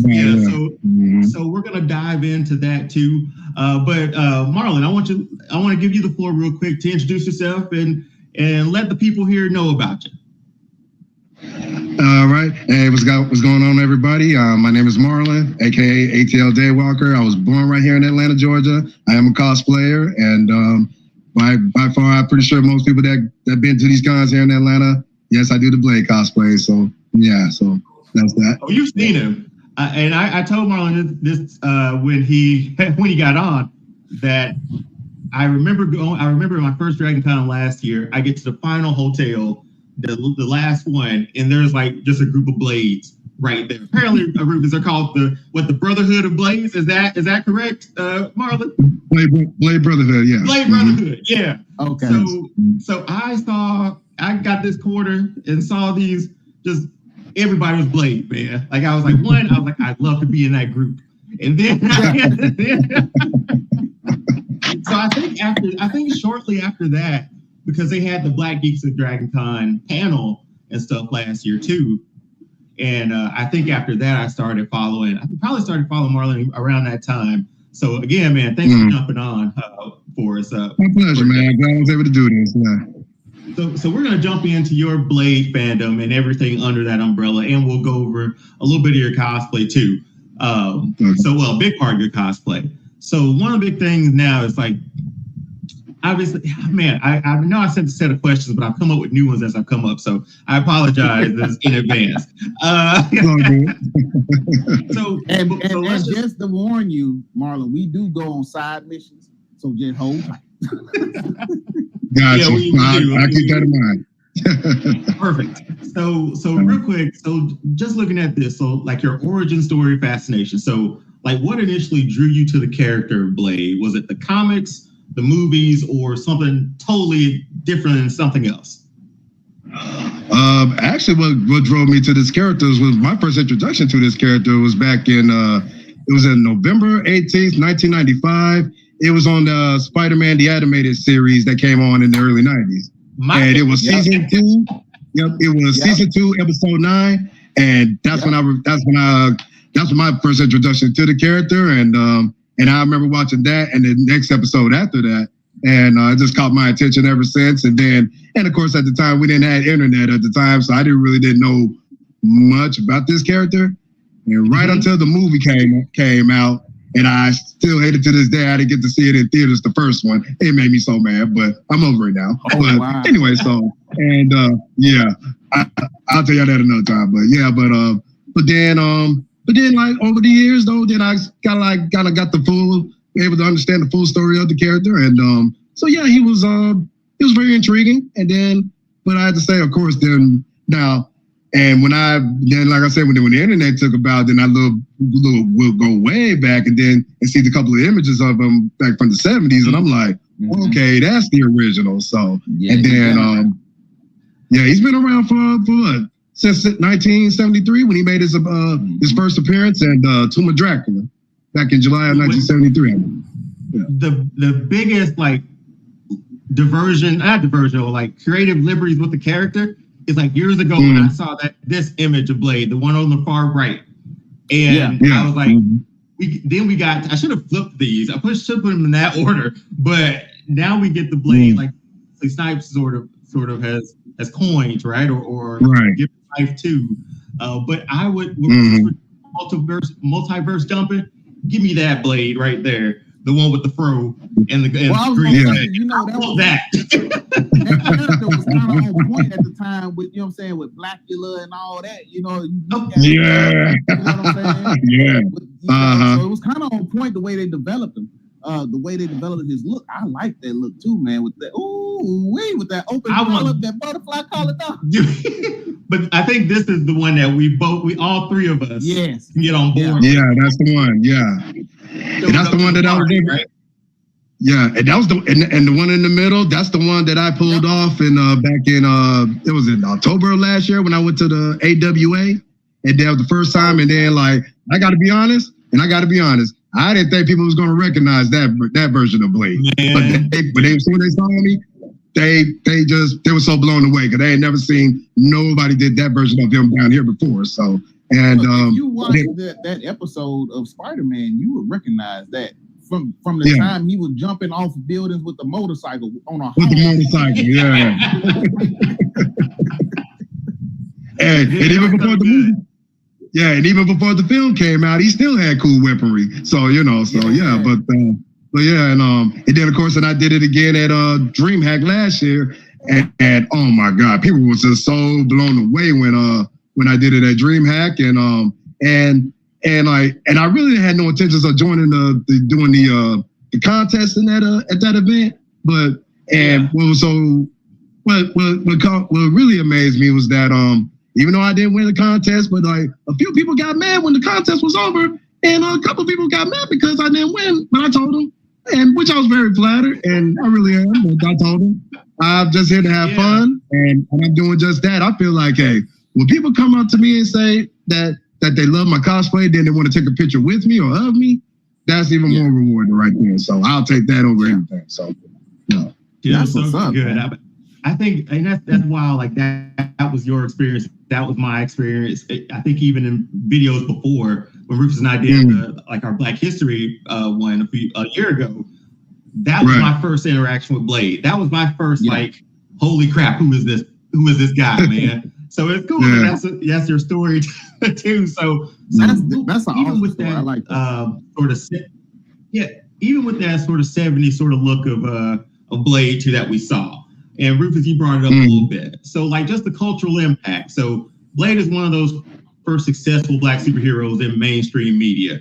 Do you think Blade has influenced, how do you think he's influenced the representation of Black characters in superhero genre since then? So specifically more maybe Wesley Snipes, a little bit Blade when he hit mainstream, but how do you feel like that representation has been sort of, I guess, portrayed in the superhero genre?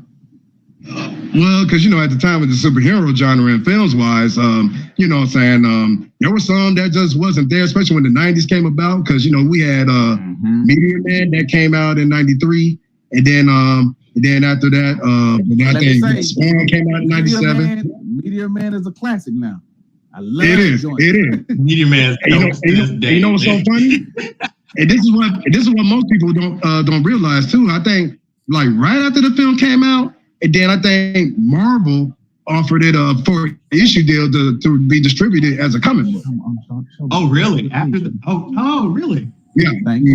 Yeah, and because what I'm saying, so they definitely had to come. So definitely Marvel had to come out of pockets to Robert Townsend because he created the character. So they had to come out of pockets for that. So and then in 97, of course, then Spawn and Steel came out in the same. Yeah, they came out the same month in that same year in 97.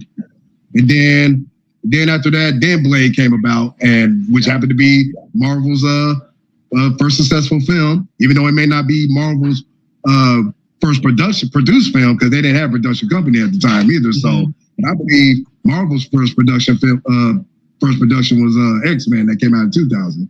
And then but then when Wesley Snipes took on that role, who was my favorite actor, by the way, and he just made that character what it was, and just with such perseverance, and he was so cerebral in so many ways, and but Wesley, he just nailed it, man, and like they couldn't pick the better actor than him. So yeah, but he was a big impact on me. I agree with that 100%. Like he embodied the role of Blade. Like he was Blade. You know what I'm saying? When you can get into a character like that and make people believe like you are this character. Kind of like when what's his name got into the character of Joker, Heath Ledger, and you was like he is Joker. Like Wesley Snipes was Blade. And I'm glad you said that, because I think his impact as far as him being a superhero, a black vampire superhero, just let's put that together right there. Nobody thought that was gonna win. You know what I'm saying? Like nobody thought it was gonna do or impact the culture the way it has. You know what I'm saying? Right. It was carefully, like, if you didn't know, it was carefully sort of masked as not as a superhero movie, though, right? Right. Like it was cleverly put that way until somebody said, or mainstream media was like, I think it was kind of masked like horror action, wasn't it? It was supposed to be like a horror action film, right? That came before Underworld and all that stuff, right? Because everybody was in leather. Everybody was just in black leather for a long time around that time. Apparently, yeah. I just realized that too. Yeah, I'm like, so now that he's rocking leather, everybody want to do it now. So I was like, well, but it's cool. So yeah, it is what it is. The X-Men rocked black leather. Like, yes, they did. The first X-Men movie, they're in black leather. And then we finally get a blue, 24 years later, we finally get a yellow and blue suit, but that's neither here nor there at the moment. Yeah. I know I was waiting on that for the longest. I'm like, when are they gonna put him in yellow and blue? Because I know we all been waiting on that for years, but I'm just glad that Marvel came to their senses to do that. And I know, right? And yeah, and then also another thing about that Deadpool and Wolverine is that, and he was going through multiple dimensions, and there are different versions of Wolverine. And I remember for years they were talking about getting Henry Cavill to do Wolverine, and that shocked me. I didn't think that was gonna happen, but it turned out it did, and I'm just looking like, what? And the fact that he did his Mission Impossible, like loading up his arms. Right, exactly. That blew my mind. Oh, man, it really did. Wow, I was like, I didn't think that was gonna happen, but and then another thing that kind of shocked me. Did your theater go wild when y'all saw Henry Cavill as Wolverine? Oh yeah, they did, absolutely. Because like I said, I did not see that coming. I didn't, and I'm just looking like, wow. But they did it. Like, it happened. Like, yeah, man. And so a few comments. I think this was from our earlier discussion when I had all the Blades up there. You're like, might as well do them all, bro. I feel you, man. I feel you. That's my brother, son of light. How you doing, man? Shout out to son of Mike. Yeah, like at this point, what do you have to lose with the Blade property, man? Right. Then we get another one from what was that? Terrell 87 Wilson said he was at DreamHack. Your Blade was so dope.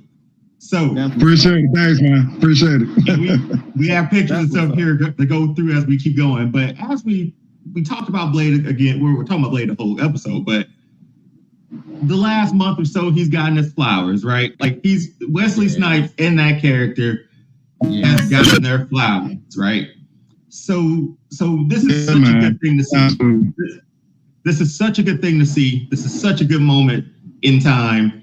So I'm gonna ask you, Marla. So like, obviously, there's a Wesley Snipes factor, right? So how do you feel about the upcoming reboot with Mahershala Ali, and what are your expectations?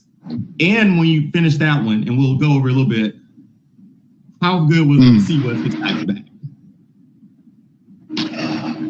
Well, first of all, with Wesley Snipes coming back, man, let me tell you, when I saw the film in theaters with 4 of my friends, let me just say, as soon as he popped up, man, I acted a fool in that theater. I thought I was gonna come off my seat. I did too, man.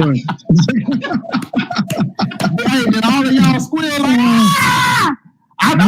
but it was so crazy. It was so crazy, man. It wasn't just me though, but everybody in that theater. It's just the reaction that when he came out, man, it was just incredible, man. And I would hate it for those that would bootleg that. And I'm like, no, go to the theater and see it for yourself. Because if you try to bootleg that, that's disrespectful. I'm sorry. That's just me personally. And then and what else I gotta say? And then after I calmed down, and one of my friends was like, to check on me and see if I was okay. I'm like, I'm cool. I'm all right. I mean, my heart might have pumped a little bit, but I'm okay. I'm good. But then now on to Mahershala Ali. Well, I feel like this, man.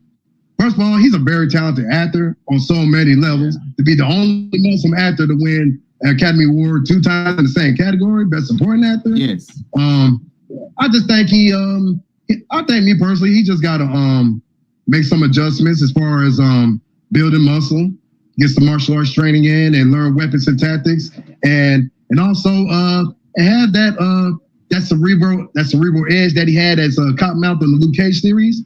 And I thought he was sick on that one, man. He was. I thought they killed him too soon. I hated that. And I don't know if it's true or not. I don't think they had him for long. No, right? and I hate the way his character died too. Yeah, he died too soon. Like he was supposed to die, right? Was it right? Like contract thing that he said, or go ahead, Mark. Yeah, I think I don't know what happened, and it just I think it was either episode 5 or 6 or 7. I can't remember. It's been a while since I watched the show, but I think they just let him die too soon. Though I was looking forward to see him go further on, and but you know what I'm saying. But I do, and I also do feel though, and also I forgot to mention though, I believe Mahershala Ali is a black belt in Brazilian Jiu-Jitsu. I believe. Really? And I don't think a lot of people don't know that, but I'm probably not sure. But it could be a rumor. I'm not sure, and I don't want nobody flipping out on me because of that. I just hear what I'm sure. So, but I thought it would have been interesting. I know a lot of people are not very ain't real thrilled about it, but I feel like personally though, if they like would tell his actual show his whole story from childhood to manhood, you know, and I think you know, that would have been interesting too, and then he can go on from there. And but I don't think people should take their frustrations out on Mahershala Ali, because number one, he's a working actor. That's number one. Yeah. When you're in there, when you're a working actor in high demand, yeah, you're gonna there's gonna be other projects that's gonna be up the grabs, but at the same time too. But it's Marvel that's just pretty much ain't got it together. So they keep holding it back. And then as far as the storylines, it's trying to find the writers and directors. I don't know how many they done went through so far. I was just like three or so. They've been through three directors. And actually, Mahershala Ali, he actually quit the film for like a month and then came back. Right. You know, after I think, you know what I'm saying, they thought they had this last director that was like, all right, I'll come back, because he got other projects, you know, in the way. Right. I think it might be a tough uphill battle for them too, because Marvel has had to pivot the last like year or so. So, and I mean, they didn't have to pivot for 10, 11 years before. So I think this is like new territory for them too, unfortunately. But I'm hoping, I mean, Rufus was more optimistic about this movie than I was, just because the Marvel sort of timelines used to be so understanding. Like it was you didn't have to wait long. We're gonna see Sam Wilson as Captain America next February. We haven't seen him as Captain America in the last 2 years, maybe. Yeah, exactly. And the Winter Soldier. So there's so much of a disconnect that we didn't have before that made me a little wary of this one. And then the Eternals didn't do well by their standards either. Yeah, and that sort of and that's sort of hurt it. And I think some people was just like, this is all we're going to get from Mahershala Ali, just a voice in the background. And I'm just like, guys, you got to be patient. I know I don't like it either, but I sincerely hope that they get it together though. But for 5 years in the making though, man, I mean, they should have had that film in the works already. You, as a Marvel fan, how much patience should we have? I mean, 5 years is a long time. 5 years is a really long time to wait on one film. I'll let Marlon answer that. Marlon, answer. Go ahead. Now, me personally, though, I personally have patience, you know what I'm saying? Because I know sometimes things don't go to plan, and you know what I'm saying? And that happens. That's not just in Hollywood, but in life itself. And I just think that, you know, it's all about the process, you know what I'm saying? Because, you know, you definitely want to get the story right. and everything else along with that too. So you just can't rush into it and then expect for it to dominate in the box office as well. Because when you do, because nowadays in films, you just never know how fans are going to respond when they see the movie. Yes, we go see the trailer. Yes, we may think it's going to be cool and interesting. Then once you see the movie, and then it ain't going to be up to par as we all expect for it. So it's all a process, man. And I know 5 years is a long time. Time does fly, but in order to make a film happen, though, and then waiting 5 years. I just don't want to be 55 and be like, "Hey, Dion, let's go see Blade." You just came out. Wait, will you stop it at 50? Well, I'm gonna be. Emily's gonna be pushing me. I'll be in the chair. Let's go. Oh man. But what I will say about Marvel, yes, Rufus, I think they've earned. They've earned this sort of waiting period, this little time. Like, okay, we stumbled a bit out of the blocks for the first time. Really, they've had great movies. They gave us 10 years of a good plan. Yeah, and Endgame was the ultimate ending. Right. I told you, if I came out of that theater and said, if this is the last superhero movie I ever see again, I'm okay. But they had to top that. The studio says like, okay, we're still going. So they gave us that. I can give them a little leeway on this. Granted, I haven't seen Captain America in forever. He's out there somewhere doing some buckets with the Thunderbolts now. We'll figure it out. Yeah. I feel the Doom thing might be a little bit, but whatever. It's but anyway. The angst of waiting for it. You know what I'm saying? You know how it is. Well, we've been spoiled. Yeah, yes, we have. I was going to say that. I was like, we probably been spoiled because they was coming out with bangers, like bam, banger. We was like, hey, it's taking too long for this banger to come out. No, so forever the heel of the internet or podcast everywhere, our friend Will Ferrell hops in and says, throw the whole project away. Hey, Will, last week I 100% agreed with you last time. Dude, I was feeling the same way last week, though. Like, I was like, be honest with you, I'm being 100% honest with you. Mark, when I saw Wesley Snipes, when I heard that roar and I saw him walk on that camera, I was like, I love Mahershala Ali. We don't need him. Put him in the game, coach. Let him do it.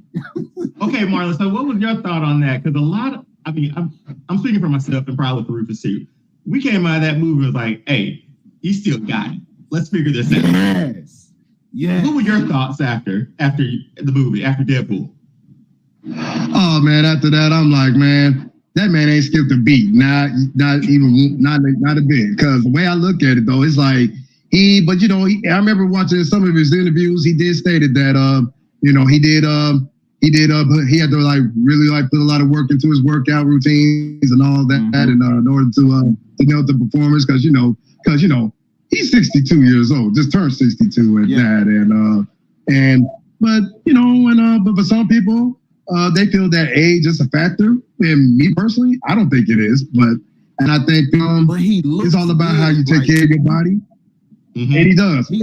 And then it's just all about having that right nutrition. And by the looks of him, he look like he's eating right and taking care of that body and working out. But you also got to know your limits as you age as well. You have to, because we ain't gonna have that same strength forever. We not, but I honestly, like I said, I just don't think age is a factor. I don't think, but depending on how you take care of yourself, because some people, we got to be real though. Some people don't take care of themselves. They don't. But I feel like just that. Go ahead, Bruce. No, I was gonna say, if you think about it from like a vampire perspective, him playing the next Blade would be perfect because he's aged a little bit, but he's still like got it. Like he's still Blade. You know what I'm saying? From a vampire perspective, like I can see. So he can pull off. If you want to say Blade is 200 years old because he was born in 18 such and such. You know what I'm saying? You can pull that off. You feel me? Absolutely. And I'm just saying, man. I think it'll be awesome. Yeah, and also, and I think about too. Yeah, and after I saw the movie, and then and I think one or two people hit me up on online on Messenger or whatever, asked me if if I'm going to dye my hair gray, and I'm like, well, I mean, I still got a few more years to the full gray come out, but so I don't know.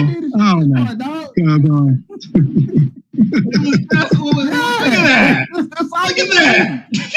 Yeah, hey, and I'm not gonna take that away from him. He still look awesome with it though. He can still rock it and still do his thing. So, that's why I said that older vampire, wiser Blake.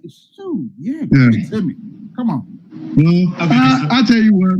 I'll tell you what though. If when I get to that age and I still feel physically fit, hell, I'll let that gray go out, and I really will. So yeah, I would do that. And if you look at his armor though, it does look like it's mixed with Snake Eyes from G.I. Joe Retaliation, the upper body part. It does a little bit though, and I'm looking like, and like I was telling Dion that when I built the Snake Eyes armor a few years back, and it was exactly like that. And I was just looking like, I think I can pull that one off too. I think I just got to give it time though, and then but as far as the shirt though, because I realized it's polyester and leather put together, so I probably have to go to some kind of alteration shop to get the long sleeve shirt alterated. And if I could do that, I think I'd be in good time. Yeah. When you look at it, the underarm part is that breathable type jersey type joint. You know what I'm saying? Yeah. Mm-hmm. Yeah. On top, so I'm assuming the leather on top is protection for his shoulders. You feel me?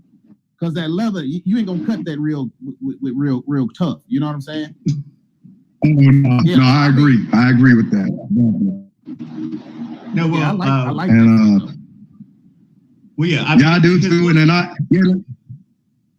go ahead, Mark. So yeah, as I looked at it, and I'm looking like, yeah, but it looked like because it don't look like an armored piece though. Too, it looked like it's alterated to the shirt as it looks. It does, yeah. So yeah, but if I would have to do that cosplay right there, then yeah, I had to go to an alteration shop and get that shirt alterated and get some leather mixed on with the polyester shirt. Yeah, I like that. Well, a few comments from the gallery here. This is Will's idea. Wesley Snipes should be the MCU Blade and let him be the anchor to put together the Midnight Sun. Yes. So.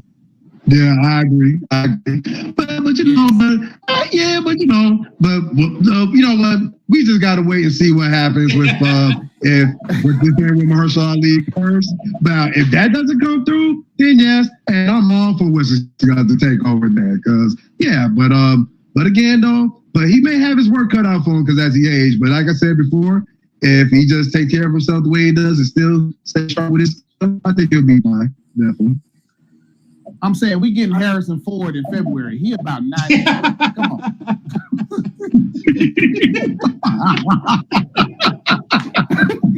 and we got Harrison Ford as Indiana Jones like last year. Yep. Like last year. And he was running. No, that was a CGI Harrison Ford head on another body. Oh my God, not the CGI. But let's jump into like your cosplay too, Marlon, because we've got a question here. Like, what inspired you to start cosplaying as Blade? Was there a particular moment or version of Blade that sparked your decision? Actually, well, that's a good question. Actually, it all started with a friend of mine who I'm friends with on Facebook and who I also follow on Instagram as well. His name is Devon Thomas. He's from New York. Shout out to him. Shout out. Yeah, he shout out to Devon Thomas, a Legend of the Daywalker. That's his Instagram. He when I saw his cosplay first on Facebook and on Instagram. And then when I went to Dragon Con back in 2019, it was a friend of mine whose name is Jesse Harris, Mr. Superboy on Instagram, and I saw him in person. And let me tell you about Jesse Harris. When I said I thought that brother was Wesley Snipes for real in gear, I thought that was him for real. But even though me and him didn't spoke at the time, but and I think like 4 years later, like last year when we came to Dragon Con, we actually like met in person for the first time. We've been friends on Facebook for about, I'd say about good 5 years. And then when 2023 came, Dragon Con, I think he only came for that one day only. So we finally met each other face to face for the first time, and then we walked around from hotel to hotel. Everybody was just. Yeah, that's Jesse Harris right there, the one on the right. So yeah, that's him. And so we was walking around, and people were just stopping us just to want to take a picture of us. And the ladies, they were loving it too. And me and him was just like, and I told him, I said, bro, we might not make it out of drinking cards, but we had a good time though, man. And he's real good. That's my Blade brother there for life. So that's that. And there's just been a couple of photo shoots that I went to, Hair of the Dragon and Cos Rip, and they've all been great, man. And shout out to them as well. And they've been great too. They're real great people. They really are. And I just like the settings that they have, and also for and Hair of the Dragon as well. And they all been great though, man. And I just love working with the photographers there that they have, and they all been great. Yeah. And then, Rufus, I was gonna ask, how long does it take for you to make it? Do you make your own costumes? No, I didn't. Actually, most of the vests that I purchased from it was from a guy named Claude J. Bellancourt, who does an amazing work with those vests, and he put it together so fast, and then next thing you know, I think about 4 or 5 days, yeah, he'll have it done just like that, and. Yeah, but he's really amazing with it though, and he'd be the person I trust when it comes to having the vest. And then and most of my weapons were made by Wolfguard Weapons and Props.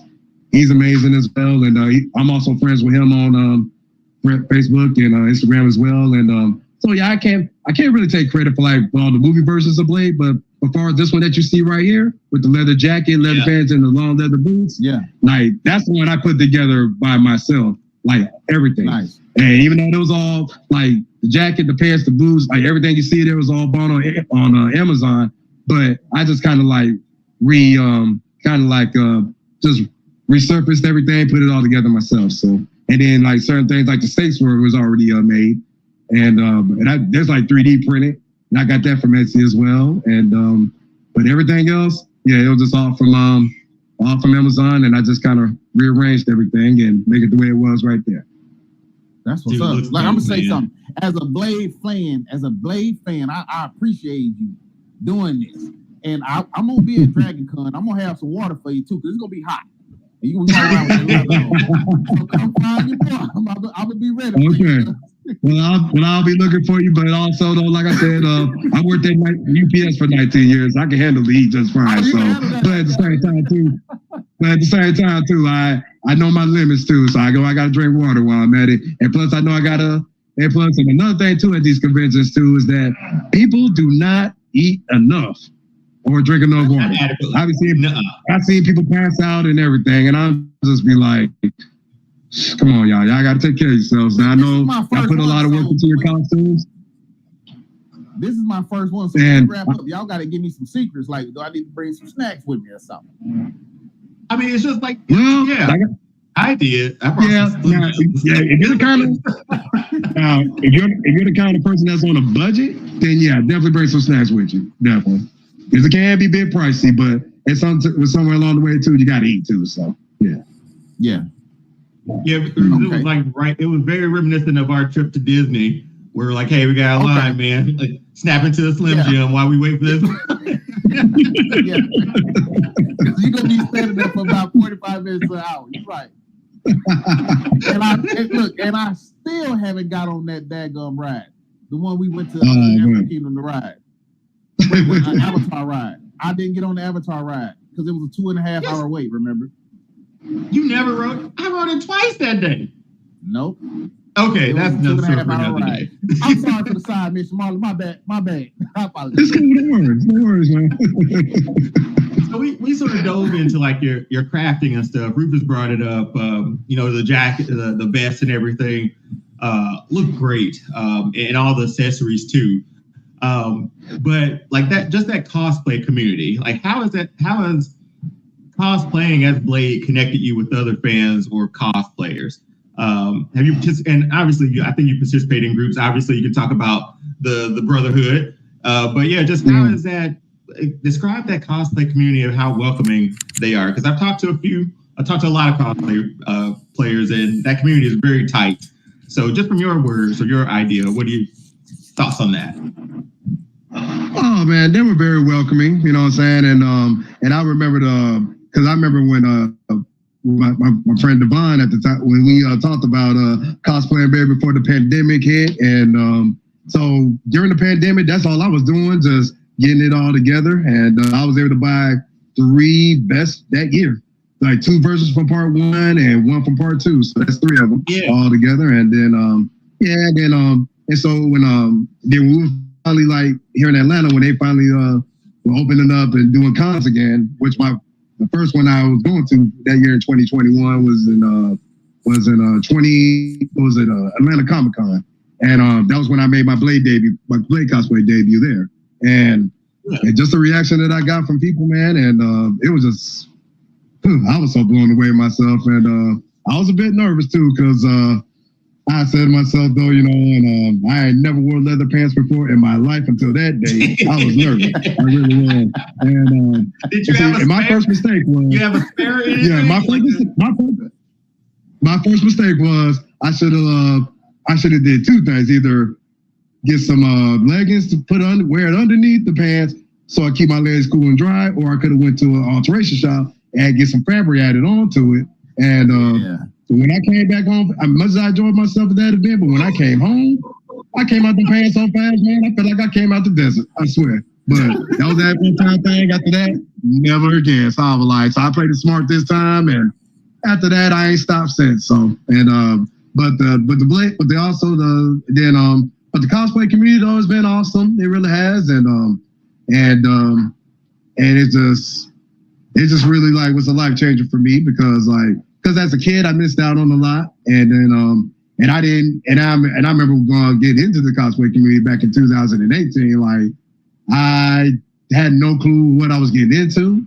I had no idea. I was a bit nervous, but I made it through it. And then also back in 2018 when Cosplay Your Way, real great group of people. They did some kind of cosplay panel, and they were just showing and telling their stories, and how about how some cosplayers being disowned by their own families and friends, and which is nuts and crazy. But what? Yeah, really. And it was just, I was just like, we're just having fun, and just doing what we love doing, and dressing up as the characters that we love to see in theaters or comics or animated series or whatever. And if you're not harming anybody, man, that's a great thing to do. Exactly. Child, because of their affiliation with whatever character they love. That's bunk. Right. Yeah, you know what I'm saying? And then that's another thing too I like to talk about as well, like mental health. And it don't get talked about very much, and it don't be taken seriously as it should. And I think for us as cosplayers, and what the people outside of the cosplay community got to understand is that us cosplayers, we're human beings too, just like the rest of the world. Yeah, we all got jobs, we all got careers, and we got bills to pay, and all that, and some even got kids to take care of, and we sometimes you want to get away from reality, and this is this is our way of getting away from all that, because let's face it though, there's a lot of craziness that's going on in the world today. It really is, and I feel a lot safer when I turn a corner. I see 5 blades. I'm just gonna say it. I feel a lot safer, so I'm happy. Well, I do. Hey, I will continue to do that, man. So but if you see me though, hey, I ain't gonna bite. Hey, I don't bite. You know what I'm saying? Hey, I'm the easygoing person, so you ain't got no worries. So okay. So I put this together, but I didn't really visually look at what I saw. So we're taking the spotlight off you for a second, Marlon, and putting it on this very meta sort of Keith David Spawn. Then is this person dressed like the character from Princess of the Frog too? So it's like all Keith David. You talking about the guy with the red on, right? Yeah. Oh, that's my friend Antoine, who goes by the name of Black Panther cosplay. But that version is called the Gunslinger Spawn. It's like like a Western version of Spawn. I was thinking Keith David in 3 spots. No, that's I've never seen that Spawn before. Yeah, that's Gunslinger Spawn. That's my cosplay brother Antoine. He did that, and which is very unique. And my first time seeing him doing that was we was at the photo shoot, at the Halloween photo shoot thrown by Beltline Cosplay and another great group as well. And they know how to put events together. So shout out to them if they watching this. But yeah, this was him and me and him and that's our friend Joe in the middle as Predator. And we was at this Halloween photo shoot thrown by Beltline Cosplay. Where I just entered like a cosplaying black hole because I was thinking because Keith David's been on my mind because I just finished watching Gargoyles. So that's I was like, oh my God, he voiced his Spawn. Yep, he voiced his Spawn. Yeah. I was like, I was going too deep with it. Forgive me. But yeah, this was is this part of the Brotherhood, Marlon? Actually, yeah. And better yet, we are in this group the Blade Brotherhood that's founded by our friend Raymond Ramus, who's from Massachusetts. Shout out to him as well. He's another talented cosplayer. Okay. Yeah. And he's another talented cosplayer who put that group together. And he was the one that gave me who sent me an invite, and I've been with them ever since. And this year will be 3 years that I've been with that group. And these two guys that's right here, and yeah, the one in the middle, that's my friend Kobe. He also lives here in Atlanta. And the guy on the far left, that's my friend Michael. And he's also going to be at DragonCon this year as well. And that's the one who looks, if you were to see him up close and personal, you would think he's Mahershala Ali because he looks just like that guy, for real. No question. So, and I thought, when I first met him 2 years ago, I met him back in 2022 for the first time at DragonCon. I thought that was him right there. I thought that was Mahershala Ali in person, for real. I was like, you did the double take, right?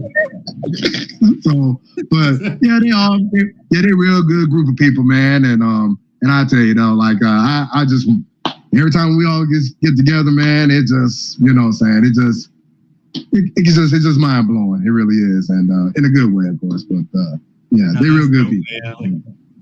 I went to, and I don't think they're doing it this year. I think there was a panel last year that was at DragonCon that was, I think the Black Geeks of. Oh, this is got more pictures here too.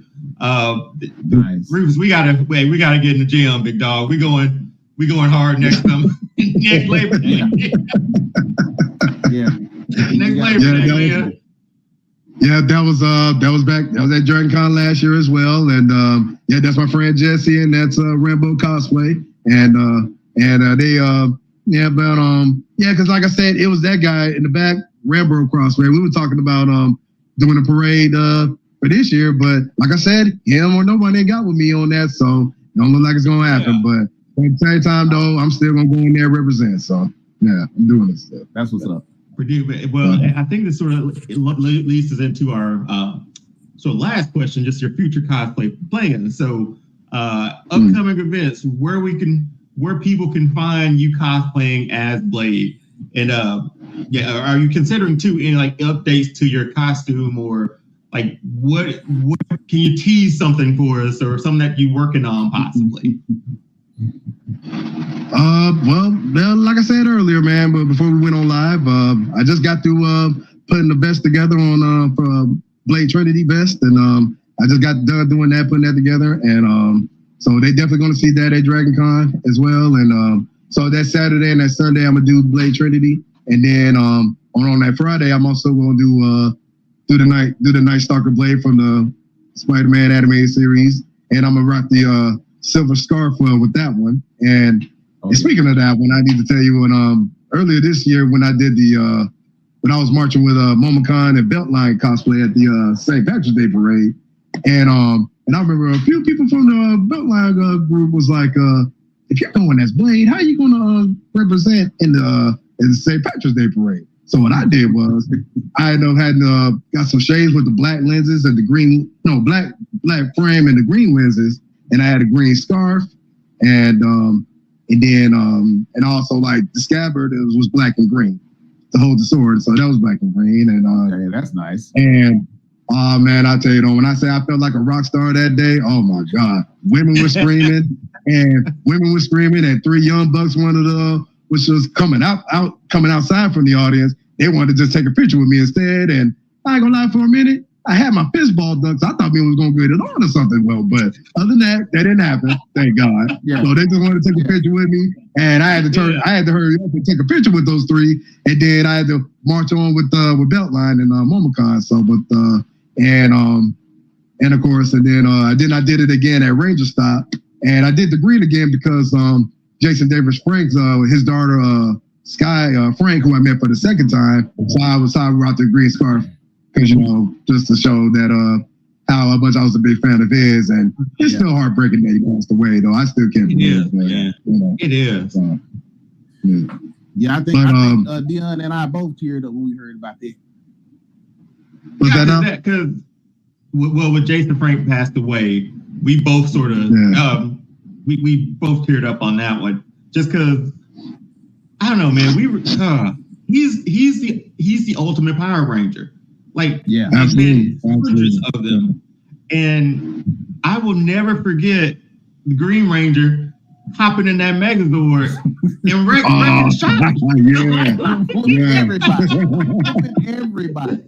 Throwing them out. And the thing, that's the reason why I started watching Power Rangers, because when I first came on, I caught a few episodes here and there, but then when it was just something about Tommy, the character Tommy, played by Jason David Frank. It was just something about that character, and it's like he just after I think they had about 5 segments, and then on the 5th one they finally destroyed the spell and they freed him, and he became part of the Power Rangers. And after that, I've been watching it ever since, and so he became my favorite there.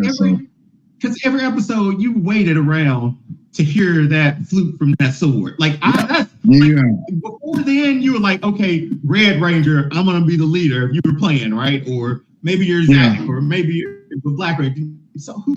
Then once he showed up to the party, whatever color he became, I was in. Green, white, he came red again, black, like whatever, gold, whatever. Tommy was my guy, man. He could do no wrong in my eyes, man. So that did. I know that's right. Rufus, man. Since we got Marlon here, big Blade fan. Before we get into our what will you do question, you're super excited to talk to him. Any questions that you got for him? I really want you to get everything out. Okay, cool. I'm pretty sure we're gonna see him this weekend. But my question was, where did you say you got your swords made? Did you get them made personally? Yes, I did. From Wolfguard Weapons and Props. Yeah, they do. Okay. He does custom work, and whatever it is you need, just get in touch with him and through his website, or if you follow him on Instagram or on Facebook. Yeah, he's the guy you want to go to on props. And there's many other people that can do them as well. So, but he's the guy I'll go to though if I need something done. I've always been fascinated with the whole cosplay. I just had, like, as Dion said, I just ain't pulled the trigger on the thing yet. And I don't know which route I want to go, because I always thought of myself as Blade, but it's a whole bunch of y'all, If there's a brotherhood, you can join the brotherhood now. There's many others, But see, the thing is too, and you can actually find a replica sword on Instagram. But the thing is, I try not to bring the replica with me though, because they get really curious about some of these props now, because especially at Dragon Con, and now they you got to have them strapped up now, and and that kind of thing. So and sometimes that kind of bores me, because when people want to take a picture of me, they're gonna want to see me with the horse sword in my hands, But luckily though, I was able to find one that people harming others with the swords or something. Actually, a friend of mine told me a situation that happened once. It was at an AfterCon rave. It was for Anime Weekend Atlanta, AWA, Anime Weekend Atlanta, and they had some kind of some kind of after party, right? And one guy, I was told that one guy dressed up as Blade. He was just flicking his sword around like he was in the movie or whatever, and he ended up cutting somebody. Oh, yeah! Ouch! Yeah. So I can understand. So but I mean, I don't know if that was the situation, and that was the reason why they're get real strict when it comes to props or whatever. But for some reason though, but I just feel like, you know what, I try to abide by the rules and everything, so that way there'll be no misunderstanding or and I try not to throw a fit about it either because I feel like because even though I didn't do anything crazy, and but other than that though, it's been a great experience though, and also there's something else I've meant to point out as well. Now there's some individuals that I don't like when they come at me and be like, did I pay my taxes or do I need money? That pisses me off sometimes, and I be wanting to just tear someone's hand off when they come at me with that, and they don't say hello, how you doing, none of that. Now, if you ain't got nothing nice to say, just stay in your lane. That's all I ask. So I almost cussed them out too, and went up and lost it. But luckily though, I was just like, you know what? I'm not gonna let anybody come and ruin my fun. I like going through these things, and I'm not gonna let myself get bad because of that. So yeah. Exactly. So when you started your cosplay journey, did your family embrace it?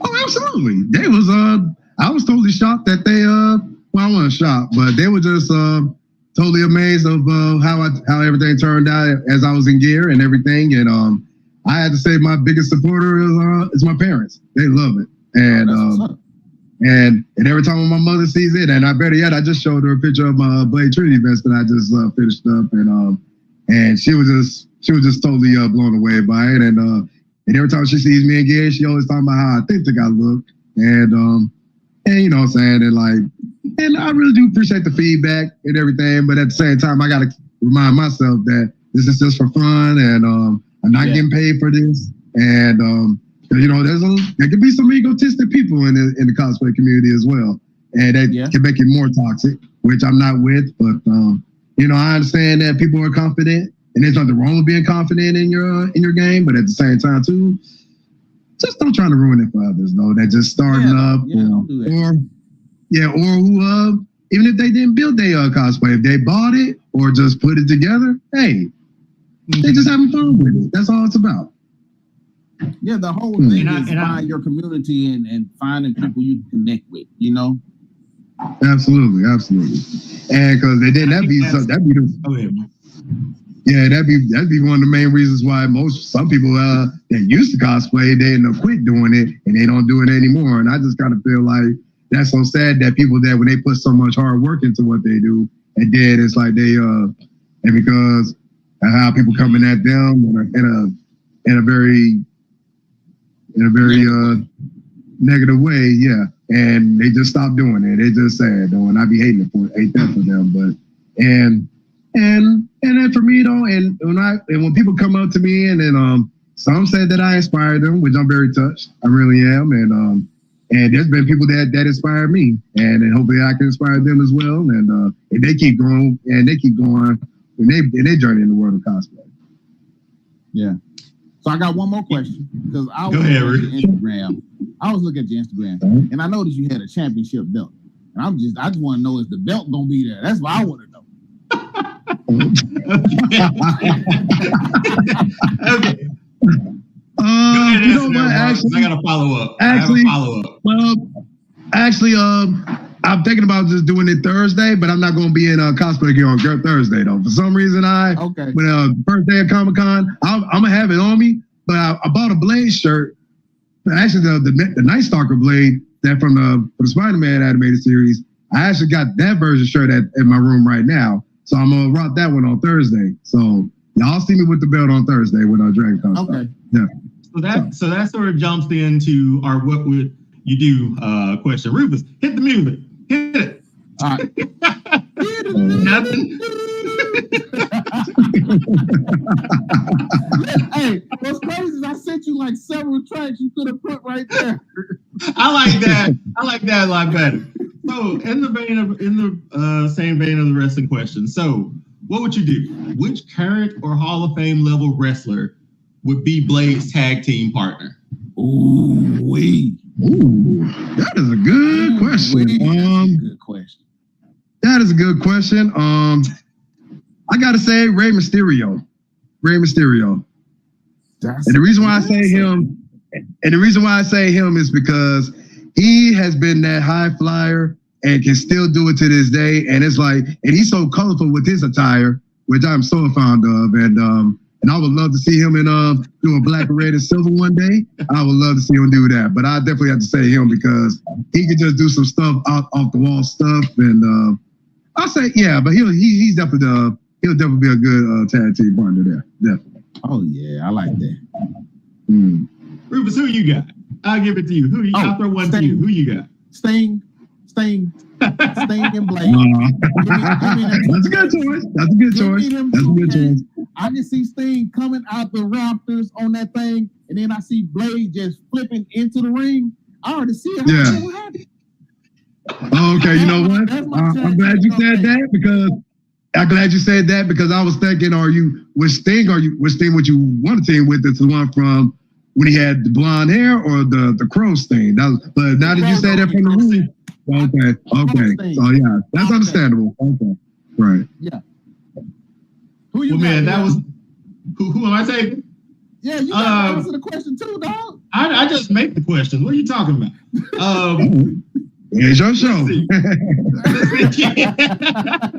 Hey, we can't let him off. He's the big dog. We can't let him off.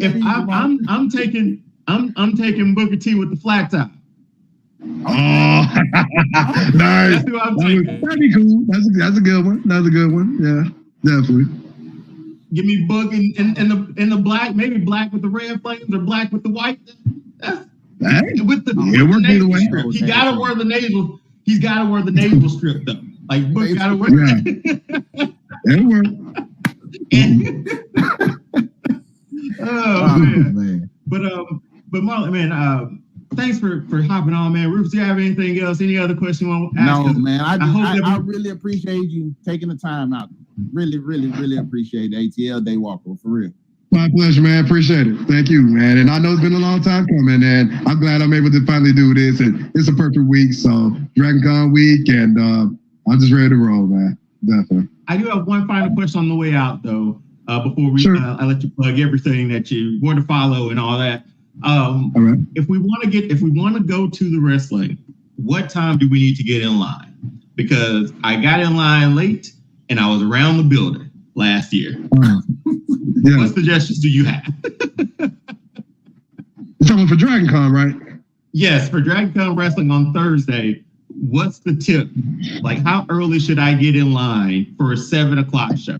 I think 7 or 8 o'clock. It's at 7. Ooh, that's a good question. I would definitely say just try to be there as early as you can, and better yet, when you're picking up your badge, definitely be as early as you can as well, because that line is ridiculous. It really is. Oh wow! And so because luckily for me, I'm an early bird, so I'm luckily enough. I'm gonna, since I got a 5-day pass, so I just got to do this one time, which is on Thursday only. So I'm picking it up, and after that, the rest of the DragonCon, I can just show up, and I ain't got to wait in line. What time will you be there to pick up your badge? Like I said, this is my first time, so I want to be there, early enough. I'll go. Because I was trying to get there for DragonCon Wrestling, and I think I got there like at 5 or so and picked up my badge. But picking up your badge early in the morning, I think because I remember there was a time they used to do it at 9:30, but the past 2 years, they be like, but the past 2 years though, they be like, they like open up at 8 o'clock, and they start starting up the lines and people picking up their passes, and so I say like around between 6:30 a.m. or 7. It'll be a good time to be up there, because that line will pile up quickly. It really will. Yeah. And then and I say like from the rest of the day, man, and then if you wait, that's the luck. Yeah. So, Marlon, again, thanks for joining. Thanks for joining us, man. I'm gonna let you plug. Where can, if people are looking for ATL Daywalker, I know I'm here. I'm local, so you're right. You're on a rooftop somewhere tonight. I know this for sure. So where can other people find you if they're looking for you, man? Well, I would say Facebook, but obviously I'm stacked up on there. But you can find me on Instagram, X, and Threads at ATL Daywalker. So you can find me there on those 3 platforms there. Yeah. Awesome. Man, yeah. But like I said, we appreciate it because, like I said, Rufus and I are going to be at Dragon Con this week. We're going to be doing some. Let me see if I got it.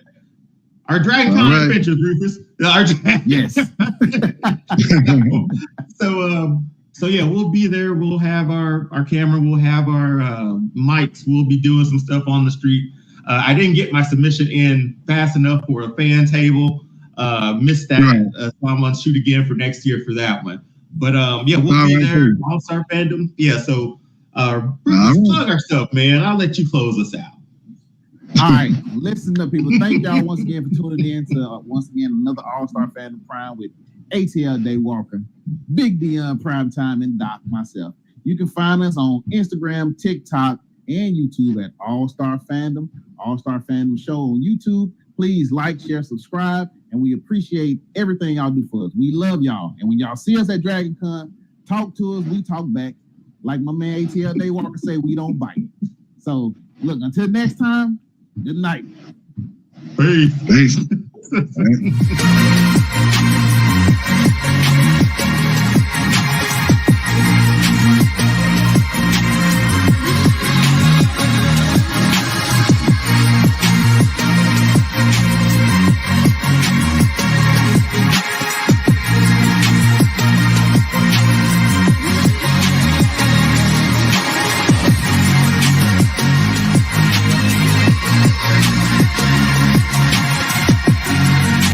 This week on All Star Fandom, I'm back with my brother, my dog Roof Dog is back in the building, and we're gonna talk about the writer strike and actor strike, how that's playing a part in upcoming movies, and what does that look like, along with another DC story, DCEU, DCU, DCFU, whatever. I don't care what it is at the moment, and then we're going to spend like the last 30 seconds going back and forth on just the All-Star Fandom soapbox. So this week's going to be fun. Let's get into it. All-Star Fandom. Let's talk about it.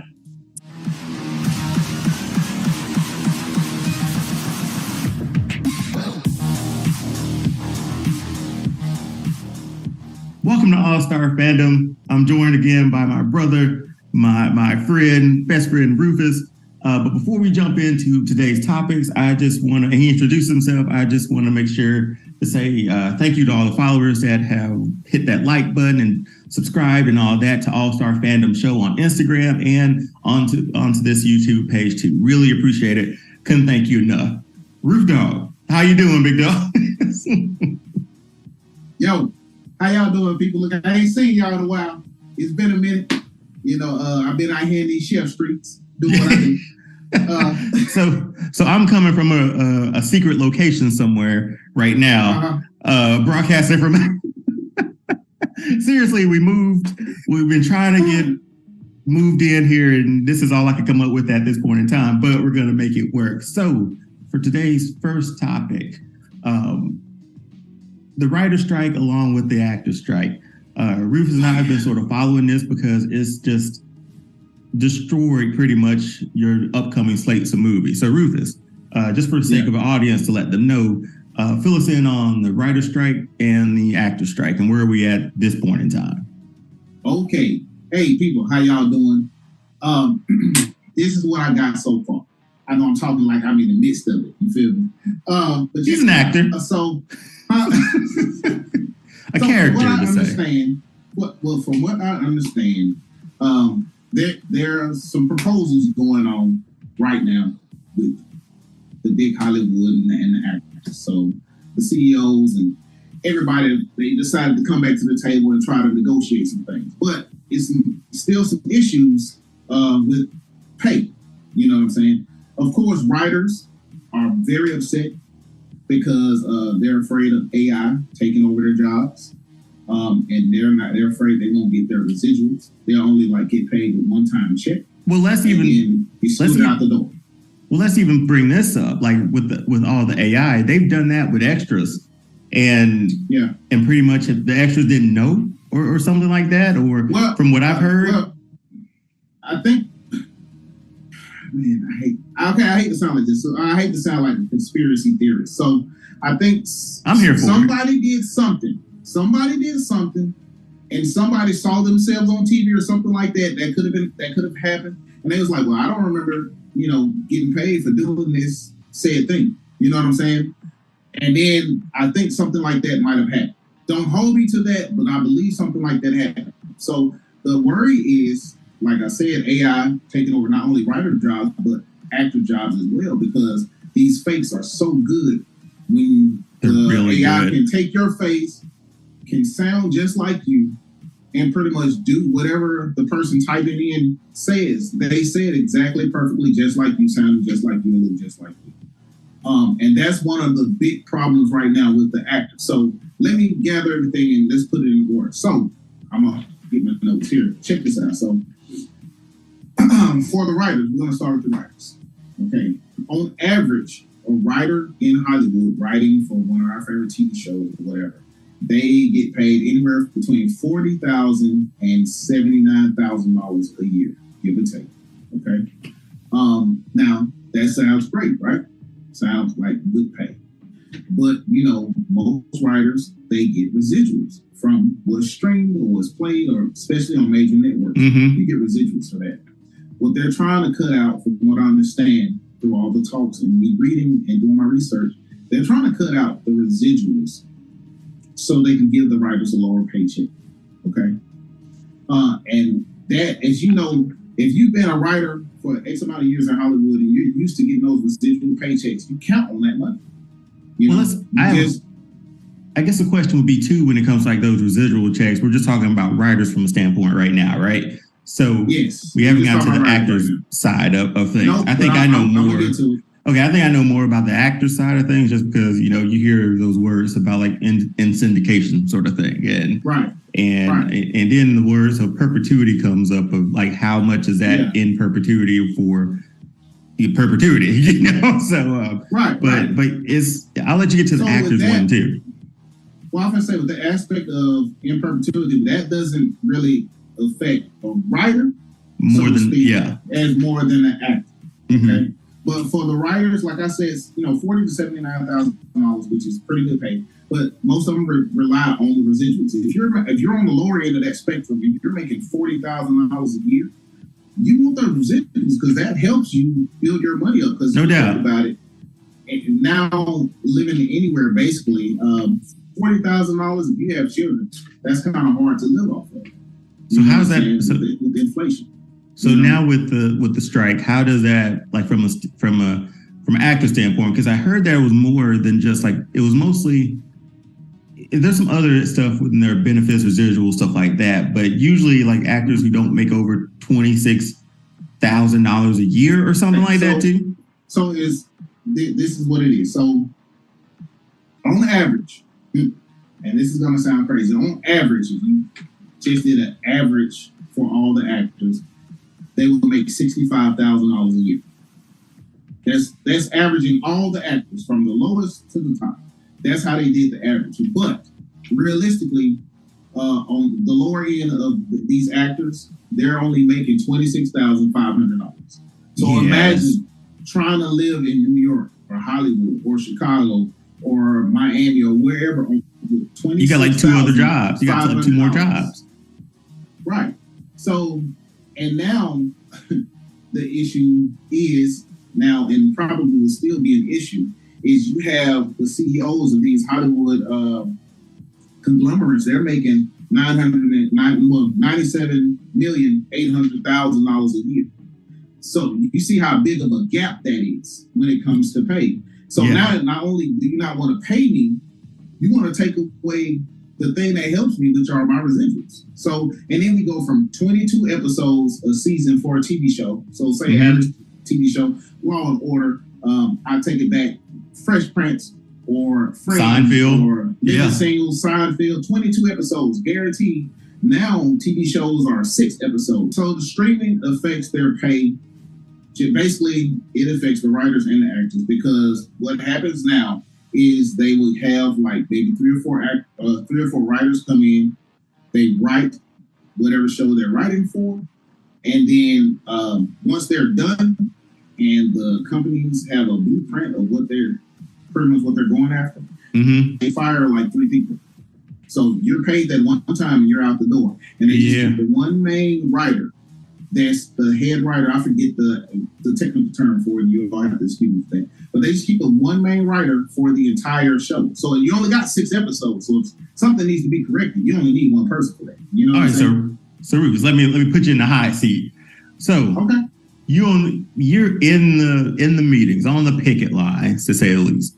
What's a conclusion that, I don't know, you would propose? Or has there been something that they proposed to be like, okay, this is what we want? Okay. So something was proposed. And you can't storm Hollywood, I'm just saying. You can't storm Hollywood. Could you imagine that? Just the visual of like storming. I can imagine that. In my mind, there's so many studios, but I'm thinking like them just storming the Hollywood sign. Like it's a hike to get up there, man. Anyway. I can imagine like put your picket signs in it. Look. No, I can see that. But here's the thing. So okay. So to get to the answer to your question, okay? What they're asking for is, of course, better pay. Because you and I both know $26,000 in LA or New York. A year in LA or New York, you are like really on borderline of being homeless. That's tough. And once you see the prices, and I saw a flat today. I don't even know if you call this a flat in New York, like 250 square feet for $2,500 a month. Like that's absolutely ridiculous. Okay, so of course, better pay, better residuals. Now, as far as the residual part comes, I think if they got a really nice increase in pay, I don't think most of these actors, especially on the lower end, will really worry about the residuals. For the simple fact that most of those shows that don't do well on Netflix or Amazon Prime or Peacock or whatever, they are dropped immediately. You see what I'm saying? Yeah. You can say also Netflix oversaturates the market too, because they make a lot of things that are kind of bad, but it's content for the sake of content. And exactly. And it's that content for the sake of content, so they know you're streaming something, so they are going to get paid something. Yeah. You see? Let's put out 13 episodes of this trash. But anyway, but I mean, for me, I look at the strike, how it sort of, and we talked about this, how it affects release dates for upcoming movies. Yes. Across the Spider-Verse ended on one hell of a cliffhanger. And we were supposed to get it next summer, but there's no word on whether we'll get it next summer. A few superhero movies, the ones that we like, have moved. And then you look at the rest of the year. Earlier, we talked about it. You said that Blue Beetle this week, as of this recording, and then Aquaman close to Christmas for big December blockbusters. 20th. Yeah. So, is Sonic this year or next year? I thought Sonic was next year. If I'm not mistaken, give me 1 second. Let me look it up right quick. I felt like we're in August. We would have seen some production stuff on it I or haven't even something. seen a preview for it, so that's also given that's how I know it's not coming out this year. But also given the fact that, because I thought that was supposed to release, I might be thinking about next year. I think I'm thinking about next year because I thought it was supposed to be like Sonic, Avatar, and like Aquaman all on the same. In the same holiday. There's another Avatar that is coming out, but I believe that's supposed to be next year. But that's next year, yeah. That's they're going to keep that as a next year sort of Christmas, around Christmas time, holiday season movie there. Interesting so that's enough. December 2024. December 20th, 2024. That's supposed to be Sonic release date. And I also think that might be Avatar's release date too. Could quite possibly be. Know which one I'm seeing? Got to go fast. Rufus, anything else you want to say about the writer's strike? Well, I hope. I didn't get to say what the actors are asking for, which a lot of people may or may not know already. Is a big thing is about the AI and them being able to use their likeness in perpetuity of the contract, which means they can use their likeness for anything, forever, in whatever. Well, I look at it this way too. When we say likeness, James Earl Jones has given his voice to Star Wars. Yes. I would think that James Earl Jones' estate is fantastic. Has a fantastic deal with that, because there is no Darth Vader without that voice of James Earl Jones. This brings me into another one that sort of leads us into our second topic a bit. It was like bringing actors from the dead, essentially. We just saw the ending of Flash, that trailer, that train wreck of a movie there, but they brought back Christopher Reeves. They brought back like the original TV Superman. They brought back Adam West, but it looked like footage. Yeah. I dove into it a little bit just to see whether or not the estate of Christopher Reeves signed off on that. That's when I get into like, where's the line? If it's done tasteful, like say for instance, finishing Fast 7, that was the most tasteful, of someone passing. Yeah, that was because they brought in his brother who looks exactly like him. I was just going to say that wasn't AI, that was his brother. No, it was a mixture of the two. It wasn't AI, it was CGI, but it was a mixture of the two, right? Mm-hmm. We get full on not AI in that sense, but we get full on CGI characters of like Christopher Reeves, which felt a little cringy. Yeah. You have a library of Superman and stuff. Just throw some old footage in that thing, man. And we'd be like, Christopher Reeves, that's his universe. Oh, there's Adam West, that's his universe. Bringing back people from the dead is very touchy-feely. Very. I don't touchy-feely. Because there's some cases where I feel like you can, if you're clever enough, you can write your way around it. And we'll be okay with it because we'd understand there's no way. But it's hard to do that when you fire all the damn writers and you only have one, and one person doesn't think like that person right there. It doesn't think like the next person. You see what I'm saying? That's true. Where we run into the issue. Yeah, it's just a touchy thing for me. Because like I said, like you have it's like throwback CGI. But remember Bruce Lee, Game of Death. I think it was Game of Death with Kareem. Yeah. The one that he passed away in. You want to talk about a mockery of a movie that they that the studio did to, and we might be getting a little off subject. I drove us into the using actors who have passed away still making movies with them. He didn't finish that movie, but he finished all the towers, right? Yeah. Rufus, I don't know if you remember this. There's parts where they used because they recasted Bruce Lee, like it was just another guy in another jumpsuit, right? But like they put a cardboard cutout over a mirror of Bruce Lee's face and had the guy sit behind that cutout for like a reaction shot from Bruce Lee. Do you remember seeing that? I don't. Rufus, and I'm most definitely gonna go find it. Everybody out there, and I'm sure I've cut the clips in here of where they just spat on the studio. I don't even remember the studio, but just spat on Bruce Lee's legacy a little bit like that.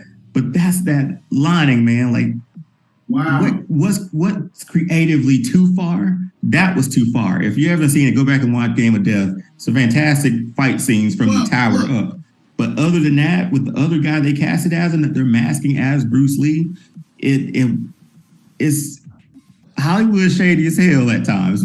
Well, yeah. I was gonna say, look, if you think that's too far, and I'm gonna say this, and then we can move on. At the beginning of this strike, the CEOs and all the bigwigs came to the table and was like, hell, let them starve. And once they start starving, they'll come back to the table for negotiation. That's exact words. That's their exact words. These quotes are out there. You can go and find them where they say, let them starve, and they'll come back to the table. And then not only does this strike affect the writers and the actors, it also affects the musicians, the people that's writing music for these movies, that's writing music for these TV shows that we love. You know what I'm saying? No doubt. It would be hard pressed to watch if there was no music for this stuff. You would make your own music like Blank Man. Dun, dun, dun, dun, dun, dun. On the way now. Hang on, I'm coming down. Hang on.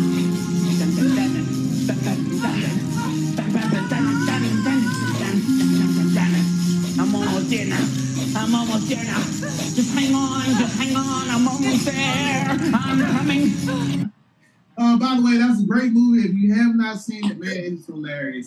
Sorry, Damon Wayans and David Allen Greer. Oh, so good.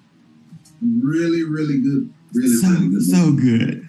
Okay, so we're gonna jump to our next topic, and this is a topic it hurts me to talk about, but then it's almost like this is what was supposed to be. Like this is what was coming. This is the segment we like to call, what we call it, Rufus? This is how DC is getting another dime from me. Not another dime of my money. Not another dime of my money.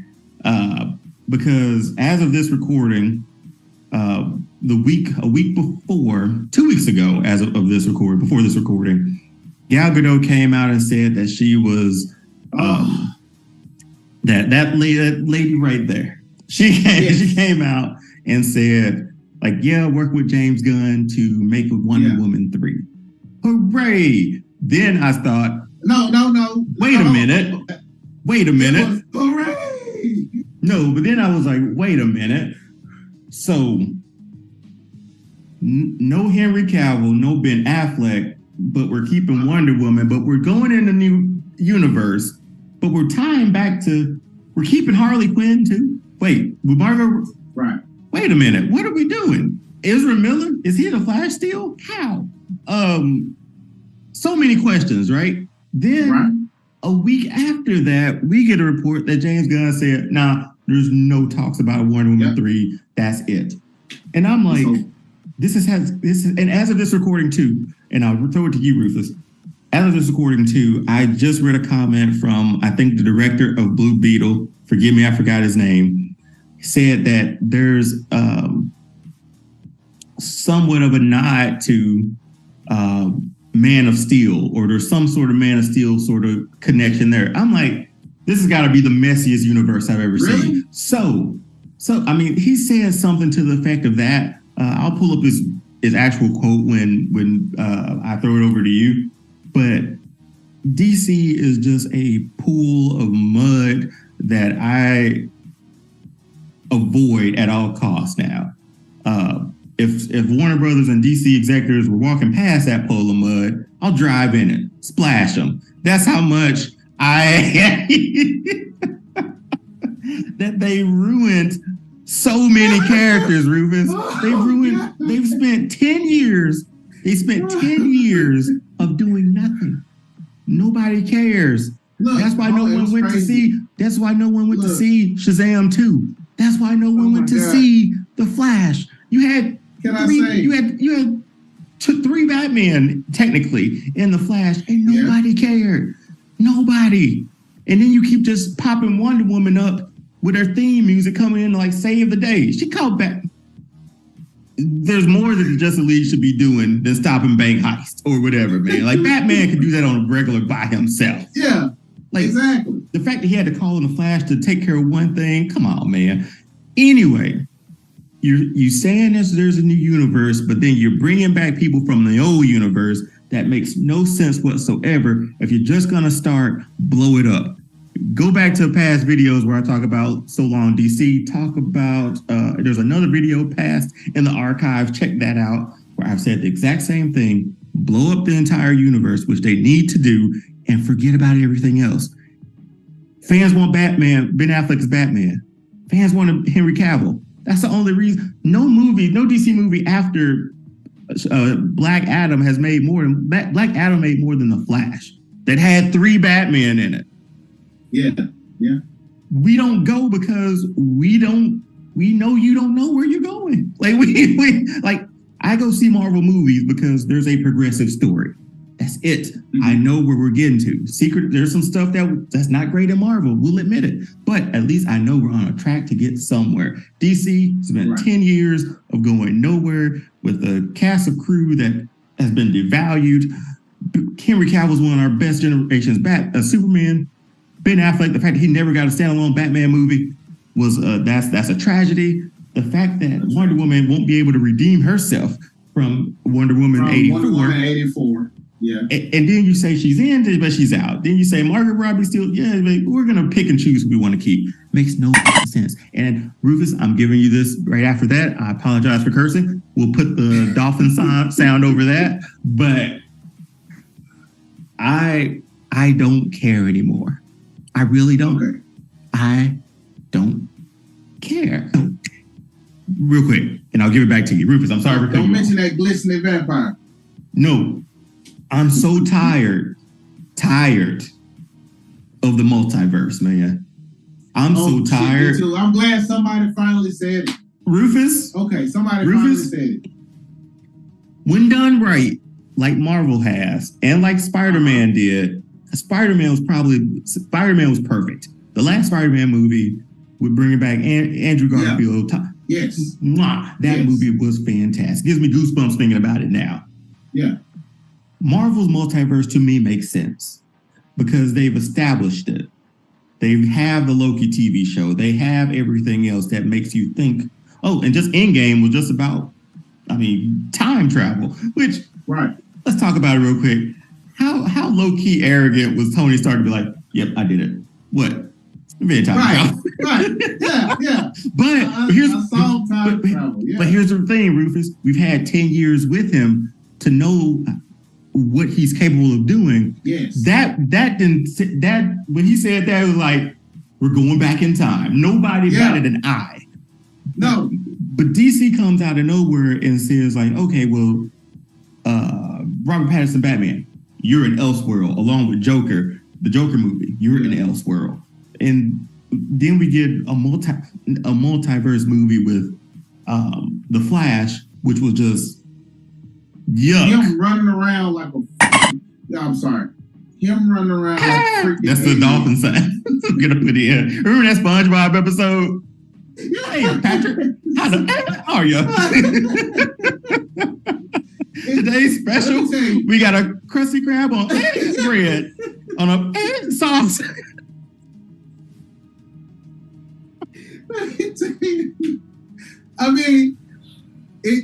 The whole Flash movie, man. Oh God. I wanted to love this movie. You and I both wanted to really love this movie. But you know why? We neither one of us went to see The Flash. No, we didn't. We went to go see the Batmans. The Batman. Yeah. The Batmans. The Batmobiles. All of the Batman in every movie. We went to go see them. Still pissed that they uncover the Batmobile, but they don't go nowhere in it. Right. Just leave it covered and just let me imagine.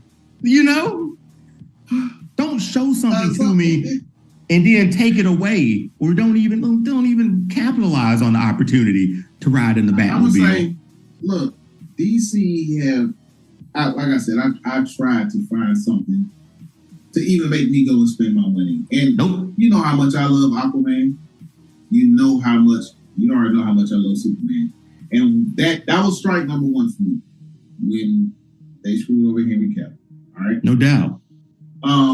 Strike number two for me, they screwed over Ben Affleck. No doubt. And this is strike number three for me is when they screw over Gal Gadot.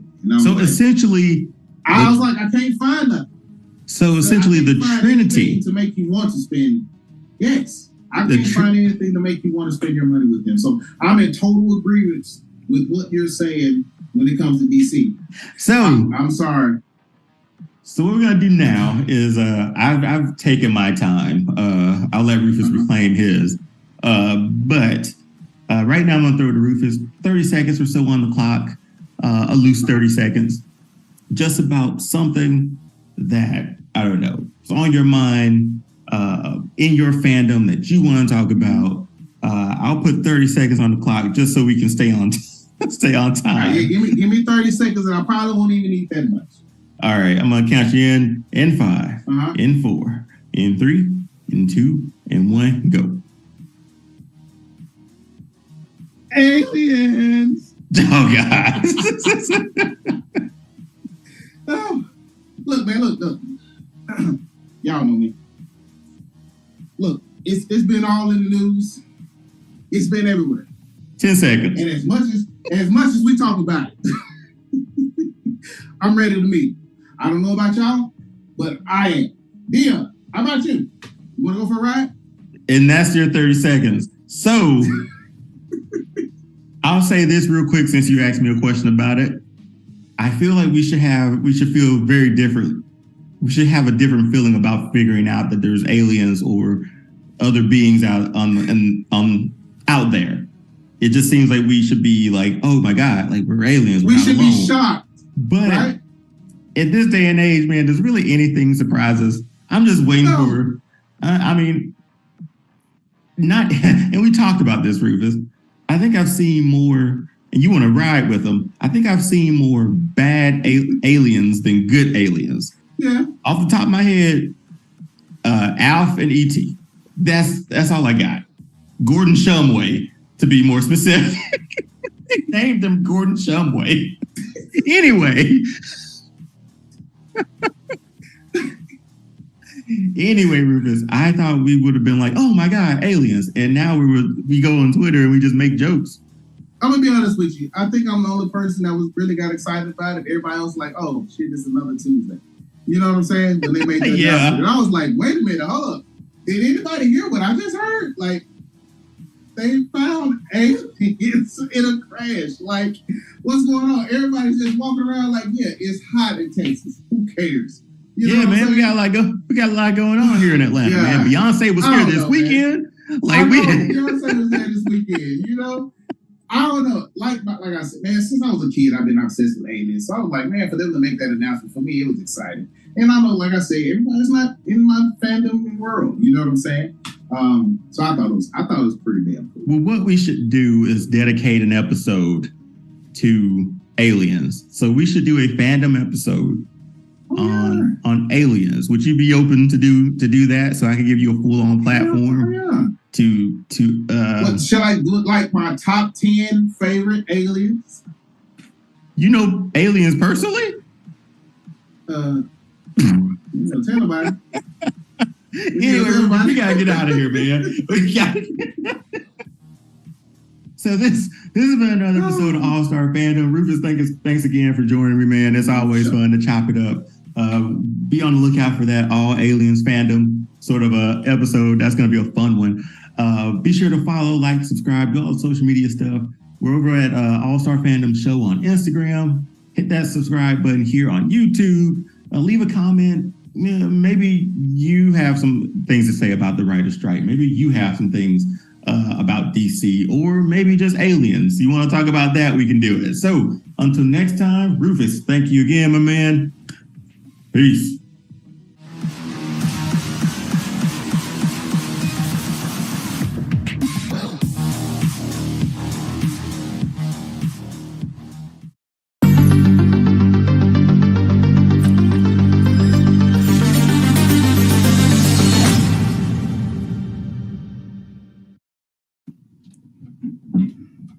Good evening, guys. Welcome to another episode of All Star Fandom. I'm here with our good friend Jen. Hi. Thank you for joining me. Look, hey guys, look, y'all got to cut me a little slack. I'm hosting this thing by myself, even though I got Jen with me. So check this out. We're gonna get our socials out the way real quick. You can follow us, All Star Fandom Show, TikTok, Facebook, YouTube. And you can also follow Jen. Jen, can you let them know where to follow you as well? Yeah, I am on Instagram and the Tiki-Taki for as long as we have it. At Nerdiqua, that's my personal handle. And then my second handle is at rocking_your_bald for my podcast, Rocking Your Bald on Instagram. Check me out on all those places. And I'm also here with these guys, so yay. Oh, yeah. So listen, people, if y'all been following us and y'all followed us do the Rings of Power season 2 and 1, then you all know we are up on this Lord of the Rings, and we could not do this without Jen. So Jen, thank you so much for being here with us. And so we're gonna jump into this one. So we are doing a review for Lord of the Rings, The War of the Rohirrim. And I'm gonna read a quick synopsis right quick. And this movie was set 183 years before Frodo found the ring, okay, before he came into the ring.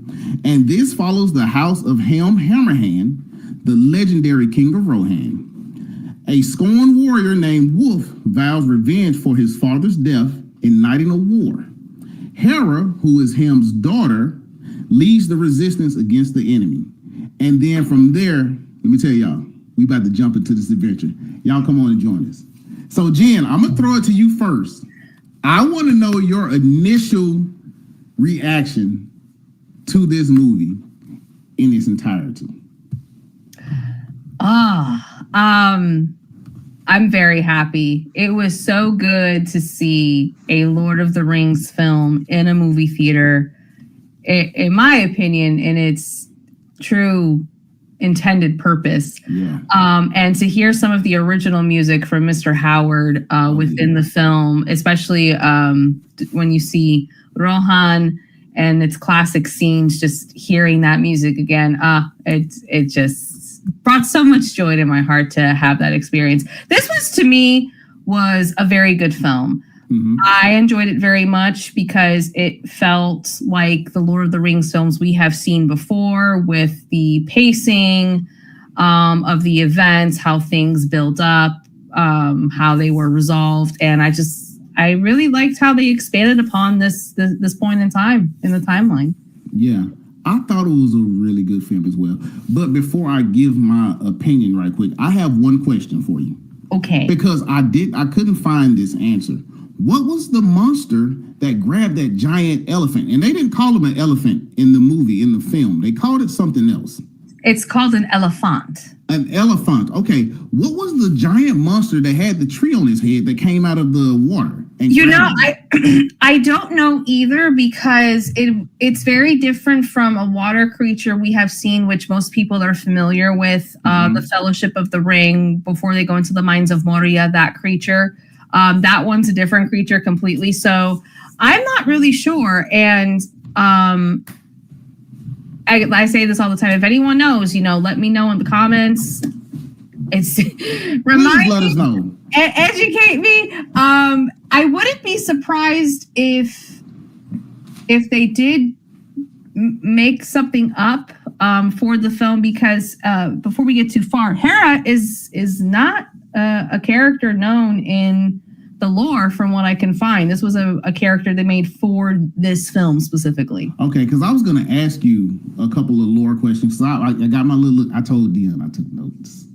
I'm so proud. I know, right? I don't ever take notes. But before we get to the notes, I'm going to tell you all, listen, people, I'm going to give y'all my honest opinion about this film. Man, this film is good. Y'all go see this if you love the Lord of the Rings. And I'm not into the lore like Jen is. Like, I haven't read the books. I always go to the movie just open-minded with thoughts of, I really want to see a good movie. And if y'all been following us, y'all know I love a good story. Y'all love I love emotional music, and I love for the story to make sense. And this hit all of those notes. I really enjoyed this film. And so my initial reaction was, I thought it was a really good film from start to finish.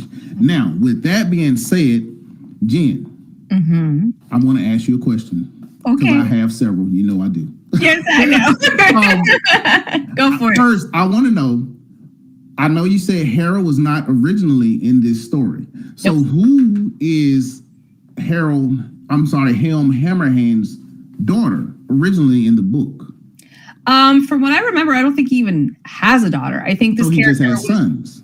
I believe so. I think this character was just made up for this film, because I remember seeing something where it took them a while to come up with a name for this character, and how they landed on Hera specifically, and what the name represented, and how that they brought that meaning into the film with the character and the story they wanted to tell.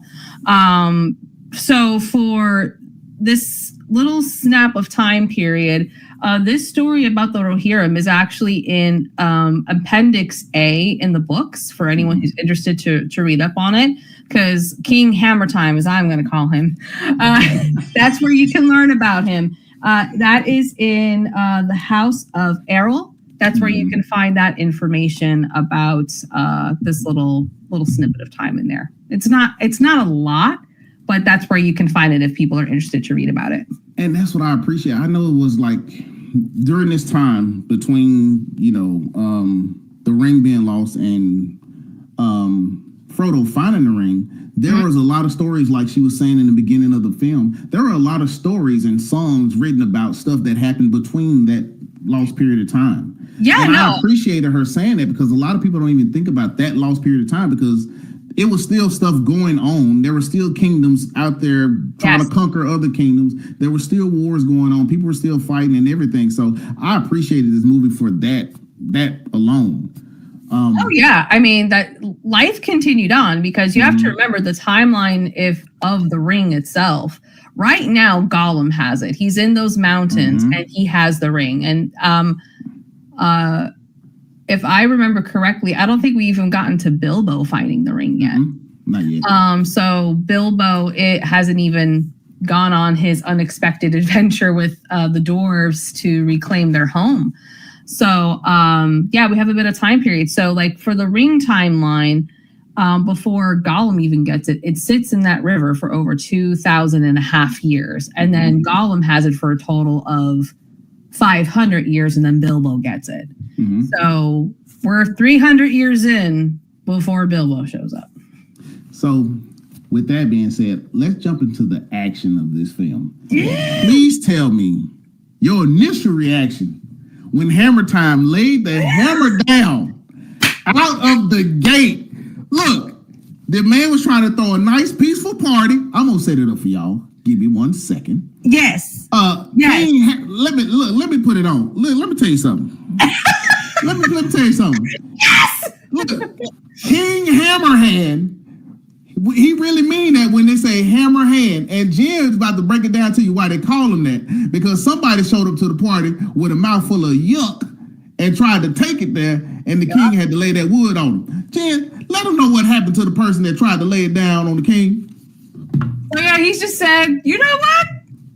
That's right. We have protocols here. I'm not going to do this in my house. We're going to take this outside. And that's what he did. He took it outside with an audience. Yes. For everyone to see.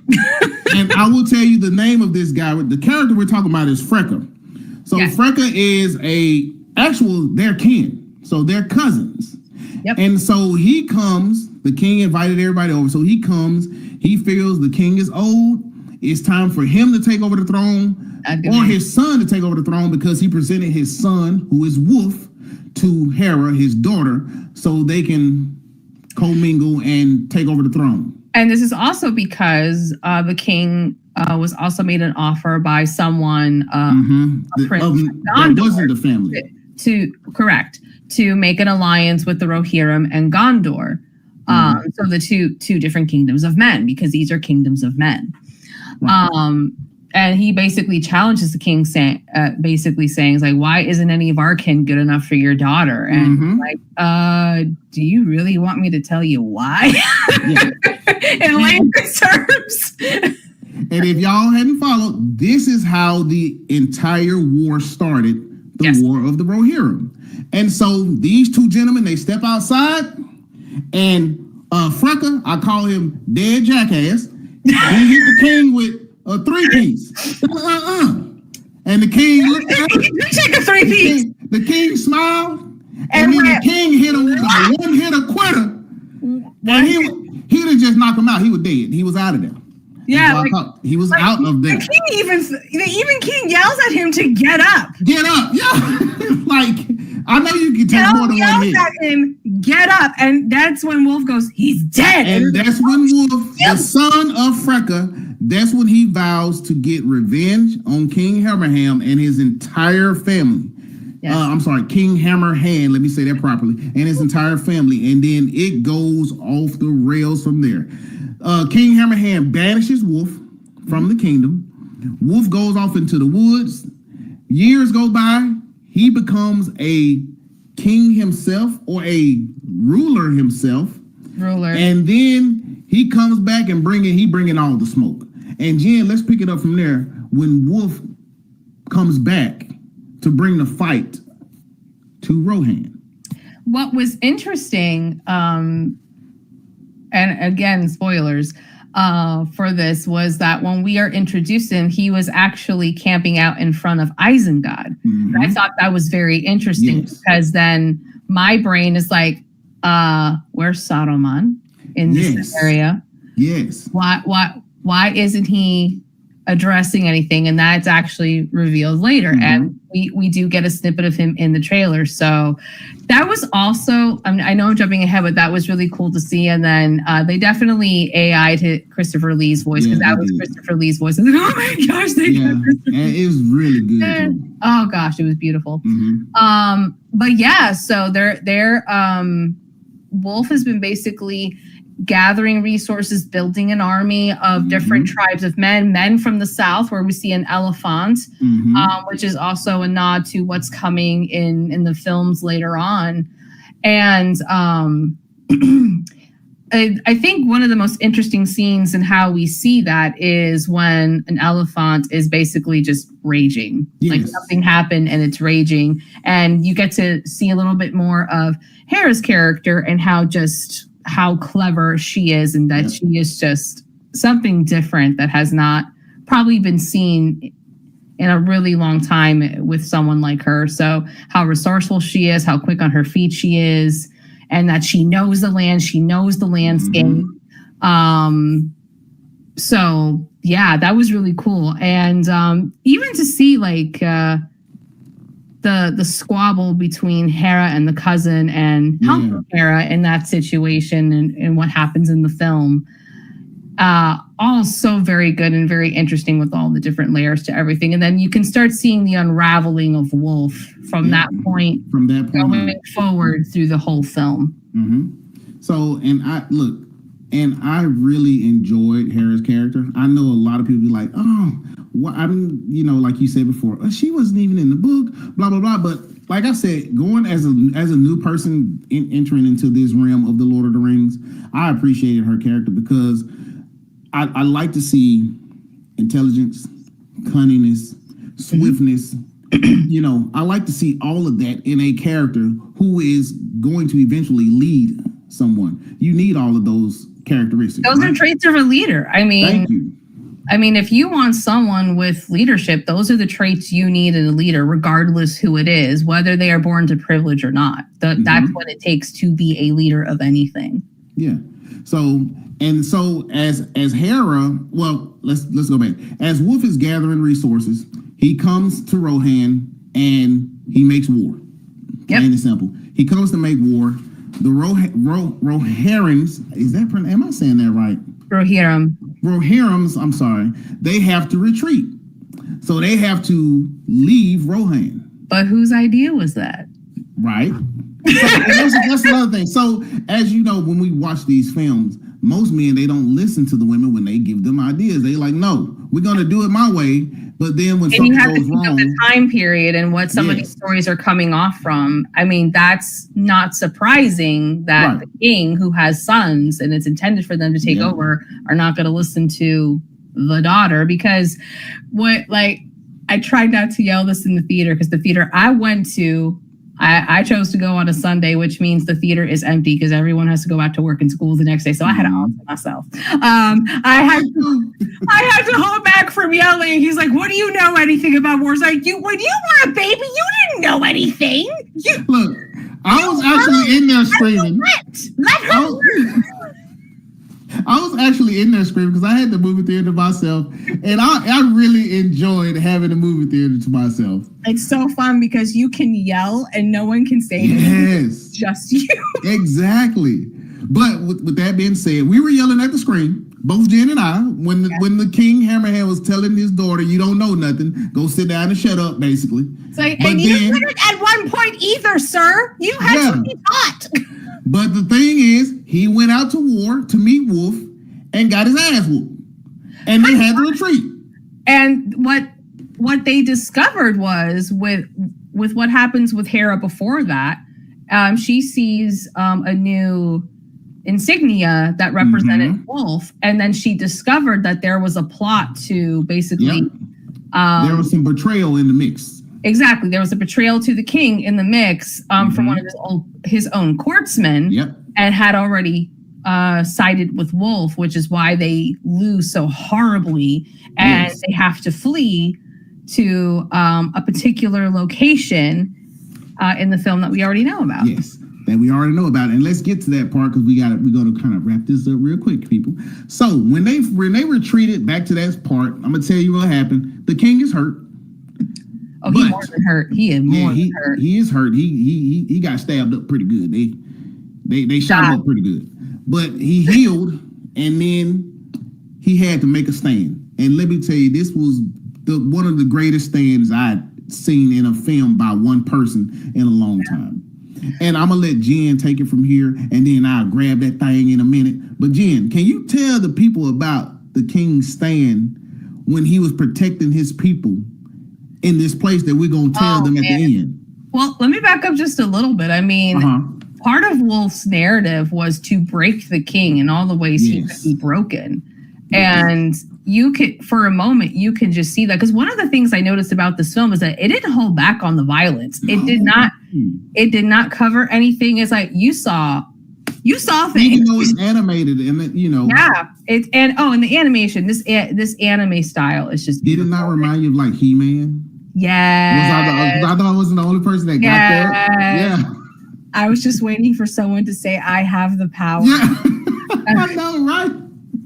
Especially like with the shiny doors and the sky and how they animate it. It's like, please, someone say it. Just say it. This movie was so beautiful and good to me, but please, I apologize. You're good. So yeah, like there was an attempt to really just break the king. So, spoiler alert, both his sons get taken out, and he watches both of them. And for any parent, I can't imagine that has walked through losing a child. That's just a pain that is I can't even imagine. But the king and his spirit and his resilience and how he was able to recover and basically take a stand, going out at night, taking men out left and right to basically bring down Wolf's forces to the point where now people are thinking that they create their own myth and legend about a ghost and that it's a ghost coming after them. Which I'm like, you know what? That kind of happens in the olden times. Stuff like that would happen, and they would create. They said he was a wraith, and if you know Lord of the Rings, you know what the wraiths are. Which I found that interesting. It's like, why do you say he's a wraith? Yeah. I asked the same question. Why do you say he's a wraith? And how do you know about the wraiths already? Which leads to a moment where we discover two orcs. Looking for wraiths. And their names is Shank and Rot. W-R-O-T. How horrible is that? There's more. There's another layer to it. Guess who voiced those characters? Is it our buddy? It's the actors who played Merry and Pippin in the original film. Oh, really? See, I didn't know that. Yeah, no. I recognize their voices, and I checked International Movie Database, and it's them. So Billy Boyd plays Shank, and Dominic, who was Merry, plays Rot. That's pretty cool. Yeah, so, I found it funny because they were looking for rings. They were looking for rings. And here's the thing. So it ties everything into the whole Lord of the Rings thing, because they were out looking for rings and discussing why are we out looking for rings for more. Which is also a signal that Sauron is moving. Like he's already starting. He's looking for the ring. So there's stuff is happening again that's building up. Which leads to another nugget that happens at the end of the movie, which just made me so happy. So before we get to that, I'm just gonna tell y'all, this was by far King Hammerhand, by far one of the greatest stands I've ever seen. Man, I need this picture on my wall. Spoiler alert, where he's defending his people at the gate. After he just told his daughter, "Look, you have to go on without me." And they now have you to lead them. And this man turns around and proceeds to lay the smack down on anything walking towards that gate. And during this time, there's a really bad snowstorm where it is like really cold. And there's a picture at the end of this fight scene where the king is frozen with his hand in the air, just frozen in action. Everyone else is on the ground. Yes, and he's just defending his house. Man, that was to me, one of the greatest moments in this film, period. Yeah. Which then it's revealed later, which is why it's called Helm, is because Helm took that stand to protect his people, his kingdom, and basically, redeemed himself from his mistake. He fought to the end as what is expected of a king. Yes, and it was beautiful. But let's wrapping it up. At the end, when Hera actually has to fight Wolf, what did you think about that? What did you think about that interaction? Oh, that was so good. And again, they emphasized a little bit of her cleverness and just how she's quick on her feet planning, how she was able to save her people because of a secret tunnel she discovers, the instructions that they give so that she saves her people twice. Yeah, none of her people get hurt from the first encounter and the second encounter. I was so impressed. Like, this woman no one got hurt. Right. So, but that final stand, and I love when she was like, "Oh, he wanted a bride, he'll get one." I was like, "Get one." She goes to war. She goes out and meet this guy in a whole beautiful bride's gown, and convinced the woman his ass. You know what I'm saying? She wasn't holding back. No, she went after him, and well, it's another thing too, because one of the things that they reveal is that they played together as children, and they were also fighting, and she actually nicked him pretty bad, and it was a pure accident, but that marking, that was from her. And that stayed with him for the rest of his life. Now, one quick question, because I forgot her name. Her shield maiden, what was her name? I forgot to look it up. I loved her. Yes, man, because I think she was one of the women warriors that was a fighter for Rohan when the men were gone, right?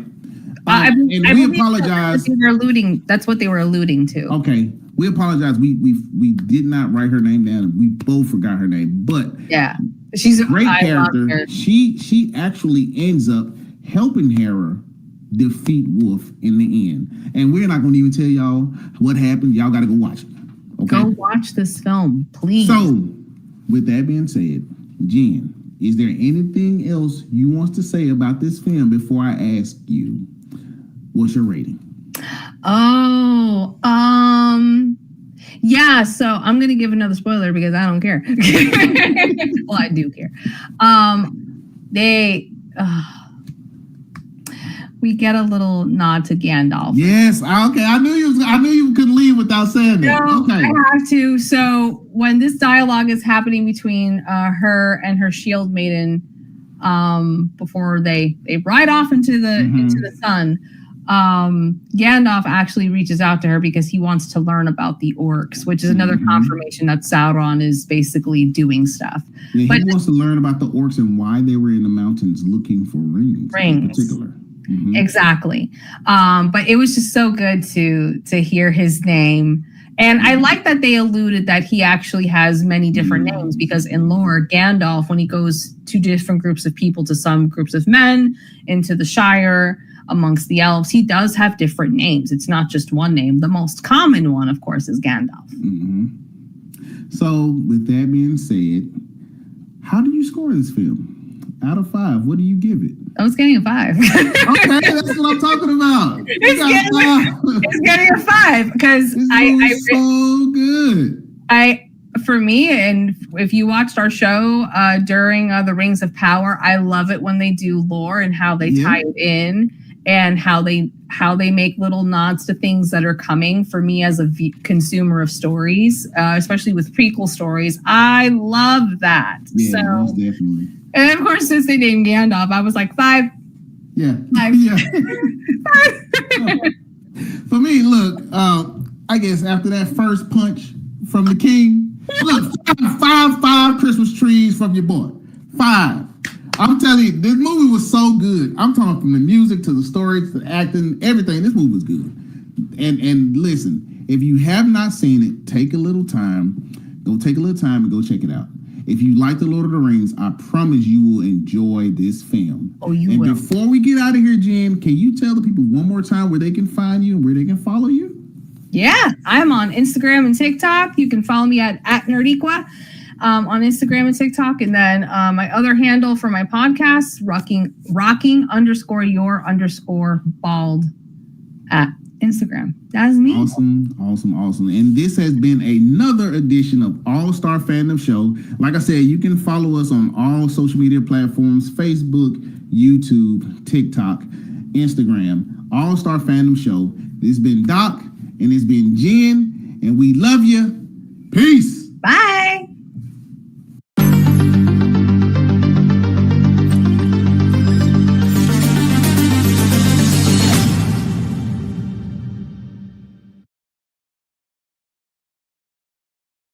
This week on All Star Fandom, we jump into Halloween Mania. Obviously, it's the month of October. I'm Employee of the Month. I'm joined again by my Hogwarts dog, Roof Dog, one more time. And today we're going to be going into the top 3 Halloween TV specials. So, without further ado, let's jump into it. Halloween Mania. Let's talk about it.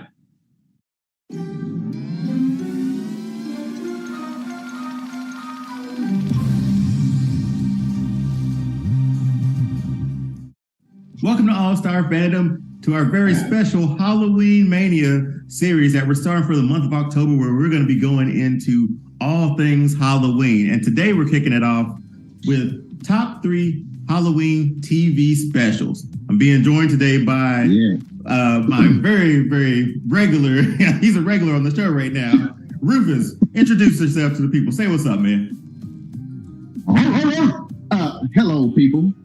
Today, my name is Rufus Leonis William Gavinus. That's how I shall be addressed today. How y'all doing tonight? I'm good. I'm super excited about this special, this first of our Halloween special, TV Halloween special episode, our top 3. I'm ready to get into it. Yeah, so obviously we dressed up. I love Coming to America. It's not a Halloween movie. You could say a Christmas movie, maybe, but yeah, who's better than Hakeem right now? I mean, again, you don't like this video, I'll be forced to thrash you. But anyway, so let's jump into it. So we're gonna go over. Okay. I'll give my top 3. Rufus will give his top 3 Halloween TV specials. So these are from back in the day. Any type of TV show that had that fell within fall. Have a Halloween special. So, Rufus, I'm going to throw it to you. What's your number 3 Halloween TV special? And this is our list of all time. So, go ahead. Here we go. Of all time. Here we go. My number 3 special. That was a little magic trick for y'all. Y'all don't know about that. We're going to go with Living Single. Where her and Scooter had a little issue. And the episode was called Trick or Truck, where she thought Scooter was cheating on her, when she dressed in the Lil Bo Peep outfit. I remember that now. Yeah, you remember that episode? The episode where my boy Overton Wakefield Jones kept trying to trick people. He kept doing all the gags, and the only person was scared was Sinclair. She kept screaming, "Ah!" Everybody else just looking at her face. So that's my number 3 pick. Dion, what you got for me? Okay, that didn't register for me. I remember the episode, but I don't know. Your top 2 must be amazing, because I didn't even think about that one. My number 3. Really? I did not. My number 3. Here's a question though, Rufus. Like, what made that episode for you at least? Like, okay, that's in my top number 3. You gave me a synopsis of it, but there has to be a moment that you were like, yes, I'm coming back to this one. I'm glad you asked. So at the time, Employee of the Month. What are you talking about? I got this. I see you. I feel that. But at the time, I was kind of going through like a little relationship type thing. She was a taller woman, and it was around Halloween, and kind of, kind of like that. And the fact that I have had a huge crush on Queen Latifah since the first day I saw her. Yeah, interesting. The biggest crush on Queen Latifah, bro. So, and then to see her in that little Bo Peep outfit, I'm like, ooh, I kind of like that. And then I always rooted. Hold on, check it out though. But during that whole living single years, I always rooted for her in school. So I just really enjoyed that episode. Plus, it was funny to me. And Over to Wakefield Joe is one of my all-time favorite characters ever. All time, yeah. You mean her and Black Lightning? Her and Jefferson? Yeah, but Jefferson did. Whatever. My super. Okay. But that's why it stuck out to me though. Okay, so and I get it. My top three, or my number three, is one that like is recent. It's super recent. It's one of the best Halloween specials I've seen in recent years, and I'll tell you the reason why. But let me tell you which one is it. I don't know if you watch it, but have you watched Abbott Elementary? I started. Number three. I've started. Number three is Abbott Elementary for me. It was essentially, I just call it the Baby Thanos episode. Rufus, I do not want to spoil this because you haven't seen it, but I have to talk about this. Rufus, we're just talking about it now.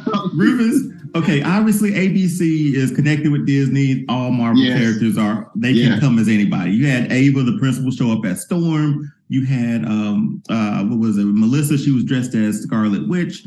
Like these, and then there was this. So the premise of the show, right, or this episode, they had all this candy, and they were going to give the candy out like towards the end of school. But there was this one kid who just happened to be dressed like Thanos, who did not want to wait until the end of the day to get candy. He wanted it then.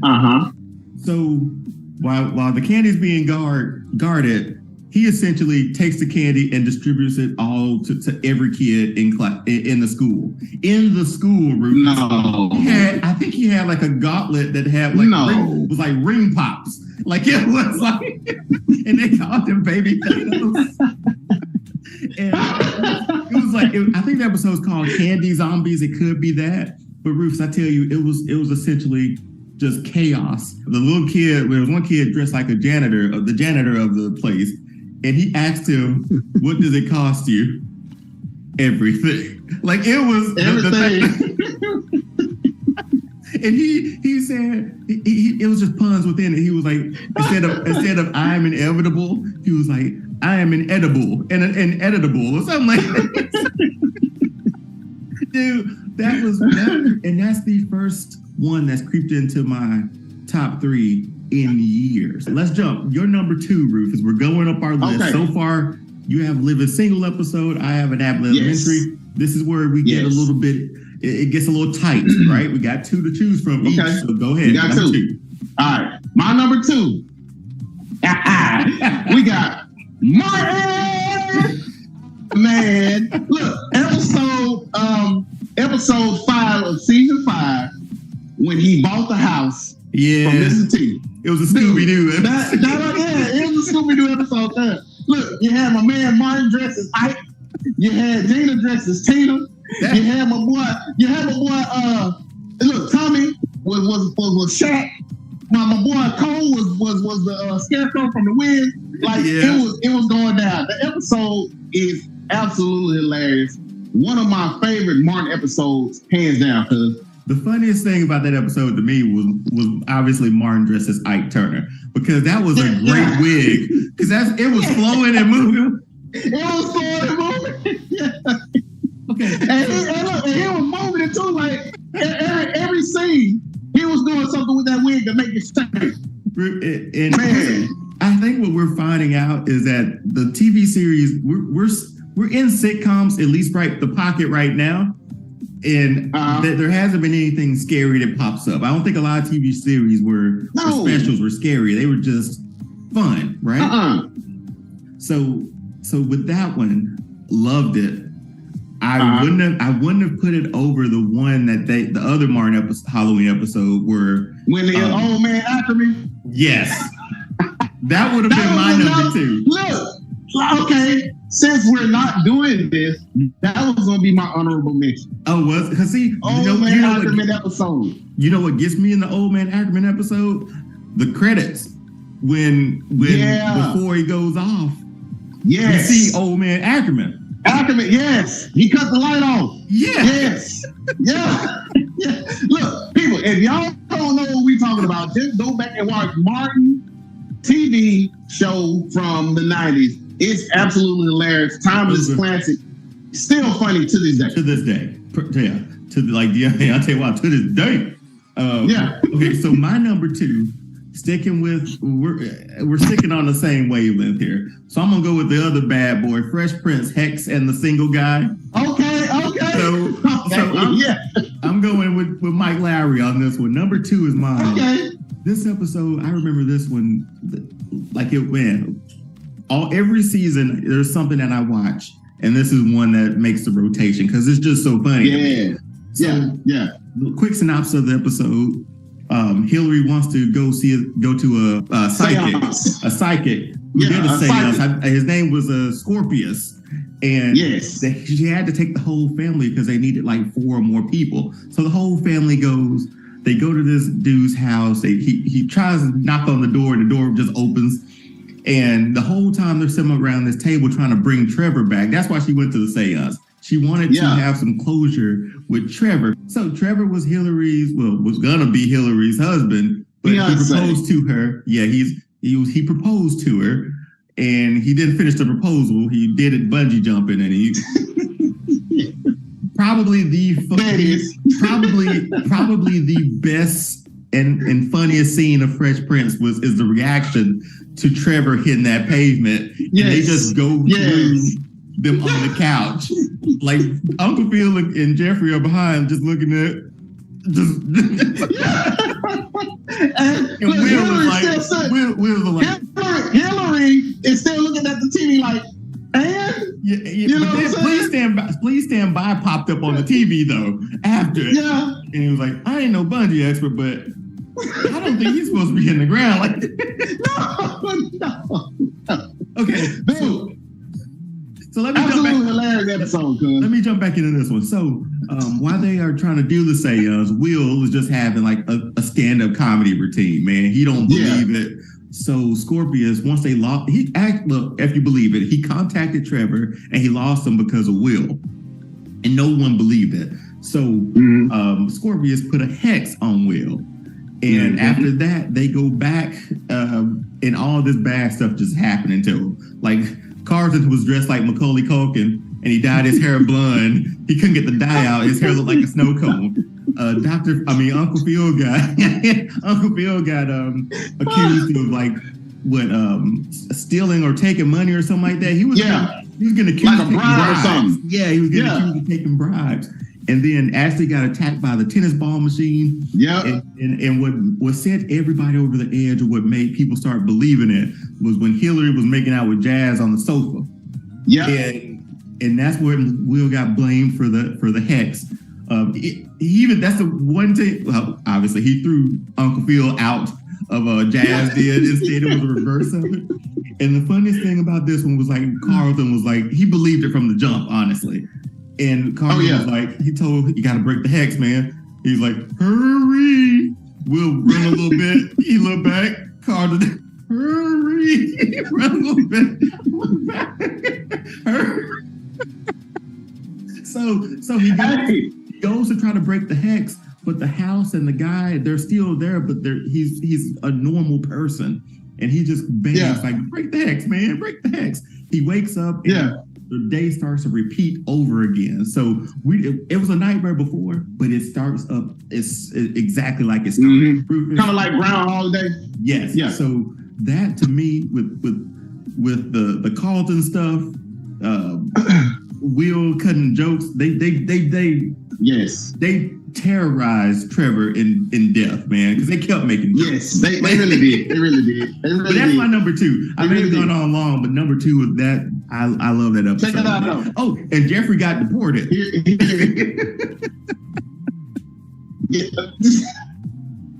You want to hear something ironic? I had that listed as my number 2. I changed it. Well, we got the bad boys at number 2, man. We're fine. I did. I had that listed as my number 2. Well, we got the bad boys at number 2. We got them in there, man.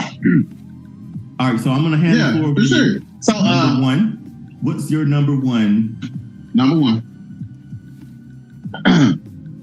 When God is Leviosa, number 1.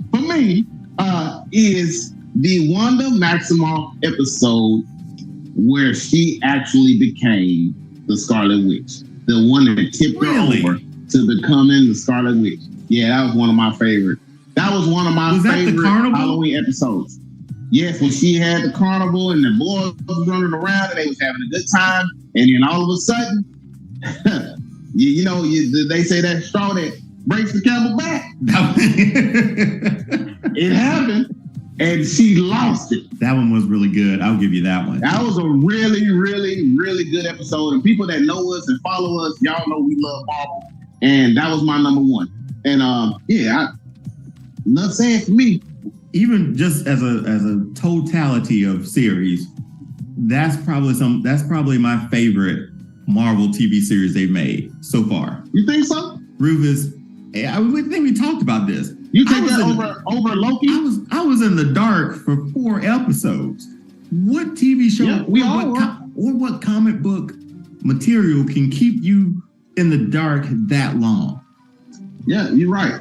Especially a TV show, and you still come back and watch it. I didn't know where we were going. Like, it keep me guessing. Oh, we're in there. Like, we'll probably have to take an episode to sort of rank those Marvel series as of now. But that's been my number one, and that's still been my number one. But you already know what my number one is. But we're gonna do that anyway. But you know what my number one is. That's my number 2.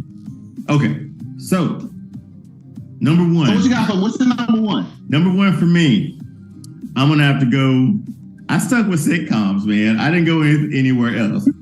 But as a kid growing up and sort of not really liking inanimate objects coming to life, Family Matters Steve-O episode. Oh no! Destroyed me. Are you serious? Are you serious? Oh, with the little Steve and the little Carl. Oh man, the little Steve and the little Carl. Rufus. Okay, so that was part 2. Was with Steve and little Carl. The first one. Okay, I will say I went back and rewatched it today before this recording, and I forgot they put like a disclaimer at the beginning of like Steve saying like, "Hey, tonight's episode is going to be a little scary. Make sure you have like your parents or somebody with you." Right?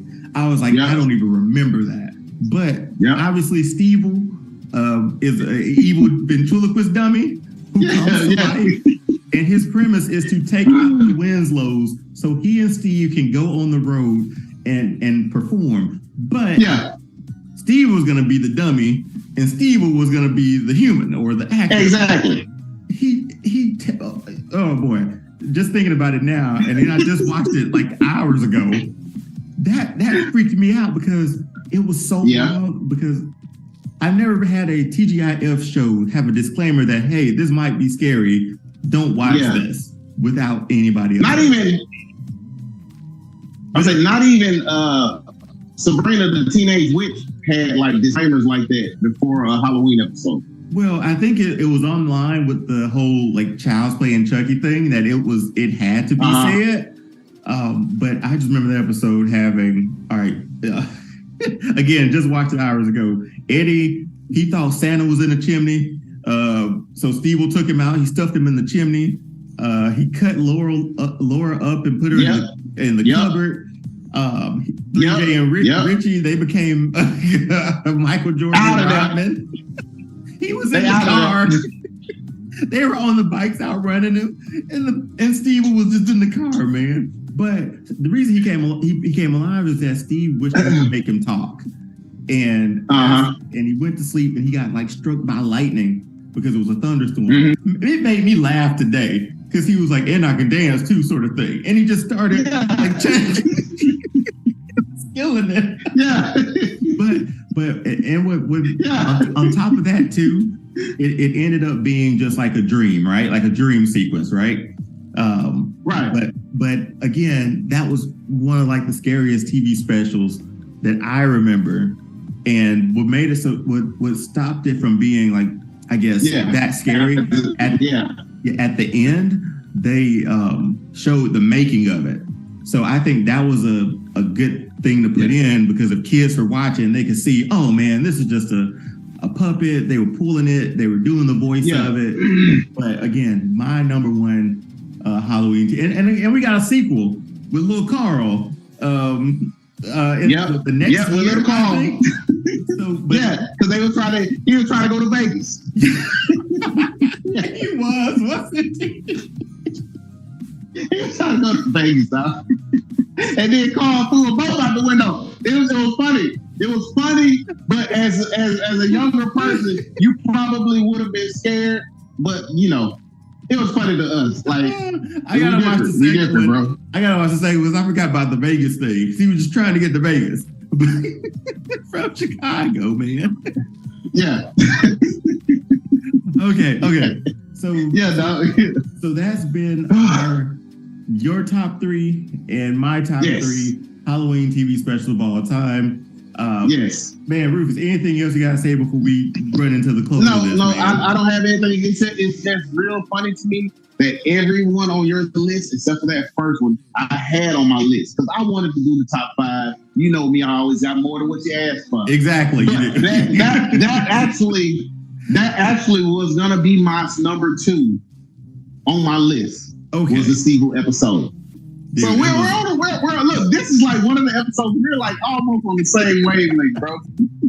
It's uncanny because we don't talk about this stuff. Cause you try to tell me, and I was like, Rufus, save it for the show. Like I don't want to know. But anyway, that has been our top 3 again Halloween TV specials. Drop a comment below about what are your favorite Halloween TV specials. There's been a lot in the era of TV. So drop it below in the comment section and be sure to subscribe to All Star Fandom Show on Instagram and on TikTok. Share, comment, reply, do all the social media stuff. Hit the subscribe button. What else can we do? Send it to a friend.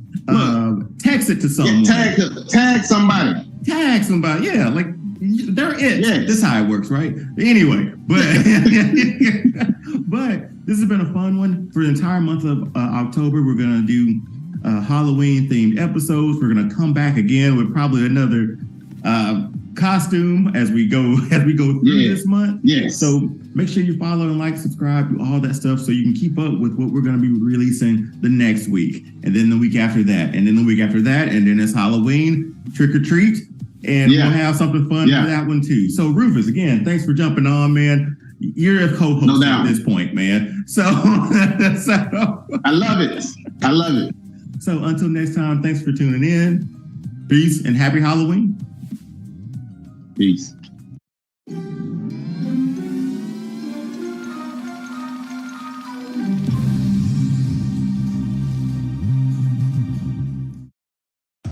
This week on All Star Fandom, we conclude our Halloween Mania special with one of the best topics that we could think of. Horror movies so bad, they're good. Can't wait to jump into this one. Obviously, you can see I'm joined by my main man again, Rufus, for Halloween Mania special. So, without further ado, things are going to get a lot scary. Let's do this thing. All Star Fandom Halloween Mania. Let's go.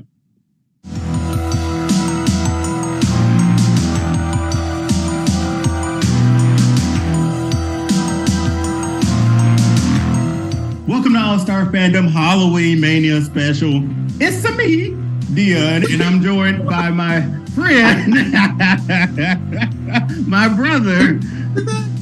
It's me, and Rufus. Say hello to the people because today's topic is going to be a fun topic. What's up, people? I know you boy looking ragged over here, but he's the most despicable mummy you've ever seen in your life. So, today's episode, we're going to be going into horror movies so bad that they're good. Now, there's a lot of horror movies out there, a lot of bad ones, but are there a lot of bad ones that are good? So we're going to do a top 3 list. My top 3, Rufus's top 3. We're going to see where we land. Hit the like, subscribe button, do all the social media stuff right now for your boy. Right now. Do it now. Right do now. it for you. Rufus. Yo, I'm gonna let you kick this one off, man. Number 3, your top 3. We're starting with number 3. Horror movies so bad, they're good. I love having white gloves, man. I ain't like my man Martin with the wing, but he was Ike. You feel me? Hey, okay, no, mine though. Okay. No. Rufus, yeah, okay, we're good. Number three, your top three. What you got? Okay, my number 3, and this was hard for me because I wanted to do 2 number 3s. Oh God! But at the number 3 spot, here we go. Tales from the Hood, 1995. Clarence Williams III. Hey, when a man said, "And this ain't the Terror Dome night," that's my number 3. Tales from the Hood. So okay, to elaborate a little bit more on that, yes, is all horror movies, but they're all like black leads, black stories, stuff like that. Yes. Rufus, I will tell you to this day. What year did you say that came out? 1995. Rufus, those little toys coming to life. Yes. At the end, I don't even know if I don't even know if I have with the racist mayor or whatever. Yeah, I don't even know if I have the guts to put a clip of that. Find that clip and put in this show because I still remember how that looked, and I don't never want to see that again. So you gotta find it. Okay, we'll probably put it in B-roll if I'm brave enough.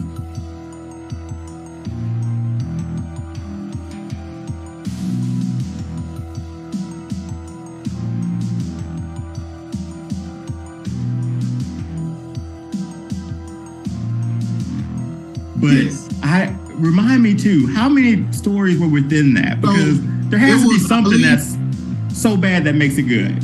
So hold on, let me tell the people, like, okay, really, for real, like, he's not joking. Like, it's kind of like a horror movie, but it's like horror if you're a weird person. It's like horror comedy. But he's like, for real, legit, a little scared about the story because the story is about slaves and dogs. So I knew that kind of freaked people out a little bit. But with this story, it was about a racist guy that did some bad stuff to black people. Yeah, and man. Those were in the dolls. So the dolls came back to hunt him and eventually take him out. You gotta go check the movie out. I'm not gonna ruin it for you, but you gotta go check it out. The way I remember it too, it felt very Gulliver's Travel. Yes, kind of. Am I like making that up? No, it kind of felt like that, except for Gulliver wasn't traveling nowhere but to hell. So it was three stories that was believable, but the way the guy was telling it, and I'm talking about Clarence Williams III, I'm talking about his character. The way he was telling these stories to these 3 guys, it was really believable. And those guys, you know, they were questioning him like, really, did that really happen? And then he was like, here, go into another story. Like, well, let me tell you about this story. He's just a scary individual, scary looking individual. He is. But anyway. hold on now. I'm not going to just say he's a scary individual. He's played in some classic movies. He played in Half-Baked. He was my man Samson on Half-Baked. I want to talk to Samson. Yeah. Take me to the moon like that. Alex Crampton. He played, and I hate to say it like this, but he played like one of my favorite gangsters ever. He played Bumpy Johnson. You know what I'm saying? All right. Okay. Also played in another one of classic films. I mean, you know, he played in a bunch of classic films, but he played in Purple Rain. He was in Hoodlum with Lawrence Fishburne. Like, he was like one of the most underrated actors of our time, bro. Man, so I just remember those side stories. It's one that I haven't revisited since the mid 90s. I haven't revisited that since because that is still in my head, man. So again, if I find clips, sure. If I don't, but great number 3 pick, man. Yeah. My number three.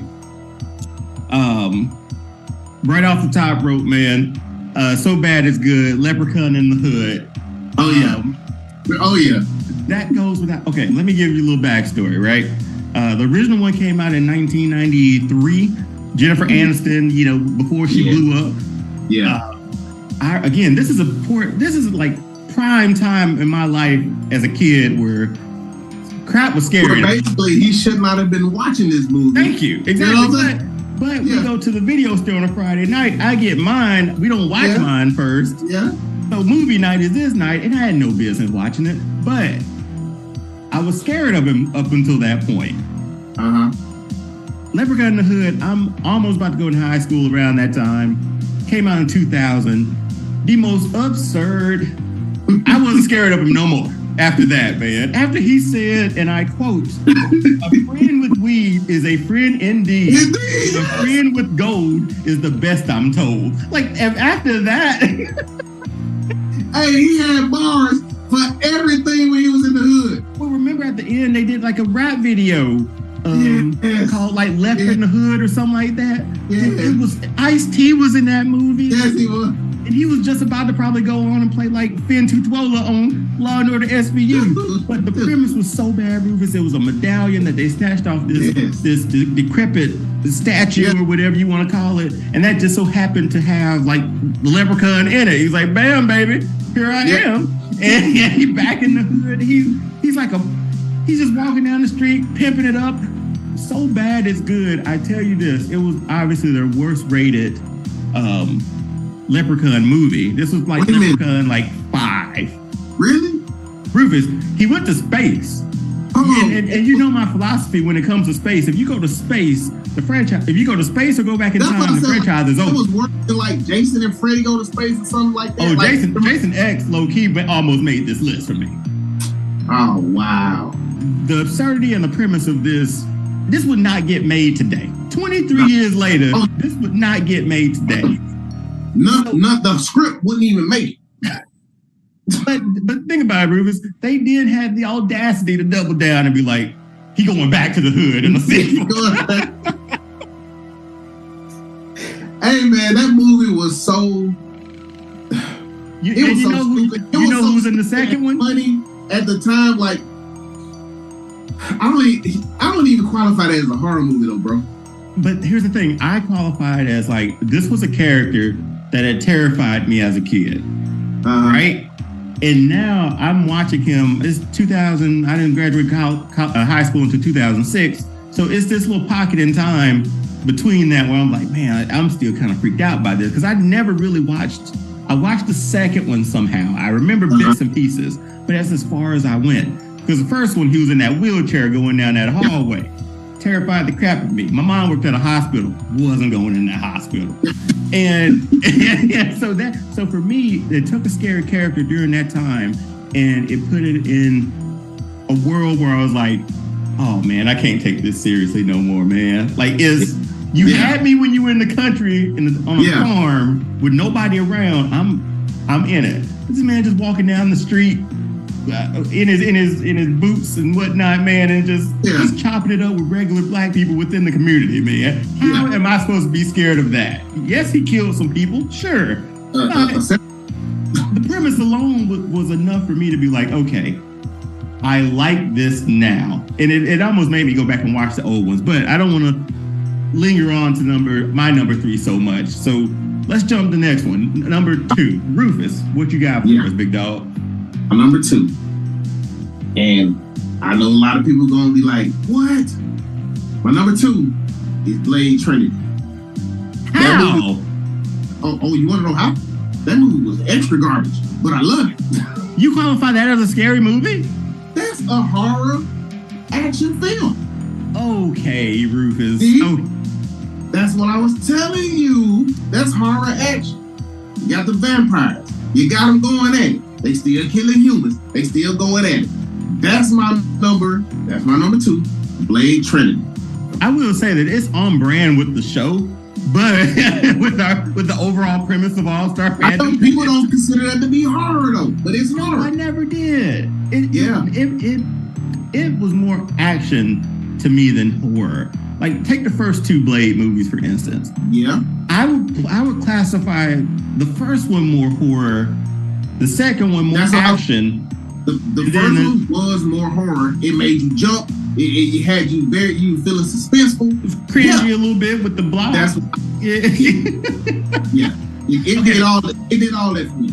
So number 3, I'll give you this. I see where you're coming from with it, and I'll allow it. But we just ain't gonna skip over that. The game Triple H was in that movie, man. Hey, that's what I'm gonna say. Because Triple H literally should have took Blade like that and just broken, man. That's how I. Or take Ryan Reynolds and just chop him in the eye. I said you got Ryan Reynolds, You got Wesley Snipes. You got Triple H. You got Jennifer Garner. And that dude with the weird neck. Yeah, you had all these people in this movie, like all these famous people in the movie. And essentially, you would think this movie is about to be great. But no, it wasn't. But I love it. Like, I really loved it. I really do love it to this day. Like, I can watch it right now. You see what I'm saying? Could you really? Yes, that's why it's my number 2. That's the one Blade movie. What's the title of today's show? Movies so bad. Horror movies. Horror movies so bad that they good. Sorry. I'll allow it, all right? I'll allow it. But for me, it was just a bad movie. So anyway, not even a guilty pleasure sort of movie, man. You know, like I like seeing Triple H in it. I wish he would have pedigreed somebody. I would say, out of all the people, you, Mr. Wrestler, Mr. Ultimate #1 fan wrestler. Did he put somebody in the pedigree in that movie? No, he didn't. Didn't he do Ryan Reynolds? Didn't he put him in the pedigree? Dude, we're gonna put up a side-by-side clip of what he did in that movie, and then the pedigree in real life. Yeah, we'll see who matches. I don't remember it. I just remember that dude with the weird neck. But it should have been a better movie because he was fighting Dracula, right? Yep, should have been. It should have been an awesome movie because that should have been the best Dracula they ever created. You see what I'm saying? But it wasn't. But I love it. I still love the movie. I'll allow it, man. That's not your number 2. I'm not gonna yuck your number 2. Okay. So my number 2. This falls into guilty pleasure for me. This falls into man, if it's on TV or if it's playing, I'm watching it. If I see the box art somewhere, I'm pressing it. Maximum Overdrive. The Stephen King directed movie where the trucks take over. They had a truck like Green Goblin. Really? Yeah. Dude, I forgot about that movie. Emilio Estevez. Oh my God. So apparently something happened with the world turning and stuff like that. I don't know what happened, but the machines started to take over, right? And I just remember that first part where like the coach is buying like a kid sodas from the soda machine, and that soda machine wasn't having it. That soda machine was just throwing them Cokes out, man. Just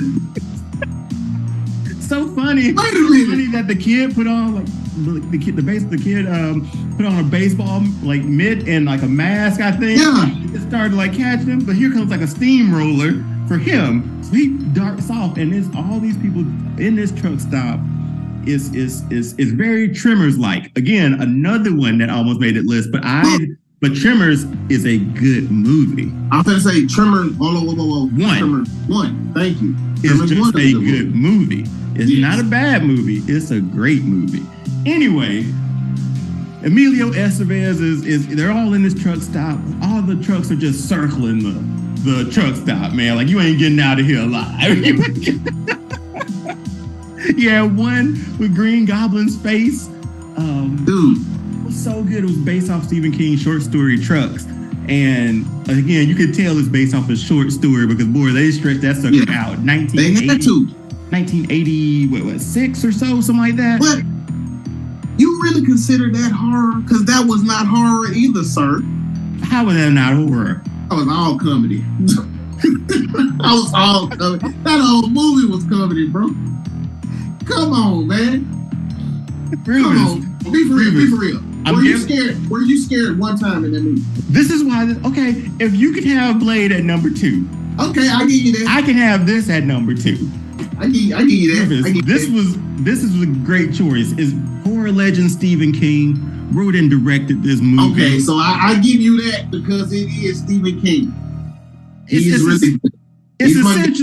essentially what's the name of the car movie that he made? Christine? Yes, it's essentially Christine on steroids, man. That's exactly what it is. It's like if Arnold Schwarzenegger was in.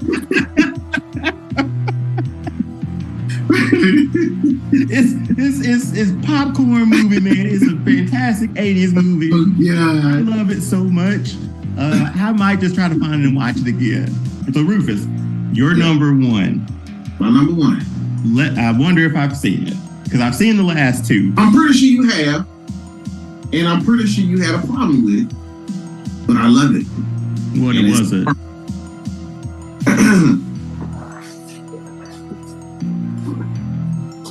gotta put my mask on for this. The Mummy? The Mummy. This is our number one. The Mummy? Did you say The Mummy? Say it again. The Mummy. The Mummy. The Mummy. The Mummy. 2017 version with Tom Cruise. Tom Cruise. Hold on. And Russell Crowe as Dr. Jekyll and Mr. Hyde. Sophia Boutella as the Mummy. That movie, look, the movie was extra trash. Don't get me wrong. Extra trash. But I love that movie. That's like my number one. If it's on, I'm going to sit down and watch it. If it's on Hulu, I'm going to watch it, especially around this time of year. Give me the synopsis of that movie, because I will admit, Rufus, I did not watch it. I thought you did.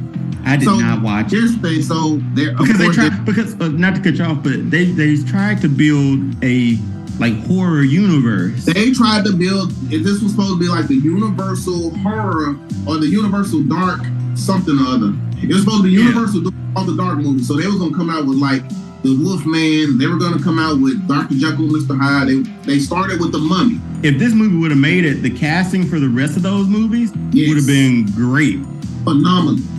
So the premise is they're in the Middle East. They discover the mummy that has been there, kept in this chamber by Mercury. The Mercury keeps her in this chamber as the mummy from getting out. Somehow, some way, she possessed one of the dudes. He get bit by one of the camel spiders. Next thing you know, he's trying to get the mummy out and free her, etc., etc. Eventually, the mummy comes out, but she needs a sacrifice in order to become stronger, just like any of the other movies. Yeah, you're right. And it goes from there, and it gets pretty crazy. Where you like, nah, this ain't believable. But none of the mummy movies are believable. You see what I'm saying? Even one with Brendan Fraser, and I love all three of those. Well, I would honestly say that those were more action, right? Wouldn't you say? Yeah. Like those would be more action sort of movies for me, at least. I didn't see it. I didn't give it the time, Rufus. If you haven't seen it, I say just check it out. You may even like it. I don't know. If you like Tom Cruise, you might like it. It looked darker than what we were used to, obviously, right? It was dark. So it was dark. And let me tell you something. If they would have gave Russell Crowe an opportunity to do a full movie as Dr. Jekyll and Mr. Hyde, I think that would have been off the chain. You know, he's one of my favorite actors. I would have thought they would have started with one of those characters before the Mummy. You know, I would have thought they would have started with like the Wolfman first. That would have gotten more butts and seats. Yeah, because we know the Mummy movies and we like the Mummy movies. But here's Brendan Fraser was fantastic in those movies. The Rock. Yeah, but at the time you got to think about it like this. At the time you got Tom Cruise, the number one actor in the world, and you have Russell Crowe in a movie who was considered at that time one of the top actors in the entire world with Tom Cruise. So you thinking you got both of these guys in the movie. People are going to come see this movie. Okay, so my number one, and I think I tipped this to you once before, but my number one horror movie, so bad that it's good, so bad that it's great, might I say. A movie that many of you maybe not have never ever seen or heard of, but I'm putting it on your radar today. So I'm just gonna say, go find it and watch it. It's called. Wait, I think I had another plot point too, but never mind. I'm the idea I'm gonna pull a me. He got more than one. No, I didn't. So I'm gonna do that. This is what we call in the business a retake. So my number one is Dead Heist. Now, it's a movie you've never heard of, but I'm going to tell you that you need to go and watch it. It's borderline an independent movie. Not even sure if it came out into a theaters. I'm pretty sure it went straight to DVD. It stars Big Daddy Kane as Hunter. But let me set up the premise for you first. These thieves go into this little small town trying to spend this trying to get this bank robbery, right? Or make a bank robbery. Like, oh man, this town's so old and whatever, man. It's so small. We can walk in there and walk right out. That's what you think. As soon as that sun starts going down, something in that town starts happening. Yeah. And something in that town starts happening, and zombies start happening. Zombies taking over the whole city, man. It's just a time, I think, in the time and space of that story in that place, when this happens at night, everybody leaves, everybody's out the streets, but there's one lone person out there, and I tell you who, it's Big Daddy Kane as Hunter, and this man's taking them all out, man. I mean, Steven Seagal, like No. We're not gonna compare Big Daddy Kane to Steven Seagal, dog. Big Daddy Kane was in there with it, man. Come on, bro. Big Daddy Kane was essentially. Hold on, hit the moves again. Let me see it. Hit him again. Big Daddy Kane. Okay. No, stop that. He was hunting them down. So he was hunting them down, and he was regretful because they had like attacked his wife, I think, and I think his wife had become a zombie, and then like he's looking for her. It's very sort of Morgan, sort of Walking Dead-ish. That's what it sounded like. Yeah. But Rufus, it's so bad that it's so good. It was so good, Rufus, and it was during the time where Netflix would have the star ratings. So we would do it too. We would look to see if we could find like some of the worst movies on Netflix and watch. We stumbled across this. I think you were gone. It was me and Jamar. And I tell you, we ran that sucker back so many times. So much. I put my money where it was. I bought it for $2 off Amazon and gave it to him. $2 whole dollars. I watched it and then I gave it to him. That's how much. Let me explain something to the people who may or may not know. Netflix worst list or worst rated list was like Tubi back in the day. You know what I'm saying? So you want to watch like the most horrible movies that have ever been made ever with any type of camera. You would do that. You would go to Netflix and find the worst movies that you were watching. And that's like Tubi for today, baby. But it was so good, Rufus. I swear, you have to go watch it, man. It was... I have to check it out, dog. Dude, that's a movie, I promise you, and you know I've seen damn near everything. That's one movie I have not seen. Yeah, Dead Heist, man. It's so ridiculous. And the acting is obviously not that great, but once I got into it, I was like, all right, I kind of want to see where we go with this. I want to see where it's going. Big Daddy Kane is essentially Batman in this movie, man. Please stop comparing him to people I like. Please stop doing that. Don't ever compare him to Batman. He dressed in all black. I think he had like, was it just a hat or a do-rag on? I can't remember. I'll put the box art up too, if I can find some clips on YouTube. But Rufus, please, I'll send you the link to go watch it. It's amazing. I'm gonna check. Look, when we get off here, I'm checking it out tonight. Okay, so before we finish our list, I'm going to give, and I know we've gone through it. I'm going to give you a bonus, Rufus. Okay? I'm going to give you a bonus. This is just for you. If you have another movie, because I want to give you a bonus because I didn't like your Blade one. Okay, I don't know why you don't like the Blade choice, dog. You just hating. I don't like your Blade one. You hate on the Blade choice, dog. You got another one I know in the arsenal. Yeah, I do. Honorable mention. Who you got? What you got? So, you probably ain't seen this one either. Because I was gonna ask you if I can do two as my third choice. See, I know you, man. See? Well, I was just saying. You know, Keith David is one of my favorite actors. The voice of Goliath, man. Okay. You know? So they did a Tales from the Hood too. God almighty. Was he the narrator? Is it that clip that I've seen? Yes. In the car? He's like, welcome to hell. Yes. So, okay. Now y'all know, yeah, man, I've been watching goofy stuff. I'm sorry. Y'all should have known this by now. But, yeah, dog. So I like that when I haven't seen it. I wish now, if I'm just looking back at my list, I want to flip 1 and 2. As I was talking more about Dead Heist, I was like, I like it, but it don't give me that same adrenaline rush that a Maximum Overdrive. You know what? I'm doing it. Number 2. Go to switch it in. Number 2 is Dead Heist. I edit this show. Number one is Maximum Overdrive for me. Number 2 is Dead Heist. I'll do this. Number 3, Leprechaun in the Hood. That's my list. I'm not mad at mine either. I'm glad I got Maximum Overdrive at number. I think both lists was really good, dog. Hey, well, that'll be for the viewers at home to decide. So y'all vote on this joint. This is the point where we make that ask of like, what do you think about our list? Do you think my list was better? Do you think Rufus' list was better? Or do you have your own your top 3 that you want to do? Drop them in the comment section below.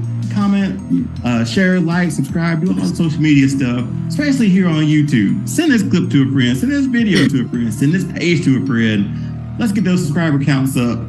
Do it now. I do it for you. Rufus, what do you got to say? We want to hear from y'all. Please comment. Please let us know how this content is. Talk to us. We talk back.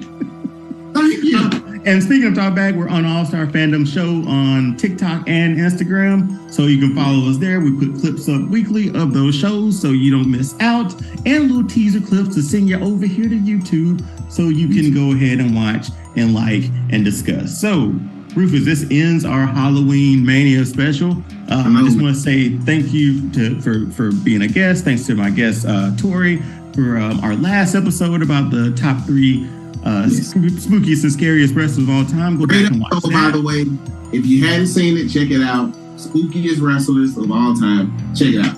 Appreciate it. But without further ado, Rufus, this ends our Halloween Mania. I got some pipes to go clean. They're calling me right now, man. Luigi's somewhere. I'm not sure. He's probably hiding out in a mansion somewhere. But again, thank you for watching. Until next time. We have other stuff in store for you. So until next time, we'll see you then. Peace.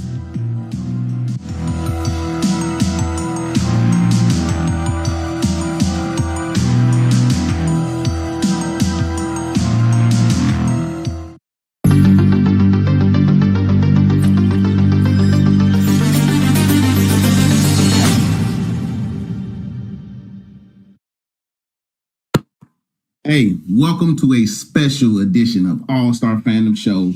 We're going live right now. We're about to do the review for Sinners, the movie. It was awesome. And as you know, I'm not here by myself.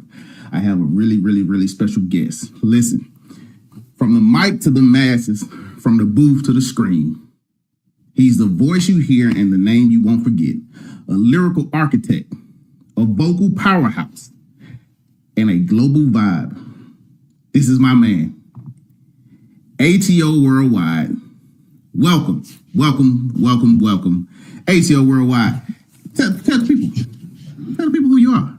You already did, man. I know I did. I did so good that I wrote you that. You did a fantastic job, brother. I wrote that. Hey, but today, look. I appreciate that. That was awesome. Thanks, man. Hey, no doubt. Today, listen, let me get the screen set up.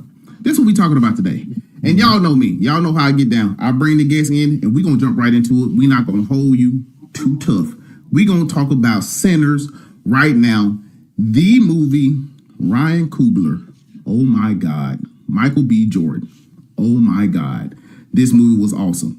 But ATO, tell me what you thought about it. I'm talking about from the time it came on to the time it went off. Boy, I want to know what you thought. You know what's so crazy? I got invited to go to a screening last year. And we couldn't make it because of our schedules, man. And like, it was in LA, so that's like, from where I live, it's 2 hours. It's a 2-hour drive, man. So I didn't think nothing of it. I was like, it's cool. I just wait for it to come out in theaters. It's a Ryan Coogler film, so I'm pretty sure it's gonna be dope. Mm-hmm. So I'm like, I ain't think nothing of it, right? I kind of feel stupid for not seeing it before everybody else. But we saw it the day it dropped. Yeah. And I can honestly tell you this right here, son. Like, you know, we have our podcast, that type of talk, and we interview a lot of dope people. And we also have the Splash Talk where Corey does a lot of the reviews, right? Mm-hmm. So when I went into this film, I watched it with my family and he went and watched it with his family. The schedules, lately our schedules are all over the place, man. So yeah. We watched it a day apart, and he was like, yeah, it was good. But I hyped it up. I'm like, it's the fact that what I enjoyed the most was the pacing of the film, right? And the gotcha bitch moments, gotcha bitch, like those moments, like gotcha bitch, like those moments, bro. And then I'm thinking, I'm watching, and then you see all these amazing actors. I forgot the brother's name, man. The older gentleman who Delroy Lindo, one of my favorite actors. The harmonica, right? Yes. When I think about him, I think about him being an asshole in films, the bad guy, and I also think about being him. I also think about him being the time cop in the one. Yeah, with Jason Statham and Jet Li, right? And Jet Li, yep. Anyways, his performance in this film was great. Yes, was awesome, right? The young man, I don't know who the young man. I don't know everybody's name. I know who I know, but I don't know. The guy, Miles Canton. Is that's Baby Ryan Coogler, because they kind of sound the same. They have the same dead ass, bro. They got this. Anyways, I get, well, to answer the question, I thought the movie was great. It made me really want to explore the whole on-screen acting stuff for real, because it's just it's how captivating. But then again, it also depends on a cast, people's experience, and then your direction, whoever your director is, you know. Yeah. But they did a swell job. I was really impressed with Katie, bro. Yes, she did an excellent job. So look, if y'all don't know who we talking about, man, let me say this. Y'all know I go to films, I go to movies, and the first thing I'm doing, I'm listening to the music. The music, this whole film was an event. The music was captivating from the time it came on, and the fact that the whole introduction, the first monologue was somebody that sings so good that it breaks the barrier between the real world and the spiritual world, right? So that's what we did. Now, you as a musician, I know you was kind of feeling that too, especially when they started going from future to the past and was mixing it all together.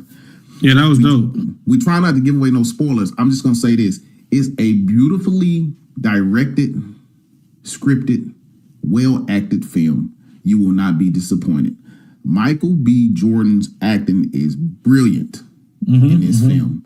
The direction of this film was brilliant. The representation in this film was brilliant.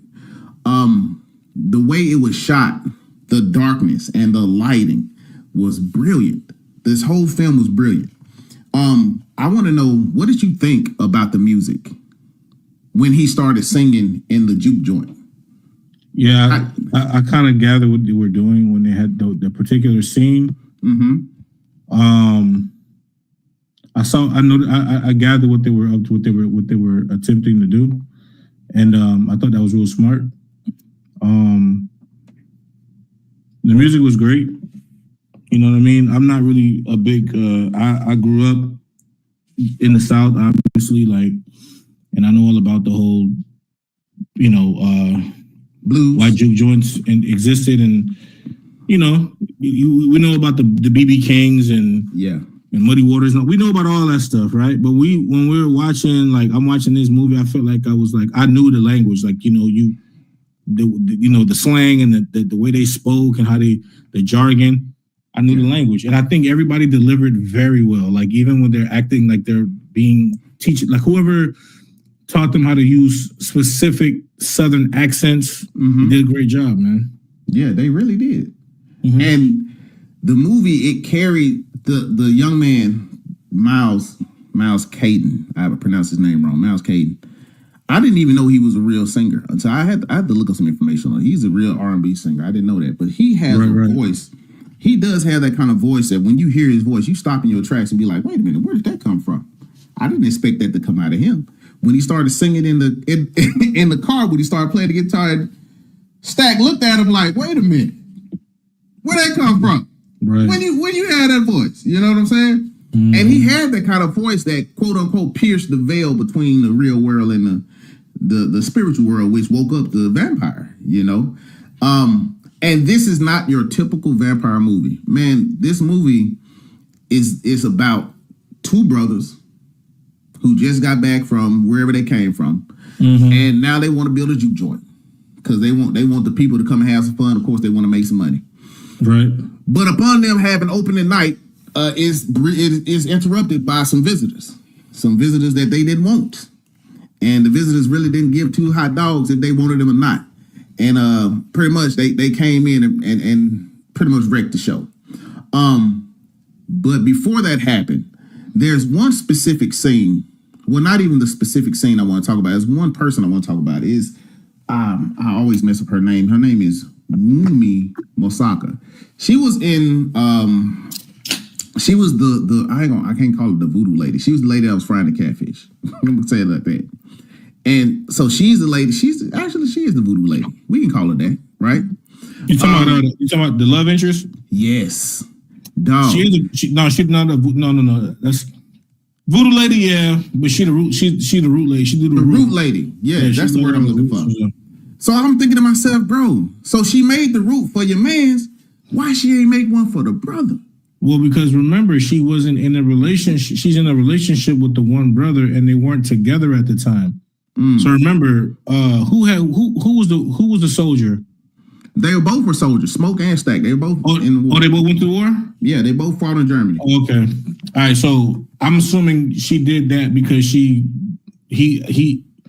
obviously her interest, her love interest. So yeah. And then they had the kid and everything. They you know, whatever, you know the whole. So I'm assuming that's why she didn't do one for the other brother. But bro, what you thinking? What you thinking? Cause I see that look on your face. What you thinking? You know how the scene, the special scene in the film. Like, yes. Okay, we need to pick up there. Can we though without spoiling? Yes, we can. Okay, bro. well let's go. Let's go. Okay, watch this. We pick up there. We don't jump the gun. We pick up the special scene because it's a fitting scene. That dude, so that how Michael B's character was when he showed up with the gold, whatever, and then the person with him. That's so 1992, bro. You can't even. Come on now. Where had with the Coogee on and all. Yes. That? And the drip and the whole joint. So all I want to see. This is what I want to see, bro. And I'm gonna reach out. I'm gonna find a way to reach out to Coogler. I'm gonna reach out to somebody. I know some people that know him. Let's check this out. If you hadn't done this already, I'm gonna just dash my little and make sure you timestamp this shit. Yeah. Let's do the sequel in the 90s, the New Jack era, the New Jack Swing era. And then we also need a new character that's a seasoned veteran. And it's a nod to a particular film, Eddie Murphy. I think I know you was going there. I know you was going there. Eddie, now check this out. No. And then check this shit out right here, bro. We're going to continue bro, let me show you some shit, bro. Let me show you how my mind works, cuz. All right, so while you doing it, let me give the people some context. So, without giving you a spoiler. Okay. Well, I'm gonna do it like this. Without giving you a spoiler, there's a scene where Michael B goes into this club. Just don't leave the theater. I'm not. Don't leave the theater. So, don't leave the theater. Y'all gotta watch the end credits and the post credits and all that. But there's a point where Michael B's character goes into the club. He has the drip on from the 90s. He got the whole chains, the ring and everything, and he with his girl, the whole look. And this is where ATO wants to pick up the second film, which they have been greenlit for Sinners 2. Yeah. To pick up the second film right here, not only will Michael B's Jordan be in it, he wants to bring back the vampire from Brooklyn, Eddie Murphy. Now watch this. Awesome. So now Pete. It's not particularly the vampire in Brooklyn because I'm only saying this because of canonically it doesn't make sense, but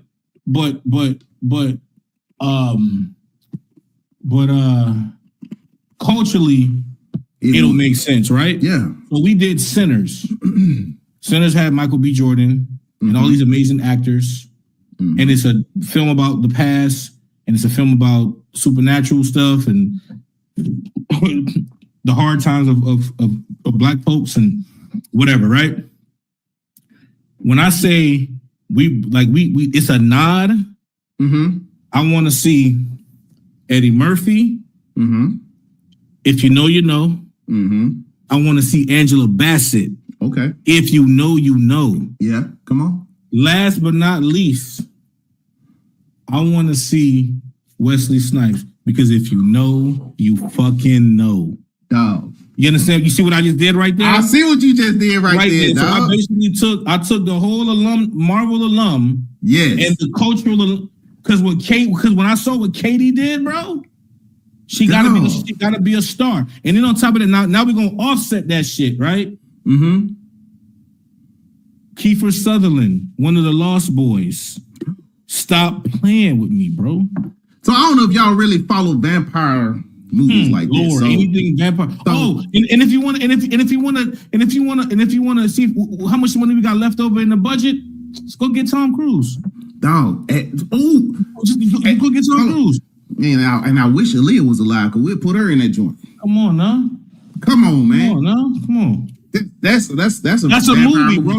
That's a vampire movie for you. You're breaking the internet, bro. Yes. If you think Black Panther has such a humongous impact on our culture, on American culture, and then now you got Sinners, that's gonna do numbers because Sinners is basically gonna turn into a classic, bro. Sinners, if Sinners gains a trilogy, bro, it's gonna be the new Star Wars.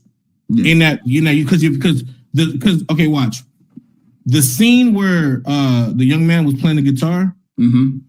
I kind of peeped what they did. I was like, oh, they're kind of telling us what's going to happen in the future because this is probably going to happen in this film or something else. And then you see what happens to the building, and then there's all these different people from different walks of life, from different points in time, and all in one little section. And I'm like, yo, I see what they did. Yeah. That's so great. But see, the cool thing I loved about this film, that it kept you guessing, oh, she a bad person. Oh, he a bad guy. It kept us guessing, and then we didn't know what to expect. You couldn't pinpoint one person. Yeah. Except for the vampire, the first vampire. Of course. But then when we saw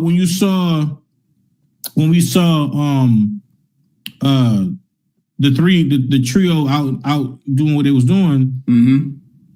you immediately forgot about who the star of the movie was. Yes, you did. Because the star of the movie was what? Michael B. Jordan, right? Yes. But it's not Michael B. Jordan.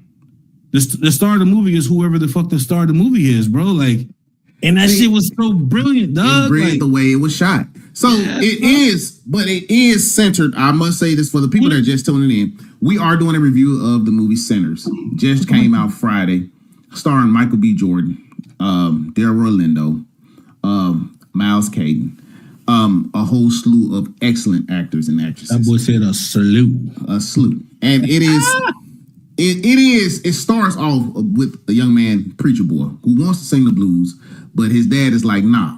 But he like, nah, Pops, I'm gonna sing the blues. Mm-hmm. I'm about to go out here with my cousins, and I'll be back in the morning. And he has a whole experience that night. I mean, I'm gonna tell you this one part. He kissed a girl. First girl he kissed. And had a whole experience. And then bad stuff starts to happen. It starts to go awry. The twins end up, taking care of some people, let him have a drink, you know what I'm saying? Let him play his little guitar, do his thing. But then the vampires arrived, and when they arrived, it was something to behold. And like I said before, the way it was shot, from the way they covered their eyes until it was time for you to see their eyes in the moment, that was genius to me, dog. And the way that they started salivating when they were hungry, that's something I had never seen before. Yeah. Film. And I thought that was pretty. That was a pretty cool little, just a little touch of something different to let you know, hey, it's time to eat. You know what I'm saying? Right. And when it was time to eat, they ate. And the Asian lady, I'm gonna tell you this one part of the movie that really upset me, dog. I know the Asian lady wanted to get home, but bro, when she said what she said and they came in that door, I was like, oh, it's over with. I guess that's the end of it. That's the end of everybody, dog. That also, that was, because I mean that's why she went. I know why she did it, because I think every mother in that position would have done the same thing. But you know what's crazy? I love how they showcased that part of like the alliance with Black people and the Asian community. Yes. How because that's real. Yes, like that. Like you got a lot of like folks that are from different countries and stuff like that integrated into black culture, into the South, and they became one people, bro. Mm-hmm. Example perfect: Atlanta, Clayco, Miami. Like it was so dope to see that. You know what I mean? It took me back to being in Miami. Like I grew up like those Southern Asian folks, bro. Like or the Caribbean Asian people. You know, the Chinese. And it throws you when they start talking though. Like you're like, wait a minute, where did that accent come from? You feel me? And they still sound crazy, but they still sound like they're native country and stuff. But they got that twang to it. Though, you know what I mean? Like. I like that, man. That was dope. Man, but I'm gonna tell you something. I like the twin story from them being in war, coming back, being gangsters. They left, became gangsters, but they came back. They still have a reputation. Yeah. Everybody know their reputation. So they want to start a juke joint, so they can make money. Yeah. The way they got their money, it don't really matter how they got their money. Just know they got it. They got it. But the on top of that, and this is where a lot of the black people that was in my theater at the moment, the whole ending, and I'm not going to give it away, just say it's some bad people after the black men, and they got taken care of. And when I mean they got taken care of, they wasn't expecting your boy to be off in the woods picking up, choo. No. That scene there. But he actually is so dope. He knew what he expected them to come back anyway. Yep. And on top of that, the vampire, the guy, I don't want to say vampire. It's all good. The one, he basically told him what was going to happen. Yep. Because he had already, his nephew, Hey, isn't that Buddy from Game of Thrones? That's Buddy from Game of Thrones. I think it's him. I think it's, yeah. And look, let me tell you something. And I have to look up her name. Y'all excuse me because I try to memorize a lot of people, but this young lady, Haley Steinberg, bro. Steinfeld. It's Steinfeld? Yes. That young lady acted her behind off in this movie, bro. No, bro. Her performance, first of all, yeah. Oh, God. Her performance is crazy, bro. Like, you got, and this is the closest you'll ever get to Killmonger,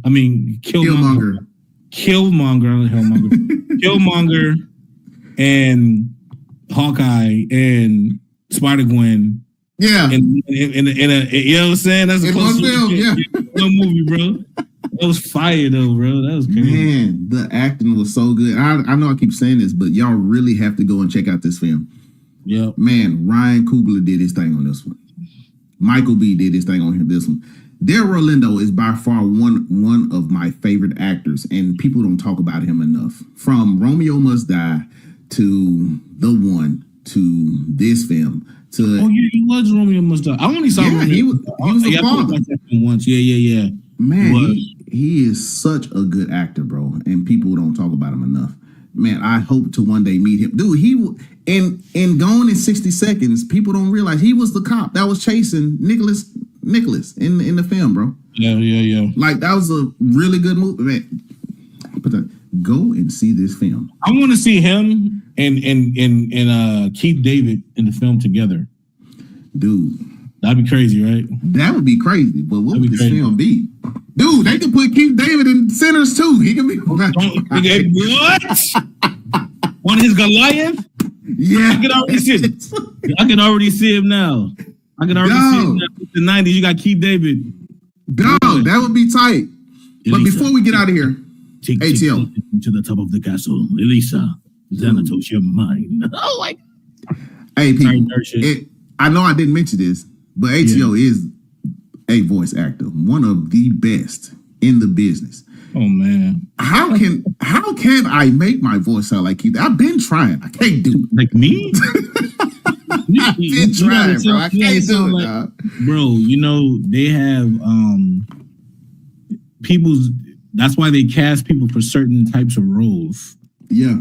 So you have like a unique sound, man. You have you have a unique tone in your voice, and then you have a specific twang that you'll never be able to get rid of, dog. Yeah, I know. You are you're who you are, brother. You're who you are, bro. So if I were you, I would just try to look for things. Yeah. That compliment your voice. The natural voice that I have. Your voice and your accent. Because you have a strong. You should have been in Sinners, bro. I know. I'm trying to be in the second one. Look, if you make the phone calls, I don't know nobody like that. I just know people that know people. I don't know. I can't make shit. If I made a phone call, I'm making a phone call for myself. Hey man, I told my wife today. I said I could be the vampire river dancing in the background. I got you. You feel me? They was back there river dancing, boy. They was getting it. But before we leave, I'm gonna ask you about one scene. Yeah, for sure. And we try not to give it away. But the scene right after he got shot, and he's going off, kind of reminded me of that Gladiator scene when he was getting ready to die, but he ain't dead yet. Right. And he saw the other side, and he was like, I want some of that, because that looked peaceful. But then he wake up for just a brief second. Man, how did you understand that scene? I know you broke it down when you was thinking about it. Because I didn't understand when he came back to the grave and when he said, I'm here. I didn't catch it until that scene. When he said, I was here. Nope. For the baby? Yeah. I didn't even catch that. Oh, you mean the first time? Yeah, because she said something to him. She said, it's somebody waiting for me on the other side, and it's somebody waiting for you on the other side. Yeah, it was somebody waiting for him. She said somebody's waiting for me on the other side, and it's the baby. Because remember, she's spiritually connected to the other world, right? Yeah, man. But she goes, if I get bit, just take me out, because I ain't trying to have my soul stuck on it. I gotta go check for my man. Body, right? And then she also said to him, you also got somebody waiting for you over there, and that's the baby. Man, that hurt my heart when she got bit, dog. I was like, nah, man. I said, man, at least one of y'all got to survive this evening. No, somebody got to survive till lights time. Well, I'm gonna tell you, this is a budget. This is the budget. This is the book. The financial advisor in me, right? Yeah. The joke, I was laughing the whole time, and my lady was like, "What's so funny?" I was like, "You don't get it unless I express it to you." So, I laughed when they said, "Oh, we got to split up." Okay, the reason he said they got to split up is because they got to shoot the two separate scenes, and it's also to save the fucking budget.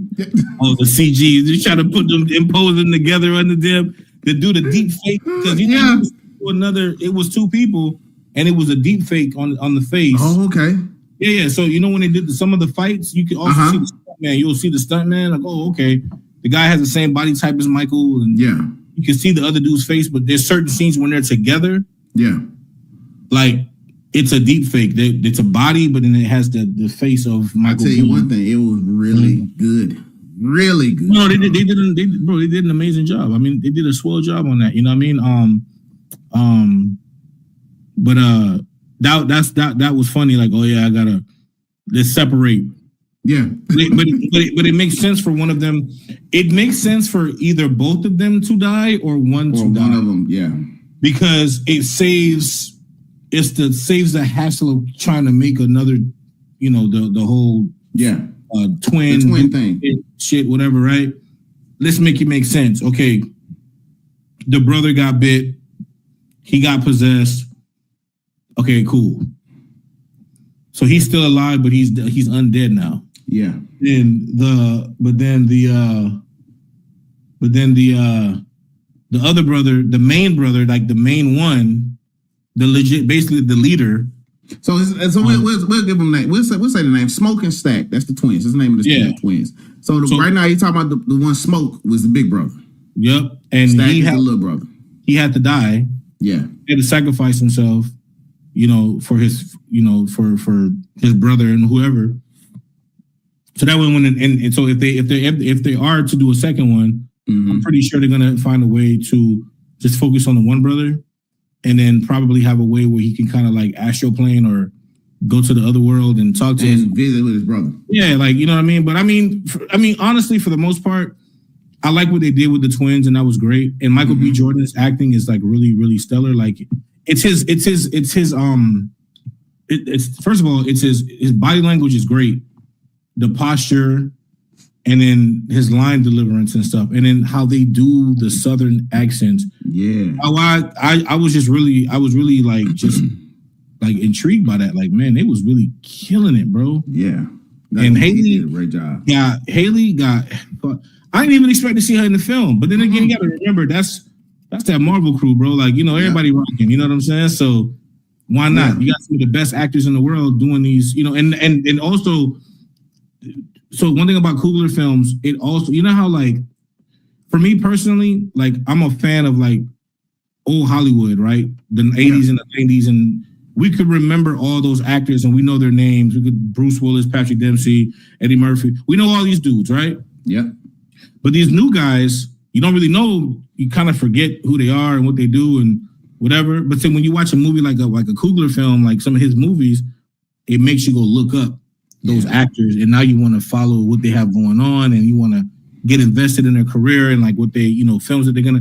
That was great. That was an amazing touch, man. And that lets you know that's what, to me, that's what makes a film brilliant. When you want to go and follow and see their career progress. You know what I'm saying? That's what makes a film brilliant to me. When you want to go and follow the actors that you just got finished watching, and you're like, okay, I'm invested in them now because this is really good acting. I love acting. You know, I love to see that on the big screen. But before we get out of here, I'm just gonna hit you with a little bit of theory that I was thinking before I left the film. I know on screen they showed Smoke getting up out of there, but what if Stack came back at night? Wait a minute. Okay. Stack. They didn't really show Smoke dying, remember? They just showed him pass out. But what if Stack came back during that evening and bit his brother? Yeah, dog. I'm just saying, think about it. I mean, that's cool too. And then we got the twins for 60 years out there wrecking shop, dog. Yeah. Because it was 1992 when he popped back up. That's a fact. You know what's crazy? When he was banging on the door and I thought his eyes they did the glare. It was silver. Yeah, it was silver. I'm like, oh, maybe he's fighting it. Right? No. Mm-mm. Dude, these were the vampires. You was like, man, they were not the most beautiful vampires, and when they got messed up, they got messed up. And they come right back to right immediately. I'm like, nah, dog. But I thought, and it wasn't. Like my wife said, it wasn't the type of horror film that you were expecting to see, like horror right out the gate. Horror, jump scare. Mm-hmm. No, it was brilliantly put together. The way he built up the whole day, leading to the evening, leading to the party, all through the party. And that's crazy. That was one full freaking day. One full day. That was one whole day. And it's like, damn, that's a day? Shit. Yeah, no, it was an absolutely brilliant film. But look, we got to wrap this up. Look, ATO, I appreciate you coming on and just chopping it up with your boy for a brief minute about the movie Sinners. That's been, our little review of Sinners. This movie is absolutely brilliant. If you have not seen it, take time out. Look, make it a date. Go and see this film. I would love to know. We would love to know what y'all think. Come back, drop a comment in the section below. And ATO, you want to tell the people what you're working on lately? What you got going on so they can come follow you? I'm working on my life. Aren't we all? I'm working on trying to be a better person. Yeah, aren't we all, dog? Nah, man. And for those of you follow me, man, ATO Worldwide. You can follow our podcast at That Type of Talk. You can also follow the K Good. I think it's the _ K Good. I don't know. Forget it. Just follow him. Follow me. Follow All Star. Follow Rufus and Dion. Anyway, I'm working on some new music as always. Just some new VO stuff. I'm doing auditions every day, voiceover, all of that. We have I am performing this May 17th with a lot of great artists that are very legendary. Some legendary artists, man. It's just crazy. I can't believe I'm on this show. I'll be doing that show